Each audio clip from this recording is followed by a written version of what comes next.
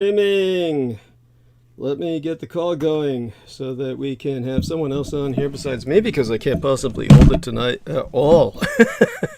Till later. And, okay. Let's, get everybody else out here. Oh my god. Okay. Oh shit. Okay, wonderful. Hello. I'm going to press a cancel here because Windows Defense Firewall has blocked features of this app called Skype. There we are. Can you hear me?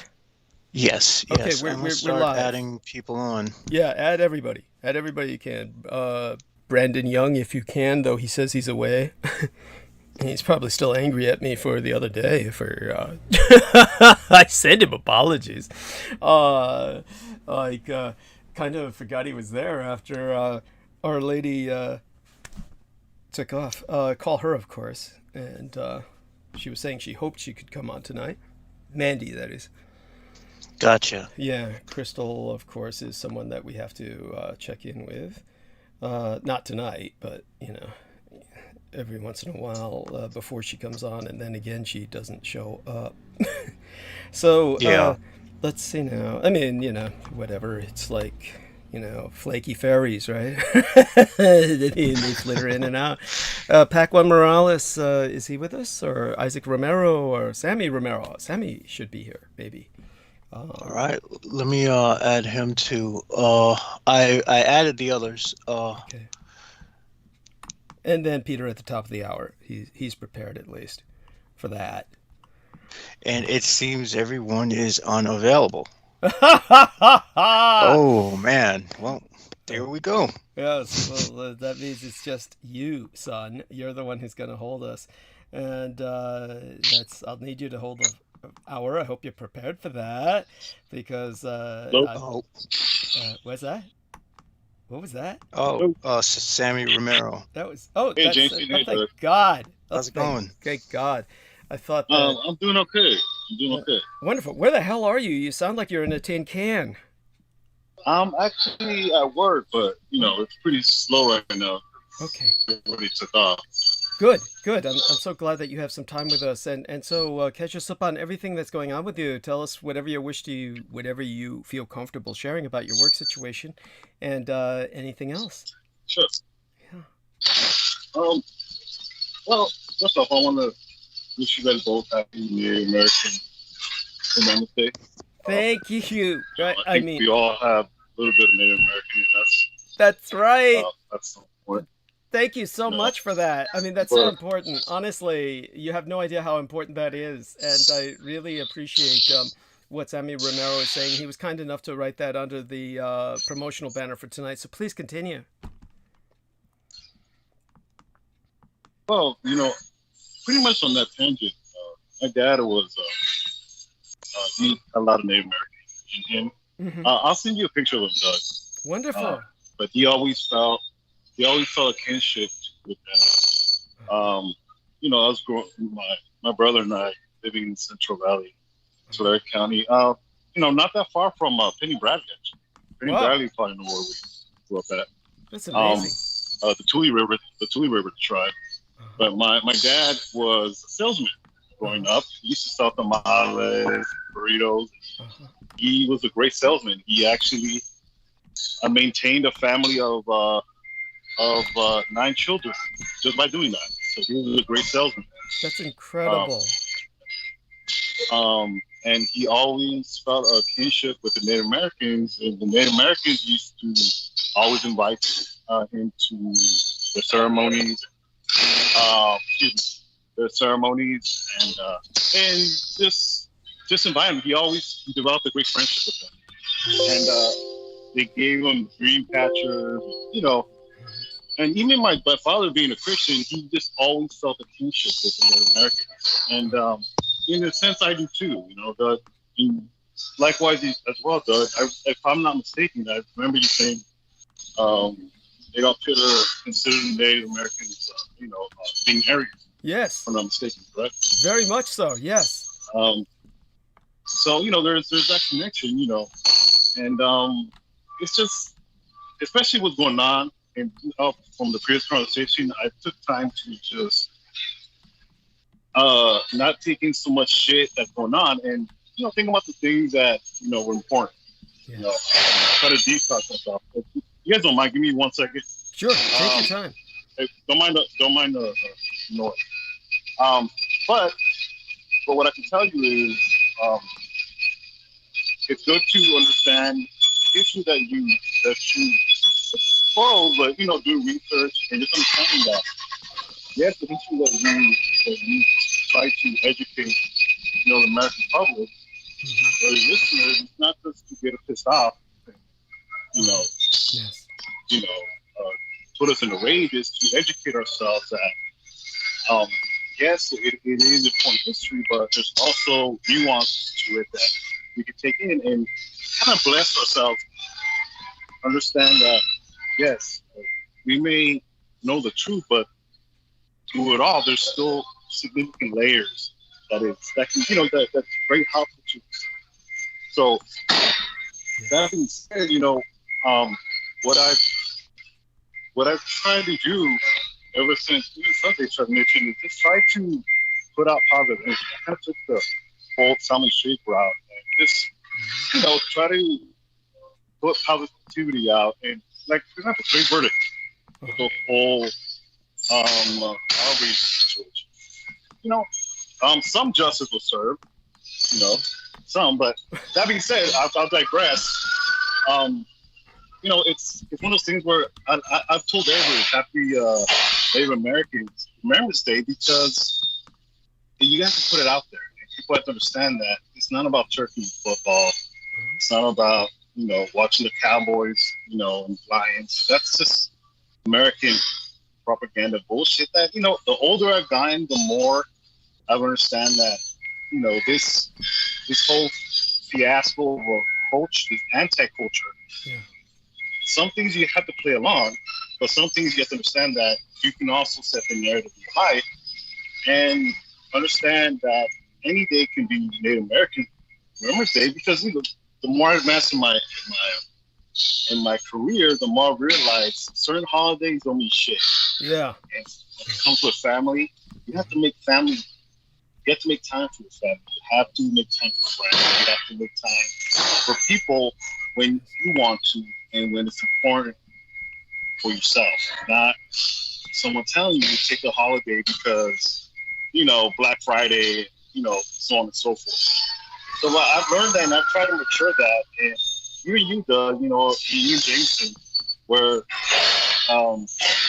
especially you, Doug, that you take time out of your hands to detox. You go to your son's estate and you enjoy yourself, and you come back and then you educate. But that time between Wednesday and Sunday, you have time to decompress and be sane, not be in a tirade of, history, because history is what it is, but we're still making history as we speak.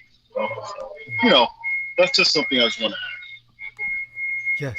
Bless you. Thank you. I appreciate that so much. By the way, Richard Berger says that the audio in the background noise is awful, but we hear you. I hear you, and hopefully I can understand you, but it does take effort, and I do want you to know it's Let me Sure. Take your time. And in the meantime, our man Jameson can join in. And yes. We also have Simon Shake on as well. there we are. Did you neglect to call him earlier? I'm just curious.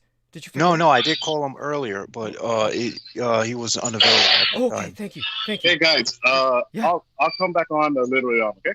Bless you. Thank you so much. We love you. Okay. Thank you, Sammy. Hugs. Bye-bye. Yeah. Bye-bye. And so that will hopefully give us all a little break from straining to hear through that. And with that, we bring on Salman Sheikh, and he's here to also help hold the opening hour because, of course, I'm not in any condition to do so. Hopefully, it's obvious why. Honestly, still decompressing myself. That's a good term. Everybody's been using it lately. And we now turn towards our dear brother Salman Sheikh. I'm going to say this. I'm going to try it. And every time I say it, all I can think of, there was this really sleazy guy who was kind of a very wealthy guy in Biach. And Biach was this city in Bosnia and Herzegovina. He was Muslim, and the way that he would say it, Assalamu alaikum, it always sounded like a used car salesman. And I've just always been afraid that if I ever said that, it would come out like him because he's all I can think of whenever I think of that statement. And when I say it, I just I've said it anyway. You've heard what I've said, and it just came out. It was like I was being greeted.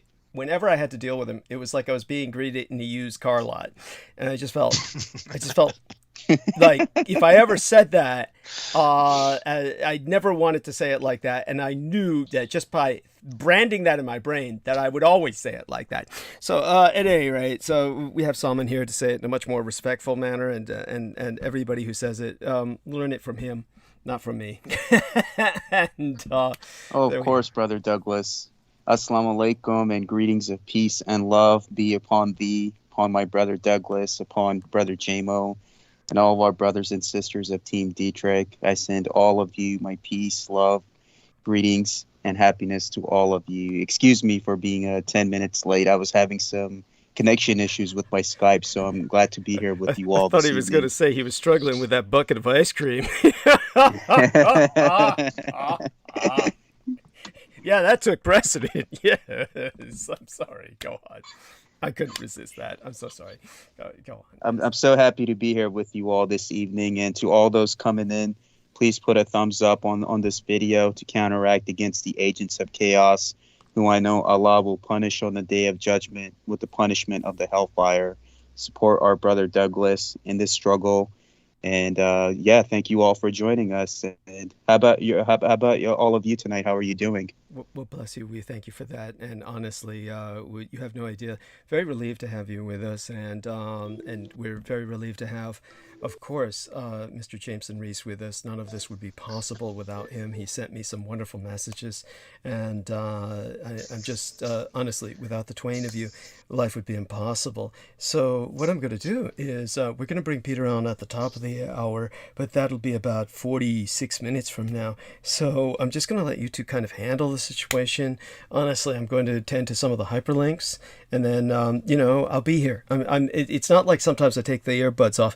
I'm really here, but I'm going to go mute and eat some of this pizza.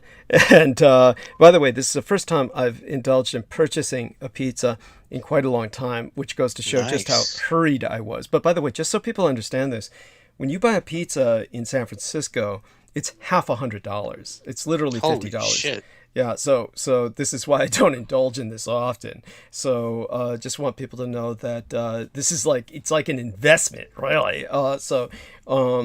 It usually lasts me a little bit of time.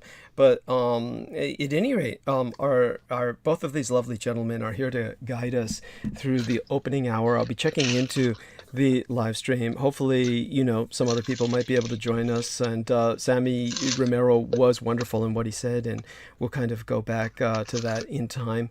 And with our different Salman Sheikh, he and Jameson Reese will open the hour with hopefully not too esoteric a subject. I noticed that in our last transmission they went very, shall we say, very occult, which is, I've nothing against that, but I'm not quite sure if the majority of our audience understands that. I'm sure there's elements that appreciate that. I think they might be entertained by it.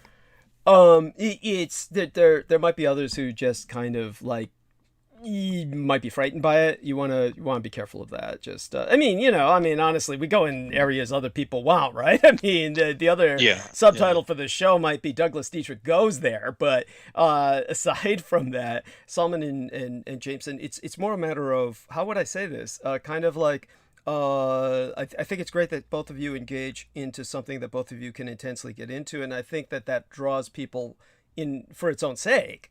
But every once in a while, experiment with being a little more accessible. Okay, so Oh, I see. yeah. You mean So, like grounding the narrative into the physical domain? thank you. Thank you. Yeah, there we go. So let me go mute with that, and these two gentlemen will take it from there while I munch on this pizza and do play with the hyperlinks and shit. Okay, thank you. Hey, All brother right. JMO, how's the week been going for you? It's had its ups and downs, but restabilizing. Clear of alcohol, which is a good thing. Definitely. Granted, that gives me a much needed time to just sleep. I can't even stay awake after drinking stuff anymore. I don't know what it is. But I suppose my body doesn't need it anymore, and that could be what that's telling me. So, other than that, things have been just the I mean, most of my life, unfortunately, is the sort of occult ventures. So, Hmm. when it comes to material reality, I have to rely on mostly like the news and the goings-ons. But other than that, let's see, the temperature seems to be getting colder, which is a plus. Yeah, I love that too, especially walking around and you're just not sweating and it's not harder to sleep at night. I'm with you all the way on that, bro. Oh yeah, yeah. Sleep has come incredibly easy with the cold because when it's cooler inside, it's like my body just warms up trying to go. Trying to warm up makes me tired, and so I just pass out more easily than in the summertime. It's horrible Exactly. because the fans have to be on full blast. The what do you call it? It's just it's insufferable trying to sleep while sweating or while hot. Definitely. And I was watching the news earlier in my area here in the Philly area. They just crossed 500 homicides tonight, which just goes to show you how much craziness and chaos we're dealing with. And it reminded me of what Brother Douglas Dietrich said, that be thankful for the days that when you look out the window, you don't see raping and pillaging going on. And I think we're heading towards that point, Brother JMO, with what's going on in New York and Philly, in these big metro cities across America. People are just they're just kind of losing it left and right as I see time going on. What is your analysis of that and from what you've been seeing? Well, I mean, let's see. As far as murders, homicides, we have a total of 407, but this is Mm. as of October 2021.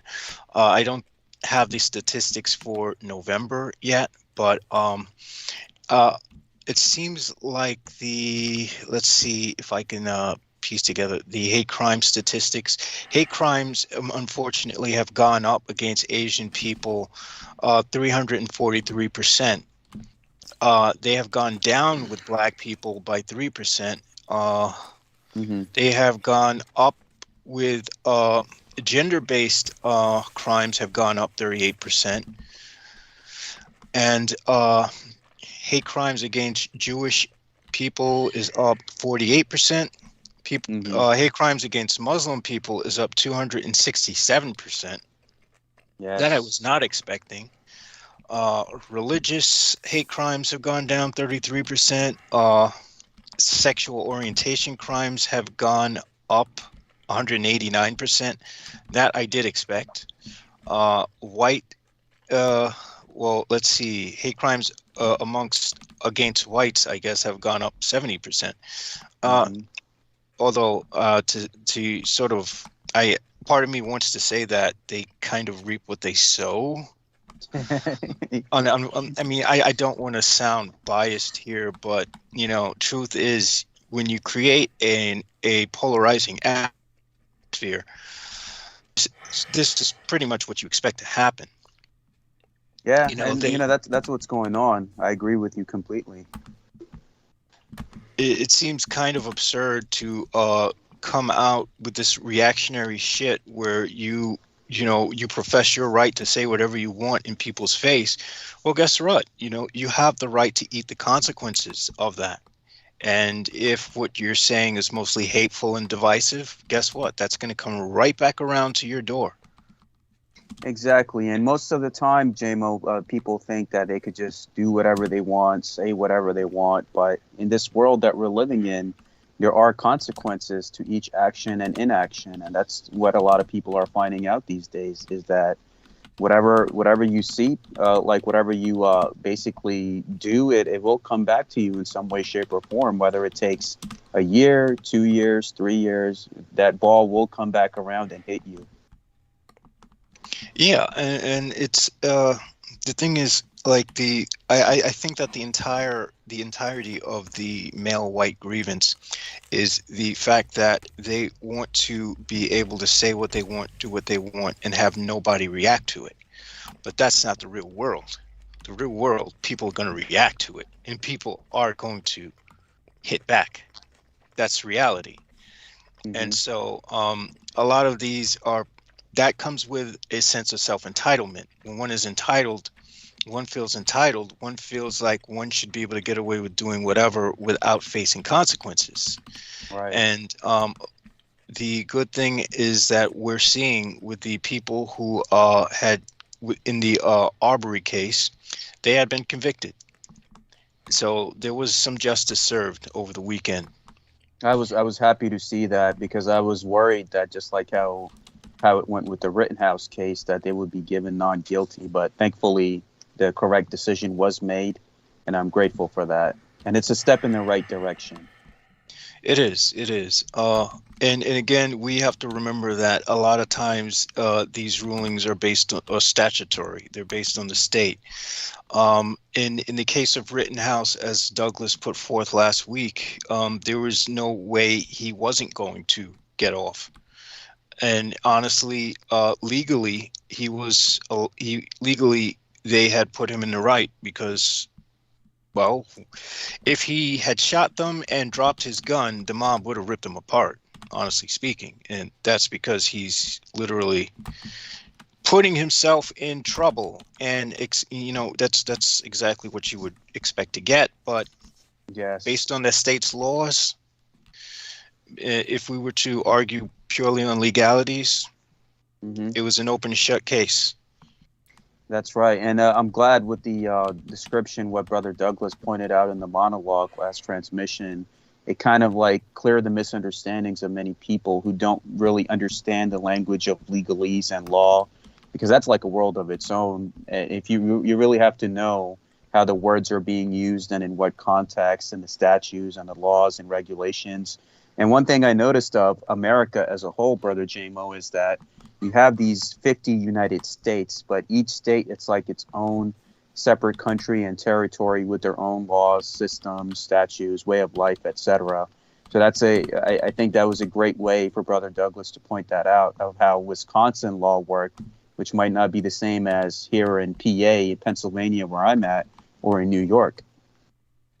In a way, that's a good thing, because it prevents the central government from usurping too much power. But in a way, it's a bad thing, because the central government can't usurp the power it needs on certain things, such as, mandating certain things in the midst of a health crisis, which is still ongoing. And, we have yet to see.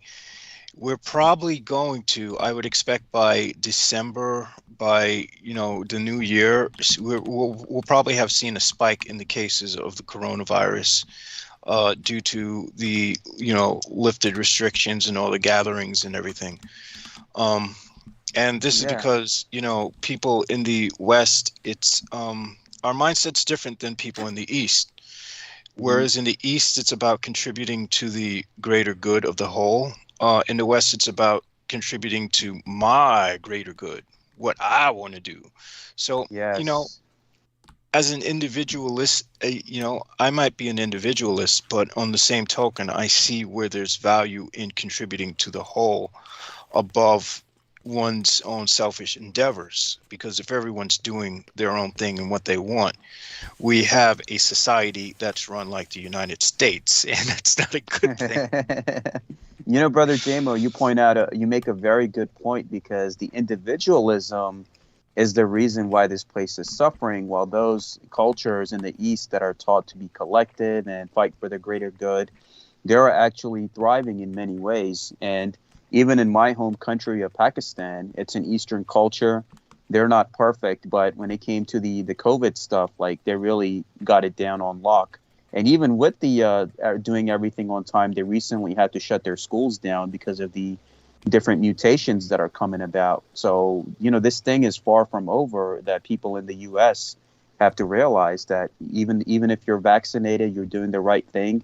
This is a medical crisis that is ongoing, and you can't take it lightly. Even if you're vaccinated, you still have to take the necessary precautions and do the right thing. But unfortunately, like you said, we're dealing with a selfish society where if it doesn't concern them, then they're just not going to care about the next person or the next neighbor.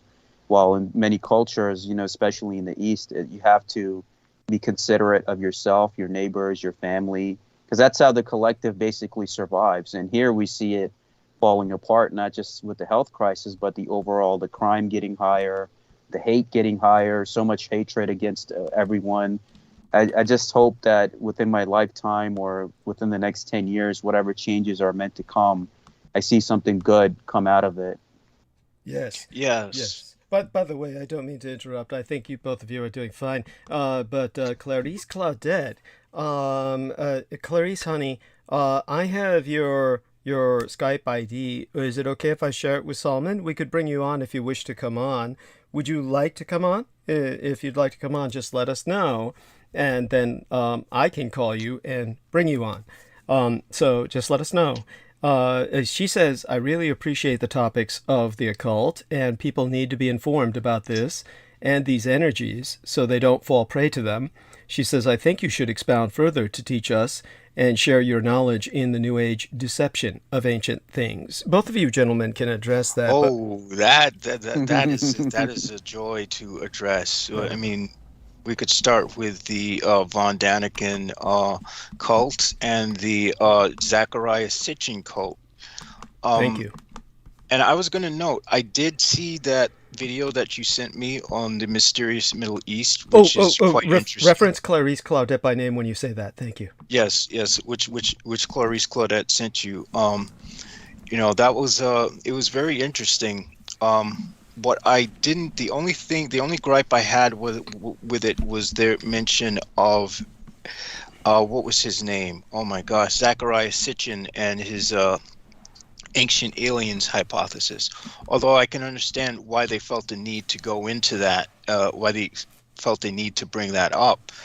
It's very deceptive, because as we all know, Zachariah Sitchin had his own agenda. Oh, definitely, Brother JMO. He from my understanding and what I looked into his stuff about the ancient aliens, it's all gatekeeping. Yeah, he basically co-opted the work of Howard Phillips Lovecraft, and he decided he would use this as a way to launch himself into guruship, in a way that Lovecraft wasn't able to do in his lifetime. And what's so horrible about that, you might emphasize, is that he's not alone. It's basically everybody who's in that industry. Oh yeah, everyone in the industry, from especially Peter Levenda. He's jumped on the bandwagon to, lead the parade, so to speak. Yes, I mean, he's gone way beyond what the others have done. And I'm fairly certain he's actually trafficking with them, the anti-gods, actively. Oh, we know that.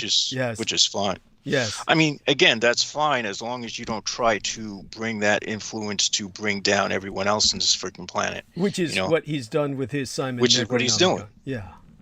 Yeah, and the fact that many occultists still reference the Simon Necronomicon brings, when I see that referenced in a book or a grimoire, I reread the book again and I have second thoughts about, maybe I'm going to make my own formula to bring about that result rather than following this guy's formula. Yes. Because if he's using the Simon Nomicron as a reference point, then there's something wrong here. Yeah, that's right, Brother JMO. And even from my Sufi traditions, I was reading the teachings of Imam al-Ghazali earlier, and Imam al-Ghazali was this great teacher and professor from the Baghdad area, who basically had like a inner crisis. I mean, he had everything going for him, and he was teaching at one of the best schools in Baghdad. And then when he had his inner crisis, he realized, why did Allah put us on this earth? What is this struggle between light and dark, Iblis and the angels and the jinns and the totality of creation?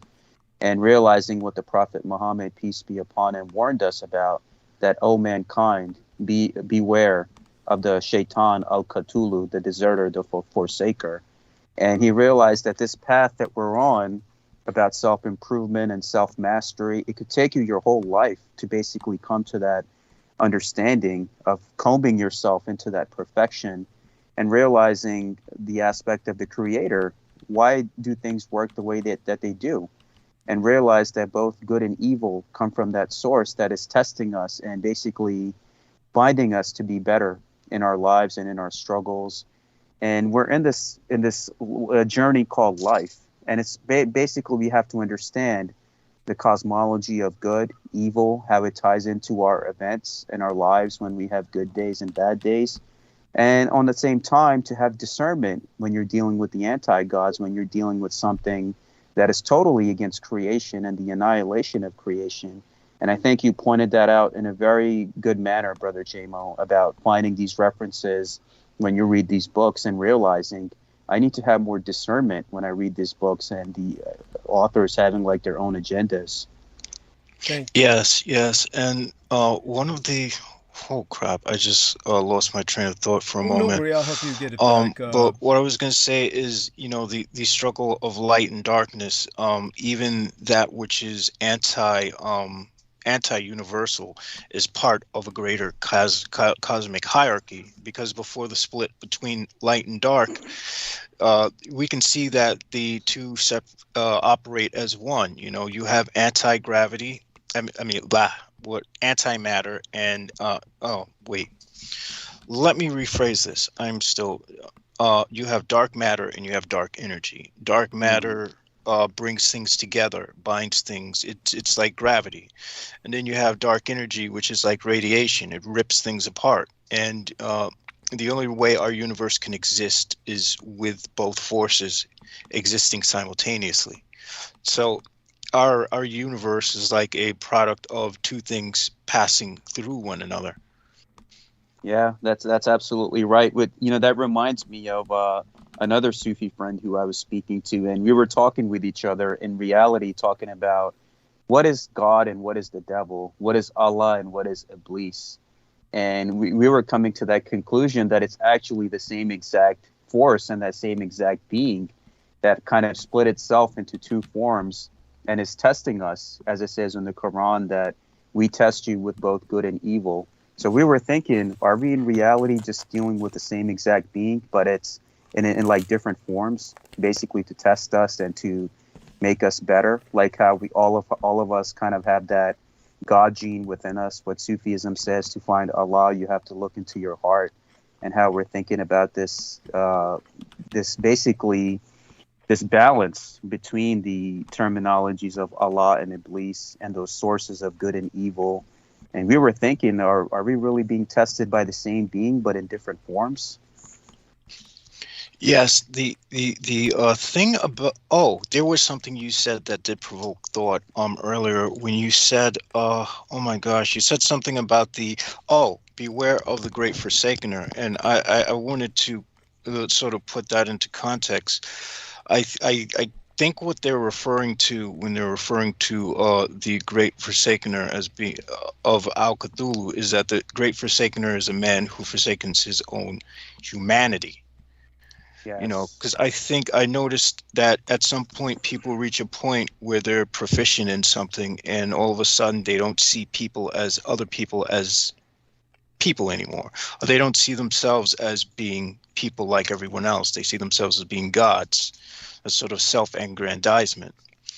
Yes. And this is very common in this age of gurus and cults, and everyone wants to have their own cult. Everyone wants to exploit those who don't have the answers, rather than challenging them to find the answers on their own. Mm-hmm. And this is one of the problems with this age. You know, this is why such things can run ripe.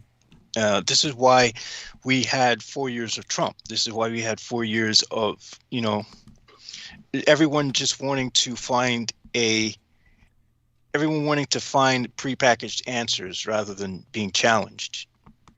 Yeah, that's the thing, brother JMO. You have to be able to do the necessary work, and that's a thing that I learned in my Sufi path and in being an initiate of different paths. That in the aspect of getting close to God and to finding that inner knowing within yourself, that inner silence, to find that inner silent, that inner discernment, that inner connection with the Creator in whichever way you perceive that divinity, is you have to do the necessary work. And it's not going to just come to you as in the Sufi path, they tell you that Allah will only help you until you help yourself. So there is that blessing from the divine, but you have to be able to do the necessary work. Let's say you're trying to be better in your pursuits of occult knowledge in the Sufi tradition or in the arcane traditions. Every path has like their own occult opening to it. And you have to be able to do the work, do the reading, do the practices, do the studying. So over time, you become the master that you're meant to become. And indeed, what you said about, you know, those men who have those fantasies about becoming living gods, they're leading many people astray by leading them into these cults and exploiting them in many different ways. So it's important that people have this discernment in the age of chaos that we're in right now. And the world is continuously changing by the day, by the months, by the years. So what these paths have taught me, brother JMO, is you have to keep the faith, number one, find and hone a skill within yourself, do the necessary work, and basically find that inner silence within you, which kind of gives you that feeling of satisfaction and content, being content in your heart, knowing that whatever is happening to me in whatever ways, it's leading me to the greater good. So I thank you for pointing that out. Yes, yes, and and there's nothing wrong with, you know, one being highly individualistic, one not going with the flow and doing one's own thing. But the problem is the way the American perceives individualism is doing what I want, irrespective of the consequences for others. Like I'm an artist. Artists are people who just generally don't follow the mold of or trends or, you know, do what everyone else does, or we don't follow the popular things of the day, you know. But as far as, you know, as far as helping people or being aware of what consequences, you know, my actions has on other people, I'm very aware of those things. So, and this is the problem. Your average, you know, person in this day and age in this country, they don't care what they generally seem not to care what consequences their actions are going to have on other people. Yes, that's absolutely right. And that's what it is. It's about personal responsibility that many have kind of fallen astray from. And that's that mystique that I'm glad Brother Douglas is there to break their illusion of that mystique, thinking that they're undefeated in their wars and going around doing what they do without any consequences. They're praised for the military, and that same mentality kind of being instilled into the citizens, that we're big bad Americans and we could go around, do whatever we want, however we want. That's not how the world works. There are consequences to your actions, in your discernment of your actions, of your speech, of your thought, your etiquette, how you carry yourself. And I believe that's the best education one can give to yourself is through your experience. And somebody that has been all over the world, and I can verify what Brother Douglas is saying because he himself has been all over the world. And it just goes to show you what kind of bubble people in this country are actually living in, when majority of the world's population is outside of America. Majority of the cultures and schools of thoughts and religions and philosophies all come outside of these lands. And it's important we realize what kind of world are we really dealing with in the grand scheme of things. But you're right, their illusion is bursting day by day as people kind of have had enough, and the society is kind of being restructured before our very eyes in many different ways. It has to be. This follows, I mean, we are products of nature. And as Hmm. products of nature, we follow the same laws as nature. And what happens is, as time goes by, systems have to become more advanced in order to resist decay or stagnation. Because when you get stagnation, you get chaos. This is the second law of thermodynamics. As systems having to become more complex with time. And our system of the United States of America is one that needs a great upgrade because we've been using things that are extremely archaic for too long now. We've been looking at things from a archaic perspective for too long. And it's not even a constructive perspective. It's destructive. Hmm. And the reason why all these people are up in arms, especially all right, is because that's being challenged by the rest of us, and they don't like that going challenged because Yeah, it that's right. forces them to do work. That's absolutely right, brother JMO. This reminds me of a Indian professor I had in college. I had her for sociology, and she one time she did this experiment with us where she had like these different color balls, and she separated all of the class into like different groups. So we were like six different groups, and and she would always put like the minority kids with the white kids in the college environment to basically point something out with her experiment. So she said, okay, if you live with the same people that look like you in your neighborhood, put this ball in this corner. You grew up with these people around you having better opportunities, put this ball in this corner. And what she basically was pointing out was the aspect of the privilege that many do not admit to it, and they're saying that you're just making things up. I mean, in reality, it's there. If you look at the condition of minority neighborhoods, and you go around and look at the white neighborhoods, it's a day and night difference in terms of the quality of the neighborhoods, quality of the services provided, emergency services timing, the quality of the schools. And you look at minority neighborhoods, and a lot of them, they're paying taxes, they're working just like everybody else. But in that same township or borough or municipality or city, they won't be given that same priority. And right now, what that professor pointed out was that over time, the structure would be challenged and it would be dissolved. And those that have benefited from this structure by giving their children better jobs, better opportunities, better education, preparing them the better way while the other kids are being prepared in a school to prison pipeline or being prepared for menial jobs or like the menial retail jobs because that's all they'll be able to do. That when that system gets challenged, that's when those in power will start crying out. And you're exactly right. When things start returning to its natural basis, that's inevitably we are going to have that order out of chaos. It has to happen because the only other direction is death. And Yes. I do not, it is not my understanding of the human unconscious that the species wants to go extinct. I'm sure there's a lot who don't mind that, but I would say that there are some that don't want to be pushed into extinction.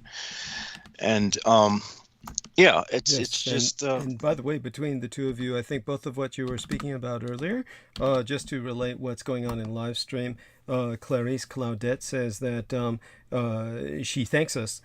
She appreciates us all, but she won't be able to join us tonight. She's not home right now.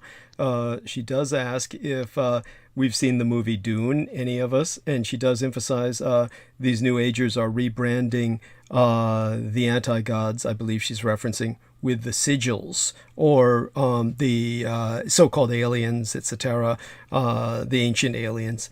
I believe that's what she's referencing. But the Impaler the Monarch joins us and says, on the border of Illinois, Wisconsin, all the way of the Dells/Madison, the child molesters are protected informant assets, the charges of bail jumping, and cheap signature bonds.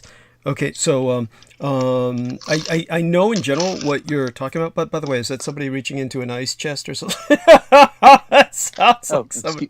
Excuse me, Brother Douglas. That was me. Oh, no worries.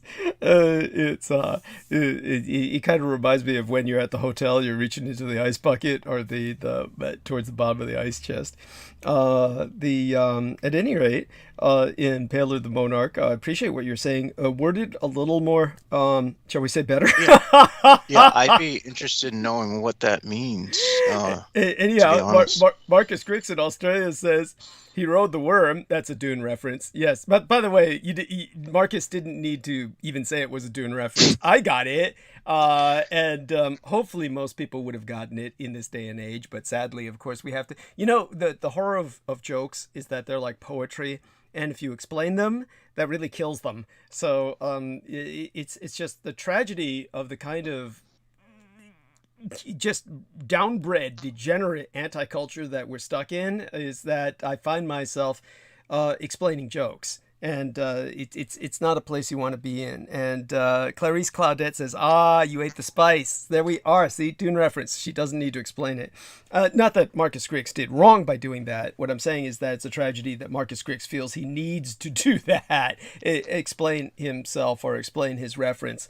It's like when I tell jokes, and the majority of time, the horrible thing is it's just incredible to me. It's almost nobody in America throughout my entire life. It's not like I tell bad jokes. I know that much. No, you know your joke's actually quite funny. Thank you. It's just the majority of my life, the majority of Americans would basically start explaining things to me as if like somehow they thought I really wasn't making a joke and that I was rendering a serious comment.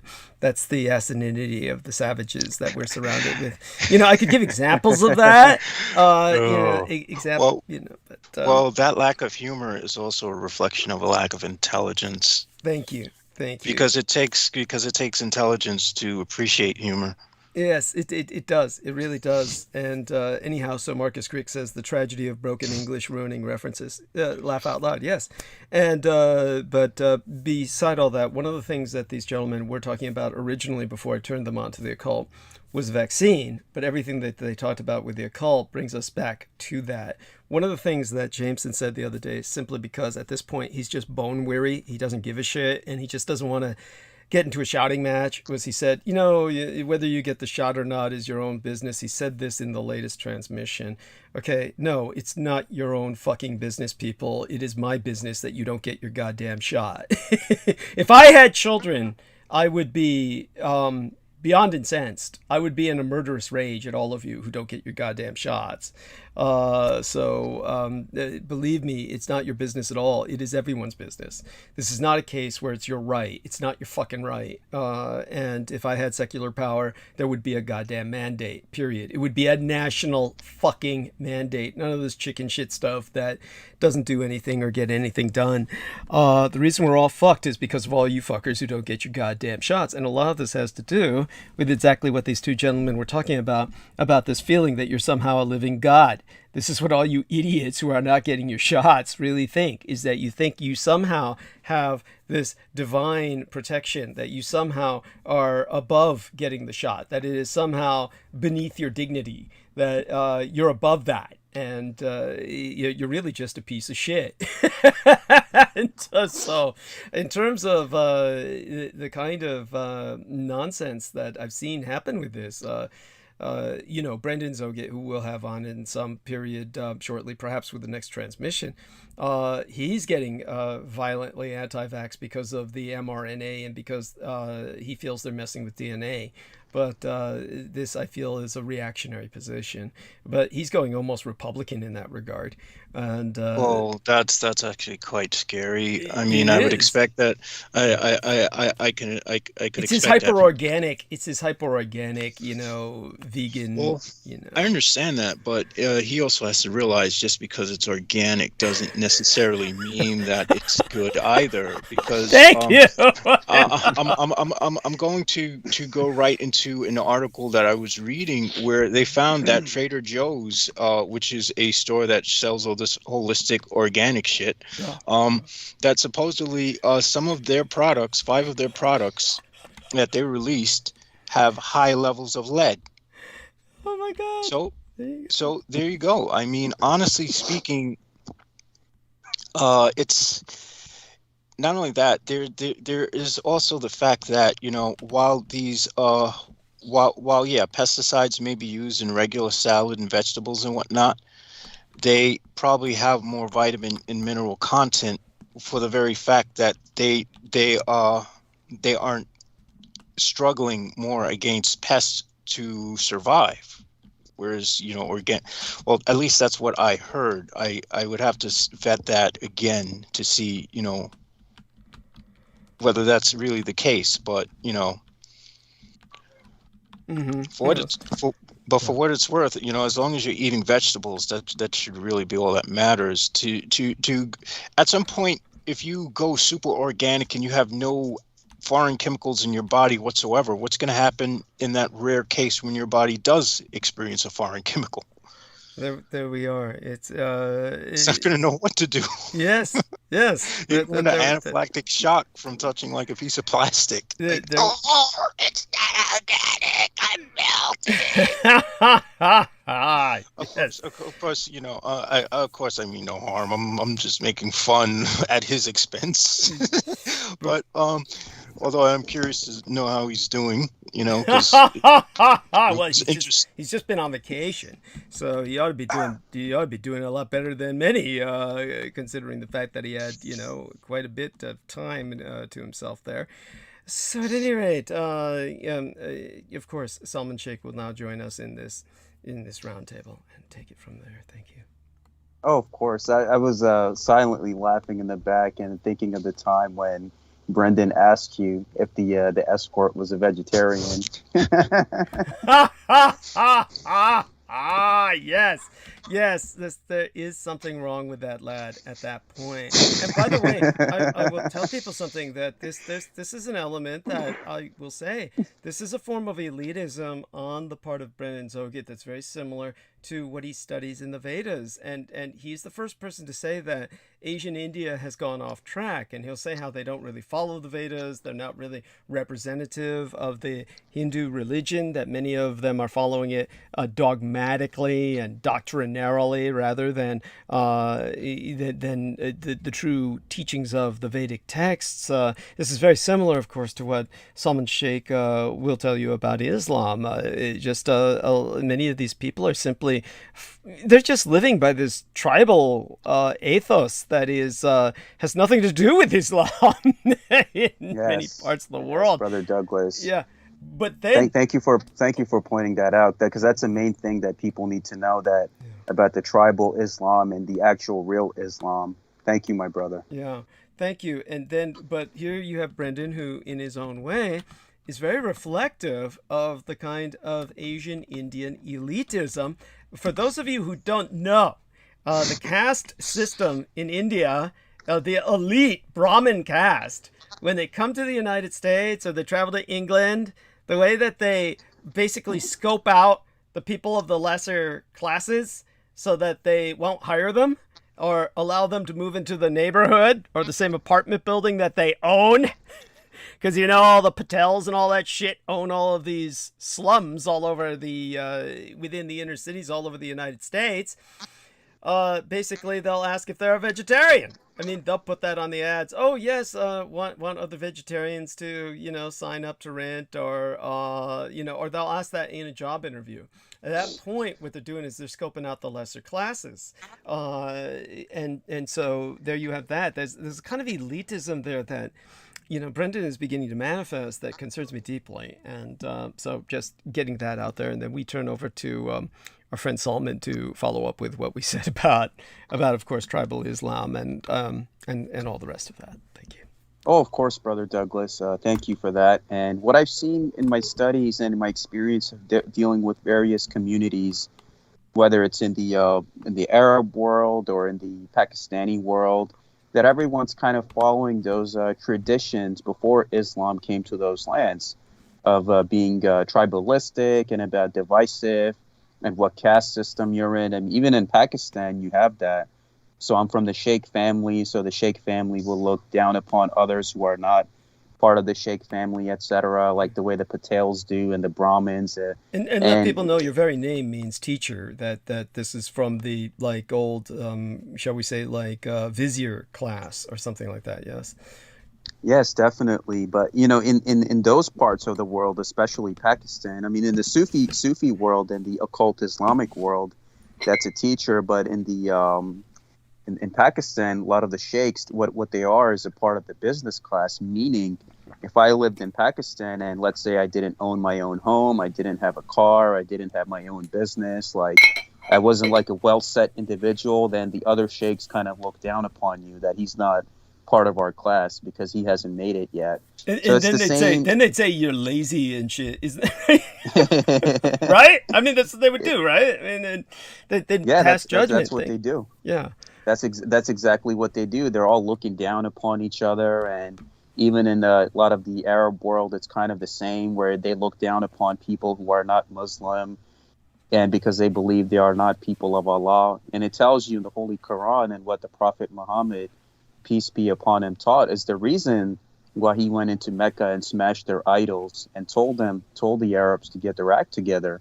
Same teachings that were spread across the world in the subcontinent where Pakistan is and in other parts of the world. But then again, unfortunately, after the death of any religious leader or teacher, people kind of resort back to their own ways, like what we see with the Sunnis, with the Shias, everyone kind of interpreting Islam in their own way. And you just have like corruption at the top of the food chain. And that's what I saw when I was in Pakistan. And it was very unfortunate where there's still a lot of division going on.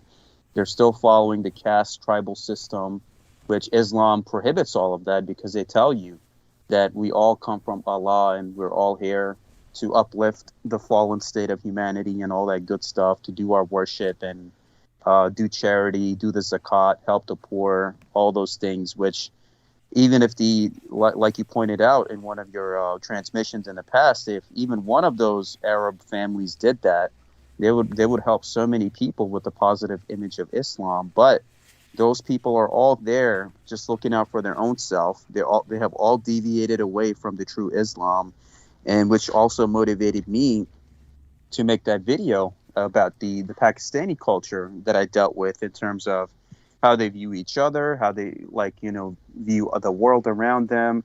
It's all materialism and money and how to one up the other person and telling the other person, I know more people than you and I got more connects than you, I got more money than you. That's not helping anybody. Allah does not like that. And I tell them, if you read the Quran, it tells you that Allah has destroyed so many civilizations before you, and then you are right now falling into this chaos and in this trap. And I reminded them of this story where the one time the Prophet Muhammad, peace be upon him, was walking towards Mecca, and the pagans and the idol worshippers gathered around him, and they started throwing rocks at him, and they started stoning him. And then the Prophet, peace be upon him, with his face bloodied, he sat down and then he cried. He cried for humanity and what they had become. And then the angel Gabriel came down and said, "O Prophet of God, give me the command and I will destroy these people." And he said, "No, you shall do no such thing, as I will try with my own accord and with my own efforts to try to get them to the right path." And unfortunately, we're still dealing with that same populace. If you don't go by their way, they will stone you to death, unfortunately. And that's the kind of ignorance that I'm trying to fight against. And I'm glad even with Brother Douglas, ever since that I've been listening to him, he's been teaching the people the truth about Islam and basically calling out those that are not practicing what they preach and are apostates. And for that, my hat's off to Brother Douglas, and my love and prayers are always with him. Bless you, and I thank you so much for that. Of course, we're going to be bringing Peter Moon on any minute, but in the meantime, I can't resist this. While our man Jameson Reese tends to. I needed to say one Sure, thing. please. By me. You do have one of your escorts is one of my favorite escorts, and that's the one you have in the photograph of tonight's banner. I couldn't resist saying that. She's absolutely gorgeous. Oh, bless you. Thank you so much. And oh, she's a wonderful human being as well, as they all are. And of course, I do notice that he says each one that each new one is his favorite. So he kind of. By the way, my man Jameson, while you're bringing Peter Moon on, I'd like Salman Sheikh to transition us by telling people about how when he went to Pakistan, every time he goes, he's surrounded by a circular firing squad. He's surrounded by the ISI, just keeping an eye on him. He's surrounded by everybody begging him to take them back with him to either England or America, and just like it's just you can't win. It's just tell us about the kind of how. No, of course, Brother Douglas. I mean, for them, it's all about, hey, take me to America, the land of milk and honey and money growing on trees and beautiful white women and all this stuff that's going through their brains. And I tell many of them that you have a college degree here, you have a better life here. When you go there, it's not going to be the same. You actually have to work for a living. And over there, the system is so drastically different from the type of environment that you're used to dealing with that I suggest you stay where you are. And a lot of them like have their daughters and thinking that I have a blue American passport, that will be a way out of for them and their family if I marry their daughters. So I'm surrounded by the ISI.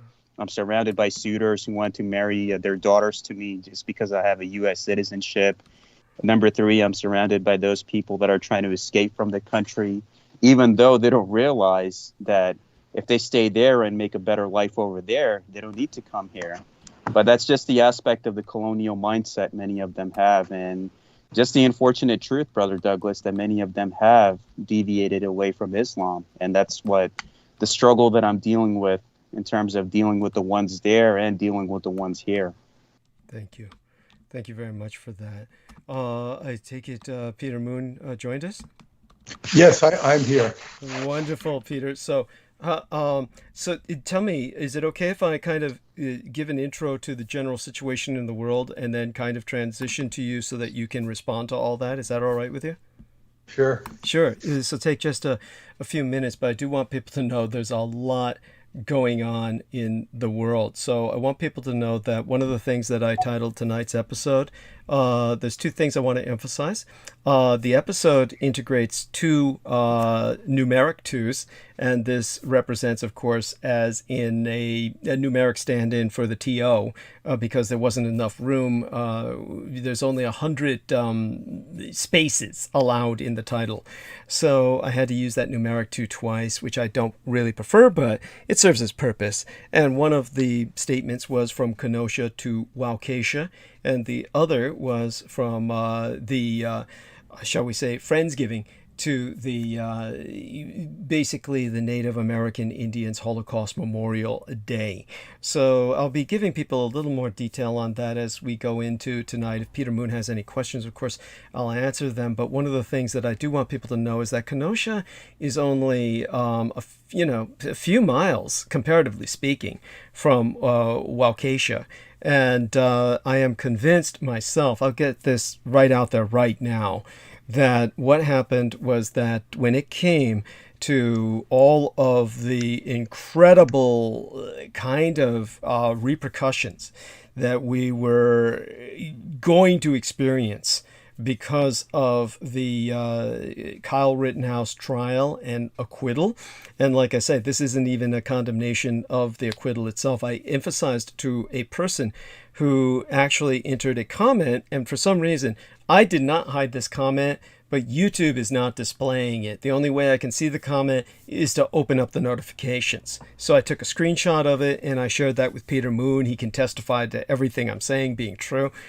Somebody wrote me and said that Kyle Rittenhouse had to kill those three men or they would have taken him apart. And I emphasized to him, look, I said legally he is not guilty. If I had been on that jury, I would have had to have said legally he's not guilty because of the parameters of the law as it's structured. There's no other way that one could really deliver their verdict if you were in the jury with what was presented. But such being said, I feel he was incredibly irresponsible and therefore, in that sense, responsible, even if he's legally not guilty. But I'm convinced that because of the tremendous repercussions of what happened with that trial, and I'll inescapably have to talk about it in some depth tonight again, basically they realized that they were going to be faced with many riots. What we saw happening as a kind of consequence was these smash and grab riots where people are breaking into Louis Vuitton and the various other designer stores, the boutiques, and stealing thousands and thousands of dollars, hundreds of thousands of dollars worth of fashion goods. So if anybody's heard about that, this is the reason why that's happening. This is what they were doing after the Rodney King riots. And so this is a way of them trying to redistribute wealth from what they feel are the white upper classes. So this is why people are doing what they're doing in that regard. Then also we have many other crashes into crowds aside from what happened in Waukesha. But what I'll lay on the line right now is I will bet my reputation. I can guarantee you this is what happened, is that in order to preempt everything going over the edge, with all of the right wing with their fully automatic weapons and all of the other people on the other end with their smash and grab tactics, basically Biden said, send one of our mind-controlled niggers out there and have them crash into a group of whites.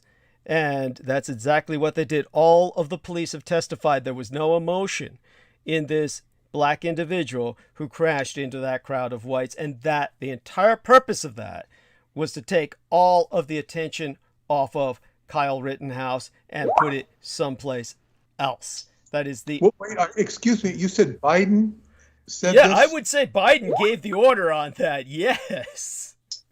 But is this your speculation or no, what? No. This is actually truth. They show the guy who they show the guy who they arrested who plowed into that crowd, and you look at the dude's eyes. The dude looks like he's gone. Yeah, I mean, he's definitely gone. But Biden, you're saying, did somebody say? Did he say that Biden told him to, or did somebody say? I'm saying that I'm convinced that Biden himself gave that order because he's basically, look at the shape he's in. Biden's in on the edge right now himself. It's a logical conclusion. I was just looking for the veracity of, or where it's coming, where if it's your I'm conclusion. Just saying it's me saying I'm putting my reputation on the line. I'm putting my reputation on the line with this. It's a logical conclusion, but carry on. I just needed to clarify that. Go ahead. Thank you. And so that people understand where I'm coming from with that. And with that, I'll give people some idea of what else is going on in the world around us. First off, understand that when it comes to the happening earlier, the Capitol riot, we've had some things going on. The House Committee investigating the January 6th insurrection has been issuing a lot of new subpoenas. And of course, many of the recipients are stonewalling the probe and they refuse to testify. The jury has awarded plaintiffs more than 26 million United States dollars in the Unite the White Right case. That's yesterday after they found the white nationalists who organized and participated in the 2017 rally in Charlottesville, Virginia, liable on a state conspiracy claim and other claims. Of course, the jury in the federal civil trial said it could not reach a verdict in 2 federal conspiracy claims. But the violence, of course, turned Virginia City into another battleground in America's culture wars and highlighted our growing polarization. And it was also an event that empowered white supremacists to demonstrate their beliefs in public rather than just online. However, it's the end of the road for the white vigilante trio. Today, all 3 defendants, father and son, Gregory and Travis McMichael, who, if I'm not mistaken, are both sworn officers of the law, and their neighbor, William Roddy Bryan Jr., were convicted of murder in the fatal shoot-to-killing of the unarmed black man, Ahmaud Arbery, in February of 2020. Now, that grisly recorded slaying of the 25-year-old black man sparked a furor long before America exploded into protests over racist violence by cops. And the jury in the case convicted Travis McMichael of malice murder, which in Georgia law indicates an intent to kill with considerable provocation, and where all the circumstances of the killing show what they say in writing is an abandoned and malignant heart. Now, all three defendants were convicted on charges of felony murder, in which someone commits a felony that results in the death of another person. The McMichaels were charged with murder in May 2020 after the attorneys from Arbery's family released the footage of Travis shooting Arbery in February of that year. William Bryan, who joined the McMichaels in pursuit of Arbery and filmed the shooting, was also charged in Arbery's death. The legal experts concur that the defense's arguments were racially insensitive, to say the least, and they led to Arbery's mother excusing herself from the courtroom. Now, the three defendants claimed that they believed Arbery could be responsible for a spate of burglaries in the neighborhood and tried to chase after him. The defense has cited Georgia's citizen arrest law, which stated that a citizen can make an arrest if the offense is committed in his presence or within his immediate knowledge. Now, that citizen's arrest law was repealed in May of this year. However, the prosecution claimed that the defendants' actions were not covered under that law because the defendants didn't inform police of any specific crime Arbery committed on the day of his shooting. And during closing arguments, the lead prosecutress, Linda Dunikowski, told the jury the defendants made their decision to attack Ahmaud Arbery in their driveways because he was a black man running down the street. That is not sufficient for a citizen's arrest. This is not probable cause. This is, I don't know what in the world this guy was doing, but he's running down the street real fast. Now, that brings us in comparison back to Rittenhouse. The first man Rittenhouse shot was 36-year-old Joseph Rosenbaum. This was the most important shooting because it set in motion the events that led to a crowd to assault the fleeing Rittenhouse, allegedly in the belief that he was an active shooter, and which led to Rittenhouse shooting and killing Anthony Huber, who was attacking him with a skateboard, and critically injuring Gage Grosskreutz, who advanced on Rittenhouse with a drawn pistol. Now, Rosenbaum, a convicted child rapist and domestic abuser, had no connection to the protesters. He was a disturbed man who had been released from a psychiatric ward earlier in the day and who, according to all video evidence and multiple eyewitness testimonies, had been belligerent and threatening all night. Now, according to both Rittenhouse himself and one of his companions, the Army veteran Ryan Balch, Rosenbaum told members of their group, "If I catch any of you guys alone tonight, I'm going to fucking kill you." And later in the evening, he found Rittenhouse alone and began chasing him across a parking lot. After first attempting to run away, Rittenhouse wheeled around and shot the advancing Rosenbaum. Now, the closest eyewitness to the shooting testified that as Rosenbaum approached the defendant, he yelled, "Fuck you!" and lunged for the barrel of Rittenhouse's gun. The other main clarification at trial came from Grosskreutz himself, who, like an idiot, admitted that Rittenhouse only shot him after he pointed his own gun at the teenager. Now, all such being said, the most damning evidence against Kyle Rittenhouse himself was not allowed to be admitted at trial. The video from a few weeks prior in which he joked about how he was going to go shooting looters. So when it came to Rittenhouse's own mother saying that Judge Schroeder was a fair judge, that alone was extraordinarily bizarre to me. I'm going to turn it over to Peter Moon on all of this to tell us about what he thinks, what shape the world is in.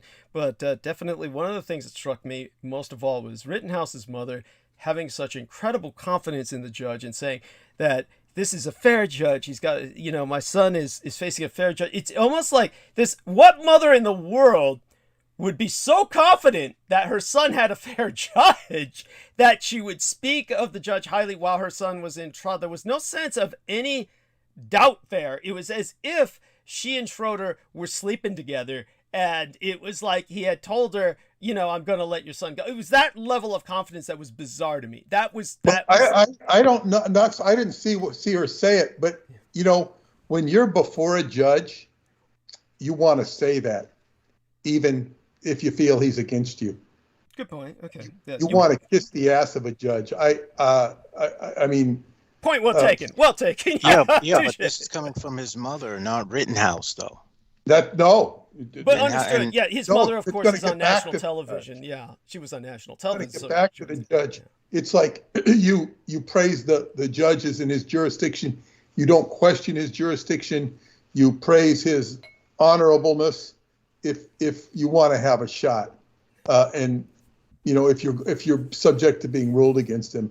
So, but I had spoke to somebody who was a cop, and asked him about what I thought about Kyle Rittenhouse, a New York City cop who had to deal with a lot of that, stuff that you have to deal with as a New York City cop. And he said that, he really didn't think, he was very sympathetic towards not so much Kyle Rittenhouse, but, why should he be out there? But then he said something. He said that the media was trying to hide something. And this is why I'm very reluctant to say anything about it, because we don't really know all the ins and outs and happens. We just saw the dog and pony show in the trial, if we had enough time to watch it. And I watched some of it, but I didn't have my full attention on it.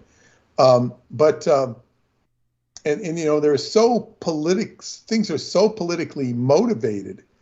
But what he said was that the media was trying to hide that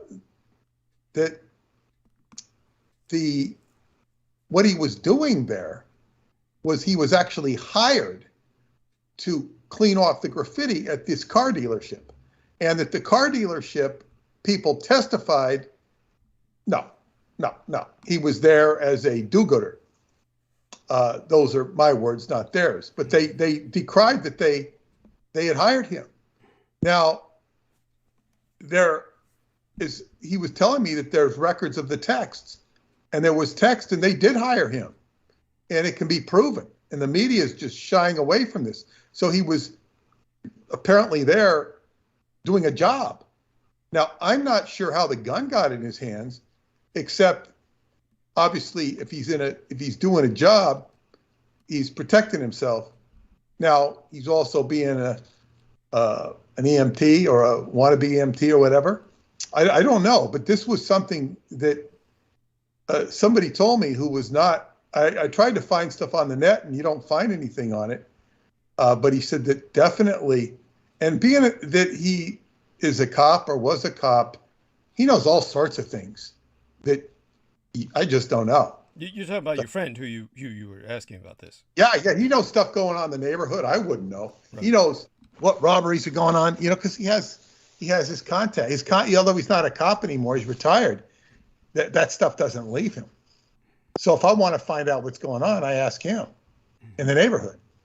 But so I thought that was interesting. It's like, wow, these guys lied. He said they're going to have to face consequences because they testified they didn't hire him. He was there on his own. So there's apparently more complexity to this. Okay, so what you're saying is that this former police Kyle officer was hired by these what you're saying, dealership people who lied about it under oath because they didn't want to get any flack. They didn't want to be, they were Indians, and they were trying to divest themselves of responsibility. And I know from one of my friends who's having trouble with a PhD, a Stanford PhD landlord, who's an Indian. The guy has completely no understanding of landlord law, and he's screwing himself up. He's setting himself up badly as a landlord by just having no respect for the law and violating it. Mm-hmm. And I told my friend, I said, this guy doesn't know. He I said, don't write anything to him because no, I said, you're expecting too much. You think he's capable of reading and understanding the law. And he says, he's a PhD from Stanford. Holy shit. I said, that doesn't make any difference. That's true too.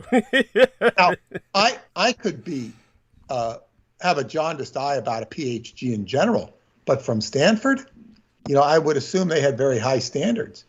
But this is just, this is the world we live in. Well, we mentioned It's before that academics can lack common sense. I mean, well, it's common sense regard for the law. What the hell are you doing anyway?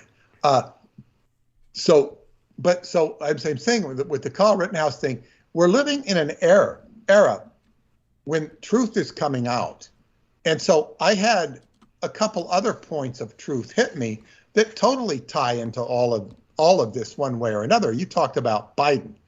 Well, I had heard on a report, and then I've looked it up. It comes from a New York Times investigation, because it was a conservative pundit, I think, who was bringing it up. It sounded very objective, but I checked it out, and it comes from a New York Times story that I think I saw it on the financial news. It was that Hunter Biden was part of an investment firm that was involved in a Chinese conglomerate's $3.8 billion purchase of one of the world's largest cobalt deposits in the Congo. Now, why is cobalt important? Because cobalt is what's absolutely necessary for batteries for electric vehicles. So Biden is now giving $320 billion in tax credits for people who buy electric vehicles, solar panels, and it's all about patting the back of this Chinese company that Hunter Biden was a part of. So it's like this, it's like this, they're saying how deeply the corruption of Joe Biden is. Now, this occurred when he was vice president. So this is just breaking news. I mean, of a few days ago, within the last week. So you were talking about Biden being, on the ropes. yeah. Use a fighting analogy, with just by reason of what he said about Kyle Rittenhouse. Now the Hunter Biden thing. They're also saying, and this was, I think it was on Fox News. They were saying how none of these other stations will cover Hunter Biden story. They will not cover the Hunter Biden story. So it's just like this complete disingenuous journalism. I mean, this shouldn't surprise anybody, especially people who are on the conservative bandwagon, but they just don't cover Hunter Biden because it is such a sick story. And it's a sick man with a sick son. And, it's and then he released, was it 250 million, I think that was the number of barrels from the Strategic Petroleum Reserve. Oh, yes. Tell us about those. Yes. Well, going into America's reserves because he's trying to counter inflation, right? Somehow? Yeah. And so what happened was, this is like 2.5 days worth of oil consumption. 2.5 days. And the oil futures market went up when it was announced he was going to do that. In other words, it did the opposite because it's stupid. And, he's begging people for oil, begging the countries to, give him more oil so that, he's trying to control inflation. When the first thing he did was, cut down the pipeline and abolish fracking, which he said he wasn't going to do. He lied. Now, I'm not here to make a case for the environmental, negativity, but I'm saying if you want to control the immediate economy, this is what he's trying to hold. Well, he blew it all up by doing these things. So it's like he has no, what does he call it? Backbone. He's going with the wind, doing whatever is to his advantage. Yes. They used to use the term flip-flop or something. Waffling. Yeah, but it's like, it's so heinous. And then what's so heinous is that the liberal press who patted him on the back all the way, they don't investigate him. They should abandon him. They should attack him because it makes them look better because, to the degree they don't attack him, it's like they'll only do it once they feel it's safe to attack him. The New York Times is going after him, and perhaps they have their own agenda. The New York Times has been trying to indulge in some journalism. They've had a few instances of that. The other thing I heard, and this was from our friend Aaron, and I had posted something on, I don't know, it was John Rappaport's article on COVID. Mm-hmm. And basically what Aaron had posted about so many of these instances, I posted something that somebody had sent to me. It's over a year old in Slovenia about some person who was a nurse or in the medical, was on the front lines, come back and testifying that only a small part of the vaccinations done there had actual vaccines in them.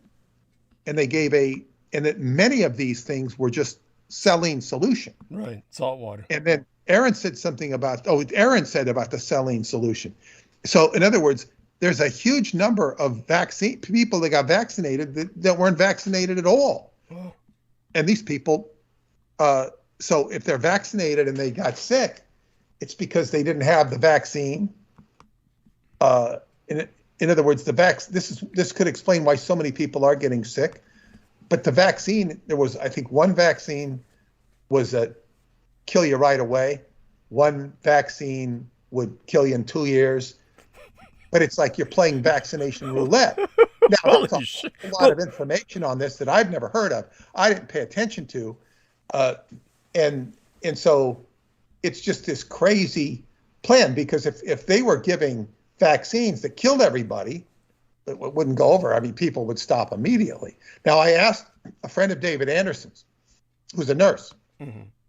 I said, do you know of anybody who's bad reaction from vaccines? She says, yeah, just yesterday. She knew of somebody who got, and she'd give two instances, but one instance was a mother with two kids who got the booster, and she immediately died of cardiac arrest, which left two kids behind. And I've had so many reports of this, and I don't get on the bandwagon for this. I don't get on the bandwagon really at all. I will occasionally post data or the John Rappaport. I don't post a lot of his articles because he keeps promoting his book. I mean, it's okay if he promotes his book. I mean, buy it if you want. I think about the Matrix. I don't like stuff that uses the word Matrix. Yeah. It might be a good book, but it's like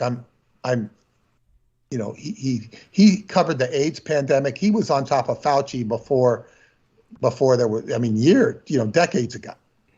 And I remember he had written me a letter when my book was published, because he's like on top of things, on the edge. He's a reporter. And he was tearing apart the Jews as well. He's Jewish from New York. And he was tearing apart some of the stuff going on in Israel. And now Australia, he's talking about, they now have a concentration camp in Australia for people sick with COVID. They're very aggressive, and it's mostly indigenous people. So there's more to that. I don't have time to consume all, and there's other sources I'm getting on the wiping out of the indigenous people of Australia or targeting them. Yes, I don't really know the ins and outs of it, but this is looking more like a scheme, and this, we're living in a time when information is coming out, and being hit by this different stuff. Now, how the information is processed, who's going to process it, it's unavoidable. I don't want to have to deal with this crap because it's just so much crap. None of it surprises me. What surprises me is when somebody gets on the stick and starts, moving in a direction that's going to shake things out. Something starts shaking the apples off the tree. That's what surprises me, that anybody would shake apples off the tree when they're so used to sitting there looking at them. Right. Now, to back up what you're saying, Angel Nair sent me a message saying, can't share this link, it's being deleted. So I copy paste, please share, thank you. She couldn't share it at all. Apparently it was scrubbed, but it was the Australian government of the Northern Territories is now using military soldiers and army trucks to forcibly round up indigenous people who have merely been near someone else who tested positive, quote unquote, for COVID, with families being separated at gunpoint. One of the most horrifying predictions we made has now come true. Military medical martial law, where innocent civilians are being rounded up at gunpoint and taken to what are essentially COVID concentration camps. All local residents are now prisoners in their own homes and may not leave for any reason other than quote-unquote medical treatment, which means, of course, being injected with the COVID-19 vaccine death shot. The government, I added the tonality. The government there is using quote-unquote wastewater testing, and in parentheses it says junk science, to declare entire communities are infected and must be imprisoned. This is full-blown ethnic cleansing being carried out in plain view of the world. Australia's murderous tyrants must be brought to justice. Get the full horrifying details in today's feature article at podcast at Natural News website. Well, I don't do a Natural News website. I think is actually that individual there, if I'm not mistaken, is probably someone you would want to avoid. But I might be mistaken on that. I'll have to check back into that. But I do remember a name very similar to that was involved with the people who were stalking the victims of the Marjorie Stone Douglas school shooting massacre. There was this one guy who had a very similar sounding, organic sounding website. By the way, Marcus Grix sent to Jameson. So Jameson, you can tell us what Marcus Grix sent you and turn it back to Peter Moon, please. Yeah. Oh. Mike Adams. Yes. Mike Adams is the guy. Yes, Jameson, if you'll tell us, Mike Adams was the guy who was stalking the Marjorie Stone Douglas. Yeah. He was because I used to use Natural News because they talk about all this organic stuff when I was into that. Right, and that's Mike Adams. That's the guy who's stalking the Marjorie Stone Douglas school shooting victims. Yes. Yeah, and Marcus Grix sent me a video last night where it showed a lot of police activity and them rounding up a lot of people for some reason. I didn't quite know what the context of it was, but and you're talking about in Australia. Yeah, in Australia. Yeah. And just so everybody knows, Australia has a blighted history of extermination of its indigenous peoples and of slavery. So this is not surprising in that regard. But at any rate, we will turn it back to. Thank you. Is there anything else you want to let us know? Aided and abetted by Errol Flynn. How was that? I went into that. I mean, there wasn't a whole lot to say on it in my L. Ron Hubbard book, but I don't want to digress off to that. Errol Flynn, very a German spy. Yeah, understood. But and they love to say that he wasn't, but he definitely was. Yes. Yeah, I know, but they love. There's a whole book I think saying that he was, and a whole book saying that he wasn't. So. In any case, that was probably his estate. That was probably his estate hired someone to write that book, right? I don't think it was his estate, and then he was all involved in Cuba prior to, and he was all pro Castro. Telling how good that was. Oh my God! Maybe I can dig that up and we can go into that. But it's very important when you're posting stuff on Facebook that you're in fear of it being deleted. Is you do a screenshot of it. Yeah. That way. It's not going to register as the words. Thank you. So this is what I did when I sent you that individual sending me a comment on my own YouTube channel. Yes. Yeah, I that individual sent it to me too, I believe. So it's like this is a good way of bypassing the censor with screenshots. They haven't figured out how to read screenshots.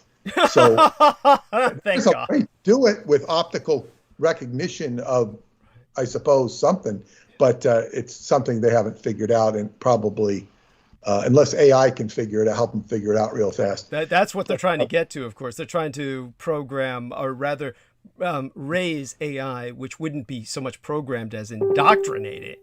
To do such things. So go on. Yeah, and you have to wonder in the background of all of this stuff we're talking about how AI driven any of this stuff is, and you could we can go into a more esoteric discussion of how it's all AI driven.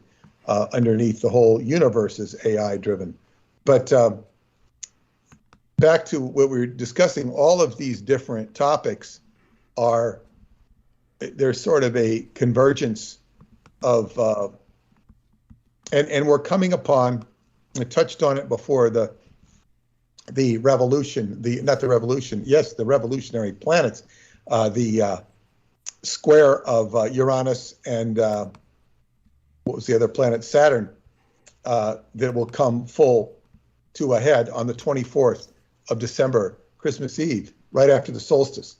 So this is, in other words, things will hit the fan around that time. There will be some sort of upheaval with having to do with government. It could be. Now, I noticed 2 reports today of them criticizing Biden for going to Nantucket for a plush Thanksgiving, which what's he supposed to do? Go to Kenosha, and go sit with the victims and have Thanksgiving. That would look like, if he did that, it would look like such a PR stunt that he'd probably get worse PR than going to Nantucket. But the other thing was Nancy Pelosi buying a, 10, 12, I don't know what it was, $1 million mansion in Florida. And so it's like they're positioning them, the Democrats, like they positioned Marie Antoinette and King Louis in France. This is a very dangerous positioning for these people, for them personally. And Trump is lucky that he's not in office right now.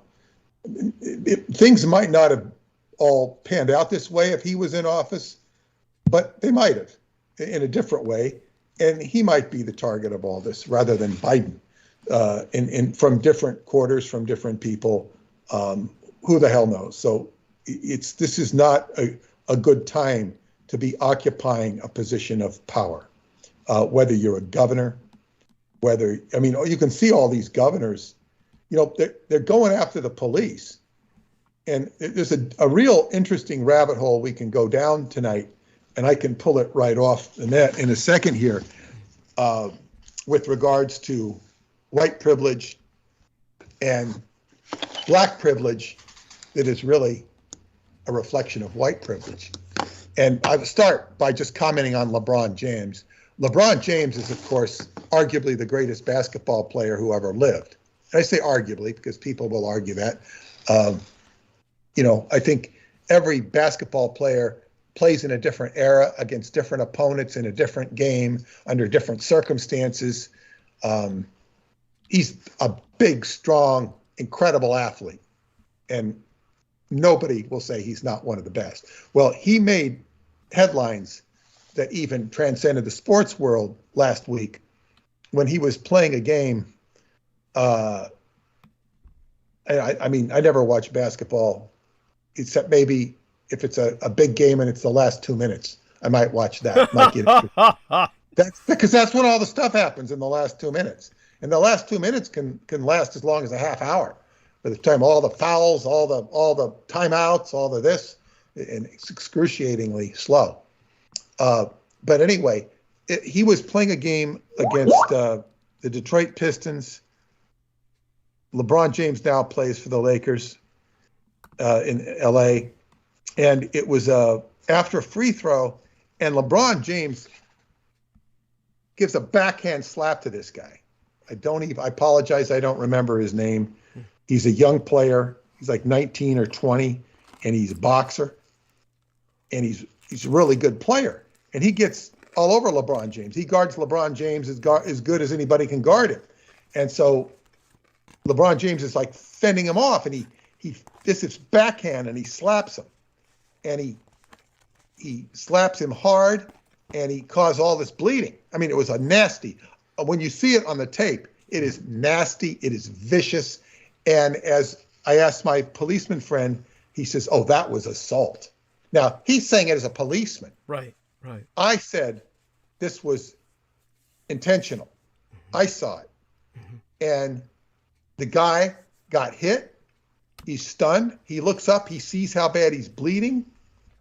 And then he goes after LeBron James as if he himself was a wild baboon. Right. He's crazy, and they had to restrain him. And all of LeBron James's teammates get around him to protect him. And so anyway, what happened they were afterwards? both suspended, one for one They were game both and one for suspended. 2 games. Yeah. Yeah, exactly. LeBron James for 1 game and the other guy for 2 games. And I was like, what the hell are they talking about? LeBron James instigated the whole thing.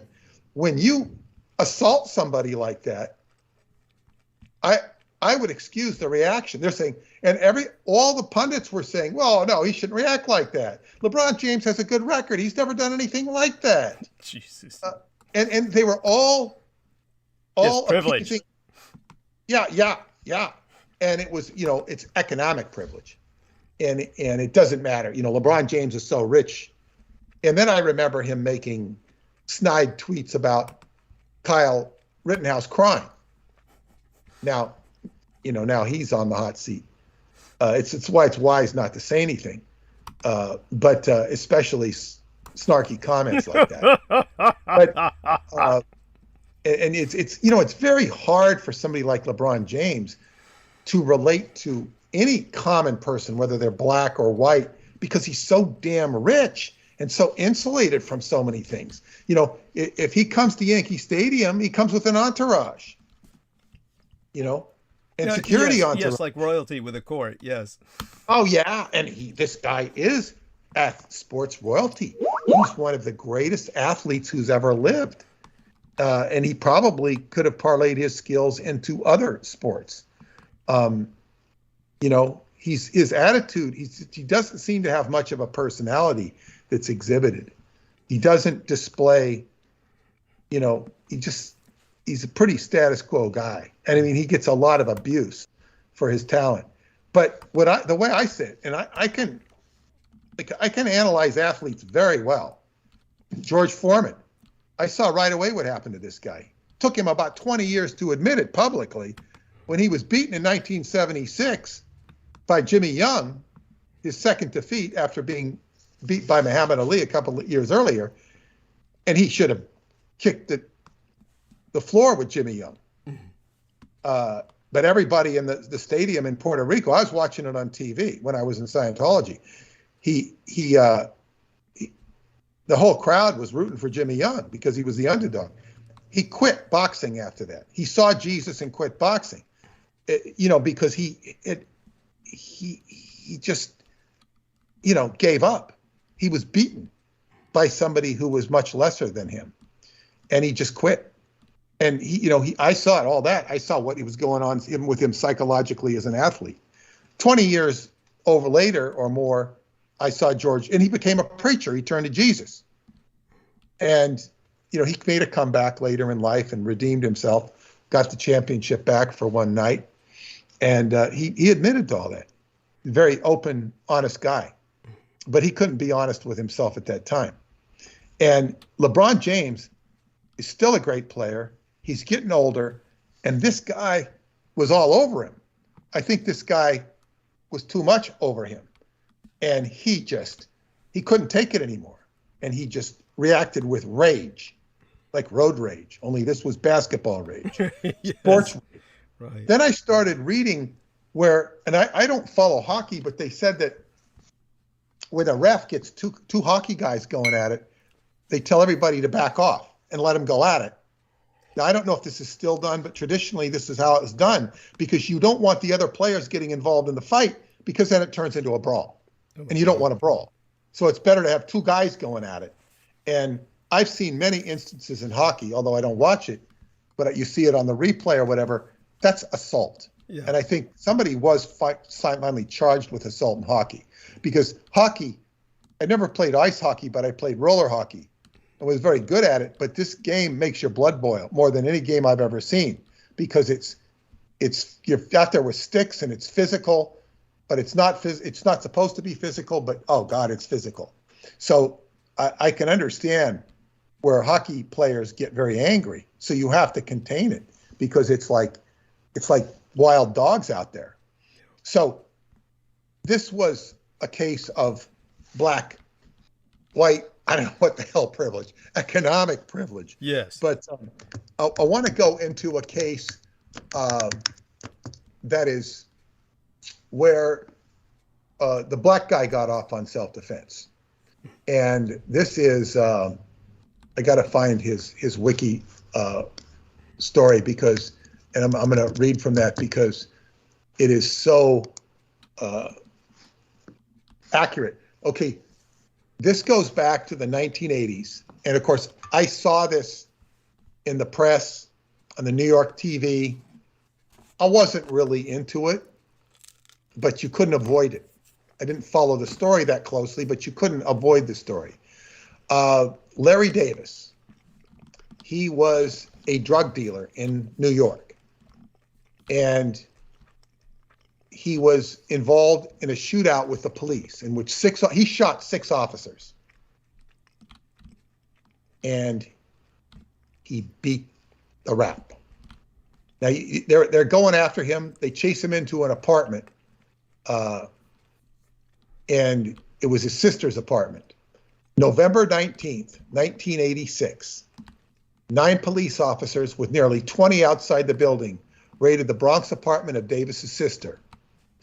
In the ensuing shootout, Davis escaped uninjured, and all 6 officers who were shot survived. Police explained the raid as an attempt to question Davis as a multiple murder suspect. In other words, they said they just were going to talk to him because if they got a warrant, then they couldn't talk to him because he'd be under arrest and protected by an attorney. They just wanted to talk to him.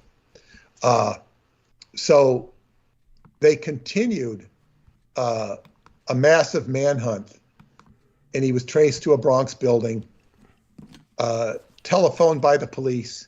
He claimed to hold its occupants hostage. After night-long negotiations, the media convinced him that the police would not shoot, and he surrendered peacefully.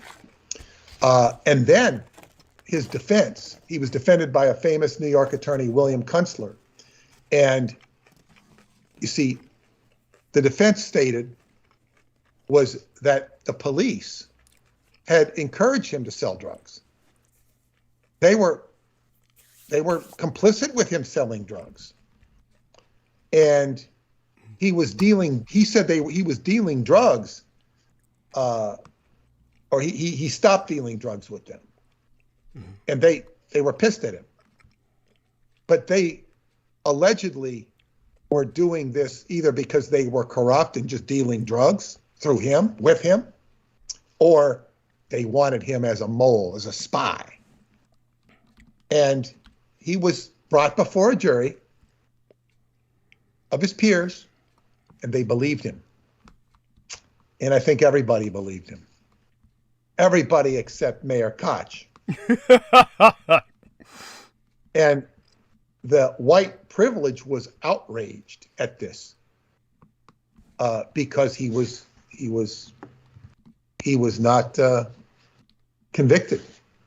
Now, it's pretty clear this guy was a criminal, whether he was doing it with the police or not the police.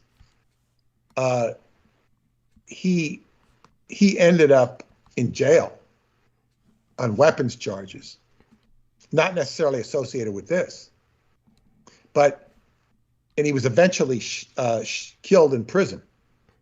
He went to prison, but he was let off. But what you just had the outrage. People were so outraged that a trial found him. He says, the prosecution contended that Davis was a crack dealer who specialized in the armed robbery of rival crack dealers, calling over 50 witnesses, ballistic evidence and fingerprints on a cash box, placing Davis at the crime scene. Davis's attorneys contended that the prosecution's evidence was fabricated, framing Davis to excuse the infamous raid. They contended Davis had been recruited into a drug ring by rogue police officers aiming to kill him in the raid. It's probably true. The jury found conflicting testimony from witnesses and discrepancy in times stated by prosecution witnesses. After deliberating for 9 days, the longest ever in Bronx history for a single defendant, the jury acquitted Davis. And then, it's just, he got acquitted of a lot of charges, but it was eventually put in jail. I mean, this guy was, but what it showed at that time is how corrupt the police were. Right. Just corrupt. And the outrage. You had white privilege asserting itself. Now, the fact that this guy went to jail, well, you know, he was involved in crime. There's no question of that. But it really shows now. So when we talk about getting rid of the police, you can understand the mindset or a mindset for getting rid of the police when you see this sort of stuff. My police officer friend said that when he left the police, he just got sick of them because, you know, they had quotas for tickets and they just had such a stupid mindset, the way they would run things. They always got some idiot in charge. Now, I haven't asked him how he feels about getting rid of the police because, you know,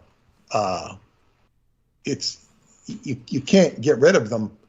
You know, well, you can't live with them. You can't live without them. Some people can live with them because it's best not to have to deal with the police. When the police come into your life, you know, you want to see what you did wrong. Right. So, or you want to correct your behavior or adjust your behavior so that they don't come into your life. You don't want them there. You just don't want them in your life. They come in when things are not good. And sometimes you need them for protection.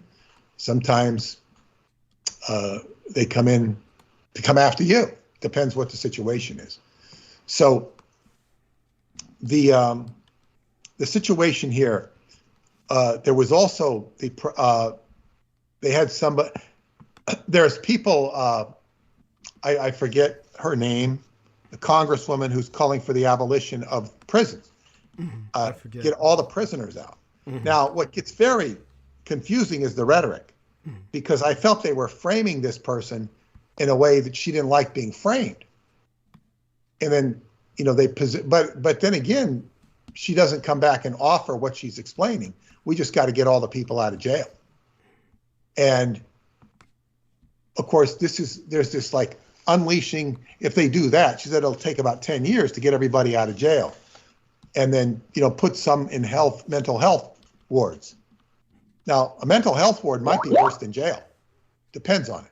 It could be worse. Some jails are pretty bad. And then they've got all these criminals coming in through the border. And, you know, Biden encourages this, no matter what he says. I think Trump said the other day that it would take just a few weeks to finish up all the wall, but they don't do it. It'd be very easy. They wanted a wall 10 years ago, 7, 8 years ago, but then when Trump wanted a wall, if they want a wall now, they're aiding and abetting Trump. I mean, it's so crazy. It's just like you can't explain. There's no justification for this, and it's insanity. This is why when I was last in Transylvania in 2019, which is over 2 years ago, and to be in nature and to just see the madness, and then to come back to Bucharest and be in my friend's apartment and just look online before I saw Jeffrey Epstein had killed himself or supposedly killed himself. I said, this is just madness. I thought this is a joke. This is madness. This is madness. And now I'm going back into madness. And this was before COVID. So I'm sitting there. I said, God, it's all crazy back there. I'm in nature. This is natural. But, you know, here I am. I can still look back to that position. In fact, Paula's mother-in-law, she was doing this initiation for me, on me, when we were in that general area in a place called Kostesti. It's a fortress by the hotel where I often stay, the Cotizo Hotel. And you take a walk up there, and she took me to a spot, and she said, she had me do some visualization. She says, you can always come back to this spot if you need to and call on the help from these beings here. You can come back to this spot and you can come back here. And it was very interesting because and then I'm with Paula, and I'm kind of like alone. And I don't remember if Paula was with me at the time or she had stepped away with this other lady we were with. And this guy comes walking out of nowhere. We're in the middle of nowhere. So what are you doing here? He speaks English. He's Canadian. He's looking for areas to shoot for film. Good areas to shoot for film. I said, well, you came to a good area. It was very weird. This guy's out in the middle of nowhere.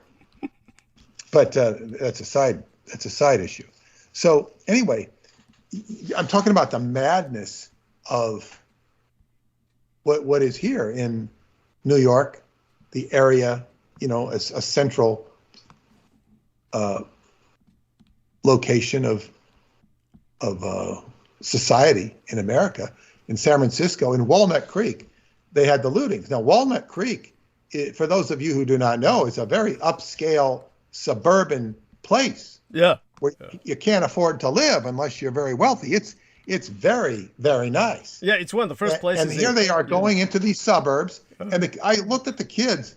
They look like college kids is what they look like. They didn't look like, the Mexican gangs. They didn't look like that at all. They looked like college kids in their parents' Mercedes or something. I don't know. By the way, I was going to emphasize that Walnut Creek is one of the first places in California to outlaw smoking in public. But go on. Well, yeah. So, and of course, it's like you can go into a department store. It's like these department store, and then they're supposedly going to sell the stuff on eBay or Amazon. Mm-hmm. And it's kind of funny. Does it feed? It helps Amazon. Amazon will make a buck off everything. Marcus or whatever stores they robbed, they're gonna, have to call on their insurance. And it's like, what, we don't want. I mean, it'd even be funny if it was all organized by they were the Amazon crew. I'm not saying that was the case, but because it feeds Amazon. You got to shop off of Amazon, not go into Neiman Marcus, or maybe now. Be very curious if a few years down the road, Amazon buys that department store, because they're going to start doing their own malls. That's already on the agenda. Because what would be better for shopping than an Amazon mall? You can go in and you could imagine you could go find anything there, and it would be all in one store instead of having to go to this store, that store, this store, that store. It's like, you can imagine going into Target, and Target is the whole mall. You'd have a lot more, you could buy anything. Sort of like Walmart, only bigger. Right. Yeah. It covers the whole mall. So that's the direction Amazon is moving in. Wow. So we're living in crazy times, and it seems to be getting crazier. They'll come to a head. I saw one astrologer talking, and she's talking. The video I was watching, I was looking about this square coming up. That's going to be sort of a climax. Well, it's going to hit again in October of next year. And she said next year, she said, it's going to be more of the same. It might not be as intense, but this stuff isn't. In other words, there's the residual of it. It's like the Civil War was over at a certain point. And then after the war is over, a week later or something, after the surrender at Appomattox, Lincoln gets shot. And that just leaves a pall over everything, psychologically. Right. And there's still the psychological residue of war that carried on for years, especially in the South, where you had, all the carpetbagging and it was just in ruins. So you have, this astrologer was saying the Civil War now is not the same as Gettysburg. It's not like a standoff in the same way, but it is a psychological war between the, the way the Civil War was, it's between the sort of positioned as the Black Lives Matter and the Antifa against the middle class or the white privilege. Now, a lot of black people who are middle class join the white privilege because they don't see it racially. They don't feel threatened. They've been empowered by the system. And you see pundits on both sides of the equation. And it's, you know, so now with all this stuff happening with Biden, it might change. I mean, it was vax versus anti-vax, and it's going to get more and more convoluted. It might not be, you know, you might see them switching sides because Biden, if you position it like it was a board game, you'd see the Biden and the Democrats on the side of getting vaccines. Now, although, and you see the Republicans as anti-vax, it's going to switch roles, and anti-authoritarian, and you see it's all so convoluted. But you could see it all switch. They could be switching sides. It's like, you know, baseball players switching teams. And all it does is screw your head. and you have to back out of it and avoid the conflict. But it's like more insanity being laid on the news media, through the news media. And the news media does not do complete stories. They caricature things, they stereotype things, they portray things. And this is kind of the way things work anyway. Like when they said Michael Jackson had purchased the Elephant Man's bones. And when Mama Cass Elliot had choked on a ham sandwich. As far as I know, neither one of these were true. And they were such great memes because Mama Cass was so overweight, it, you know, fed everybody's mind. Negative fantasy on that. Yeah. And so I mean, she was known for choking on a ham sandwich when it didn't happen. Right. And then Michael Jackson, I saw him talking, I think it was an Oprah interview before he got in all this trouble. And he was trying to defend himself. And he says, "Did you purchase the Elephant Man's bones?" "No, why would I do that? Why would I want the Elephant Man's bones?" And my answer would have been, because you're one weird guy. Yeah, thank you. Because you're a fetishist, yes. Yeah, but, you know, apparently he didn't. I don't know if he did or not. Well, you mean what you're saying is he denied that he did. He personally denies it. I don't think he did, because I think there was, but it's something that catches on, and you can't, when you're that weird as he was, some things you can't live down. Yes. So it's just, you know, it's unfortunate. Another great one is that, you know, Jimmy Carter, you know, got attacked by a jackrabbit. Right. Well, that did happen. That was reported. Well, it's not quite the way it happens. I read the story on it, and it was, the press just ran with it. They ran with it, and, you know, it was like the stake in the heart of Jimmy Carter. Yes. It just made him no credibility. But you can go into the details of the jackrabbit. I mean, it's a story I love to circulate myself because it's so funny, and it just epitomizes who Jimmy Carter was. He couldn't win. It's like sensationalized as a killer rabbit attack by the press, or the Jimmy Carter rabbit incident involved a swamp rabbit swimming toward Jimmy Carter's fishing boat. The incident caught the imagination of the media after Carter's press secretary, Jody Powell, mentioned the event to a correspondent months later. He was fishing in his hometown alone in a flat-bottom boat while staff were on land nearby. Carter said a rabbit being chased by hounds jumped in the water and swam towards my boat. When he almost got there, I splashed some water with a paddle. When Carter returned to his office, his staff did not believe his story, saying rabbits could not swim or that one would never approach a person threateningly.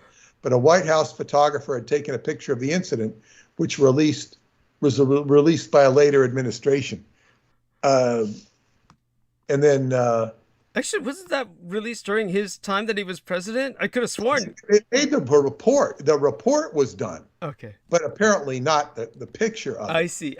Interesting. And it appears that the rabbit was, it says, and then it says, Pell recounted the story in a book. Upon closer inspection, the animal turned out to be a rabbit. Not one of the cutesy Easter Bunny type rabbits, but one of those big splay-footed things that were called swamp rabbits when I was growing up. The animal was clearly in distress or perhaps berserk. The president confessed to having limited experience with enraged rabbits. He was unable to reach a definite conclusion about its state of mind. What was obvious, however, was that this large wet animal, making strange hissing noises and gnashing its teeth, was intent upon climbing into the presidential boat. The incident with the rabbit became fodder for presidential and ideological opponents who wanted to frame Carter's presidency as hapless and enfeebled. The event proximity to the U.S. release of the comedy feature film, Monty Python and the Holy Grail, which includes scenes of a killer rabbit slaying humans, led some people describing Carter as having fended off a killer rabbit instead. Apparently, this crazed thing came towards his boat, and he just knocked it away with his paddle. That's apparently all that happened. I originally read the story that he was hunting, and the rabbit attacked him, and it sounded like, like he was out there hunting with a gun, and the rabbit attacked him, and he ran away. I mean, that's how I first remember the incident. Well, I remember they made political cartoons of it. And matter of fact, let's look up that right now. Political cartoons of the rabbit attacking Carter. And they showed the rabbit coming out of the water like it was Jaws. So there was some knowledge ultimately that it was political cartoons of. I'm going to ask Peter to look this up simultaneously. I'm sure he'll find stuff that he can relate to us better than I can. Political cartoons of rabbit attacking Carter. And let's see what we find. I don't think we need to add Jimmy to that. There we are. So I'm getting, and of course, our man Jameson is asking us to screen share it. Honestly, Jameson, I ask everyone, just look this up yourself. You'll find it. Political cartoons of rabbit attacking Jimmy Carter. Just say Jimmy, just to make sure you get all the P's, and Q's, and you'll see it. It's just they got the rabbit like Jaws coming out of the water. Jimmy Carter looking like an idiot. And I see two cartoons immediately. And then, of course, there's various other things about Jimmy Carter versus the killer rabbit. Well, yeah, and the thing about Jimmy Carter is that he was, the word that describes him as insipid. He had no spirit, he had a great smile, but it was like, inflation was going crazy, and America was just it was on the downgrade after the Nixon years and the Vietnam War, and he's just sort of sitting there, and inflation is going crazy, and he says put on a sweater and turn down the thermostat. They show him wearing a sweater and turning down the thermostat in the White House, and it was so demoralizing to the country, and it just it was horrible. It just made you feel horrible. He didn't inspire anything except higher prices, higher interest rates. And Reagan comes along, and the interest rates are like 20%. And Reagan makes America feel good about itself again. And the economy begins to change. And you have the go-go 80s coming on. And it's like, how much of that was getting rid of Jimmy Carter? It's just like and then he got the CIA hated him. See, this is what the CIA can do to a president, like what they did to Kennedy. It's like they hated Carter, and they set up that he went to rescue the hostages in Iran, and they set him up to fail. Yes, they made him look like a complete doofus. Yes. And that was like ha ha ha, because. I can't remember if he was, because they were in bed with the Shah of Iran, the Yes. CIA. Yes. Yes. With the Shah, And yes. But yeah, with the Shah. with the Yeah, mullahs, what had happened? What had happened was they had gotten in bed with the mullahs in the sense of the Iran Contra scandal. So at that point, the Reaganites, the conservatives, basically the CIA. this was prior to Reagan. Yeah, yeah, it was prior to Reagan, but it was when Reagan came in was when the Iran Contra scandal broke, and that was when, of course, they basically that's when Reagan said, I don't know anything about this, and I'm a Contra too. Actually, you remember that there was first a scandal when Reagan was coming out and saying I'm a Contra too. He actually That's years later. This is like before, but this is years later when the Shah of Iran, yes. he was run out of town. Mm-hmm. Yeah, it was terrible. It was terrible. But by the way, for those of you who don't remember, the reason the Shah of Iran was run out of town, and this is horrible that it happened, and I would hope someday that a constitutional monarchy is reinstated with the Shah's relations, who I could only assume would be far more responsible. But the Shah of Iran himself was, Iran at that time was becoming so progressive that they were en route to industrially building their own car, kind of similar to the point where Yugoslavia got to the point where it was building its own car, releasing it on the market, the infamous Yugo. The Iranians were because they were so wealthy, they were hiring much better designers. They weren't communist. So they were going to produce really the world's first hybrid vehicle because, believe it or not, he was thinking ahead and trying to get beyond oil. And this could add to some conspiracy theories about why he was overthrown. But during that period of time, everybody got the impression, because it's an easy enough impression to get, that he was overthrown because he threw the world's, well, basically history's largest party. And probably at least until the point where Elizabeth Taylor married the old Forbes multi-billionaire before he died. Like the last thing he did before he croaked was he married Elizabeth Taylor, and they had the entire nation of Morocco was mobilized for their wedding party. But when it came to the Shah of Iran, he held this enormous party where everyone who was someone in the world was invited. And that was said to have basically been the last straw. That was very similar to what happened with Marie Antoinette when she said she wanted a sleigh ride, and the king of France basically emptied every warehouse of salt and sugar so that he could create enough artificial snow to take this young lady on a sleigh ride. And so when it came to the Shah of Iran, it was something very similar in terms of the impression that people had about him. They just felt that he had no connection with the people whatsoever, and that this was exploited by the mullahs, who were all into Spartan self-deprivation. He also tortured people. Well, that too, but nobody really cared about that. I mean, not the Iranian people. Honestly, in situations like that, this is like when I was young and growing up, I remember this example of these innocent guys who had been taken in by the Asian Indian police force, and the Asian Indian police force tried to get a confession out of them by gouging their eyes out. By the way, this wasn't a film. This was just real news. This was like, I was watching this on Asian News, which, by the way, doesn't censor this sort of thing. Two things you first realize about Asian News is it doesn't censor this sort of thing, and also they talk a lot more about military issues than civilian news in the West ever does. Everything is just nonstop military mobilization when you look at the Asian news constantly. About Asian news, are you talking about India? You're talking about the... I was watching, in this case, it was the Asian Indian news, but it was like being circuited through a different channel, probably Chinese or Japanese. Maybe it was Taiwanese, probably Taiwanese. And so it was Asian Indian news, but they were cycling the story through and the footage.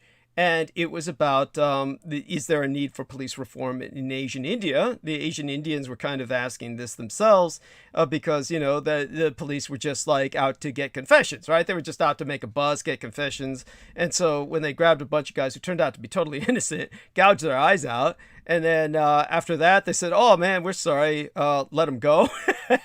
No compensation and shit.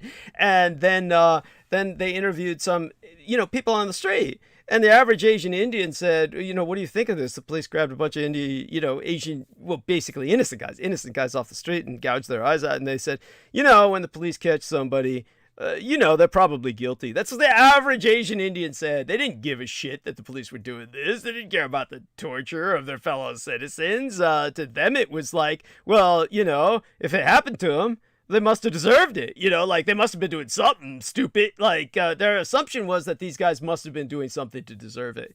Which, by the way, is a very fatalist Asian Indian attitude that's very, very cultural. It's very culturally shall we say, expected, or what would you call that? Predictable. And so when it comes to the Iranians, Savak, what Peter Moon is referring to is the Shah's secret police. And the Shah's secret police, known as Savak, were infamous for employing torture. That's not what pissed the Iranian people off. So what pissed the Iranian people off was the guy threw a party, and basically they felt that it was ostentatious beyond belief, which it was. It was just I think it did bankrupt their economy. So it might have been something on that level. This is why they treated him the way they treated the ancient regime of the French nobility when they revolted. It was very similar to that. So you had a very similar situation, and it's a tragedy because the Bourbons, the Bourbon dynasty, did escape. There are still people who are heirs to the Bourbon dynasty of France. There are still people who are heirs to the Shah dynasty. These are monarchies in exile. So always understand there's many monarchies in exile, and hopefully they will be reestablished as simply constitutional icons, because they're very much necessary for cultural identity. And so back to Peter with that, and that puts some of that into perspective. So yeah, in terms of the Shah, all of that was you had that going down, and Jimmy Carter was kind of at a loss by the time that the mullahs held a revolution. He sent in Delta Force, and it was George W. Bush Sr. who basically fucked it all up for him so that they could shove Reagan in as president. And it all worked. It was a conspiracy that worked. But just so people understand what happened with that, and I've explained this before, basically what happened was that Jimmy Bush Carter was actually running himself. He was running against Reagan, and he took the vice presidency because he wasn't as popular and couldn't get the votes. Yes, you're absolutely right. Absolutely right. Yes, quite true. And then tried to have him shot. Yes, all true. Absolutely true. But what had happened to get it to that point was that Jimmy Carter had seen UFOs. And so he had said, if I get elected president, I'm going to pursue this. That was one of his campaign things, one of his campaign, shall we say, platforms, one of his platforms. Yep.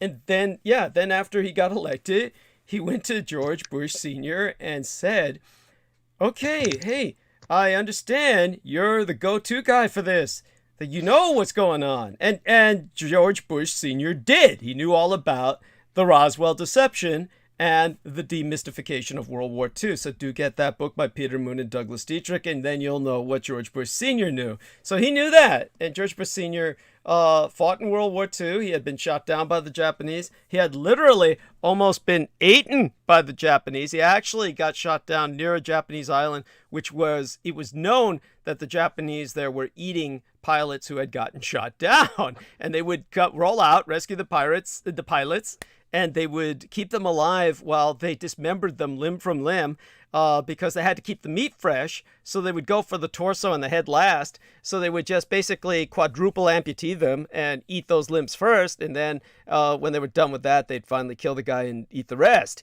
So this was how they survived on that island. And George Bush Sr. almost suffered that fate. He was the youngest naval aviator in American history, by the way. Then when he got shot down, they diverted an entire submarine to rescue him. Now, this isn't just for him personally. They did this for all the pilots that they could.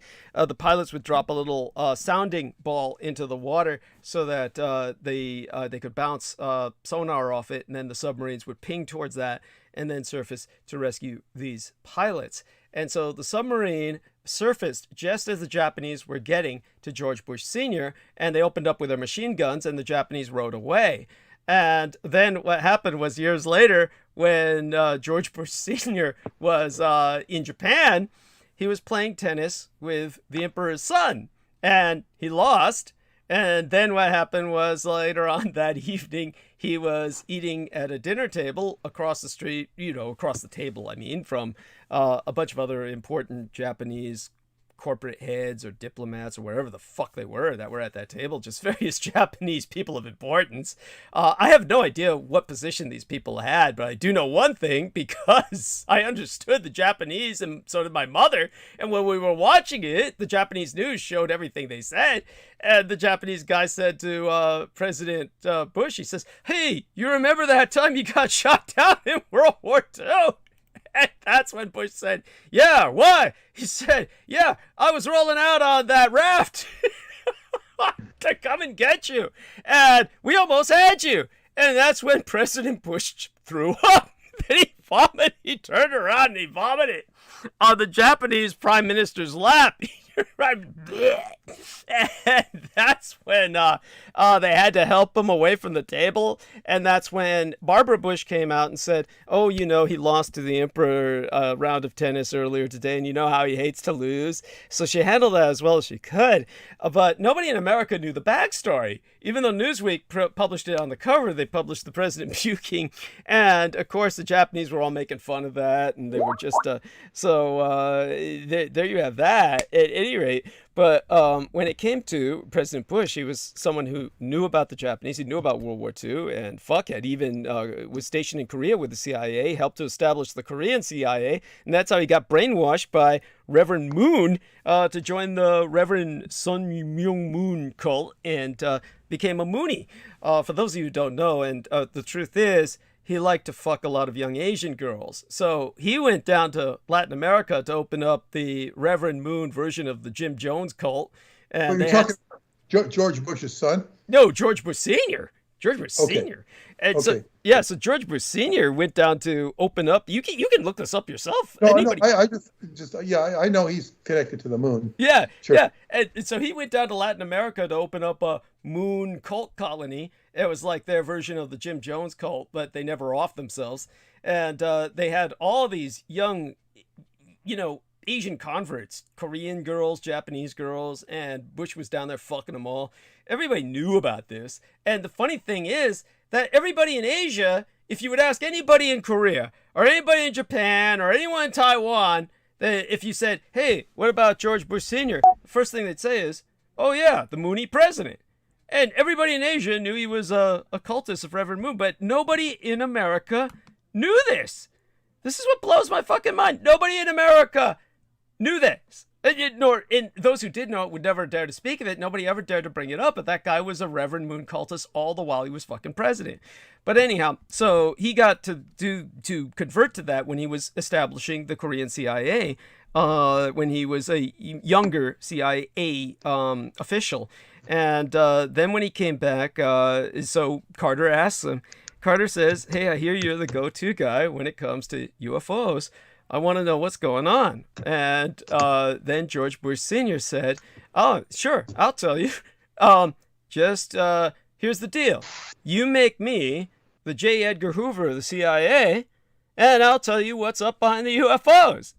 And that's when Carter, like an idiot who should have just made the deal, instead he said, "You can't make deals with me. I'm your executive commander-in-chief. You take my orders. I'm ordering you to tell me what's behind UFOs." And then George Bush Sr. said, "You ain't in charge of shit." He said, "As a matter of fact, fuck you. Get out of my office. I'll get rid of you as president and make myself president instead." That's what he told him. And so he said, "Get out of my office." And so he chased the president out of his office. Basically, he said, "Get out of here or I'll have my boys escort you." He really said that. And then Carter, of course, with his tail between his legs, went sauntering out. Or what would you say, crawling out, slithering out. And anyhow, then after that, George Bush got rid of him. He says, "Let's fuck this guy up." So when the hostage crisis came down, then the president, Carter, he ordered the Delta Force to go in and rescue them. And so when they went in to rescue them, they all the helicopters that the Delta Force came in on, they couldn't leave on because all the helicopters did strange and wonderful things, like all their blades fell off in midair. They collided with each other in midair because all of their navigational systems went haywire. It's just all these things that, of course, helicopters don't naturally do because they'd all been sabotaged. So that because of that, the Delta Force that landed had to escape on foot. There was no way they could take any of the hostages with them. They had nothing to escape with. So they had to escape out of Iran the long way through the deserts and shit. And, it's a miracle that they all made it home alive. So far as I know, maybe a few of them died, but casualties, it's just a miracle they didn't all die. But at any rate, after that, of course, Carter looked like an idiot. And then Reagan made a deal with the mullahs of Iran and got the hostages set free. Now, here's the point where the Iran-Contra scandal comes in. It's like, how did he do that? Well, that's because the CIA was in bed with the mullahs. And just as they had helped establish the Shah, once the mullahs took over, then the CIA bribed all them, corrupted them, got them involved with the sales to the Contras. So it was this horrible Iran-Contra scandal. They were somehow involved with the cocaine was being brought up by the Contras into the United States. And then that made money to give to the mullahs so that the Contras could get weapons. And by the way, it was in those days, very early in the Reagan regime, that Reagan said, "I'm a Contra too," which really made him look like an idiot when the scandal broke. But this was all back at the time when, of all people, Oliver North, who was this stupid Marine Corps officer who then later on became the head of the NRA, Oliver North basically was looked on as this hero. He was the bizarre-ass, almost Kyle Rittenhouse type figure of his day. Everybody thought that this clown was a hero. You're insulting Kyle Rittenhouse.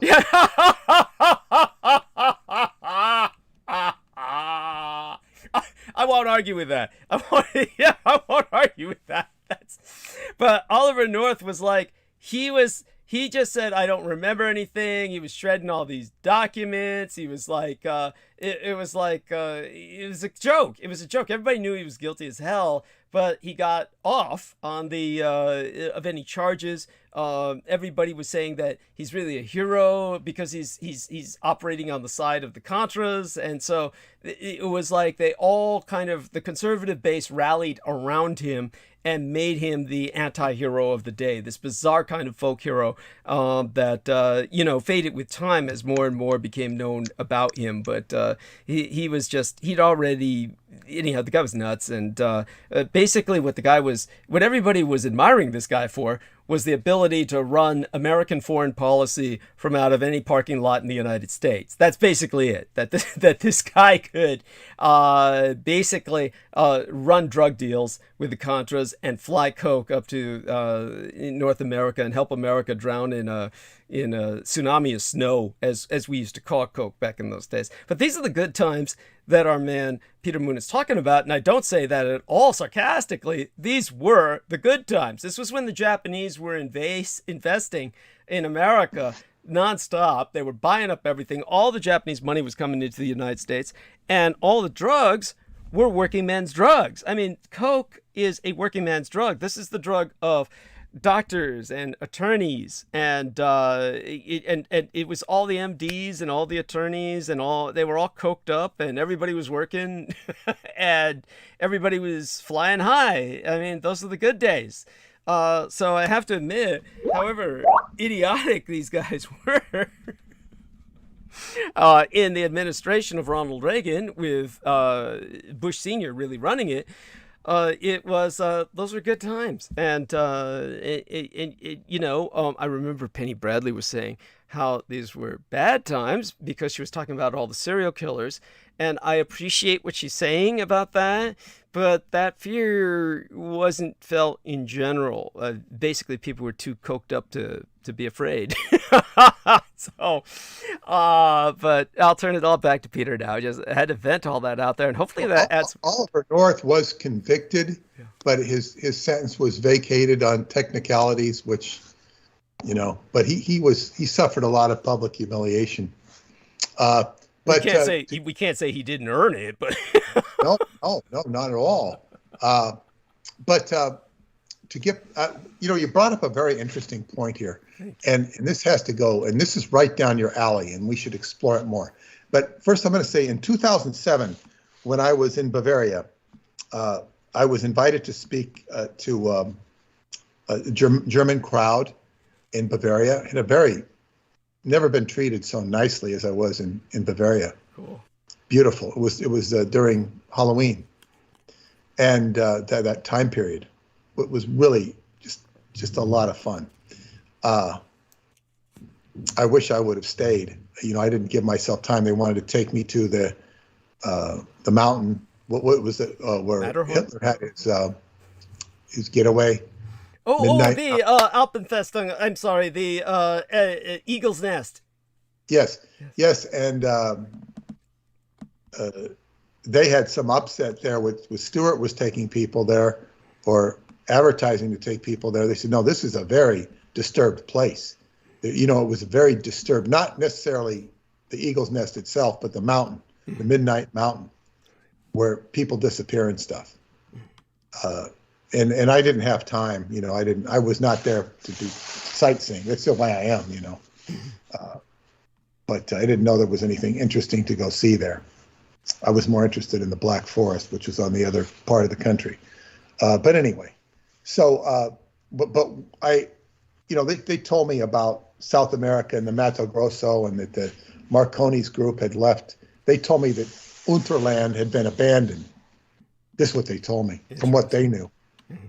And that they all went to the Mato Grosso in Brazil, on the cusp of Brazil and Paraguay.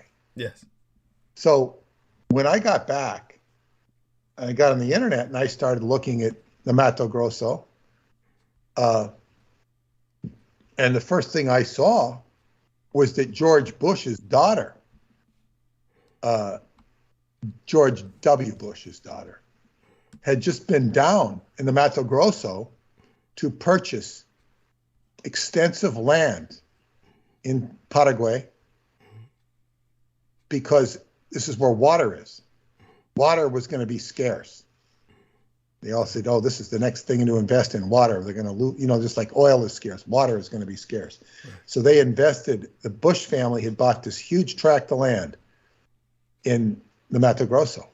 And it said there's a bigger tract of land that's owned by Reverend Sun Myung Moon. Yes. Or the Moonies. Yes. Now, there's an article here from 2012, September 5th, by Bob Petrakis, Reverend Moon, cult leader, CIA asset, and Bush family friend. Now, it goes into Reverend Sun Myung Moon founding the Washington Times newspaper in 1982. And the newspaper didn't mention anything about him till after he died, 2 days before this article was written, at age 92. It says, when George Bush faltered in the New Hampshire primary in early 2000, it was Moon's shadowy cultish right-wing network that came to its rescue in South Carolina. Yes. Moon's forces helped turn a primary defeat into a double-digit victory by spreading Moonies throughout the state. As the Washington Post reported, an array of conservative groups have come to reinforce Bush's message with phone banks, radio ads, and mailings of their own. So here you have Reverend Sun Myung Moon propping up George Bush. And they ran a headline in his Washington Times, which, by the way, the Washington Times is now treated as a respectable paper. Right. It was very quasi-respectable in its early days. It says, ran the headline, Bush scoffs at assertion he moved too far to the right. The bizarre, almost unbelievable political alliance between the Bush family and Reverend Moon is one of the dirty little secrets of CIA involvement in U.S. domestic politics. Now, this is where it gets really interesting, especially from a Douglas Dietrich perspective. To understand the historical significance of Reverend Moon and his Moonies, one must start with Ryoichi Sasakawa, Yes. identified in a 1992 Frontline investigative report as the key money source behind Moon's far-flung world religious business empire. Sasakawa bragged to Time magazine that he was the world's richest fascist. In the 1930s, Sasakawa was one of Japan's leading fascists. He organized a private army of 1,500 men equipped with 20 warplanes. His followers were Japan's version of Mussolini's black shirts. Sasakawa was a key figure in leading Japan into World War II and was an, quote, uncondemned Class A war criminal, unquote. Following World War II, he was captured and imprisoned for war crimes. According to U.S. documents, Sasakawa was suddenly freed with another accused war criminal, Yoshio Kodama, a prominent figure in Japan's organized crime syndicate, the Yakuza. They were freed in 1948, 1 year after the National Security Act established the CIA as the successor to the Office of Strategic Services. In January 1995, Japan's Kyoto News Service, that's K-Y-O-D-O, not Kyoto, K-Y-O-D-O News Service, uncovered documents establishing that Kodoma's release coincided with an agreement he had made with U.S. military intelligence 2 months earlier to serve as an informant. Declassified documents linked Kodoma's release to the CIA. During World War II, Kodoma's activities, according to U.S. Army counterintelligence records, consisted of, quote, systematically looting China of its raw materials, unquote, and dealing in heroin, guns, tungsten, gold, industrial diamonds, and radium. Both Sasakawa and Kodoma's CIA ties are a reoccurring theme in their relationship with Reverend Moon. In 1997, Congressman Donald Fraser's launched an investigation into Moon's cult. The 440-page congressional report alleged Mooney involvement with bribery, bank fraud, illegal kickbacks, and arms sales. The report revealed that Moon's 20,000-member Unification Church was a creation of the Korean Central Intelligence Agency. The Moonies were working with KCIA, as Korean Central Intelligence, Yes. Director Kim Chong-phil as a political instrument to influence U.S. foreign policy. The U.S. CIA was the agency primarily responsible for founding the KCIA after World War II. The Moon Organization has denied any link with the U.S. intelligence agencies or the Korean government. So here you have a very odd alliance between the Korean CIA, the American CIA, and this Japanese criminal, for lack of a better word. Yes. The Moon Organization has denied any link with the U.S. intelligence agencies or the Korean government. Moon is Korean, who is Korean. And by the way, I understand the word moon in Korean to mean doorway. Yes. Yes, like a portal. Moon, who is Korean, and his two fascist Japanese buddies, Kodama and Sasakawa, worked together in the early 1960s to form the Asian People's Anti-Communist League with the aid of KCIA agents. The League allegedly used Japanese organized crime money and financial support from Chinese Generalissimo Chiang Kai-shek. Now, this shows it shows an alliance between Chiang Kai-shek and the Japanese, which Douglas has talked about all the time. Yes. And you have them being anti-communist. The League concentrated its efforts on uniting fascist and right-wing militarists into an anti-communist force throughout Asia. In '64, League funds established Moon's Freedom Center in the United States. Kodama served as a chief advisor to the Moon subsidiary Win Over Communism, an organization that served as a conduit to protect Moon's South Korean financial investments. Sasakawa acted as Win Over Communism's chair. So this is an astounding, it goes on and on here. Mm-hmm. But this is right down your alley. Yes. Because it connects World War II with the Asian scene in Korea. I don't know, what else do you have to say about it? Oh, I think it speaks for itself. I'd appreciate it if you give me a link to it. But honestly, as Sure. Peter Moon says, Everything that's said there is what I've been talking about forever. There's really nothing more to elaborate on, except, of course, for everyone to get the full story, order the Roswell Deception and the Demystification of World War II by Douglas Dietrich and Peter Moon, because that will give you the full story of everything that we're speaking about here tonight. This is kind of like basically just follow up to that, really. It's kind of like, what it shows is that here is George Bush, who is, or actually, it's pre-George Bush. Yeah. You have Sun Myung Moon, coming out of the woodwork, yes, but he's being financed by a Japanese fascist who's anti-communist, who's tied to the Yakuza, yes, and he's being let off, and he's working with the CIA, and there is an alliance between the CIA. In fact, as the CIA is formed is when he's let go, and they form this alliance with Japan. It's a backdoor alliance, and they use Korea, or they use this Korean rather, and the Korean CIA, who's fighting the communists in North Korea. So you have this Japanese-American alliance. It shows that they're very much aligned with Korea. And then they have this buffoon being the front man, the front man who does all of this dirty work with mind control. yes. And the Japanese are propping him up. Yes. And in fact, it doesn't even come back to Japan. It all goes to Korea. Yeah. And then you have George Bush. Now, George Bush was in Dallas when JFK was killed. Yes. The As day my before- my father, or the man who raised and guided me, George Dietrich, said, he probably had a hand in killing his own president. Yes, go on. Well, yeah, that's been, in fact, True Art had had a phone conversation with John F. Kennedy Jr.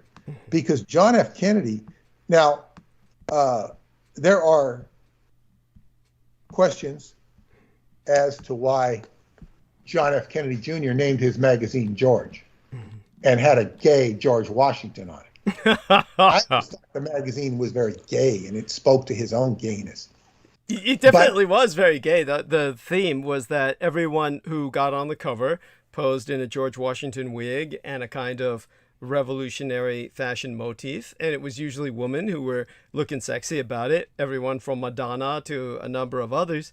As is well known when it comes to Madonna or Lady Gaga or any of these pop cultural icons, the thematic is usually quite gay. They surround themselves with gay dancers and gay dance troupes, and very much have always been outspoken about their advocacy for the alternative lifestyles community. So yeah, what Peter says is when these people are really not alternative at all. They're not. Yeah. They're Not. not alternative at all. No, I remember there was this one gay guy who hated Madonna, and when I asked him, it was my gang brother Beaver's cousin, whose name, by the way, is Douglas. This is really funny. So my gang brother Beaver's gay cousin Douglas was really pissed off about Madonna, and when I asked him why do you hate Madonna so much, and he said, because he was both him and another guy, this guy I knew who was gay, who was the guy who worked at ultimately he went to Berkeley and worked as the financial aid counselor over there, but he was like the dean of financial aid over at the California College of Podiatric Medicine, Michael Matthews. Both of them had the same opinion. They were both saying that Madonna had taken a bunch of her gay dancers and she outed them, apparently without their permission, and this was to show that she was surrounded by gays as a kind of status symbol, because it was considered like status for that or something. That's what made one cool to have gays around you. Well, listen, if you know anything about Hollywood or Broadway, you don't have heterosexual dancers. They don't exist. Yeah, I was about to say, when anyone looked at them, or the solid gold dancers, or anybody in that kind of, shall we say, industry, I said, dude, to eat both of these gay guys, I told them, I don't think her outing them told us anything we didn't already know. I mean, But you know, if you go back into the 1980s when she became famous, that was a period when AIDS was wreaking havoc, and yes. and gayness was not what it is today. It That's wasn't cool to be gay then. Yes. It's, you know, I mean, it was within Hollywood, but not necessarily with everyone else. Not openly. Yeah. Not openly. Right. So it was still, it's come so far since then. Yes. But what I'm saying is, people like Madonna and Lady Gaga, they're not cutting edge at all. They're not anti-establishment. They're not. What was the word you said? What was the word you said? I forget. Like revolutionary or right. Kind of avant. You know, I'm trying to come up with different words. And I found this, you know, because avant-garde or people that pretended to be avant-garde would recoil at me. Right. You know, right. Recoil. Yeah. Except in certain cases. But by the way, Jameson Reese comes up with a good word. He says antinomian. So that's a good one. Yeah, well, it's like, you know, they're not on the cutting edge. They're, you know, because if they were, they would be championing your cause. Right. This is the revolution. Yes. And they're not revolutionary at all. No. They're following. You know, it's like a lot of this stuff that pretends to be revolution today by the young people approaching it is kind of like listening to a worn out Lawrence Welk record. Yes. You know, it's like they're playing some old copy. It's trite. It's impossible to be informed correctly about anything that's going on today with the way that the internet and the media is. You have to know the people involved to really know what's going on, because you're going to get a shit sandwich. It's just what it is. And so you end up following my side's better than your side. And, you know, because there's more things on this side that I can relate to than on that side. Yes, and by the way, you might as well be rooting for, you might as well just go to watch football and dress up in these goofy costumes. Wear the big cheese wedges on your head. Yeah, the cheese heads from Green Bay. Yeah. So, Jameson Reese says, if they were revolutionary, they'd be producing this show from their mother's basement. Thank you. I hearted that. Yes. Well, exactly.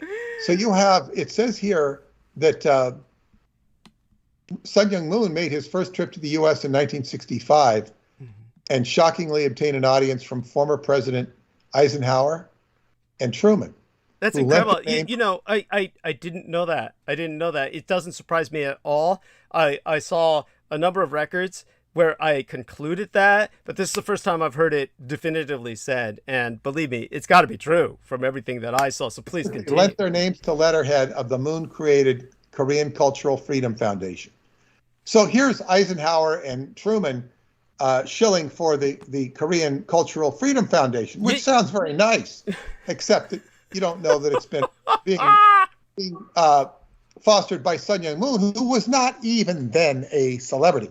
Yes, that's right. Or what do you call an anti-celebrity? They must have been told he was an agent for Bush Sr. in the CIA. They must have been told that. Well, it was the KCIA. Yeah. So it was the CIA. Yeah. So in 1969, Moon and Sasakawa jointly formed the Freedom Leadership Foundation, a pro-Vietnam War organization that lobbied the U.S. government.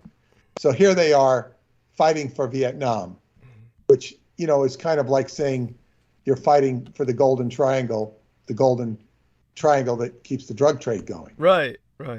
This is what they're doing. In the 1970s, Moon earned notoriety in the so-called Koreagate scandal. Female followers of the Unification Church were accused of entertaining and horizontally lobbying U.S. congressmen while keeping confidential files on those they lobbied, in quotes, at a Washington Hilton hotel suite rendered by the Moonies. So they were women. Horizontal lobbying, I guess, means having sex with them.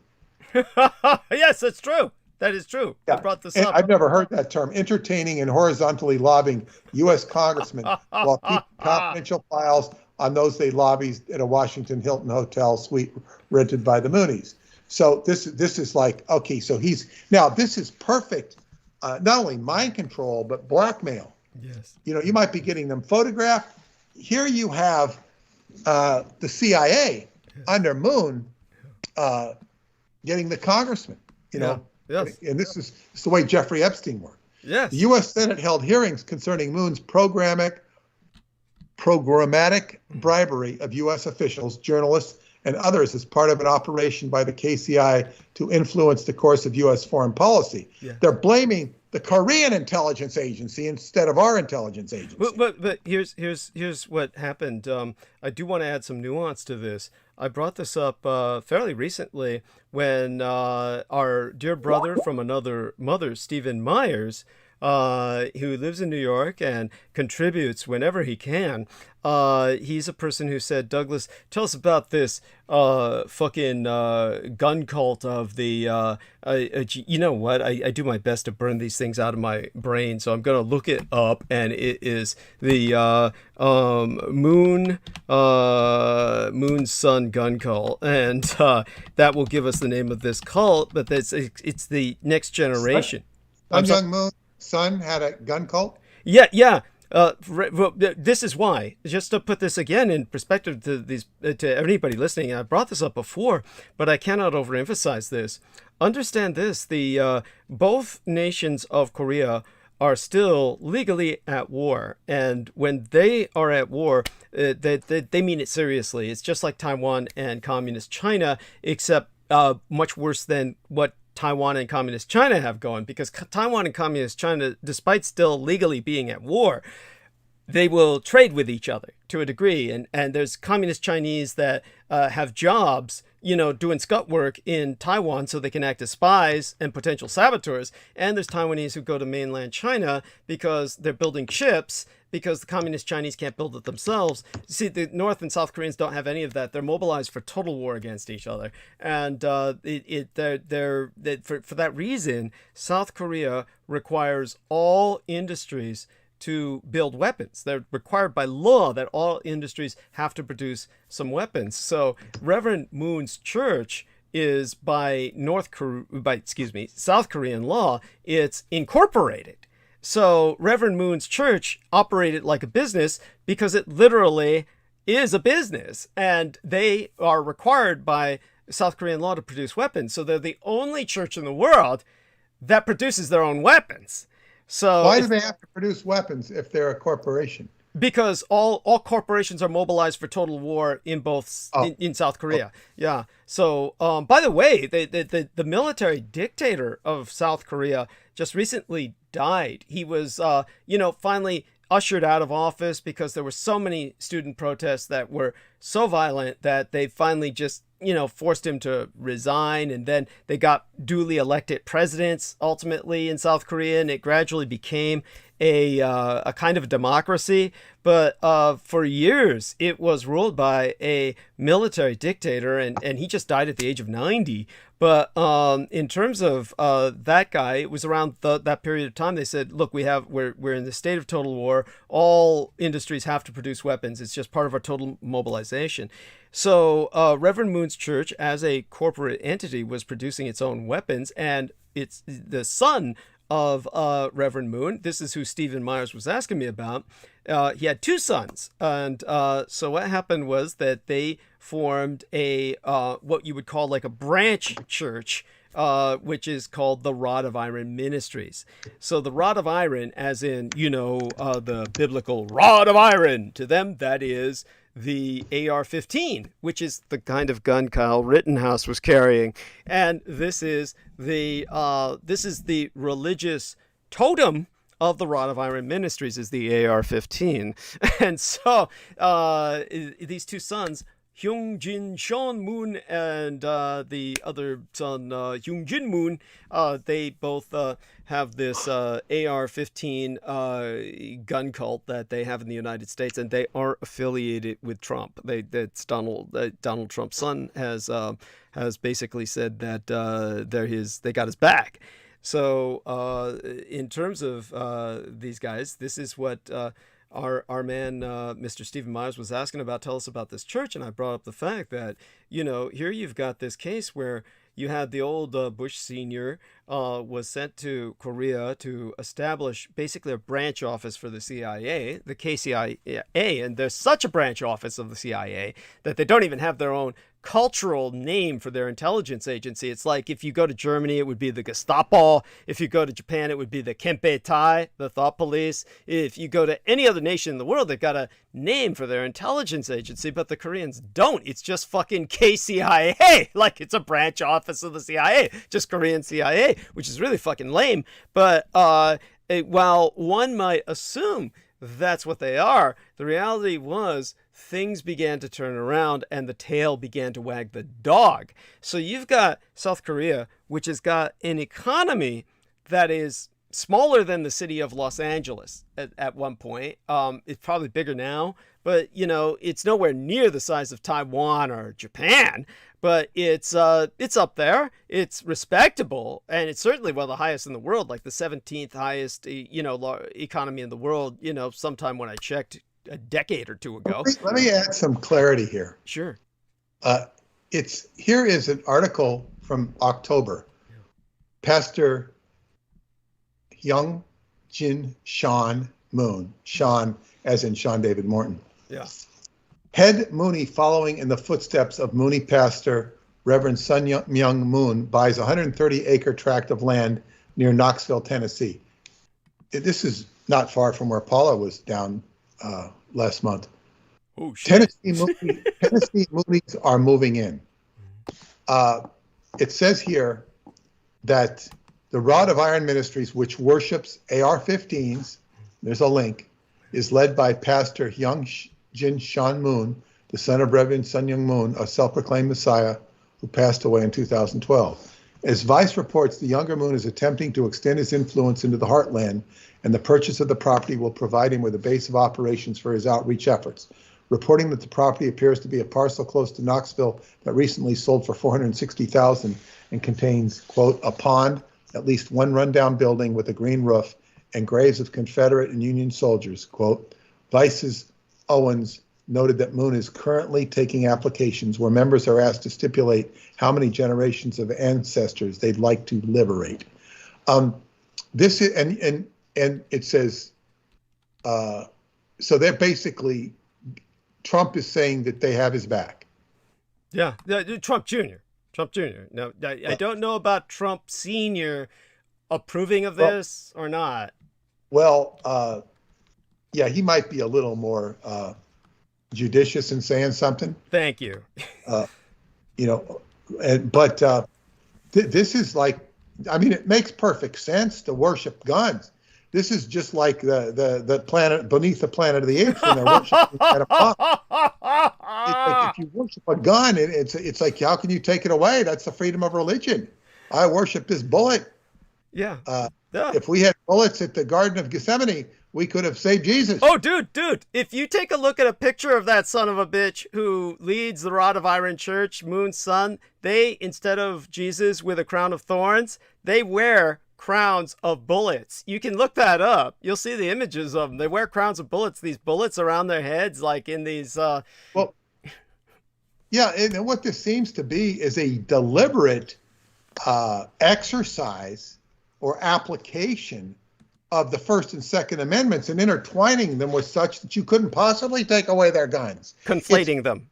Yeah, because it's like if you have people practicing Santeria and they're sacrificing animals and they're doing it in a way that's not very socially acceptable, the police will protect them. Yes. As long as they don't cross certain lines. And those lines are pretty hard to find.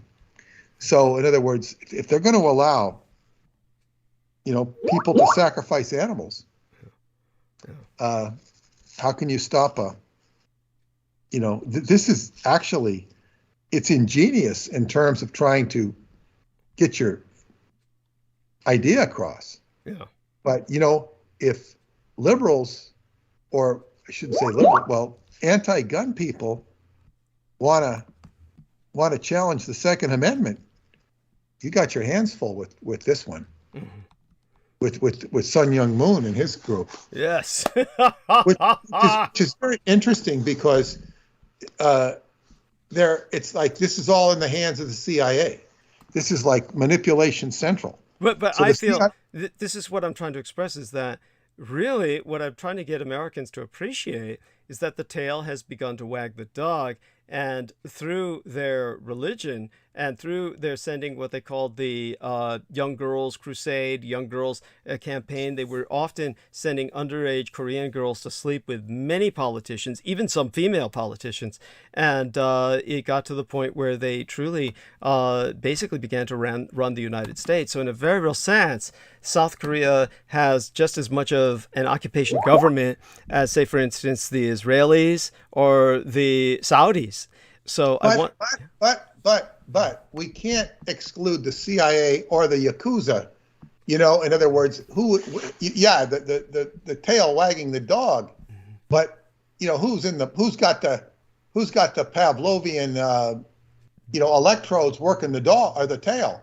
A good question. I mean, it's a what would I say that you call that? It's valid. It's a valid query. You got the Japanese Yakuza in there, yes, and you got the CIA, and it's like you've got invisible forces in both of those organizations, including the Korean CIA. Yes.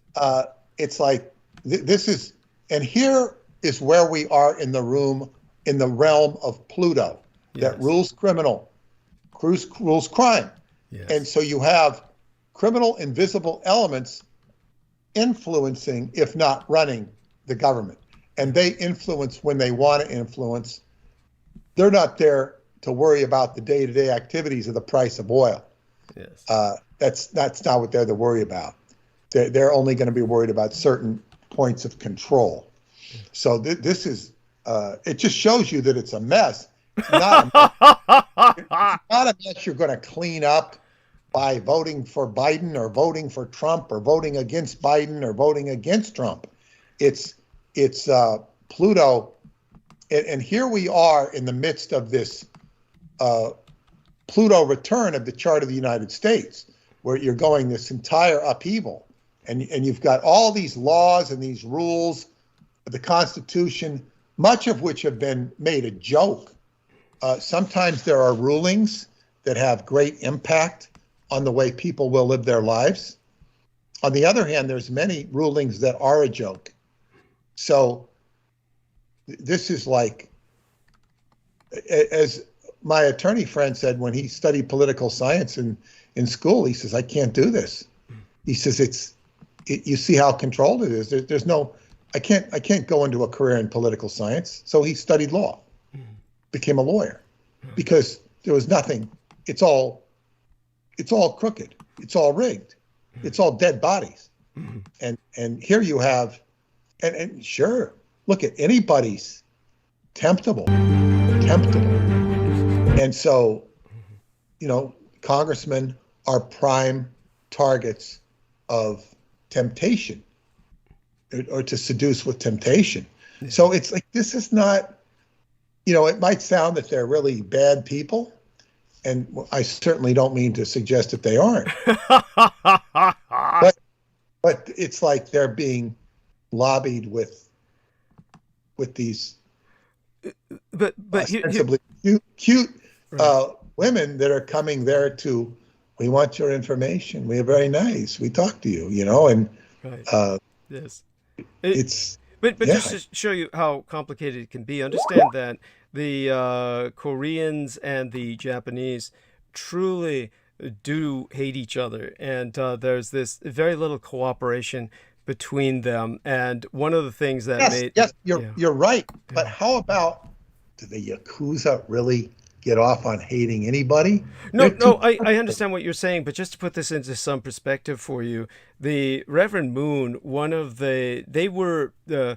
Church was the subject of one of the largest consumer fraud investigations in the history of the Empire of Japan, because Reverend Moon's church operatives were bilking Japanese widows out of over 50 billion yen. That would be about 500 million United States dollars, which is not much by today's standards of, a billion here, a billion there. I mean, It's an investigation for sure. Yeah.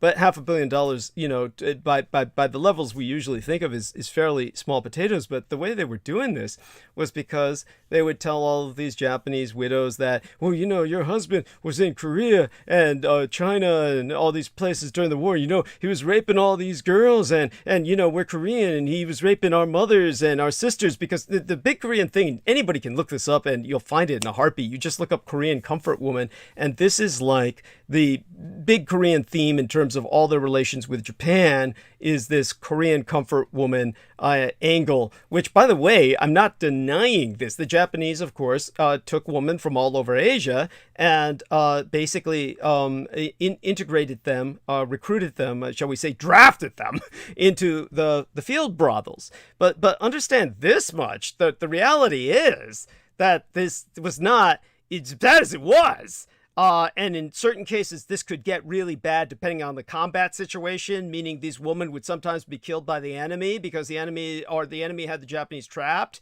and the Japanese had no food sources left. Then those women would then become the food as well. Something like that could happen, and these things would be horrible. But at the same time, this was not the norm, and these women were not just subject to empty rape in terms of just ceaseless gang rape. They were, in a sense, to a degree, reimbursed. In other words, that just as they were collateral damage in many cases. Yeah, and but I'm not trying to in any way, shape, or form rationalize this or make it better. But hopefully, people understand what I'm saying is that this was not simply pure slavery, because oftentimes when you would hear the Japanese soldiers interviewed, they would speak of these women with gratitude. They would say, gosh, if it weren't for these comfort women, I never would have made it through the war. This is what Japanese soldiers would say when they were interviewed. So this is not like use them like Kleenex and throw them away.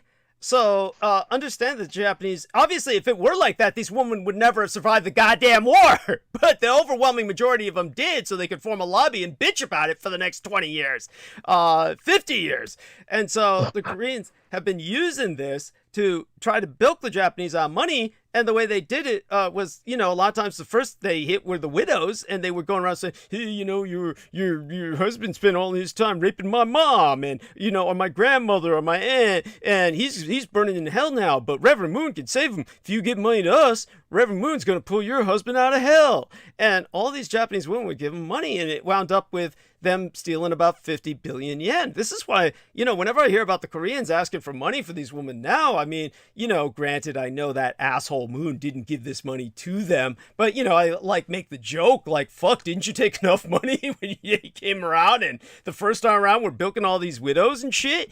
But, this goes to show you that obviously the Yakuza had nothing to do with that. It's almost as, these are rival gangs, and they're fucking each other over in different ways. So, it's not the kind of cooperative kind of monolithic. Their own fundraising and exploitation in their own right. Yeah. It's like where did the Yakuza financed them in the first place? Yeah. And as I say, they get too much leeway, and I'm sure it had more to, it's like where does one end in the beginning? I'm sure Sun Myung Moon had friends in, criminal friends in Japan. Yes. As a matter of fact, Sun Myung Moon was very much an advocate for building a literal bridge, a real bridge between Korea and Japan. He wanted to call it the Friendship Bridge, and yes, so he wanted to make the connection. So he could drive his money over in armored trucks. Yes, thank you. Yes. By the way, so the Young Ladies Campaign started in 1975. It was as Saigon fell.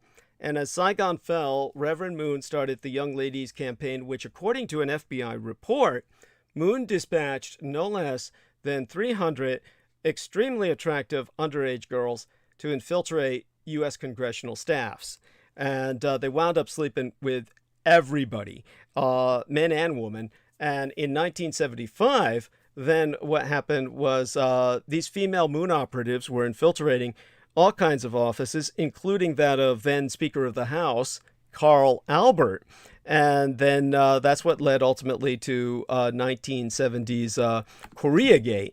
And Koreagate was when a U.S. House committee headed by the Representative Donald Fraser found that Reverend Moon and South Korean intelligence agencies were illegally influencing the United States Congress to the point where they were effectively an occupation government. And so Representative Donald Fraser was a Democrat from Minnesota.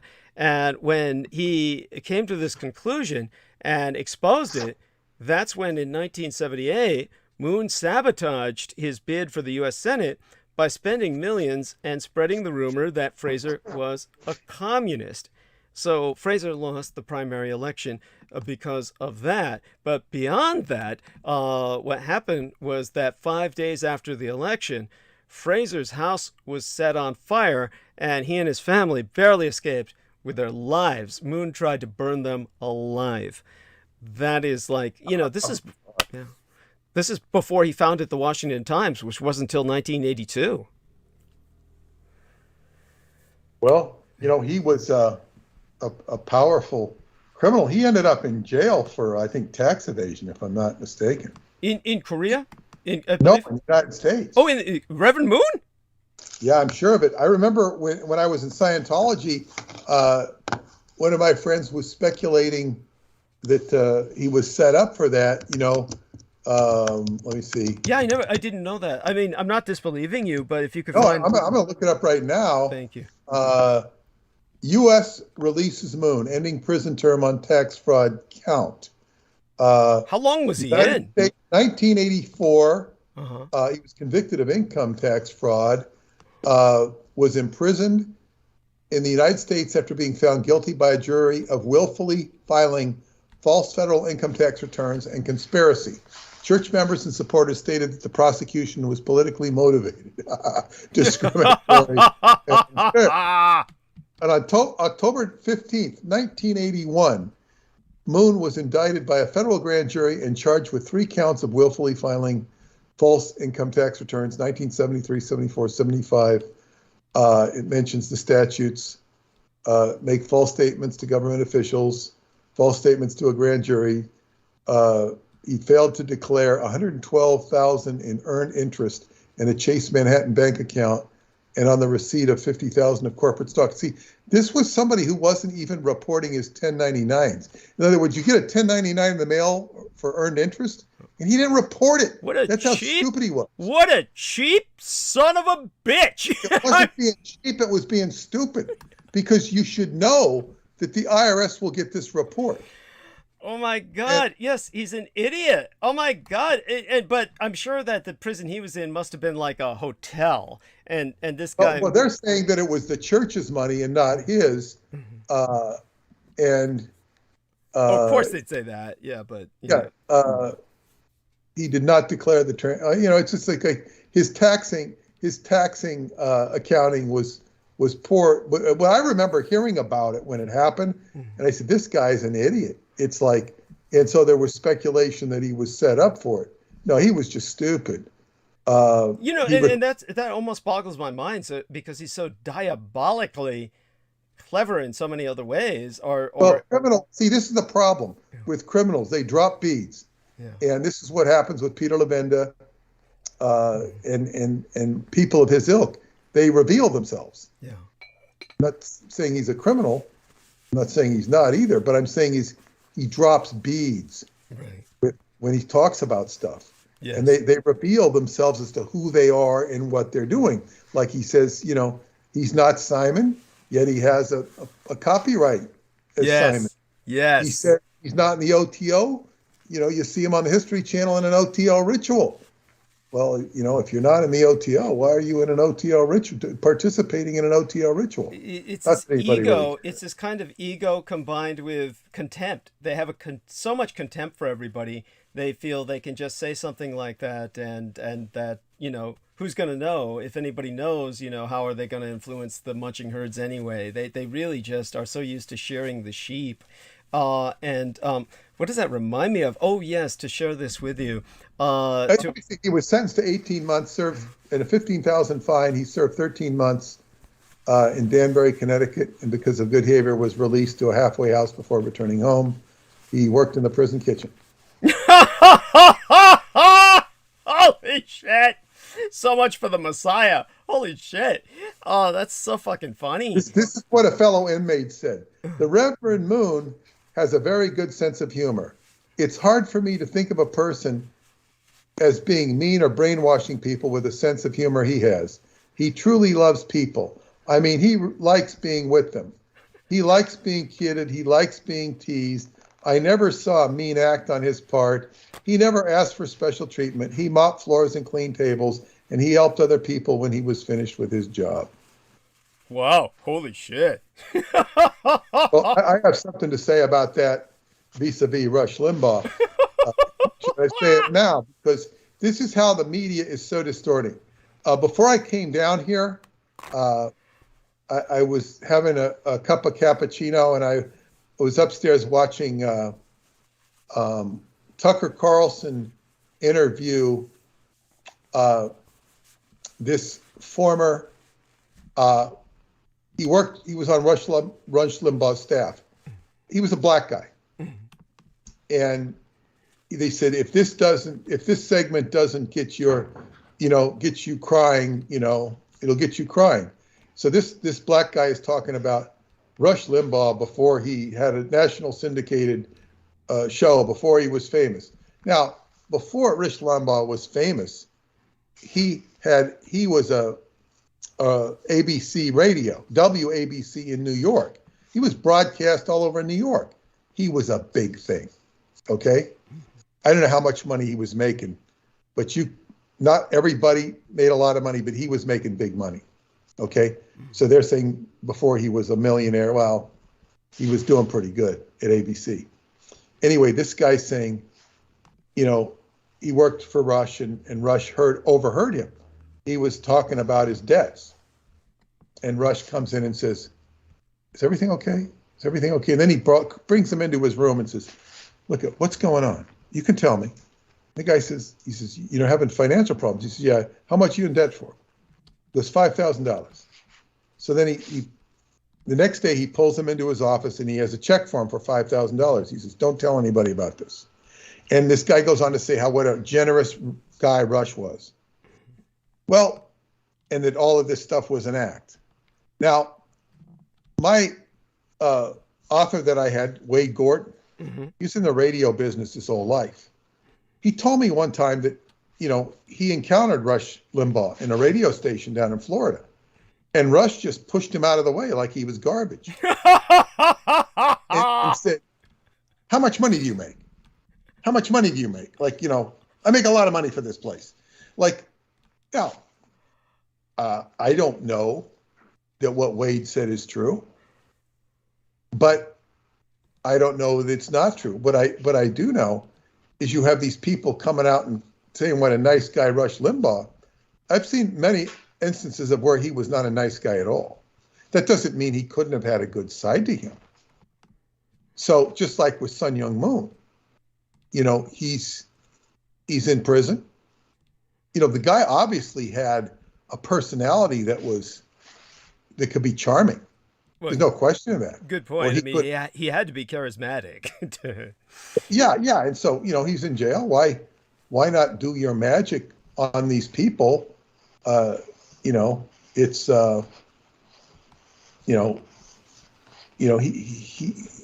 see, and the media positions things, why, it's like when they're pumping up Rush Limbaugh, Fox News, they're pandering. In fact, it's been very clearly stated by Fox News executives that don't necessarily believe in Trump, that they have not pander just to Trump, but they're pandering to a audience. And because no other major network is pandering to the conservative faction.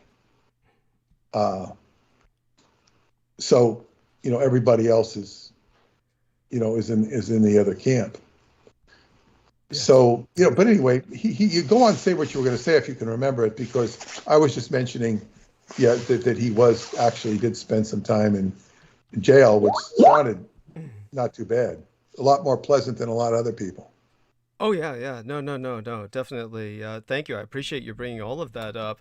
What I was going to say is that, and if you think it's terrifying that South Korea could have that much of an influence on the United States, understand that the South Koreans themselves locked up one of their own presidents, Park Geun-hye, who is female, and Park is her surname, of course, her family name. So her feminine first name was Geun-hye, and that Park, of course, is P-A-R-K, but if people want to look her up, her name was spelled Geun-hye in the romanization.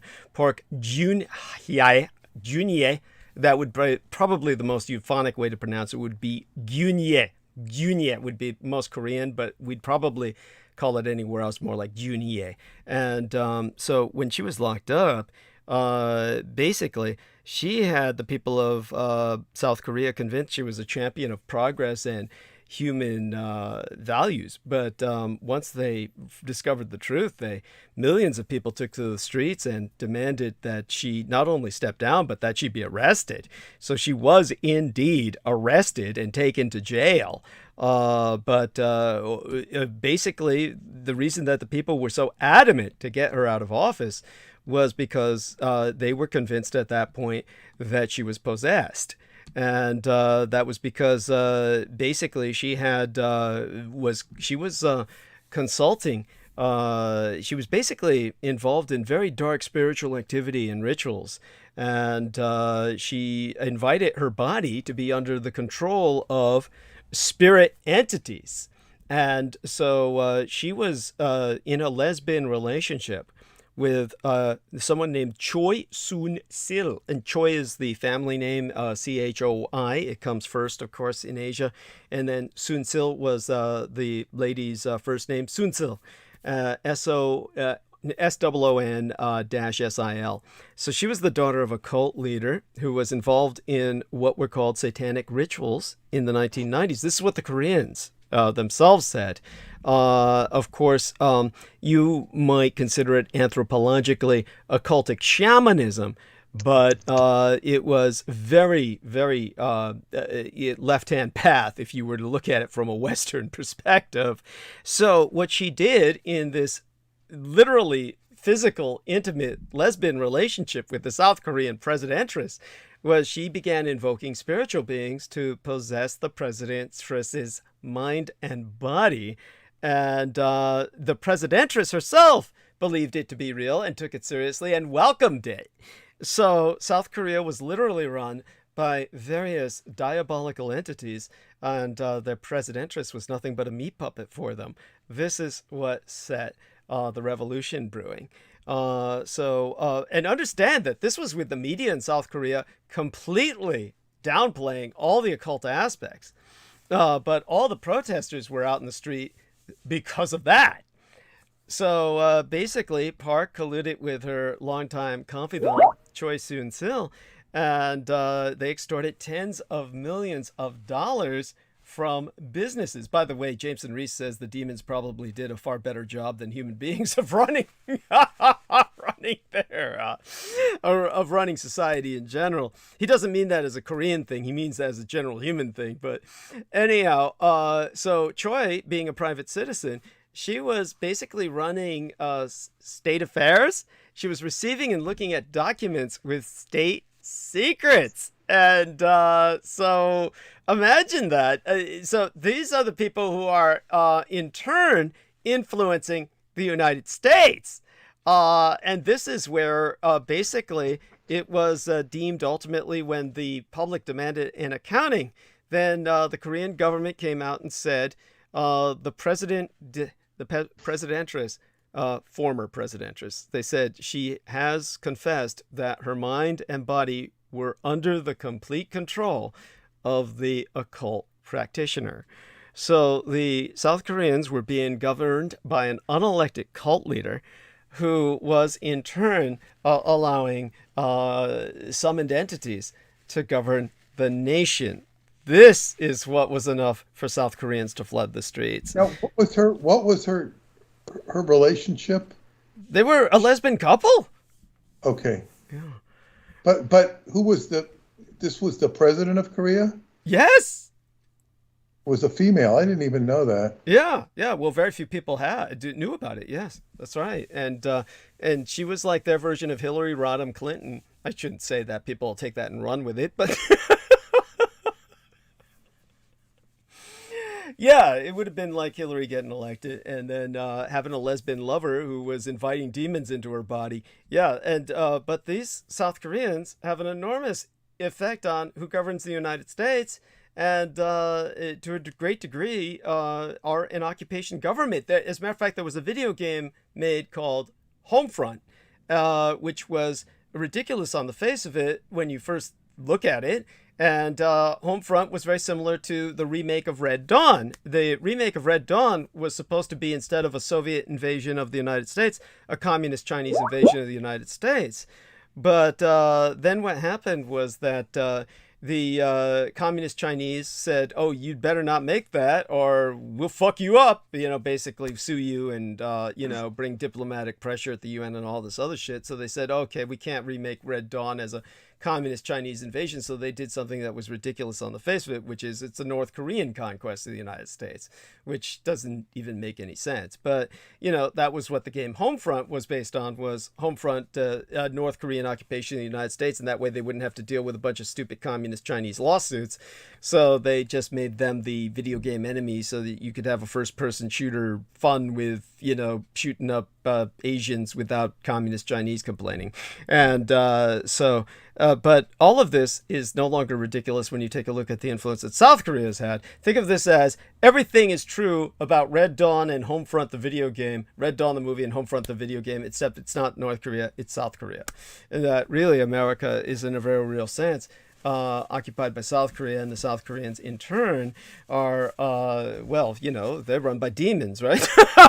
So where does that leave you? This is why I would say, no, the Japanese really aren't a part of this. No, this is something else. And this is also something where when it comes to that, think about Reverend Moon's sons. And you've got these two gun cultists, and they're in league with Donald Trump Jr. Now, I do disambiguate that from Donald Trump because I really, I don't think that Donald Trump himself would be all that keen on this. But yeah, his son's going for it because his son finds it cynically useful. Let's just put it that way.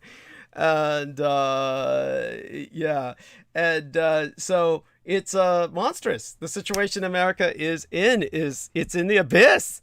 And there you have that. Hopefully that puts things into perspective for some people. Some perspective for all people. Oh my God. And so that's fun for what it is.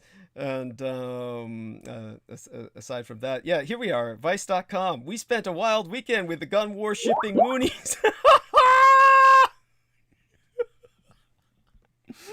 Oh, that's trying to go MAGA. We spent a wild weekend with the gun. I'll give this link to Peter Moon here.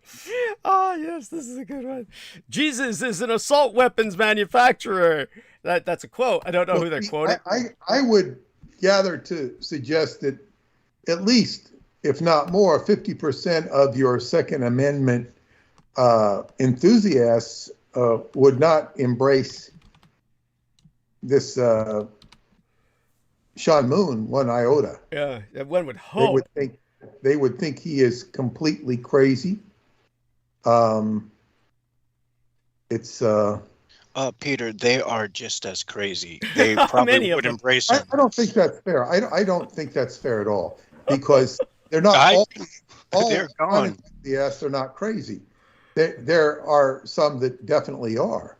I'm not a gun enthusiast myself. And I tend to see people that are gun enthusiasts as a little over the top, personally. But I don't think it's fair to say they're all. No, I understand what Peter's saying too. Yeah, basically, of course, the NRA, I would say, has become extraordinarily politicized and very extreme, but that's not necessarily every gun owner, of course. But I mean, Well, I don't mean every gun owner. There's Understood. a difference between a gun owner and a Second Amendment enthusiast. That's I mean, true. you That's could be a gun owner and not be someone who wants to go walking around 24/7 with a semi-automatic machine gun on your open carry, which is like but by the a way, lot of these people. I think Peter saw this film before, and I brought it up before. I acted as a consultant for a film that's like so many of the films I act as consultant for. They don't usually succeed because most of the time they're too esoteric, or they're too just how would we say it? They're just too oblique for most Americans. But the film was called Shoot 'Em Up, and it was filmed in Canada, and because it's cheaper there. And Shoot 'Em Up was basically showing somebody who was very experienced with guns, but was running up against the NRA. And the NRA was and John Kerry. It was John Kerry who was portrayed in the film as the villain. Was the NRA and John Kerry in this unholy alliance. So if anybody sees the film Shoot 'Em Up, you'll get the message, and you'll automatically see why it didn't succeed in the United States, because it's basically anti-gun, even though the hero is very good with guns. But in terms of what the statement of the film, one of the statements being made was, of course, this is what the real gun nuts want, is to be able to go deer hunting with a fully automatic rifle. And this is the insanity of their position. So anyone who takes that position, we can use that as the litmus test. If somebody's saying they need full auto to go hunting, at that point, you're no longer in the realm of sanity. But this Vice.com, I sent this link to our man Peter Moon. Within it, Peter Moon can see Sean Moon wearing his crown of bullets. And maybe Peter can tell me what on earth motivates this man, of all things, to wear a camouflage jacket with a pink tie. What is... Wait, what you just sent me, how come when I open that picture, I'm not getting it? Oh, shit. I mean, I see it in the Facebook private message. Okay. Let me see if I can go down and find it, because it's not, I'm not getting a good view of it. Okay. All right. When he'll try and link to it. Hopefully he's able to see. I got the link, but it's not giving me that picture. That's interesting. Oh shit! You know what I'm gonna have to do? I'm gonna have to take a screenshot of that or something. Let me go find. Wait, I can just find it on images. Okay. No, it's I can see it in a miniature fashion here. Okay. I can't really even tell that it's thorns. Okay. It's not thorns. It's bullets. It's bullets. Yeah. Let me see. Sean Moon. I'll just do a search. Crown of Bullets. Look up Sean Moon, Crown of Bullets. Crown of Bullets. There we are. And you'll get that. And hopefully you'll get the one with the pink tie, because that's enough to kill anybody before he even pulls the trigger. He's wearing a camo hunting. Well, here's a. Well, it looks like a bishop's mitre, but it's not. It's just what's in back. Yeah, here's the Crown of Bullets. Yeah. There's several pictures of him with a crown of bullets. But the best one is with him in the pink tie, the hunting jacket in camo, and the pink tie. Nothing beats that. Yeah, he's a chip off the old block. Maybe that's an insult to the dad. Well, they also have other people wearing pink robes. Okay. They, religious robes, and they're wearing crowns that are not bullets, but they have their rifles, right? They're holding their rifle. They're in priestly garb with a more conventional crown, and they've got they're holding their guns. By the way, is that real gold, or is that like just plated? One has to wonder. Wait, what are you talking about? What's his gun, his crown, his He, crown? he has gun, the gun. Okay. Oh yeah, Well, it's likely gold plated. I'm sure it's gold plated. Yeah, yeah, but I mean, with this the is money like, they have, they could probably, oh yeah, you know, Saddam they Hussein could had all probably kinds of gold plated more gold. weapons. Yeah, he was notorious for that. The Americans Gold were. plating Yeah. is not as expensive as you might think it is, although it's not cheap, but it's Yeah. Yeah, here we are. What I'm going to do is I'm going to put this inside of the all right. Oh This crap! He actually has a paperback that is available on Amazon. Whoa, what do you know? Oh, cool. Yes. Can't wait to read it. That's got to be a page turner. Yeah, that's order our book instead, believe me people. And so let me Yeah, get this. yeah, I wouldn't want to. So let me put this first. I'm going to put this in the text box. I'm going to put this in the text box of the of our if I can get that to open. Here we are, and then get this to open the right folder, and then I will share the image. Doug, let me. I'm going to wind down soon because I got to get up and play football in the morning. Oh, understood. 11:35, and we have the big Thanksgiving game tomorrow. Oh, cool. Yeah. Congratulations. And but let me see here. This is very interesting because it's revealed a can of worms that is all of this relates to what's going on today. Yeah. And we have one of the unfortunate things we have right now from people taking sides with vax and anti-vax, people taking sides with Trump and Biden. Well, that's kind of gone out of phase because now it's Biden, hating Biden and hating, now it's Democrats hating Biden for different reasons than Republicans hate Biden. It's everybody hating Biden. Yes, poor son of a bitch. And then what do you do with him? See, that's the problem. And then they're also, and then they're trying to say, he's trying to get rid of Harris because she's bad news. She's down to 28 percentage points of popularity. You got to wonder who are the 28 people who like her. 28%. Just like but she's better than Congress. People like her better than Congress because they're down to 13% approval rating. So, she's bad, but she's better than Congress. And she might be better than Congress. So anyway, you've got this, it's like you talk about the tail wagging the dog. The dog has no head. and this is the problem. And the Chinese have their own problems right now. Oh, they do. Oh, God, yes. Yeah. So, and therefore the world could have a problem. Yes. But some economist was saying, the Chinese have it bad, and they're gonna crush America. It's gonna influence America, but America won't have as bad a problem as China. Who can say? Bitcoin might come to the rescue, or some other factor. I'm not saying it will, but I'm saying there's so many Uranian elements which are surprising and out of nowhere. Right now, the job market is never been better. It's just amazingly like, okay, where is this coming from? So we're in a situation though when the one thing that's not being in forums is the actual mind control and programming. Now, of course, anybody who's talking about mind control and programming, it all goes down into QAnon. And so it goes down to a black hole and it can't be discussed rationally. People are so programmed that when they begin to discuss programming and being programmed or others being programmed, they go down into the QAnon black hole or something similar.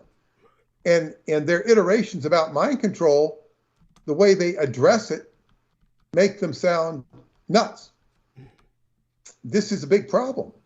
So mind control is off the table because it can't be discussed. There's a number of reasons it can't be discussed. But one of the reasons is the people who discuss it. Yeah, exactly, Jameson. He just said, discussing programming gets you programmed. It's like, So and of course the powers that be aren't going to, admit to it. As George W. Bush said, there are no subliminals. He called subliminals subliminals. There are no subliminals. There are no subliminals. Poor son of a bitch. Yeah, it's like, So you're dealing with government. The word means mind control, and this has been part of my. I don't even like to call it a struggle because I don't consider it a struggle. Well, effort to educate on this subject. I'm writing about mind control. Certainly had enough experience with it in Scientology, understanding it. So then people get exposed to it, and they all come up as mind control experts. Everybody's a mind control expert. Everybody's an armchair UFO specialist. And you have a lot of armchair experts that some of them, put up blogs, and they have extensive blogs, and they study it, and they post on it. And the majority of these are what Joe Matheny just used a word he introduced me to, but it's a word from Rome, citizen. It's all very citizen, which is what a citizen would do. It's not a complimentary term. It's plebeian is another word for it. It's commoner. It's a commoner coming on and saying, "Wow, this is bad," and they start writing from the viewpoint of a citizen. It's not. It's very, what's the word? Trite. Yes, thank you. It's without any understanding of the key nuances to the whole subject matter. So, it's like people getting excited because there's a TV show on about, Tibetan Buddhism. Like this is, yes, and people just assume that's deep. Yes. Time when that would have been considered very progressive. Now it would just be standard fare. But in a day, 30 years ago, wow, this is Tibetan Buddhism. Wow, they're showing the other side of religion, not just Christianity. Right. It's and people getting excited about it because they're showing things that have previously been not shown. Yes. And without even commenting on, the virtues or non-virtues of Tibetan Buddhism. It's it's like people just have a pedestrian understanding of things. So it's like, and this is the problem with mind control. And when we go back to this forum, we go back to this, we might as well be talking about Jimmy Carter and jackrabbits. Yes. Because this is something that's very finite and very, laughable. But instead we have these horrible issues going on with these people who have been killed. Yes. Murdered in some cases. Yes. And run over. Yes. And it's like, so, and when you have blood, the blood curdling, these people die. When people die, it creates a martyr syndrome. And it's, their death means something. And I don't mean to say it's positive or it's negative, but it makes people react in a way that if people weren't killed, they wouldn't react so harshly. And it gives them a cause to get up and shout. When the facts the facts become less important than the emotion that are connected to the incident, and the emotions that are generated are far more significant and powerful than the actual circumstances of the case. Because if you actually broke down any of these incidents to the actual circumstances and you could point fault much like a principal in a school who's actually doing a decent job and finding out, who put the girl's pigtail in the inkwell. They don't do that anymore. No. But because the boys wear pigtails. But so it's like, but the president or the principal's doing a responsible job, saying, okay, you did that. Okay, we're going to take responsibility for this. We're going to call your parents. We're going to do this, and you can't participate, in noon sports for the next week, whatever it is. You can't pin the tail on the donkey here, because all of this emotion gets generated, and it gets complicated with ancestral issues and racial issues, which may or may not be applicable to the situation. They become applicable. So it's like everybody is chucking spears that represent different emotions, different stories, different emotional trauma. You have emotional venting going on, which has really nothing to do with the case in some cases, but it gets associated with the case. So it's like you have all these pent-up emotions, and the pent-up emotions have to do with individual injustices, perceived individual injustices, correctly or incorrectly perceived. And this is what it all comes down to, is a lack of justice, fairness, and balance in the world. And that is a sign that is ruled by Libra. Libra is ruled by Venus. And Venus will be going retrograde in, I think, December. So when Venus goes retrograde, it is a time when past boyfriends or girlfriends will come back into your life. You might get a phone call from them. You might run into them in the grocery store. It's a time also to review your current relationships and look back and review, because Venus also rules the financial markets, it also being the ruler of Taurus, which is your personal possessions, your resources. You will see during this time the financial world readjusting and saying, well, Bitcoin should be more of this. We should be doing the former New York Giant receiver, Odell Beckham, who is very talented, but very, I guess what you'd say, issue-driven personality, who just went to the Los Angeles Rams, is now going to be paid $1 million of his salary in Bitcoin. Why? Oh my God! It's like, that's so stupid. I don't know. Maybe he might make more money, but I think he's going to donate it to something.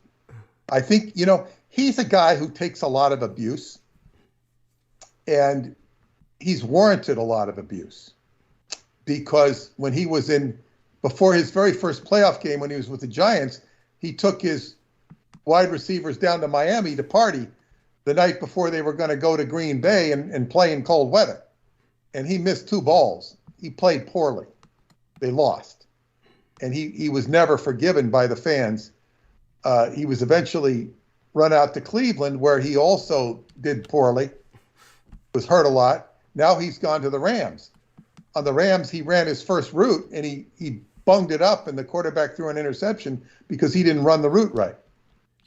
It was, so he's like, but here, there's another side. They say he's a nice guy.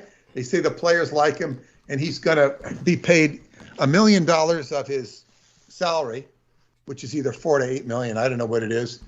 And supposedly being generous, because, he's richer than certainly anybody from his neighborhood.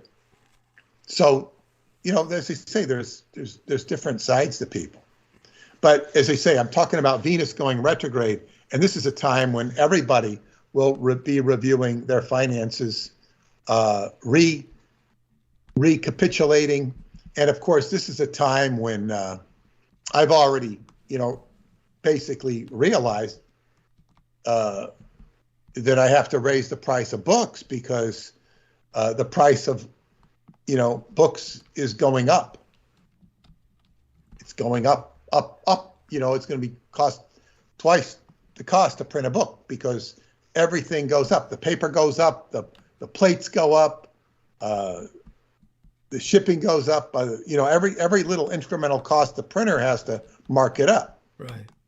I said, well, what do I do? And he said, well, you give me a new ISBN with a new price. So I have to list the prices. I'm talking about with the distributors, Mm. Yeah. So it's like you have to adjust.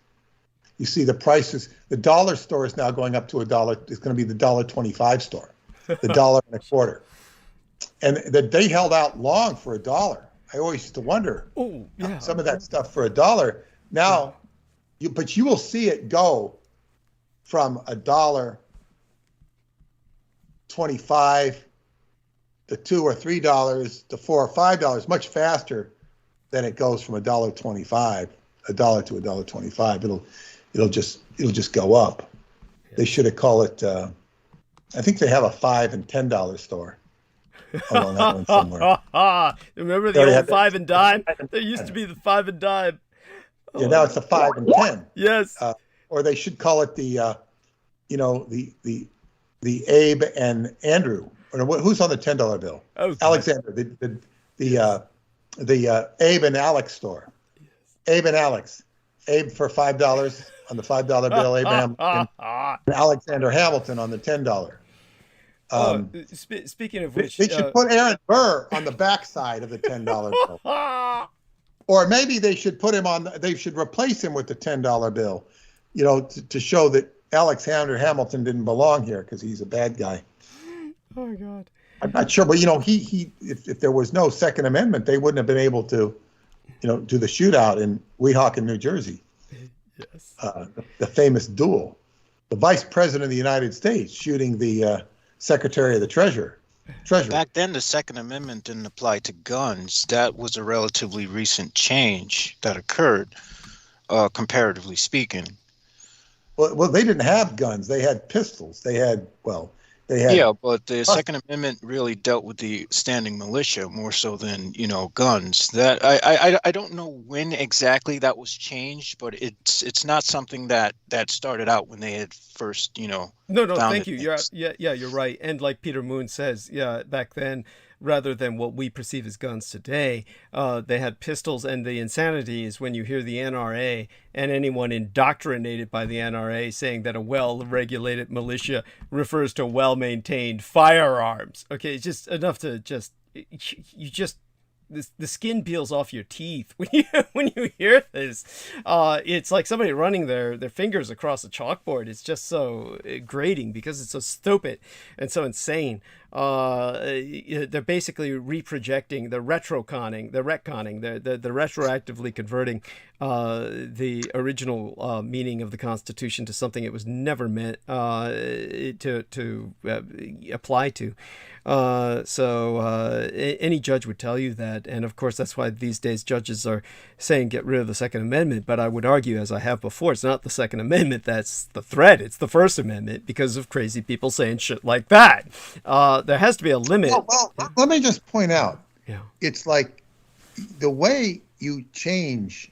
You can change the Second or the First Amendment. You can change them. The Congress can do that. And if the Democrats were to craft a law, it would probably be very extreme. The Republicans would be the problem in terms of approving any law that was drafted that would make certain issues clarified. Like, I don't know, you could make stipulations. And the problem is that if you abolished any weapons, they become the privy of the black market. So, people are still going to make them harder to get, which makes them perhaps more dangerous. I don't know, maybe less dangerous. But that's the problem. If you outlaw guns, then you have to go to the black market to get them. And sure, they're going to appear. It's like it's kind of like trying to outlaw crime. They should say it's no longer, which goes back to the whole thing of, a shootout in the Old West and bringing a restraining order. No, yeah, you have got a restraining order here. You can't hold that gun. No. I mean, believe me, your points are well taken. That's something to go into some other time. I mean, honestly, there are people who debate about these things for years. Well, Yeah. like endless debate, but basically what you have to do is outlaw crime, and you can't outlaw crime because it's like trying to outlaw sanity. Well, crime is by definition outlawed, but I understand what you're saying. Yes, that doesn't stop it. Yes. Crime, the etymology of crime comes from to cry out. Yes. To cry out because you've been dealt an injustice, and there's plenty of injustice to go around, and that's why that story of Rush Limbaugh, if it's true, he hears this guy in his environment, complaining about his bills. He doesn't bring it to Rush Limbaugh. He overhears it, and he goes, here, this guy's working for me. Here's, and people of wealth will do that. Just they will help and support. Just like I had a friend who was, she was poor. She was living off the tuna fish for her kids because her ex-husband would not give any child support. He was an ass. Wow. And it was hurting his kids. And she had a job. She worked for a person who was so damn rich. He owned so much property, and she was like his secretary. And he heard she was having problems, and he helped her out a little. Not much, but still, it helped. In other words, so I mean, people around them, just like the story of Nelson Rockefeller helping when he found out that the Indians that attended the school in Southampton, because they were from the reservation nearby, they attended the same school as his children. They didn't have enough to eat. He put in a whole school cafeteria, and it fed all the kids for at least a few years. He paid for it just to make sure all the kids had food, because you could say a lot of bad things about Nelson Rockefeller, but when he saw that these kids were starving and they were going to school with his kids, he stepped in to help them for a couple of years. And that's, it was a lot, but it wasn't enough. So, so people like that will sometimes help the injustices of people around them or who work in their immediate environment. And this is the problem. Like George Bush used to say, 1,000 points a lie. 1,000 points a lie. Actually, that was Ronald Reagan. No, that was George H. Bush. Oh, was it really? Yeah. I didn't know that. What the fuck was he talking about? We don't need welfare. And Oprah Winfrey would talk about, giving stuff. She had a name for it, spontaneous giving, acts of spontaneous acts of kindness or something, I suppose. Yeah, acts of kindness. And these things are very nice, and they're very good, and they're very positive, and they should be encouraged. But, what the problem is, you have a certain meanness as you get higher up the food chain. It's like where, they're really not, like Nancy Pelosi will say, we feed them. Her idea of feeding them is, is throwing a bunch of rice at a wedding. It's like, it's trickled down in a different sense than Ronald Reagan used to use it. It's like, yeah, we'll support welfare checks so they can, go and get food stamps. That's not really justice. And this is the problem. It's injustice. And L. Ron Hubbard had a formula for injustice. It's a very good formula. Unfortunately, people sometimes had a hard time applying it. If somebody feels that they have an injustice, and we're assuming here that it's a real injustice and not a manufactured injustice. Say, what relief do you want? What relief do you want? Well, in the 1920s, people would have said, I want a job. Like Ford would lock people out, or the unions and all this, they'd lock people out. I want a job. Okay, here's a job. That will handle a lot of people. It won't handle everybody. What relief do you want? I want to be treated fairly when I go to court. So you give him a court date where he's treated fairly, and he will now believe in the justice system. It's almost like the Wizard of Oz. You know, give him the diploma. Put this in front of them and make them feel it and experience it. That's for some people. And in some cases, it's, you know, the kids that got wrangled into hundreds of thousands of dollars of debt with no real fair education and no job. Now, maybe many of them can get jobs now. Maybe they can, and maybe this will solve the problem. And maybe inflation will make their debts smaller. But it's, what relief do you want? And that, you know, if people could answer that to themselves, what relief do I want? Then they can go out and figure out how to get that relief. That can be tough. But then again, it's better than waiting for somebody to give you that relief. And they're looking for other people to give them relief, which is like, we want justice. We want justice. And I guess the most important thing is to go out and conduct yourself in a way that people won't be going after you. It doesn't excuse, you know, people attacking people for no reason, like that poor guy that was jogging and got killed. Yeah, that poor son of a bitch.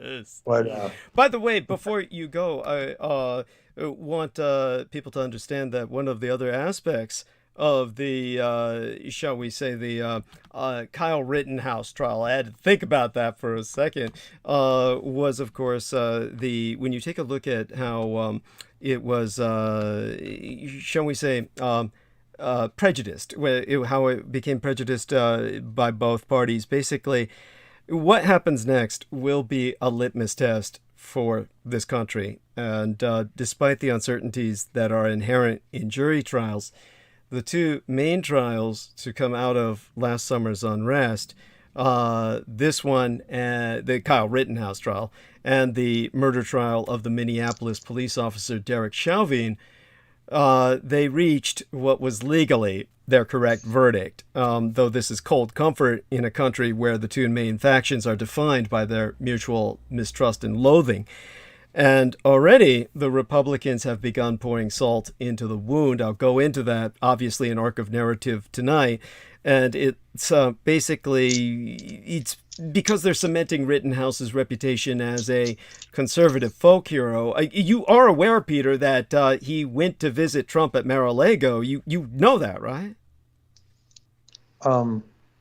I don't know if I heard that. I don't know if I heard that or Just not. so you know, it's true. It is true. Yes, Donald John Trump invited Kyle Rittenhouse to Mar-a-Lago, where he personally entertained him. So Donald Trump emphasized the party line that Kyle Rittenhouse is an innocent man smeared by corrupt politicians, a partisan media, and biased big tech companies. Now, this is where we might get into something that has some meaning. For those of you who don't know this, Facebook did not allow any posts on Kyle Rittenhouse that were partial to Kyle Rittenhouse. I don't know if anybody is aware of that, but those posts were scrubbed by Facebook. The other thing was GoFundMe. GoFundMe would not allow any funding accounts to be set up towards Kyle Rittenhouse's defense. Did you know either of those two facts, Peter? No, never heard of them. And of course, I guess they have the right to do that. It would seem now, but I would say this. Barry Manilow once sued a radio station successfully because they say, we play blah, blah, blah, blah, blah, but no Barry Manilow.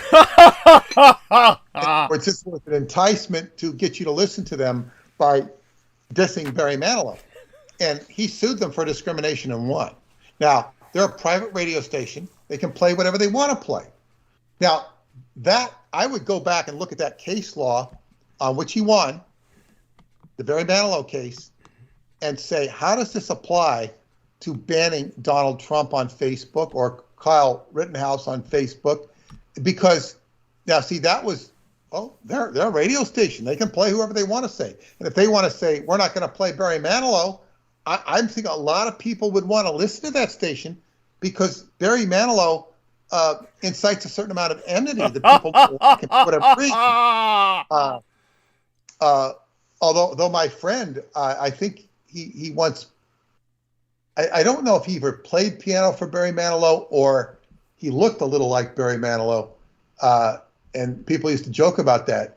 But or I think he lost to somebody else at the last minute. The guy came back, but he said that Barry Manilow put on the best show. I don't think he was a Barry Manilow fan, but he said, he said he was because he put on such an incredible show. It was just such an incredible show. But anyway, people don't like Barry Manilow, so why can't you appeal to that audience? You could say, well, we're advertising to the people who don't like Barry Manilow. Well, that's who our audience is. How can you tell us that's not audience? So he sued him for discrimination. Being that he's Jewish, he probably had a very good Jewish lawyer, which is always good. But I'm saying he lost. So why can't you say you're discriminating against Donald Trump? You're discriminating against Kyle Rittenhour. Why can't you say that? I don't know the law on this, but these are questions that one would ask. And certainly, big tech wants nothing to do with Donald Trump, and because he's not playing their game, and Biden, they're very content to let him go on and slobber all over the place. Well, you got to admit, he's a lot less threatening. Biden is manageable. He's malleable. Yes. And Trump is not. And that's probably, what it all boils down to. They can control. So, I didn't know that, and I don't know what the ramifications of that. But big tech is so powerful, it can kind of do what it wants. And even if they allow them to go fund him, they can undermine that too. Oh yeah. Yeah. I mean, I know what it's like trying to put a biography of myself on Wikipedia. It's like you got somebody laughing at you. You can't put anything up there. I quit trying. How do you know? How do you know this is your name? How do you know? How can you prove that this is your name? How do you write these books? Well, you're quoting these books, but how do we know that these are the real books? It's like you can't fight that. Well, Aquino had it in for you from the beginning, and that was his decision was never to have you on there, and obviously that's what he later on. He allowed Stephen Outram to try, but it failed so spectacularly that after that he said, I just can't be on at all. So it was. We're both in the same boat. But what puzzles me, it's kind of like, and don't take this the wrong way, it's kind of like with Rocco Fowler. I mean, Rocco Fowler's this great guy, and but he's obviously he's on the totem pole of life. He's at the bottom. He's the bottom head on the totem pole, and this guy, he's got proof that they keep harassing him, and the proof he sends to me, I'm convinced they keep harassing him, and you got to ask why. He's not a threat. Well, you see, I meet people like this all the time, and what it is, they're in resonance with things that are stopping them personally. And of course, I've survived fine without a Wikipedia profile. I had one for a while, but it wasn't mine, and they took it off. Right. It was just very matter of fact. And it was only a few lines. And I'm mentioned on Wikipedia. They can't avoid that. But with somebody like Rocco, he's in resonant rapport with that which is defeating him, killing him, vexing him, his adversary. He has an adversarial association or relationship. It's now I've had that, but I never let it, bother me.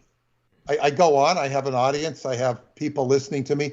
I'm not happy that your book is not being paid enough attention to. All this stuff becomes more important than your book because it's right in people's faces right now what's going on. You know, this is taking precedence over your book for many people because they're having to struggle with vaccine issues, you know, with gun issues and all this other crap. They should read your book because then they'll have more context on it. Thank you. But this is, you know, but this is like people are responding. This is why mind control becomes an even bigger issue. But I say I don't take that stuff. Like I'm not stuck on, what do you call it? You know, the world is out to get me. The world's been more supportive to me, and you have to go out and seek that which is supportive to you. Could it be a lot more supportive? Yes, it could. But then, as I pointed out the other night, when you have too much harmony and hunky-dory stuff going on, that's when my mother-in-law says that's when the entity shows up to level you and take you down. So you have to find your own comfort zone and find happiness within that. This is what the Buddha calls the middle way. Don't seek too much success. Don't seek, like, say, if you're being harassed like Rocco is, you have to find moments in the day when you're not being harassed and engage in activities where you have a harmony and do these things, because to have a continued assault in your mind or in your experience, in Qigong we have the inner smile. You want to generate the inner smile, and this will overcome all of that stuff. It's not going to be overcome in a night, and you have to cultivate it. With Qigong, you have to cultivate Qi, which means to gather it, harness it, and then refine it, and refine it. And if my Qi gets real refined, I'll have a Wikipedia page. I don't even know that there's a certain cachet to not having one. Right. Like, why isn't he on there? Same with you. Why isn't he on there? Well, it kind of gives you credibility. Thank you. Thank you. Yeah, as Joe Matheny said, once you're embraced by the mainstream, you're dead. You're inert. You're inert as far as being an artist or revolutionary or whatever the hell you're supposed to be. A renegade, an American renegade like Bruce Springsteen and Barack Obama. Yeah. It's definitely a cachet to being, persona non grata, and nevertheless, it's okay. we'll do our best to try and get to some degree of a recognition for the sake of simply getting the information out there and educating people. And also, I know Peter Moon always warns me. Let me just say something about my own self. It's like I kept a diary when I got a diary, I think, when I was 9 years old. And I remember what I remember writing in it. Played this game of football in my front yard, and me and my friend who passed away were playing against Paul and Billy, and I think it was in the mud, and I think they were both older than we were, but we beat them, and I remember it was like 98-0 or something. It was like counting all the points. I was keeping the score, and I wanted to get to 100, but after you've had about 13 touchdowns or whatever it was scored against you, and it's getting late and it's too muddy, and they decide to quit. And I was very disappointed that we never got to 100. I wanted to win. You don't win a football game 100-0. Nobody does. And so there's this rule in football that you don't run up the score on the other team. If you're ahead 36-10, you don't keep trying to pour it on. If you're ahead 60-20, you don't pour it on. This is a rule. It's an unwritten rule. You don't run up the score. Well, in my life, what I've accomplished up to now, I'm just, all I'm doing is running up the score right now. As far, I'm like, almost 69 years old. I've done enough. Now I'm not done, but everything I'm doing is incrementally running up the score. And maybe I can have, some more spectacular things happen in my life, and I certainly hope for that. But it's to me, it's all like putting the the extra things on the banana split after you put everything on there. You don't want to put too much on it. So that's how I look at life with my career. So I'm very happy and very content. So that means for somebody like Rocco, who's really a nice guy, and I'm very, very sad that he's suffered so much abuse from people who don't, can't even recognize what he's gone through. Yeah. But it's like he's got to go out and find the different flavors of ice cream and the banana and start stacking it together. and that's what he's got to do. And that takes a lot of psychological willpower and a lot of psychological creativity. It's like, this is why if anybody, like say, Douglas, you're an artist, so you can create. You don't even need to create because you can grab stuff off the wall. You can grab strange characters out of your life.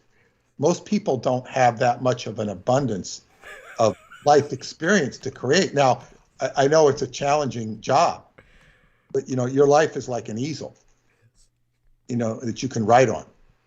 And so, like you're playing Rorschach all the time with all sorts of weird stuff. And I think a lot of people envy you for that.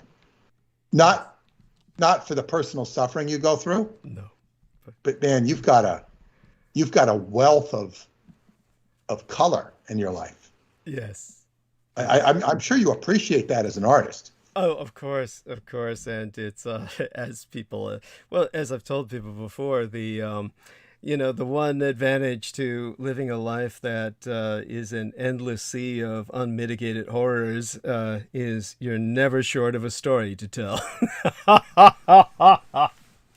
Well, you've been exposed to horror, and more horror than most people, and I guess there's a trade-off for everything, but it's been a pure joy to know you and to be able to engage you like this, because be a lot more interesting than talking to President Trump or President Biden or Nancy Pelosi or even the guy who runs Area 51. He wouldn't be too happy. And by the way, I'll just add this: I was talking to you a bit privately about the media deal we have going, and it's still going. It's still going, but our team is in a non-response mode, not because we don't want to respond, because we got to give them some numbers, and we're not in a hurry. But I mean, I'm not the one pulling the strings. I'm just getting informed on it. I could perhaps become more aggressive, but I have no desire to. But it was one of the guys in the production had a whole thing with Robert Lazar. He has some whole story on Robert Lazar, and he got what do you call it? He got thrown out. I mean, the show was not going to be done. In other words, they stopped at that. Interesting. At the Lazar story, Bob Lazar story. Right. Because it was too much. In other words, they'll show all sorts of stuff. What is it? Guy on TV will do their stuff on Lazar, but right. They weren't going to go this far. Interesting. It was, and so that's why any negotiation has to be done with upfront. This is what we're going to do. This is what we're going to do. We're going to talk about this, that, this, that, this. And if you don't want to do this, that, this, or that, then our rules are that you have to pay us to kill it, or let us have all the footage you produced and let us take it with us if you don't want to do it, and we'll do it somewhere else. That's what we're dealing with. We're dealing with an area of censorship where they won't let the truth, only let it go so far. Right. So thank you for sharing that, and that's important. And also, before you go, just so you know, in case you didn't know already, the individual who, of course, just ran over all of those people, he's basically now has 6 charges of murder against him because one of the people who he had died in the hospital, and that was some 8-year-old boy who's the latest victim, and so they've charged him for that crime as well. So it's just a horrible situation with that, and this is going to be the hideous how would I say it? The hideous humor of it that comes from my kind of background. And our man, Mr. Peter Moon has said, I've got just too many people who are just too colorful in my life. I wouldn't call this person colorful, but every time I think of this crazed driver charging into these people, I keep thinking Derek Talley Jr. is the name that keeps coming. Oh my God. That makes perfect sense. That is so something he would do. Yeah, thank you. Thank you, because he was driving a truck without any, glasses, even though he needed glasses. This is, and then aside from that, the fact that he hit the dancing grannies, again, I hate to say this, but I mean, the dancing grannies, for God's sake, they were telling us these women have been bringing joy to Wisconsin parade crowds for decades. I mean, I have to admit, if I were driving, and I don't drive, but if I were driving and I went past a parade and I saw the dancing grannies, there would be negative fantasies in my mind about driving in to the dancing grannies. Yes, that's only this person carried those fantasies out. It's something we just don't do as human beings, but this individual realized his fantasy. So his name is Darrell E. Brooks Jr., and I keep thinking Derek Talley Jr. every time this I'm trying to recall him. Well, they said that he had announced that, this was, that he was a member of BLM and that he was going to do this as he was threatening revenge. He had to be programmed by, programmed by conservatives. No, he's programmed by Biden and his crowd. What would you call it? It's the government. But this is the point. If he is the retaliation for against Kyle Rittenhouse, if they have people like him retaliating, they've got a pretty poor retaliation program. Well, there you have it. Even though it did horrible things, it almost neutralizes itself. I mean, and the victims that he killed are they're sort of the balancing for but what you're forgetting the fact that he injured 60 people. Some of those people might be irreversibly injured. So that is 62. 62. 62. Yes. 62. That's a big accomplishment, honestly. And killed. It is. Look at it this way. Okay, so you want to let Kyle off the hook? Kyle is off the hook. You've got 60 dead. Now, that's sort of a balancing to that mindset is like, okay, that's it. It might be enough to quell it. Those 60 injured people might be enough to balance. That was the intention. That was the intention on the part of the Biden administration. This is a government op. This is not something that the leftist Democrats did. They don't have people like this. This is an asset, and this asset was someone who they knew that if they didn't do this, then the riots were going to be, in their calculus, the riots were going to be far more damaging, far more people would die. And so they said, we've got to have some nigger plow into a bunch of sympathetic whites, kill a bunch of old ladies and kids. And this is what this guy killed, old ladies and kids. I mean, he went for the dancing grannies, for God's sake. And then got one of the grandchildren, while he was at it. And so then the 8-year-old was, I don't even know the guy's name. I know his family's got a GoFundMe up, but I don't remember the 8-year-old kid's name. But anyhow, he's dead now, and Darrell E. Brooks is charged with another murder. And I honestly have to call that name up on my screen, or I'm going to say Derek Talley Jr. And so in terms I don't like parades. I don't like the whole idea of parades. Yeah, I get you. Yeah, I mean,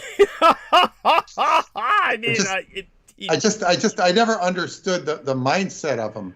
Well, I mean, I like military parades, but, Macy's Day, Thanksgiving Day parades, I'm not so sure. I mean, giant floating Barneys, I mean, I guess they're all right. I mean, I'm not. But, there is an intimidating factor to all of these crowd gatherings. I still think that we still haven't really given due attention yet to, what's the rapper's name again? Help me out here, Jameson. Mr.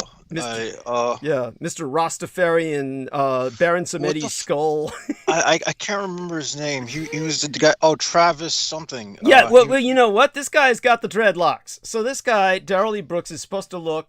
They gave him dreadlocks so he could look like the rapper's skull. That they all the people were all fucked up at the. Oh shit! I didn't realize that. That's an interesting way of looking at it. It's like another round of sacrifices. Thank you.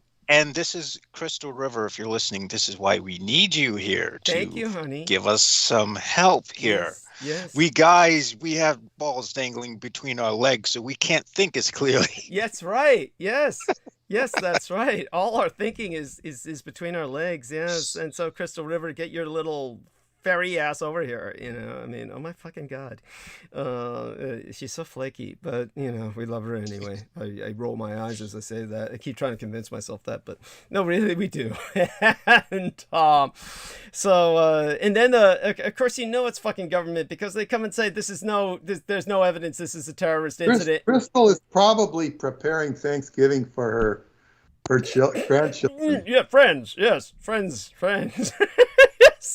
Friends, that's right. Yes, Friendsgiving. Yes.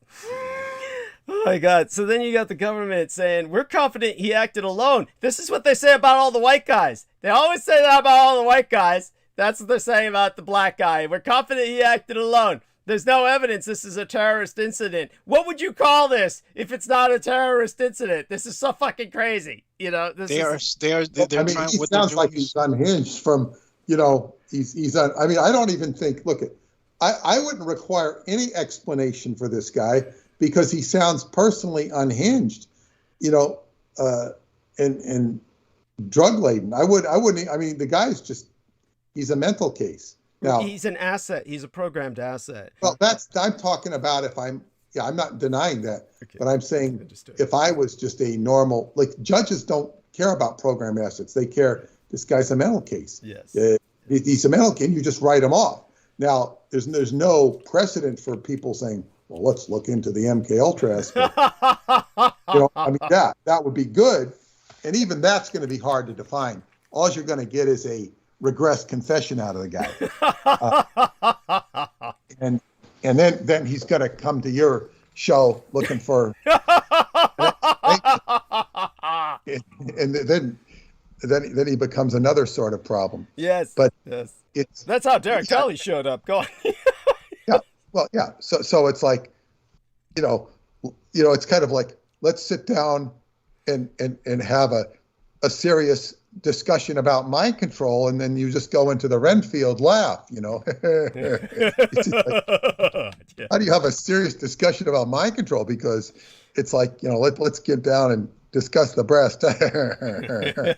It's just like, it's like you get down with God and he's just gonna go into the same routine. This cannot be discussed seriously because it's almost like the joke of the universe. It's like the fool card. Yes. This is what we're dealing with. And you have to negotiate yourself and not go to parades. And parades I never forget watching, I think the Sugar Bowl. I think the Sugar Bowl was in Louisiana, New Orleans, when I was a kid. And Al Hirt, famous trumpet player. I'd heard of Al Hirt because he was very famous. And he was in this New Orleans parade on New Year's Day, and somebody threw a rock and hit him. It hit him in the mouth. He was severely injured. Oh, geez. He didn't play the trumpet for a while. Oh. I saw him years later talking about that. I didn't realize how messed up he got from it. Holy and, shit. You're sitting out there in New Orleans, of all places, playing a trumpet it's almost like an invitation for somebody to take a smack at you. Jameson would understand this. If somebody started playing happy music to him, he might not do it, but he might feel like slapping the guy. It's like, and I'm not, and Al Hurt was a musician. He was just doing his job, playing on some float, but you're making yourself your spectacle and a target. Everybody in the parade. It's like, to me, there's something wrong with parades. There's something wrong with people who want to be in parades. And I don't think, I think I attended a parade as a kid because the families, we were all going to see some, parade. I don't even know what it was. I remember they threw candies and we got some candy. But, and then I went out to Montauk to see a parade at Montauk with Preston, and we filmed it. He filmed it. And what was so prevalent about the Montauk parade, all fire trucks. They must have had every fire truck from Suffolk County out there in the parade. And they were so shiny, and these guys were standing. It was all phallic. The firemen were out there proud, just proud as hell of their fire trucks. I didn't understand this. Well, what do you want to be in a parade for and sit there and show your fire truck? Who are you showing off for? And of course, what if there was a fire in Long Island? All the fire trucks in Montauk, and it's not easy to get out of Montauk if it's crowded. You back up in traffic. It's not like it's a highway. A freeway. So it's like, this seemed like a liability. And then I went over to the fire department with Preston, and somebody invited us over there, and we had free hot dogs with the firemen. Very guarded about asking questions. We didn't want to become a spectacle. This was 1993. On St. Patty's Day, they have the third biggest parade. On St. Patty's Day parade is at Montauk. The biggest one's in Manhattan. I think the second biggest one is in Albany. But they had the third biggest one in Montauk. And it was just so stupid, in my opinion. Bunch of fire trucks. So anyway, and if you have, and I was out there obviously for business purposes, research purposes. And this is a funny story, I'll say, but I'm sitting out there, and I'm walking down the street, and I see my friend, I'm not going to say her name, but my wife's best friend. I go, "What the hell are you doing out here?" "Oh, we're here to watch the parade, with her husband and her kids." And she knows I'm involved with the Montauk Project, and she's it's all kind of funny. And we go back to this. We laugh about it now because we're friends to this very day. And she has a lot of the phenomena Rocco has. But she didn't have it then, or she didn't talk about it then. And this guy comes up, and I think he was a friend or a relative of her husband's, and he's talking about and I start talking about tunnels, the tunnels that are out at the Montauk Tower that go to the Camp Hero. And this guy just goes, "Those are rum running tunnels. Those are rum running tunnels. Those are rum running tunnels." Like he gets defensive. And he's telling me they're rum running tunnels when I'm just saying there's tunnels. I'm not saying what they are. Right. And this was the mindset of the citizens of Montauk. So, she still remembers that. We get a big kick out of it to this very day. But so much, I don't recommend parades. They have the Halloween parade in Manhattan. They have the gay parade in Manhattan. They have St. Stupid's Day parade in San Francisco.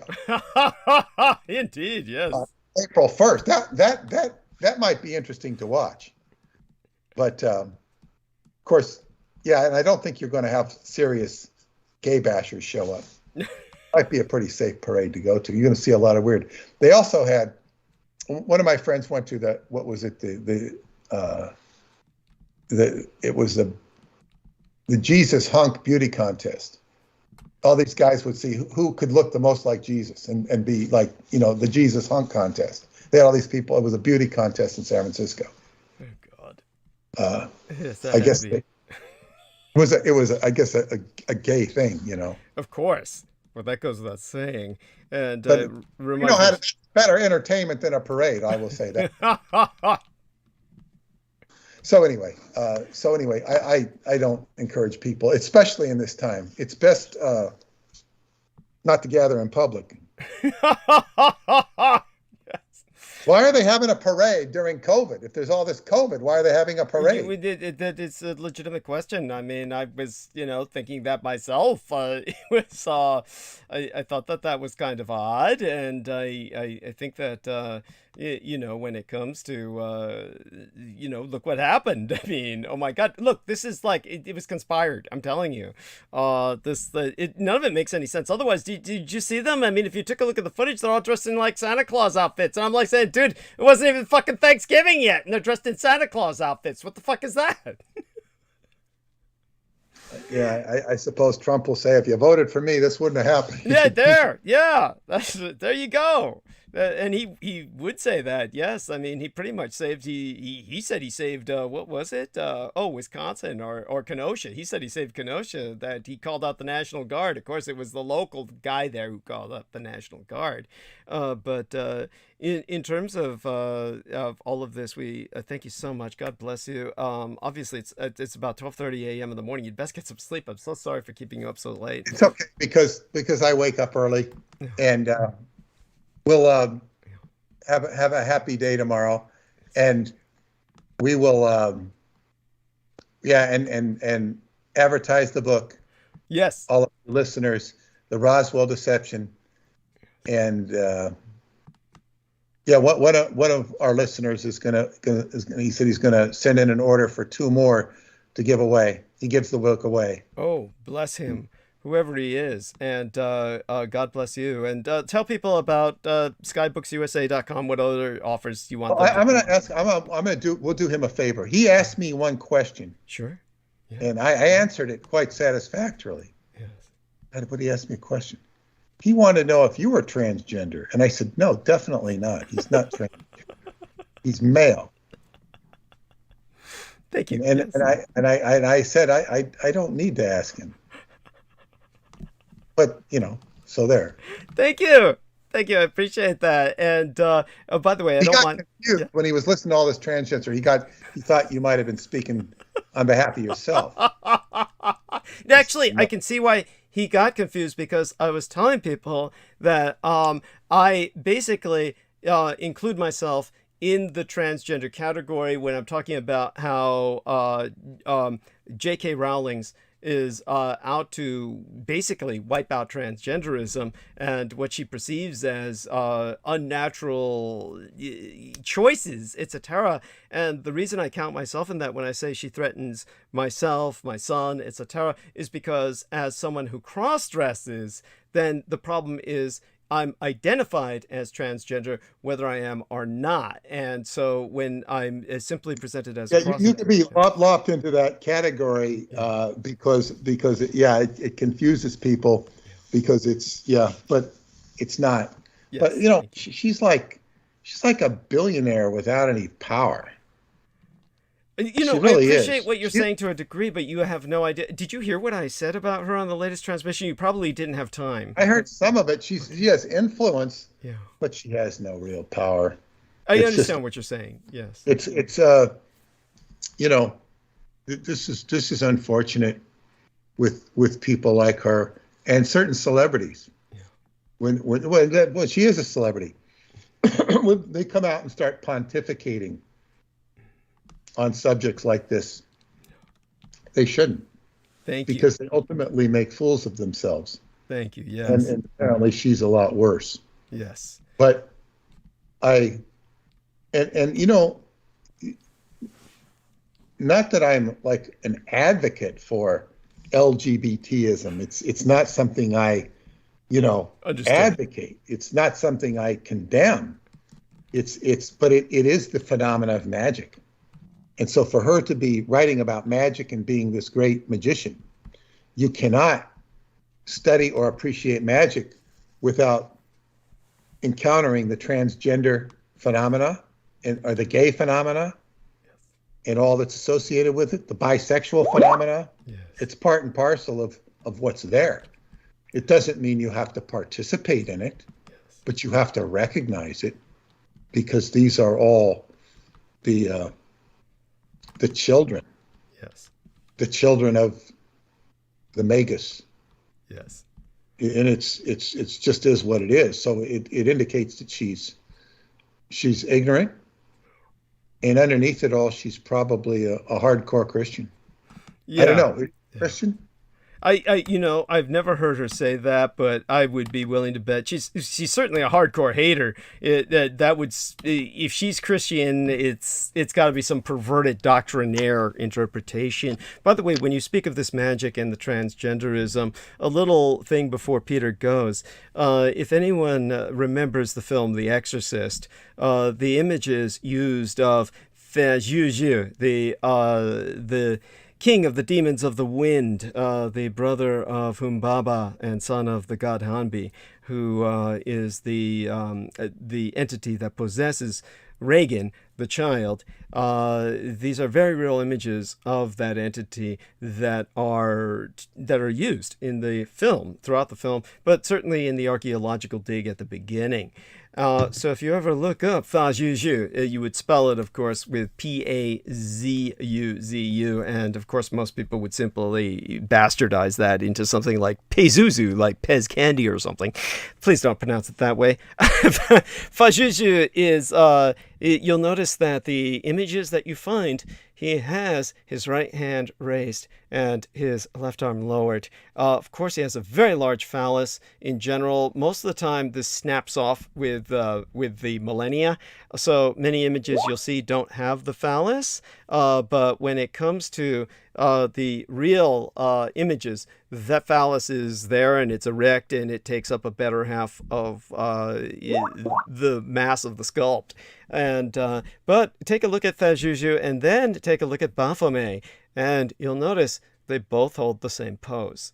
So maybe Peter can leave with a little comment on that and what he finds. Well, what I would say is they like to, it said that the Japanese would pronounce the L like an R. Yeah. Yeah. So this, you were talking about an erection. Yeah. It's like an erection. Yeah. Yes. The erection of Donald Trump. They have to, it was a, what was it? What does he call it? Not a false election. What do they call it? A false election? A fake election? What do they call it? Erection. Yeah. The erection was stolen. The erection was stolen. There we are. Donald Trump's erection was stolen.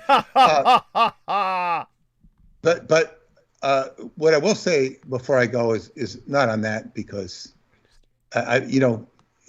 talking about The Exorcist is a movie I have not seen, and I actually was in a networking group with this guy from AT&T, really nice guy. He was a very spiritual guy, so we went into a separate conversation, and I think he had met the last living witness to Fatima. I think her name was Lucia. Yeah, she was the woman that one guy was trying to claim he had met with when he hadn't on Coast to Coast AM. You remember that?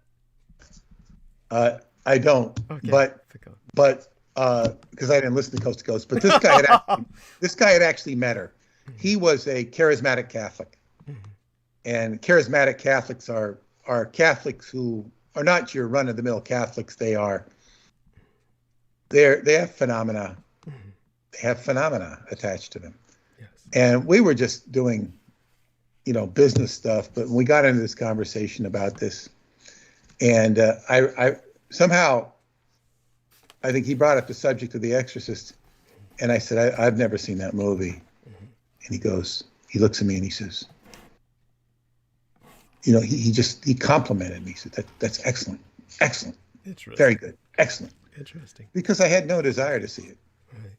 I've seen little pieces of it, and it's just. And then I also heard, that's not why I didn't see it, but I heard that Scientologists were forbidden to see it because it would stir up their auditing case. It right. would stir it up negatively, And I mean, it made sense to me. Right. So and that's not why I didn't see it. I just had no desire to see it. And I still haven't seen it. I mean, I've heard enough of the cases. Gregory Peck's in that, right? I don't remember. I think you're thinking of Damien. He's Damien, the Omen. The Omen. He's in. And I've never seen any of these movies from start to finish.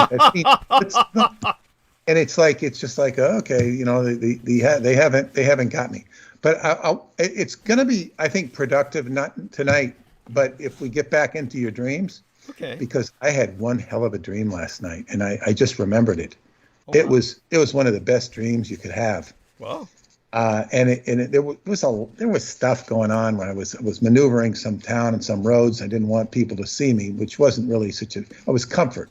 I was in a comfort zone.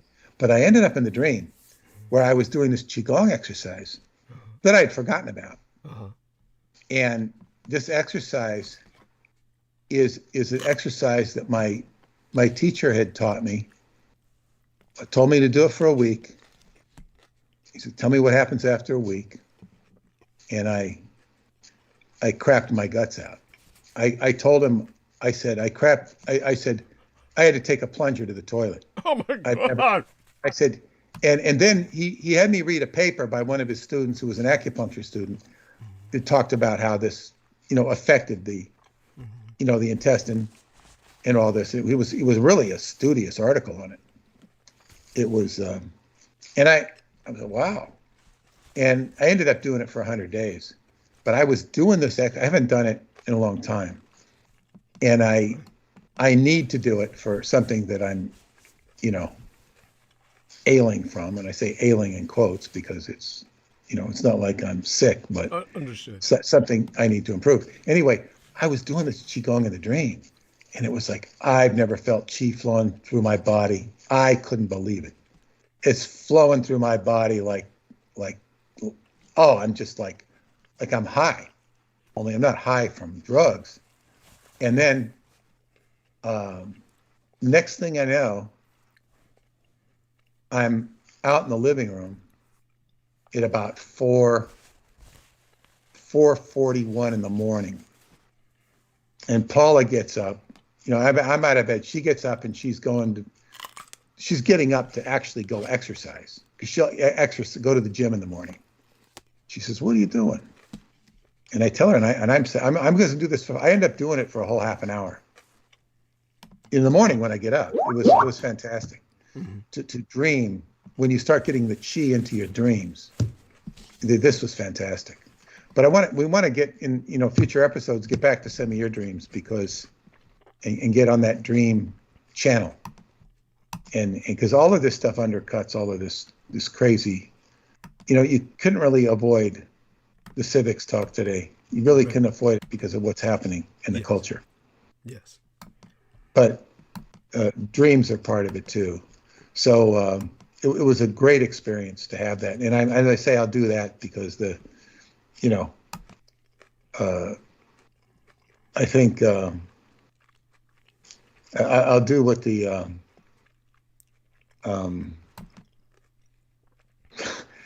you know, you'll remember it when you wake up. Take the devil's finger and you know, there we are. Take it and put it back in his mouth so it goes back in there and he can choke on it. But anyway, and then he'll throw up and clear his stomach, just like maybe I need to do. I have something down there from all those colonics. They stirred up. That's what it is. I had the colonic and it cleaned me out. I felt great. I went back for the second one. Mm-hmm. And I think there's something in there that needs to be stirred out. So I'm going to go back for another one, you know, because it's like, you don't know what's down there. They get addictive. So be careful. Well, it won't be addictive. It's like there's something in there. It's like, you know, like you're going down into Jaws' stomach when they start throwing out license plate and stuff. You know, there's old candy bars out there or something that I had when I was 8 years old. I'm, of course, exaggerating. Understood.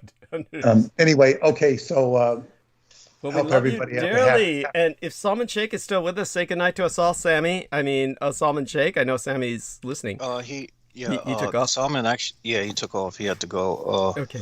because it's getting close to 1 a.m. So he's going to catch up tomorrow. And we love you dearly. Share our love with Paula.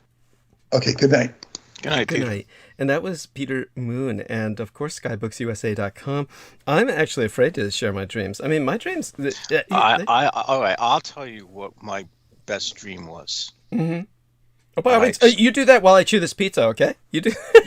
no doubt. Okay, so this is one of the best dreams I ever had. It actually felt like an out of body experience. So some reason I'm running across this landscape that seems to go on forever, and all of a sudden, I noticed that I'm running naked.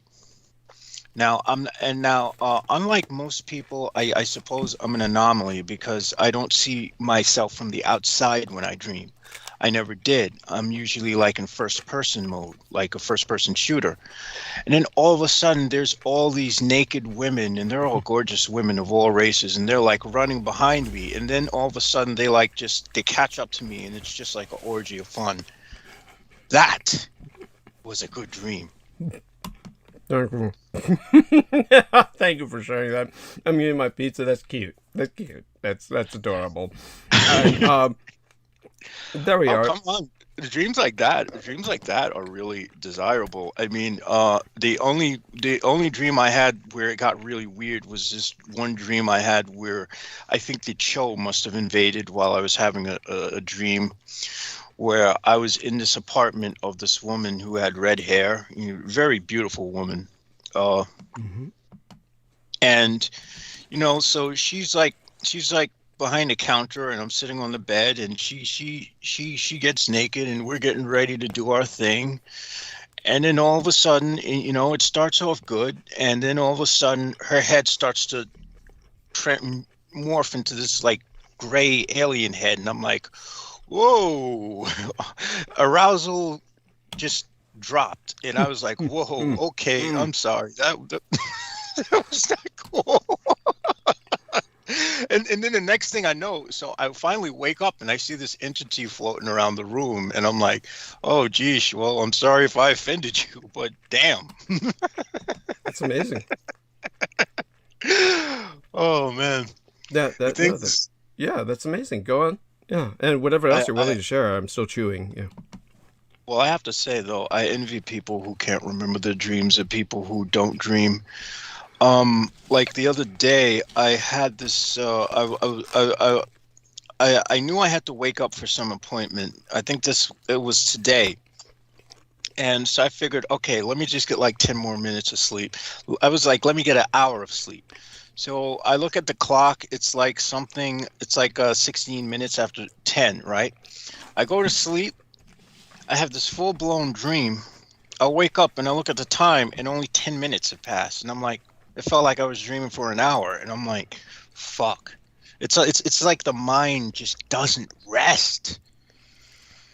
Of course, that comes from having a sleep disorder where, for some reason, my mind just skips right into the dream state without me entering a REM state. And this is something that they noted. This is why they were going to diagnose me with, what do you call it? Schizophrenia? Narcolepsy. Narcolepsy. Wow. I mean, that's pretty impressive.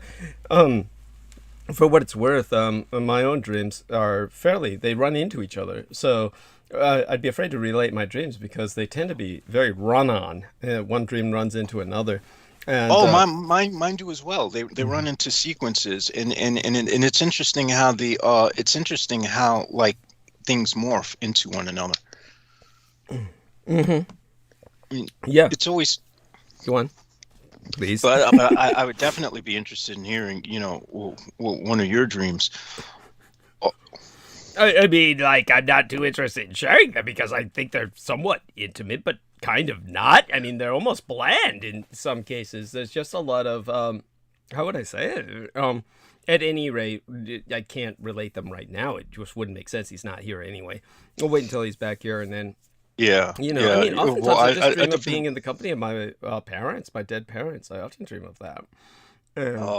So that's a comfort to me. And but other than that, by all means, let's take a look at what's in the chat room. And then, do me a favor. while I finish this, slice, go in the chat room, see what people are saying in there, make certain everybody's behaving, read it out Yeah, loud, yeah. certain ones, and All right, so where should I start? And which one should I read out loud? Like all of them? no, no, just whatever strikes you as interesting. What I can do is, kind of look at them while you do that and see if there's anything that particularly raises my interest. And other than that, going through the life, Sarah Thomas, she gives us those 3 pink pulsating hearts. Mwah. Love you, honey. She says, I've seen Shoot 'em Up. There you are. She says, with Clive Owen, called Classic 2007. Thank you, honey. Thank you. Yes. And then Kathy Bennett says, hi, guys. Hi, guys. And Kathy Bennett, hi to you. Kisses to you. Kisses to Sarah Thomas.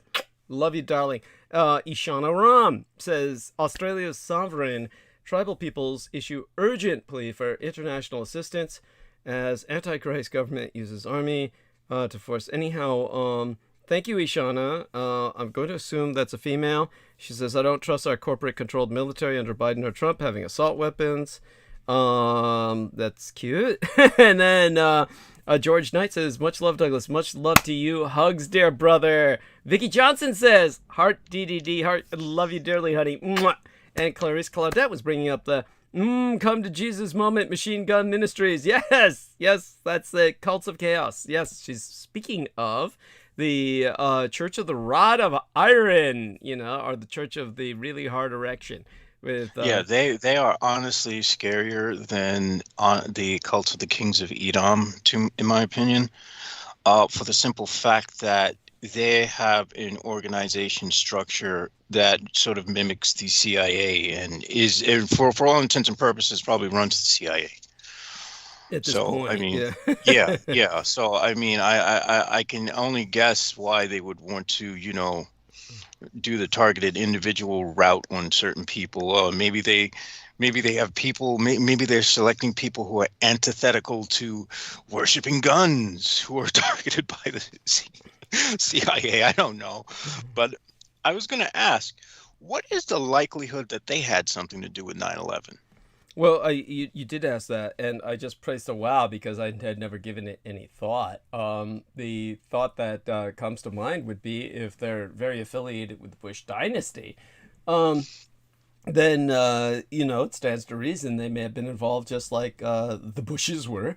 So not hard to believe that they were. Yeah. I mean, that would make that because that would make a lot of sense because everyone's here's the thing with the alt-right is that the alt-right never qualified anything, and before I just dropped them like a hot potato, they would always talk about the Bush cabal. They never say who the Bush cabal is. It's like, okay, so there's like a whole cult around Bush. No, it's not. There's not a cult around Bush. It's the Bush's cult. It's just around that the Moon. Bushes, exactly, Yes. and never bring that up. So it's so clever how they manipulate information, and that's probably as per Moon's control over the alt-right, which goes without saying. And then they kind of, as ridiculous as it was, they stuck Moon in jail for a period of time. So that shows that they wanted to humble him. Yet his children have a great deal of sway over the Trump dynasty through the sons. The reason that I bring up Trump is not necessarily someone who's necessarily beholden to that or part of that, is simply because Trump, he's so egomaniacal that he's just. I couldn't see him taking that well. Yeah, he'd be like. Yeah. He would say something blatantly just offensive about South Korea. You mean a bunch of freaking blink are running the country? Well, basically, first off, he'd be calling them all gooks and shit, because he's just like, he can't help himself. He can't stop. And then after that, it'd be like, first off, he couldn't consider anyone. He's the Messiah in his own eyes, right? So he couldn't imagine anyone else. Yeah, so it's just basically. But his son obviously has a cynical use for these people, and the reasons are obvious. They're affiliated with the NRA and all the gun cults. So they basically are the NRA to the next level, where the guns are worshipped as part of the cultism. They're the fetish of the cult, the totem. They're the totemic element of the cult, So that brings us back to, if Moon had anything to do with the 9/11, I'm wondering when he went to jail was probably before 9/11, because it wasn't that I didn't really keep track of the chronology that Peter was saying, but I mean, we gotta remember Peter's got the same last name, right? Yeah. I mean, it's a pseudonym for those of you who don't know, but yeah. Well, it's pseudonymous, so it's probably So he's not a part of the Moon cult, folks. No. Just so people don't think he's a relation, one of their lost white children and shit. That Reverend Moon or George Bush Jr. had with, or George Bush Sr. He's not one of those lost children that George Bush Sr. had with one of Moon's cult groupies. But aside from that, let me finish up the rest of this little crust here, and then I will dive into what we need to do, which is, of course, we've got about more time than I thought we'd have left. We've got about 7 hours left, which is over 7 hours. It's a fair amount of time. So I'm gonna have James and Reese kind of do some catch us up on some things. I've got several things I could go into. So, yes, but the first thing I wanted to really just get out the way was what the Second Amendment really says, and Yeah, I'll leave that with you. I'll be here. I'm just gonna be on mute. Yeah. Yes. Oh, okay.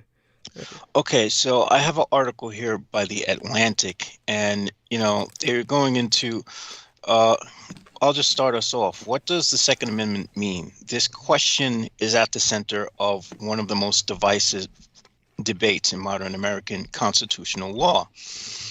The amendment itself contains 27 words. A well-regulated militia being necessary to the security of a free state. That note, a well-regulated militia and not a professional military. The right of the people to keep and bear arms shall not be infringed. And as far as the right of the people, I'm guessing this is the people who are in the militia.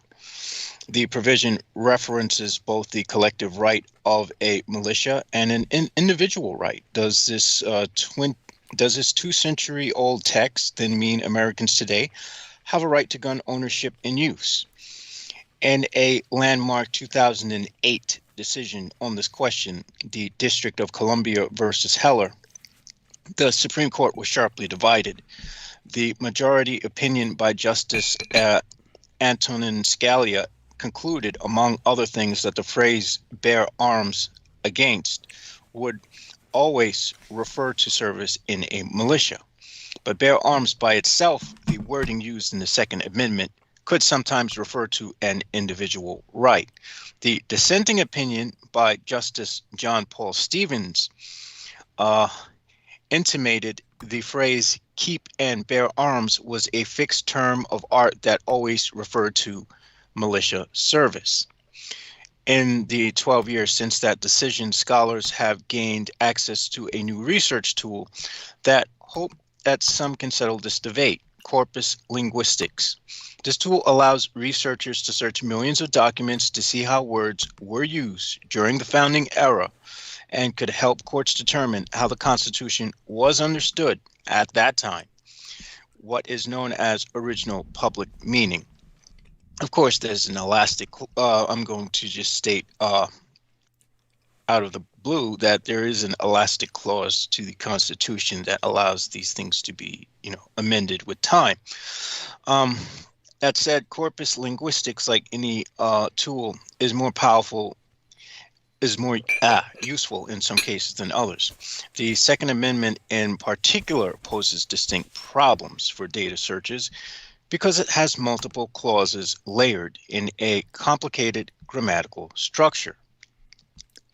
With that in mind, in mid-2018, we searched large collections of language from around the time of the founding and published our tentative findings in the Harvard Law's Reviews blog.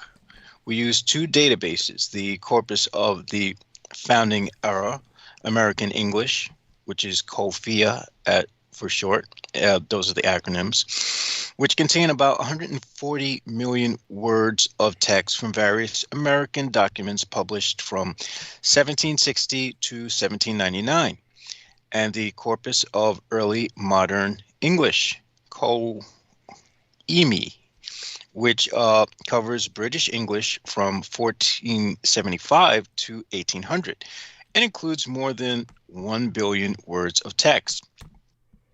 We have now expanded that initial research to consider how other aspects of the Second Amendment were understood at the time of our framing. Our findings show that both Scalia and Stevens appear to have been wrong with respect to at least one of their linguistic claims in the Heller decision. In 2008, technology was a very different place. The iPhone was less than a year old. The format war was between Blu-ray and HD DVD drew to a close, which who uses any of those anymore? And Twitter celebrated its second anniversary. At that time, the justices and their law clerks had fairly rudimentary tools to search how language had been used 200 years earlier, if they did any of the work at all. Based on the, I'm sorry, I just have to rub some cynicism in there. Based on the limited data set Scalia considered, we can't say his linguistic claim about bear arms was unsupported then. But this specific conclusion does not stand the test of time. Scalia concluded that the phrase bear arms unequivocally carried a military meaning only when followed by preposition against the Second Amendment, does not use the word against. Therefore, Scalia reasoned the phrase bear arms by itself referred to an individual right. To test. But by the way, all of this is fascinating. I want to thank you so much for your doing this. I'll be right back in a minute. Just wanted people to know that you listen to this man. All of this is very important. And it has much bearing on what I'll be talking about. So I'll get into Kyle Rittenhouse, and I'll get into him through a few bit of educational prefaces first. We'll get into a little bit about Thanksgiving and Friendsgiving in a manner you've never heard of it before. And so we're, all of that. In the meantime, this prefaces it quite well. So James and Reese will, carry the stage. I'll be right back. Thank you. All right. To test this claim, we combed through COFIA for a specific pattern, locating documents in which bear and arms and their variants appear within 6 words of each other. Doing so, we were able to find documents with grammatical constructions such as the arms were born. In roughly 90% of our data set, the phrase bear arms had a militia-related meaning, which strongly imply that that bear arms was generally used to refer to collective military activity, not individual use. Hence, what I'm going to say off the bat before even continuing to read this is I'm guessing what they were really referring to was drafting each citizen as meaning the right to bear arms. Whether these results show that the Second Amendment language precludes any individual right is a more complicated question. Further, we found that bear arms often took a military meaning without being followed by against. Thus, the word against was sufficient but not necessary to give the phrase bear arms a militia-related meaning. Scalia was wrong on this particular claim. Next, we turn to Judge Stevens' dissent. He wrote that the Second Amendment protected a right to have and use firearms only in the context of serving in a state militia. Stevens appears to have determined, though his exact conclusion is somewhat unclear, that the phrase keep and bear arms was a unitary term of art. Such single linguistic units called binomials or multinomials are common in legal writing. Think of the cease and desist or lock, stock, and barrel. As a result, Stevens concluded there was no need to consider whether keep arms had a different meaning from bear arms. Therefore, he had no reason to determine whether keep arms by itself could refer to an individual right. And I can sort of see how he came to that conclusion. Was Stevens' linguistic intuition correct? No. The phrase keep and bear arms was a novel term. It doesn't appear anywhere in KENOSHA-2-WAUKESHA, more than 1 billion words of British English stretching across 3 centuries, and prior to 1789. When the Second Amendment was introduced, the phrase was used only twice in Corfia. First, in the 1780 Massachusetts Declaration of Rights, and then in a proposal for a Constitution amendment by the Virginia Ratifying Convention. In short, keep and bear arms was not a term of art with a fixed meaning.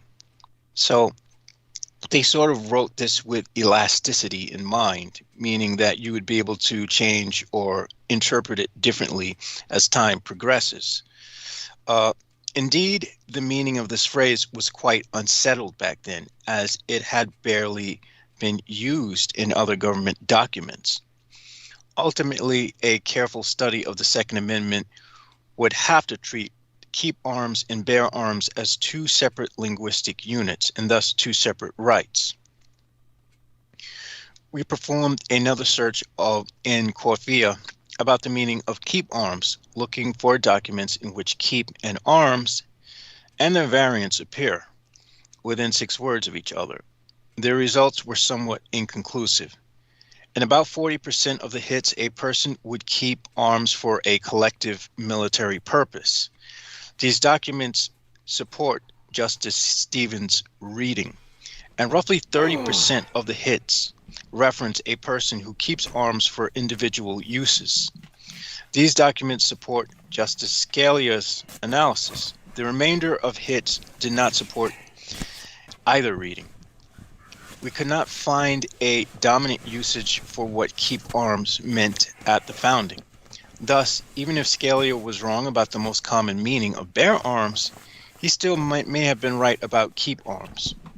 Based in our findings, an average citizen of the founding era would likely have understood the phrase keep arms to refer to possessing arms for both military and personal uses. Now, we have to note that back then, America was a militaristic colony that was still seeking to expand itself by the eradication of American Indians. Finally, it is not enough to consider keep and bear arms in a vacuum. The Second Amendment's operative clause refers to the right of the people. We conducted another search in the Corfia for documents that reference arms in context of rights. About 40% of the results had a militia sense, about 25% use an individual sense, and about 30% referred to both militia, why did I say military, and individual use senses. Forgive me, folks, this is a Freudian slip where I keep saying military. Apparently, this is the result of having spent a extremely short stint in the Air Force. Not to say that I'm mind controlled, because I'm not. The remainder were ambiguous. With respect to rights, there was not a dominant sense for keeping and bearing arms. Here too, an quote-unquote ordinary citizen at the time of the founding likely would have understood that the phrase arms in the context of rights referred to both militia-based and individual rights. Based on those findings, we are more convinced by Scalia's majority opinion that Stevens' dissent, even though they both made errors in their analysis.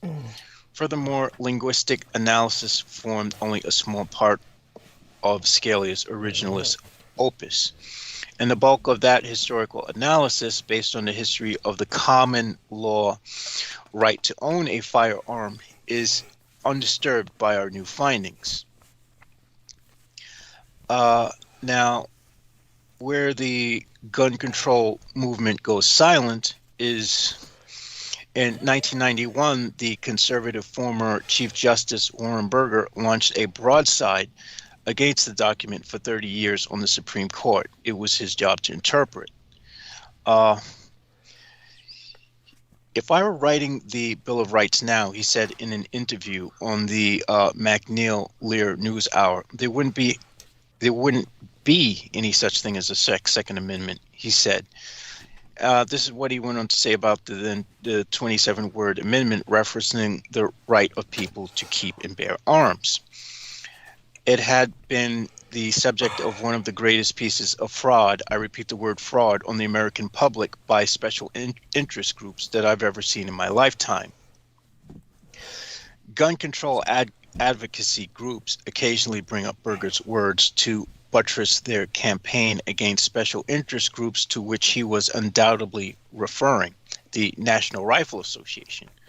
But in decades since, as the push for tighter limits on guns surged and stalled again and again, none of them have taken up suggestion implicit in the justice's critique.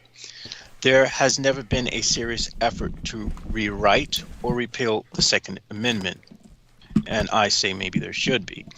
It is not part of the discussion, said Chris Brown, a co-president of the Brady Campaign to Prevent Gun Violence, the nation's oldest gun control group, named after former press secretary to Ronald Reagan, who was wounded in the 1981 assassination attempt on the president. In the last dozen of years, an array of new organizations have launched to combat the influence of the NRA, either in response to specific mass shooting or a persistence of daily gun deaths in America's inner cities. Michael Bloomberg's Mayors Against Illegal Guns merged with Moms Demand Actions to form Everytown for Gun Safety. Gabrielle Giffords and her husband Mark Kelly created their own political action committee, and this just goes on about gun advocacy because, I just jumped to another article just to go more in depth. To get back to this other one, in the next few months, the Supreme Court will decide a Second Amendment case from New York.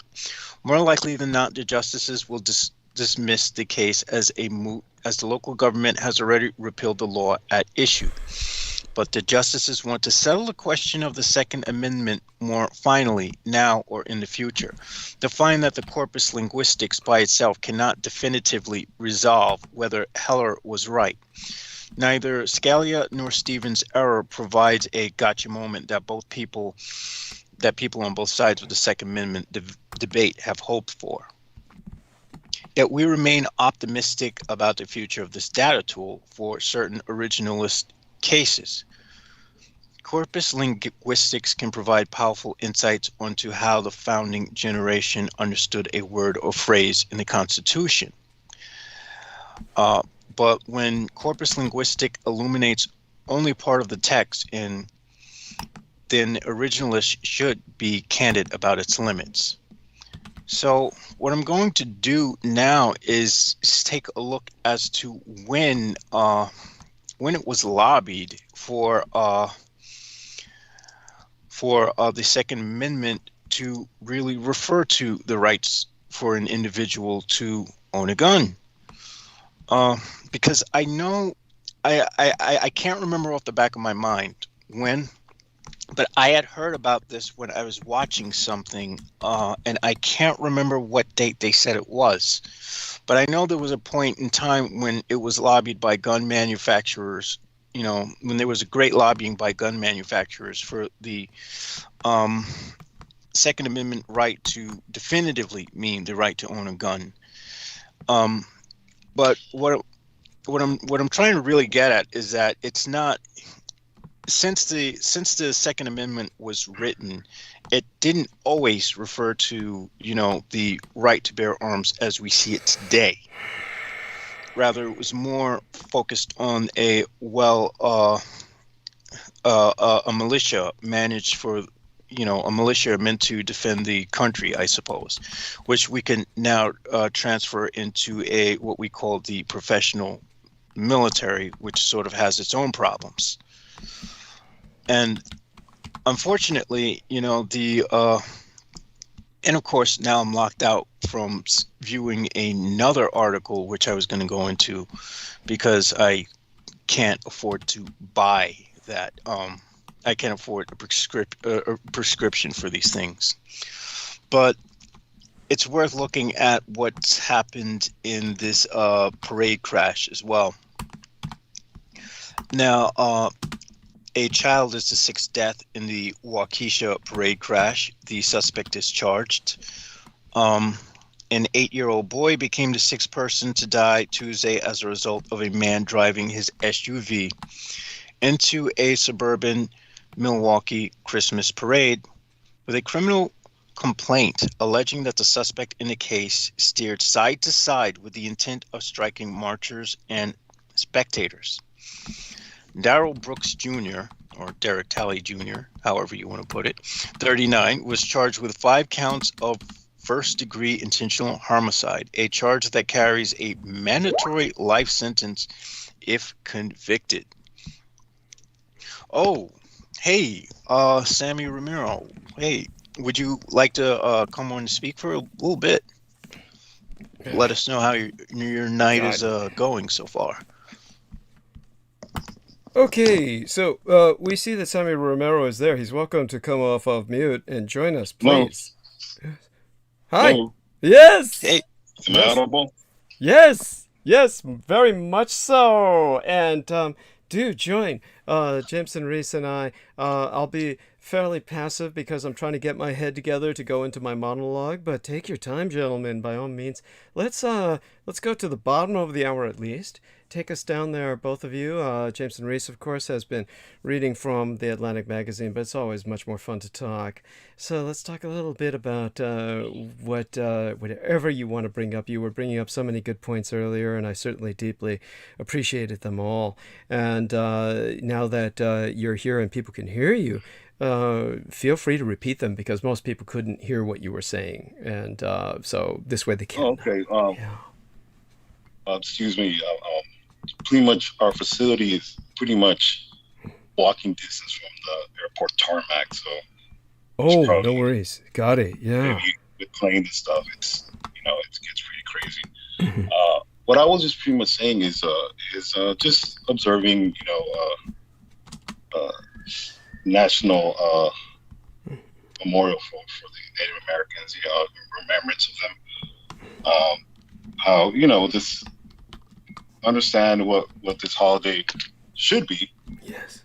Is recognizing the Native Americans, and really, to a certain extent, we all have some type of Native American heritage in us. Some people don't want to admit it, but it's okay. And just how the previous transmission, I had to detox myself a little bit and not get too worked up. Yeah. But in a sense, too, though, understand that through all this research that you do, and I actually did listen to a transmission, and I also listened to the Dave Chappelle subject, which was very eye-opening in a sense, how contradicting it was on his part, and it kind of humbled me a little bit because I do like comedy, but in the aspect of things, people of influence need to be more aware of their positions in the sense that if you have influence, then try to look at the whole picture and not your own idea of what things are, when in reality, because we are an empire, it's more impactful because it's one of those things where we are an empire. Yes. And we try not to look at ourselves, but it's interesting the case that you said that, once we do admit that we're an empire, then we're going to have to be more cosmopolitan in our view of the world, meaning this is where diversity is going to have to be something that we have to keep in mind. And because we're an empire, Alexander the Great, Adolphus, Jacob, all these great leaders were not from their ruling lands. And, this is a little different from the beginning, but what I was trying to say about the Native American Remembrance Day is this anti-culture of America it's crumbling right in front of our eyes. Yeah. And I think back to what you said a couple years ago, even prior to COVID, when you were bringing up the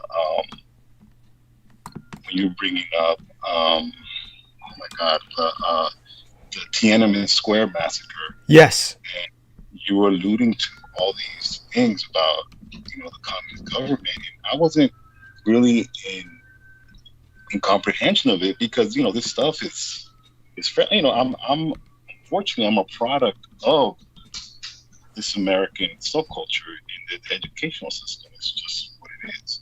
Yes. But you alluded to this, and fast forward, almost 24 months later, you see it unraveling.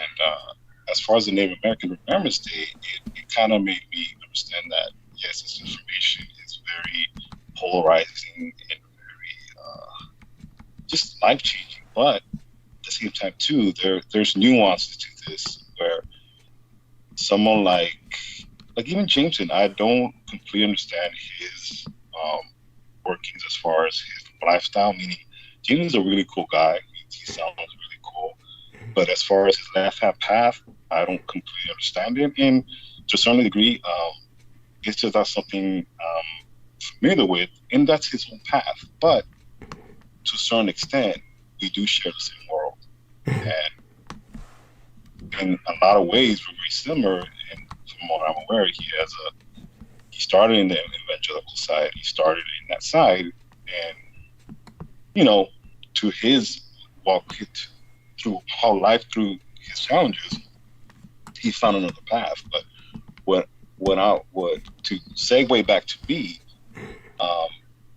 what I can do as far as myself is understand that all this information is for me to be aware, but also understand that the complexity of the world is not America. Yeah. And this holiday that we're going to celebrate has a lot to do with my ancestry and America's ancestry, rather than Turkey and the Pilgrims, which you've articulated in the past were pretty nutty themselves. This is why they were kicked out of Europe, to a certain extent. And that being said, that was pretty much what I was trying to relate in the beginning. Yeah. Because the last transmission was very, very insightful, but it also it's one of those things where you kind of have to be our walking introversion, is that you got to look at yourself. One of the things when I grew up and I read the Bible, and my father used to say, the Bible is like a mirror. It is imperishable, but when you read the Word of God, it also shows you and translate to someone on your life. This is why I did find a lot.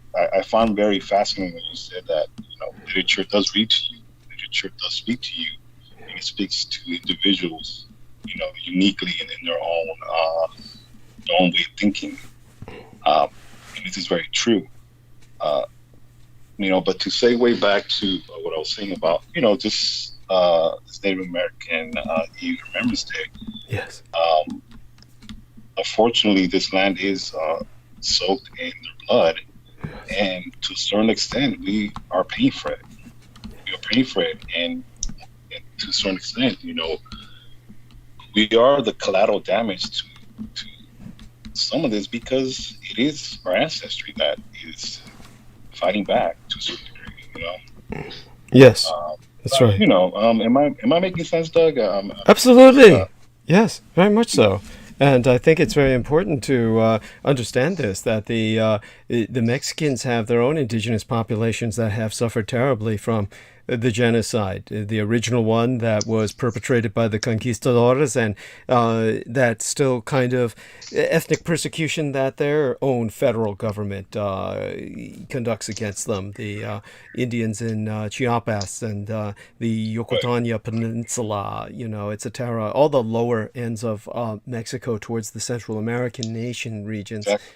Yeah, and so when we speak of this from, it's throughout the American hemisphere, just north and south, and so when we're confronted with that, I'll try and put it into some historical context. Certainly the North American experience, but the Mexican experience is a bit more nuanced, because you have that ancient empire of Azteca, which is comparatively recent, really, in history. It's far more recent than people really realize. And it's recent enough where all Mexicans tend to have some identification with Azteca. And so there's enough of an identification with that where all Mexicans, in a sense, are far more indigenous than North Americans. And so, it's very interesting you say that. If you allow me, to interject. Oh yeah, please. I always I don't ever identify with the Spaniard side, because, and I always have to remind this. I took Chicano studies in college, and we went through the whole, with Christopher Columbus, which you did a very awesome transmission a couple years ago, which was extremely eye-opening of the depth he went into Christopher Columbus. God damn it, soul. But the Aztecs and the Mesoamerican natives practice, basic things like basic hygiene. Yes. Bathe. Yeah. They had indoor plumbing. They washed their streets. And you have these Europeans that came from medieval Europe that were dirty bastards. They brought all these diseases. Really, the diseases what killed these natives it's not really the Europeans. It's these diseases that they brought. And this was the Holocaust that you talked about, which triggered this mini ice age, if I'm not mistaken. Yes. That's correct. Ultimately, yes. I remember the transmission you did where you talked about, Christopher Columbus had these pit bulls that he used to feed babies to. This is the pre-Aquino. This is the pre all those other bastards. This is a godfather, really. Yes. Of the Edomites. One of them. Yes. But to segue, just to go forward, that's really all. It kind of puts into perspective, but it also it's like any history. History hurts. Yes. It's painful, but it's one of those things where you have to understand that this matrix that we live in is just that. Once we are aware, then this is why I think America is very defensive to acknowledge, what is the new thing they're trying to say? The education that the critical race theory. Yes, they're very, and which is really dumb, because it's critical race fact, and the fact it's not a theory; it's historical fact. Yes, and exactly. And it's like, well, go ahead. And two, we never. Even what little we did learn about race in public education doesn't even is so small as to be minuscule to what actually happened. Correct. And the thing interesting about it is, Jameson and you, Doug, your critical race theory, you're walking. I'm walking. I'm mixed. Yes. Doug. I mean. And it's very interesting. People that say, "Well, Doug, you're not white." Well, it's like, no, Doug. Technically, your father was white, and we all know your biological father. I mean, really, I don't want, I'll digress, but Jameson, you're mixed, correct? Yes. Well, I'm mostly black. Yeah, I Mostly like black, to but I like to consider myself just black. It's not that I won't acknowledge the white aspect. It's just that, no, exactly. society is going to see me as a black man. Sometimes people mistaken me for Hispanic, but the thing is, I only have black and white. Well, I'm So, gonna tell you one thing. If you put on a silk shirt, you can pass as Jamaican. Put on Yes. yeah, I Yes. get that have all. a silk shirt, you know. That's right. That's right. And by the way, just so people understand it, people will notice from my photographs when I go blonde, and I've maintained that, through the holiday seasons, and I've explained kind of like the reason for that to remind myself that all is gold shall pass. It's one of these things that when I was in Russia, for the period of time that I went there with the Department of Defense, sending me to learn Russian in a very intensive exchange program that lasted for a short period of time. And that was because of my talent for languages. I thought I was going to have a career with the Department of Defense. And I remember that I brought that up in passing a number of times in the past. But for those of you who never heard that, it's probably nothing to younger listeners. To older listeners, it might be a bit shocking. And people for years told me never, ever to bring that up. But, the world has changed so radically since those days. But people would tell me never to bring that up in the past because, of course, of the Lee Harvey Oswald experience. Lee Harvey Oswald was someone who had spent some time in Russia. And this, of course, was used against him to make himself look like a communist traitor. These days, of course, all of the pro-Russians are, that's the whole red party of Republicans, right? So, by bringing up that I was in Russia is at this point, it's inverted on its head. It's meaningless. If anything, that would make me a more sympathetic character to them. But when I was in Russia, I I'm was... sorry. Go ahead, Doug. Oh, I'm sorry. Go on. What was that? Oh no, go ahead, Doug. Yeah. I'll let you finish. Yeah. So when I was in Russia, one of the things that I was told by many Russian people was, you could live here because they felt I looked Slavic, and they're right. I could pass because Slavic people are, of course, fairly Asian looking compared to other whites. So they do have more of a, shall we say, a bit more of an Oriental mean to them, a kind of an air to them. So because of that, I could easily have passed if I had decided to just go all out and infiltrate or something. And to this day, I could easily probably pass for white, if I just went all out and just never brought up anything about my background, just went all the way with it. And people have asked me, why don't you just do that? Well, believe me, there was a period of time in my life where I could have swung in that direction and gone down that path and just did this total white identity trip because I had learned so much about them, because the Department of Defense had to put up this facade. They had to put up a facade that they were investigating white supremacy and its complete infiltration of the military. And as a result, they assigned me as a research librarian to find out more about these infiltration groups and what they were doing, etc. And what I found, of course, I'll relay, a bit of it tonight. I've relayed a bit of it. It'll come out in transmissions. But basically my point is that I could have become one of them. And it wasn't like they were unfriendly to me. What really turned to me was after a while. I'm not quite sure what turned me. It was simply there was something that I think it was just the fact that I decided to take the harder path, because that would have been the easier path.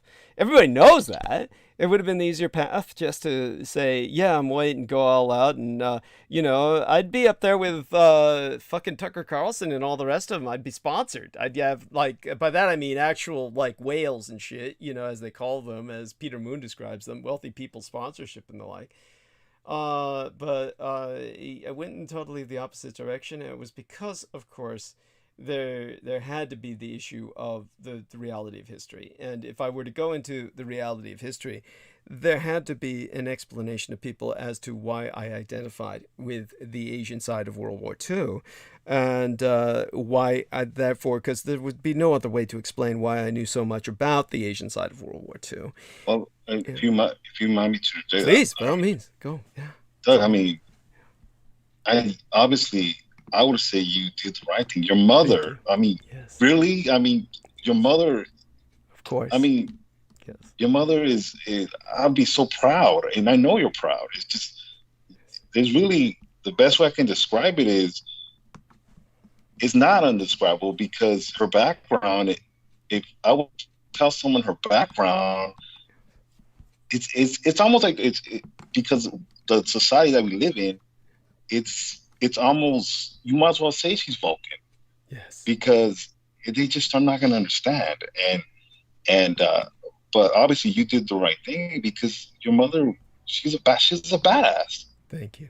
To Yes. put it, you know, I don't mean to put in that vernacular because, you know, that's coming short to what she was, but, you know, it's just she was a very special person, and Thank you. how you speak of her, it's, you know, I'm sure that even words to you describe her, it's not even enough. So, Thank you know, I feel the love you have for her, and I think that's what makes you very. I can really relate to you because I love my parents. You know, Yes. my parents mean the world to me. You know, at times I do question, you know, why I wasn't privy to certain things, but at the same time too, what we're going through, I wish I can just sell tomatoes and burritos and not give a shit what's going on. And that's the price you pay for you know, for wanting to know things. It's just, yeah, it's you know, and in other words, in my opinion, sometimes I think they really, at least my parents, were probably better than me at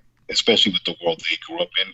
Yes. As much as you know, we think we're advanced in our technology, man, we're going through it. We're going through Yes. Thank you. No, that was beautiful. That was wonderful. Thank you so much. And I do need to hear that. And yes, I really appreciate that. And honestly, this is something that I couldn't have done otherwise. And I certainly couldn't have done otherwise and maintained any sense of sanity. That would have been, if I had gone in that direction, I truly would have been schizophrenic.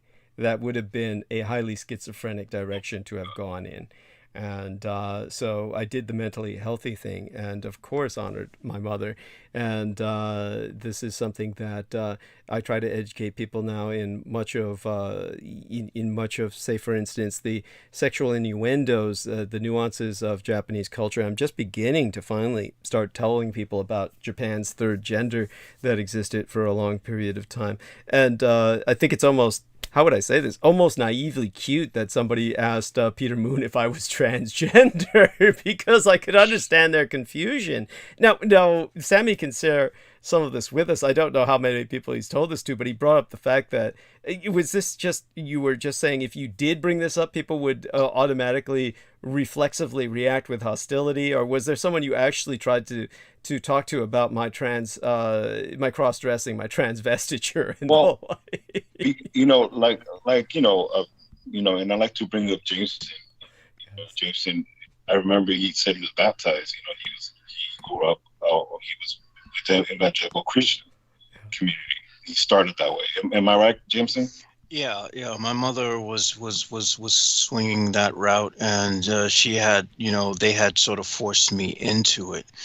But I think what changed was doing research on what the Hebrews actually did, you know, what they did before so-called Jesus, the history of everything directly as it was, not as I was being told in church. I needed to understand this from an academic point of view, and the people in church weren't interested in hearing any of that. They were just interested in, you know, this mind control of the masses. Right. So Right. I wanted to learn about other. I realized I had to question: is this my religion or is this my parents' religion? This is my parents' religion. Right. This doesn't help me express who I am. It stifles who I am. So right. I had to choose the path that that allowed me to further express myself and expand my growth. And right. the left-hand path is what did that for me. No. Okay. When it came to your I'm so sorry. I just have this negative fantasy in my head that when he was baptized, I remember his mother told him how he was glowing, and he said, "Oh, you're just saying that because you're my mom and whatnot," or what? There was something else about that, right? You gonna say you? Well, yeah. I had this strange vision. It's just a weird sensation, like I was in some other place. Uh And I looked out everyone around, and I'm like, what the fuck are these idiots looking at? It's kind of Right. strange. And my mother Um, made it I'm seem glad. like all of a sudden I was like some angel who was like growing wings or some shit. I don't know. It's just weird. Okay. And I'm And sorry. as far as my, Yeah. I'm sorry. Oh no! Please go on. Okay, well, when I was my friends, I'm still Christian, Mhm. but here's how I actually discovered you, Doug. This was around 2010, okay, maybe 2011, Yes. and I actually started with Zachariah Sitchin, okay, Right. and this was mostly through Coast to Coast and all that goofiness that they were pushing back in 2011, 2010. Remember, Yeah. this is the Mayan calendar, 2012, Anunnaki, Planet X. All this hysteria was going on back on YouTube and really on the internet. Um, and I listened to the Planet X, but fast forward, when I was talking about when I was when I discovered you, all this information was brought more into more of not just historical, but through, like I told you, the cultural non-white Yeah. perception. This was not through the white. This wasn't the military complex in a sense. It was culture. Now, when I explained to some of my friends about you, especially, the Christianity your mother taught you, it's almost where it's intriguing to them, but they don't know how to take it because, I explained to them that your background on how you had a cross dress as a form of protection and how people in the military, especially back then, sailors and the soldiers, did not want women. They wanted young boys. So they used to target the same sex. And, like you've told me, well, not told me, but just the evidence, which even last year, 2 years ago, here in Camp Pendleton, they're still trafficking migrants from Mexico. That's right. They're still doing it. Even as much as you try to put a stop to it, it's almost, it seeps in. It's just it seeps in, and when people are not aware that a lot of this culture is just connected, it's almost like, can we just go back and sing, let's just start singing hymns. Yeah. And let's talk about Moses, and let's talk about let's talk about the rapture. Let's talk about, and all that is great, but I'm also in the sense where I like to think. I'm an Aquarius. I'm a deep thinker. I was also born the year of the fire rabbit. Wow. So that's incredible. So you were born the same year as the art elect. Yes. I remember hearing about the satanic panic. I remember having dreams of. And I remember my parents say, "Don't wander everywhere because they're stealing kids." This is maybe, I remember I was about 2 years. This is around 89, maybe 88. Well, 88 I was about 1. But around 89, 90, they said, "Don't go too far because they're stealing kids." And this is something I'm going to confess to you. My sister actually stopped my brother and I from being abducted when we were about 2 years old. This is around 89. Yeah. They were about to abduct my brother and I. Uh-huh. And, I harken back to that because, you change daycare, at least for the military. But also, I could have been one of those. Thank you. Yeah. If that base wouldn't have shut down, I could have been one of those victims. Yes. And this is it's just something. I never think of fate.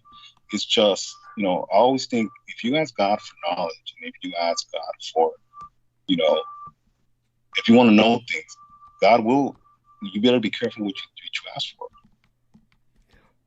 Yes. As far as in that aspect, as far as my walk of life, I did ask God. God, why are these things here? This country. And by the way, is my audio good? It's okay. It's okay. It could be better. Talk directly into your microphone, of course. Yes. Okay. Can you hear better? Yeah. Okay. But you were doing okay. I did ask. Yeah. Okay. Yeah. I did ask God. God, especially with with this back in 2012 with this whole end of the year, end of the world with the Mayans, and for example, even back in 2007 with the whole Holy Grail. I remember back then there was the Holy Grail, the dumb movie with Tom Hanks with his ugly hair. You mean the, oh my gosh, the name of that book escapes me. I remember reading he had a mullet, some type of mullet that he rocked, which was super. Oh yeah, the Da Vinci Code. The Da Vinci Code. Yeah, the Da Vinci Code, and not that is this is all because I was in the Christian community. I'm a Christian, and you do have answers. All I have is the Bible and quote unquote media. So I'm gonna ask questions because all this stuff. I don't know someone like Doug, or I don't know someone like Jameson. At least back then, I don't. And this is where I have to, and this is how it's interesting how to me the world works. That if it wasn't for Keno, there wouldn't be a Doug, because I'm sure you learned a lot from her. As you had your you say your education in theology the wrong way. Am I audible, by the way? Yeah. Oh yeah. Yes. Okay. Yeah. And interesting when you said that. Yes. My sister, who has a mortuary. She has a mortuary. Cool. I would say somewhere in California. She owns a mortuary. She actually got her education in mortuary science and the business the wrong way as well. How did that happen? She worked for a company that was both. It was based in Mexico, and they had mortuaries. They had multiple mortuaries here in California. Right. But it was almost like a one-stop shop, meaning they merged all the other, especially where she started at. They literally had a body shop. They had a welding shop. They had a tire shop. They did everything in that mortuary. Literally, it was a chop shop. It was a chop shop. It was a chop shop. Yes. you had morticians doing makeup next to a car getting painted. And this obviously they weren't catering to they weren't doing it for Beverly Hills. Yeah. Or they weren't doing it for people. These are, they cater to the immigrants here in Los Angeles and Southern California area. Yes. But, when she started a home mortuary, she said, "Oh my God, the way they're running that mortuary was so fucked up, meaning it was so non-efficient." And it made me kind of harnger back to how you described the military, how if only the fucking military actually did what they're supposed to do, and not, if they just a quarter of it, if they just did what they had to do, how much better it would be.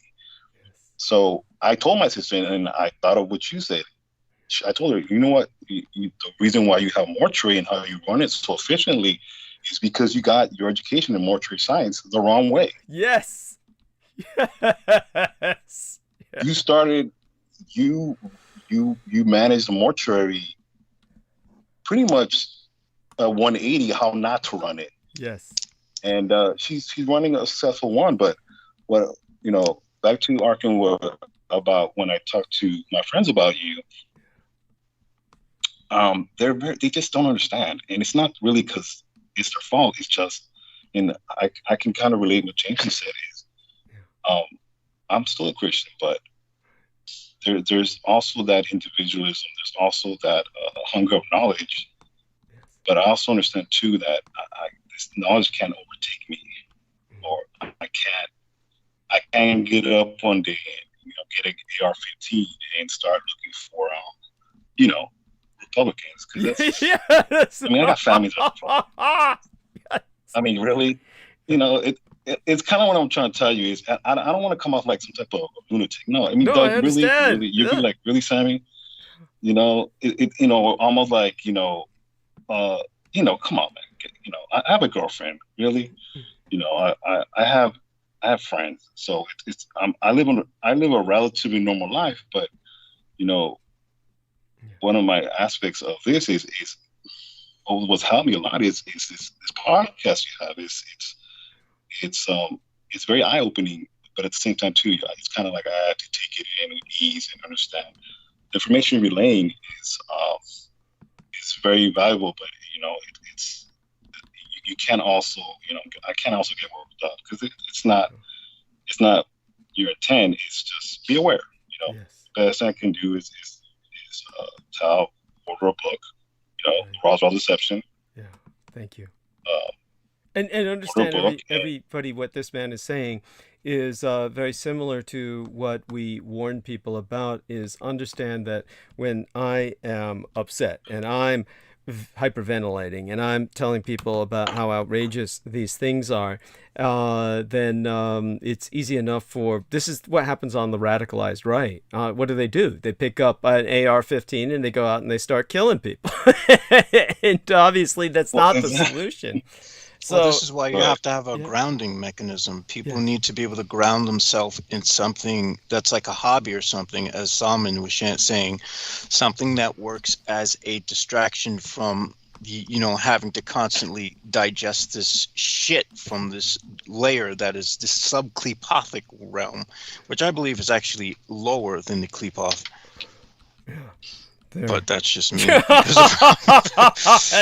Yes, ever the pessimist in one sense. Yes, but but with that being said, as our man Sammy Romero is saying, so he absorbs this information and then he's sharing it with others, and they really don't know how to handle it. I'll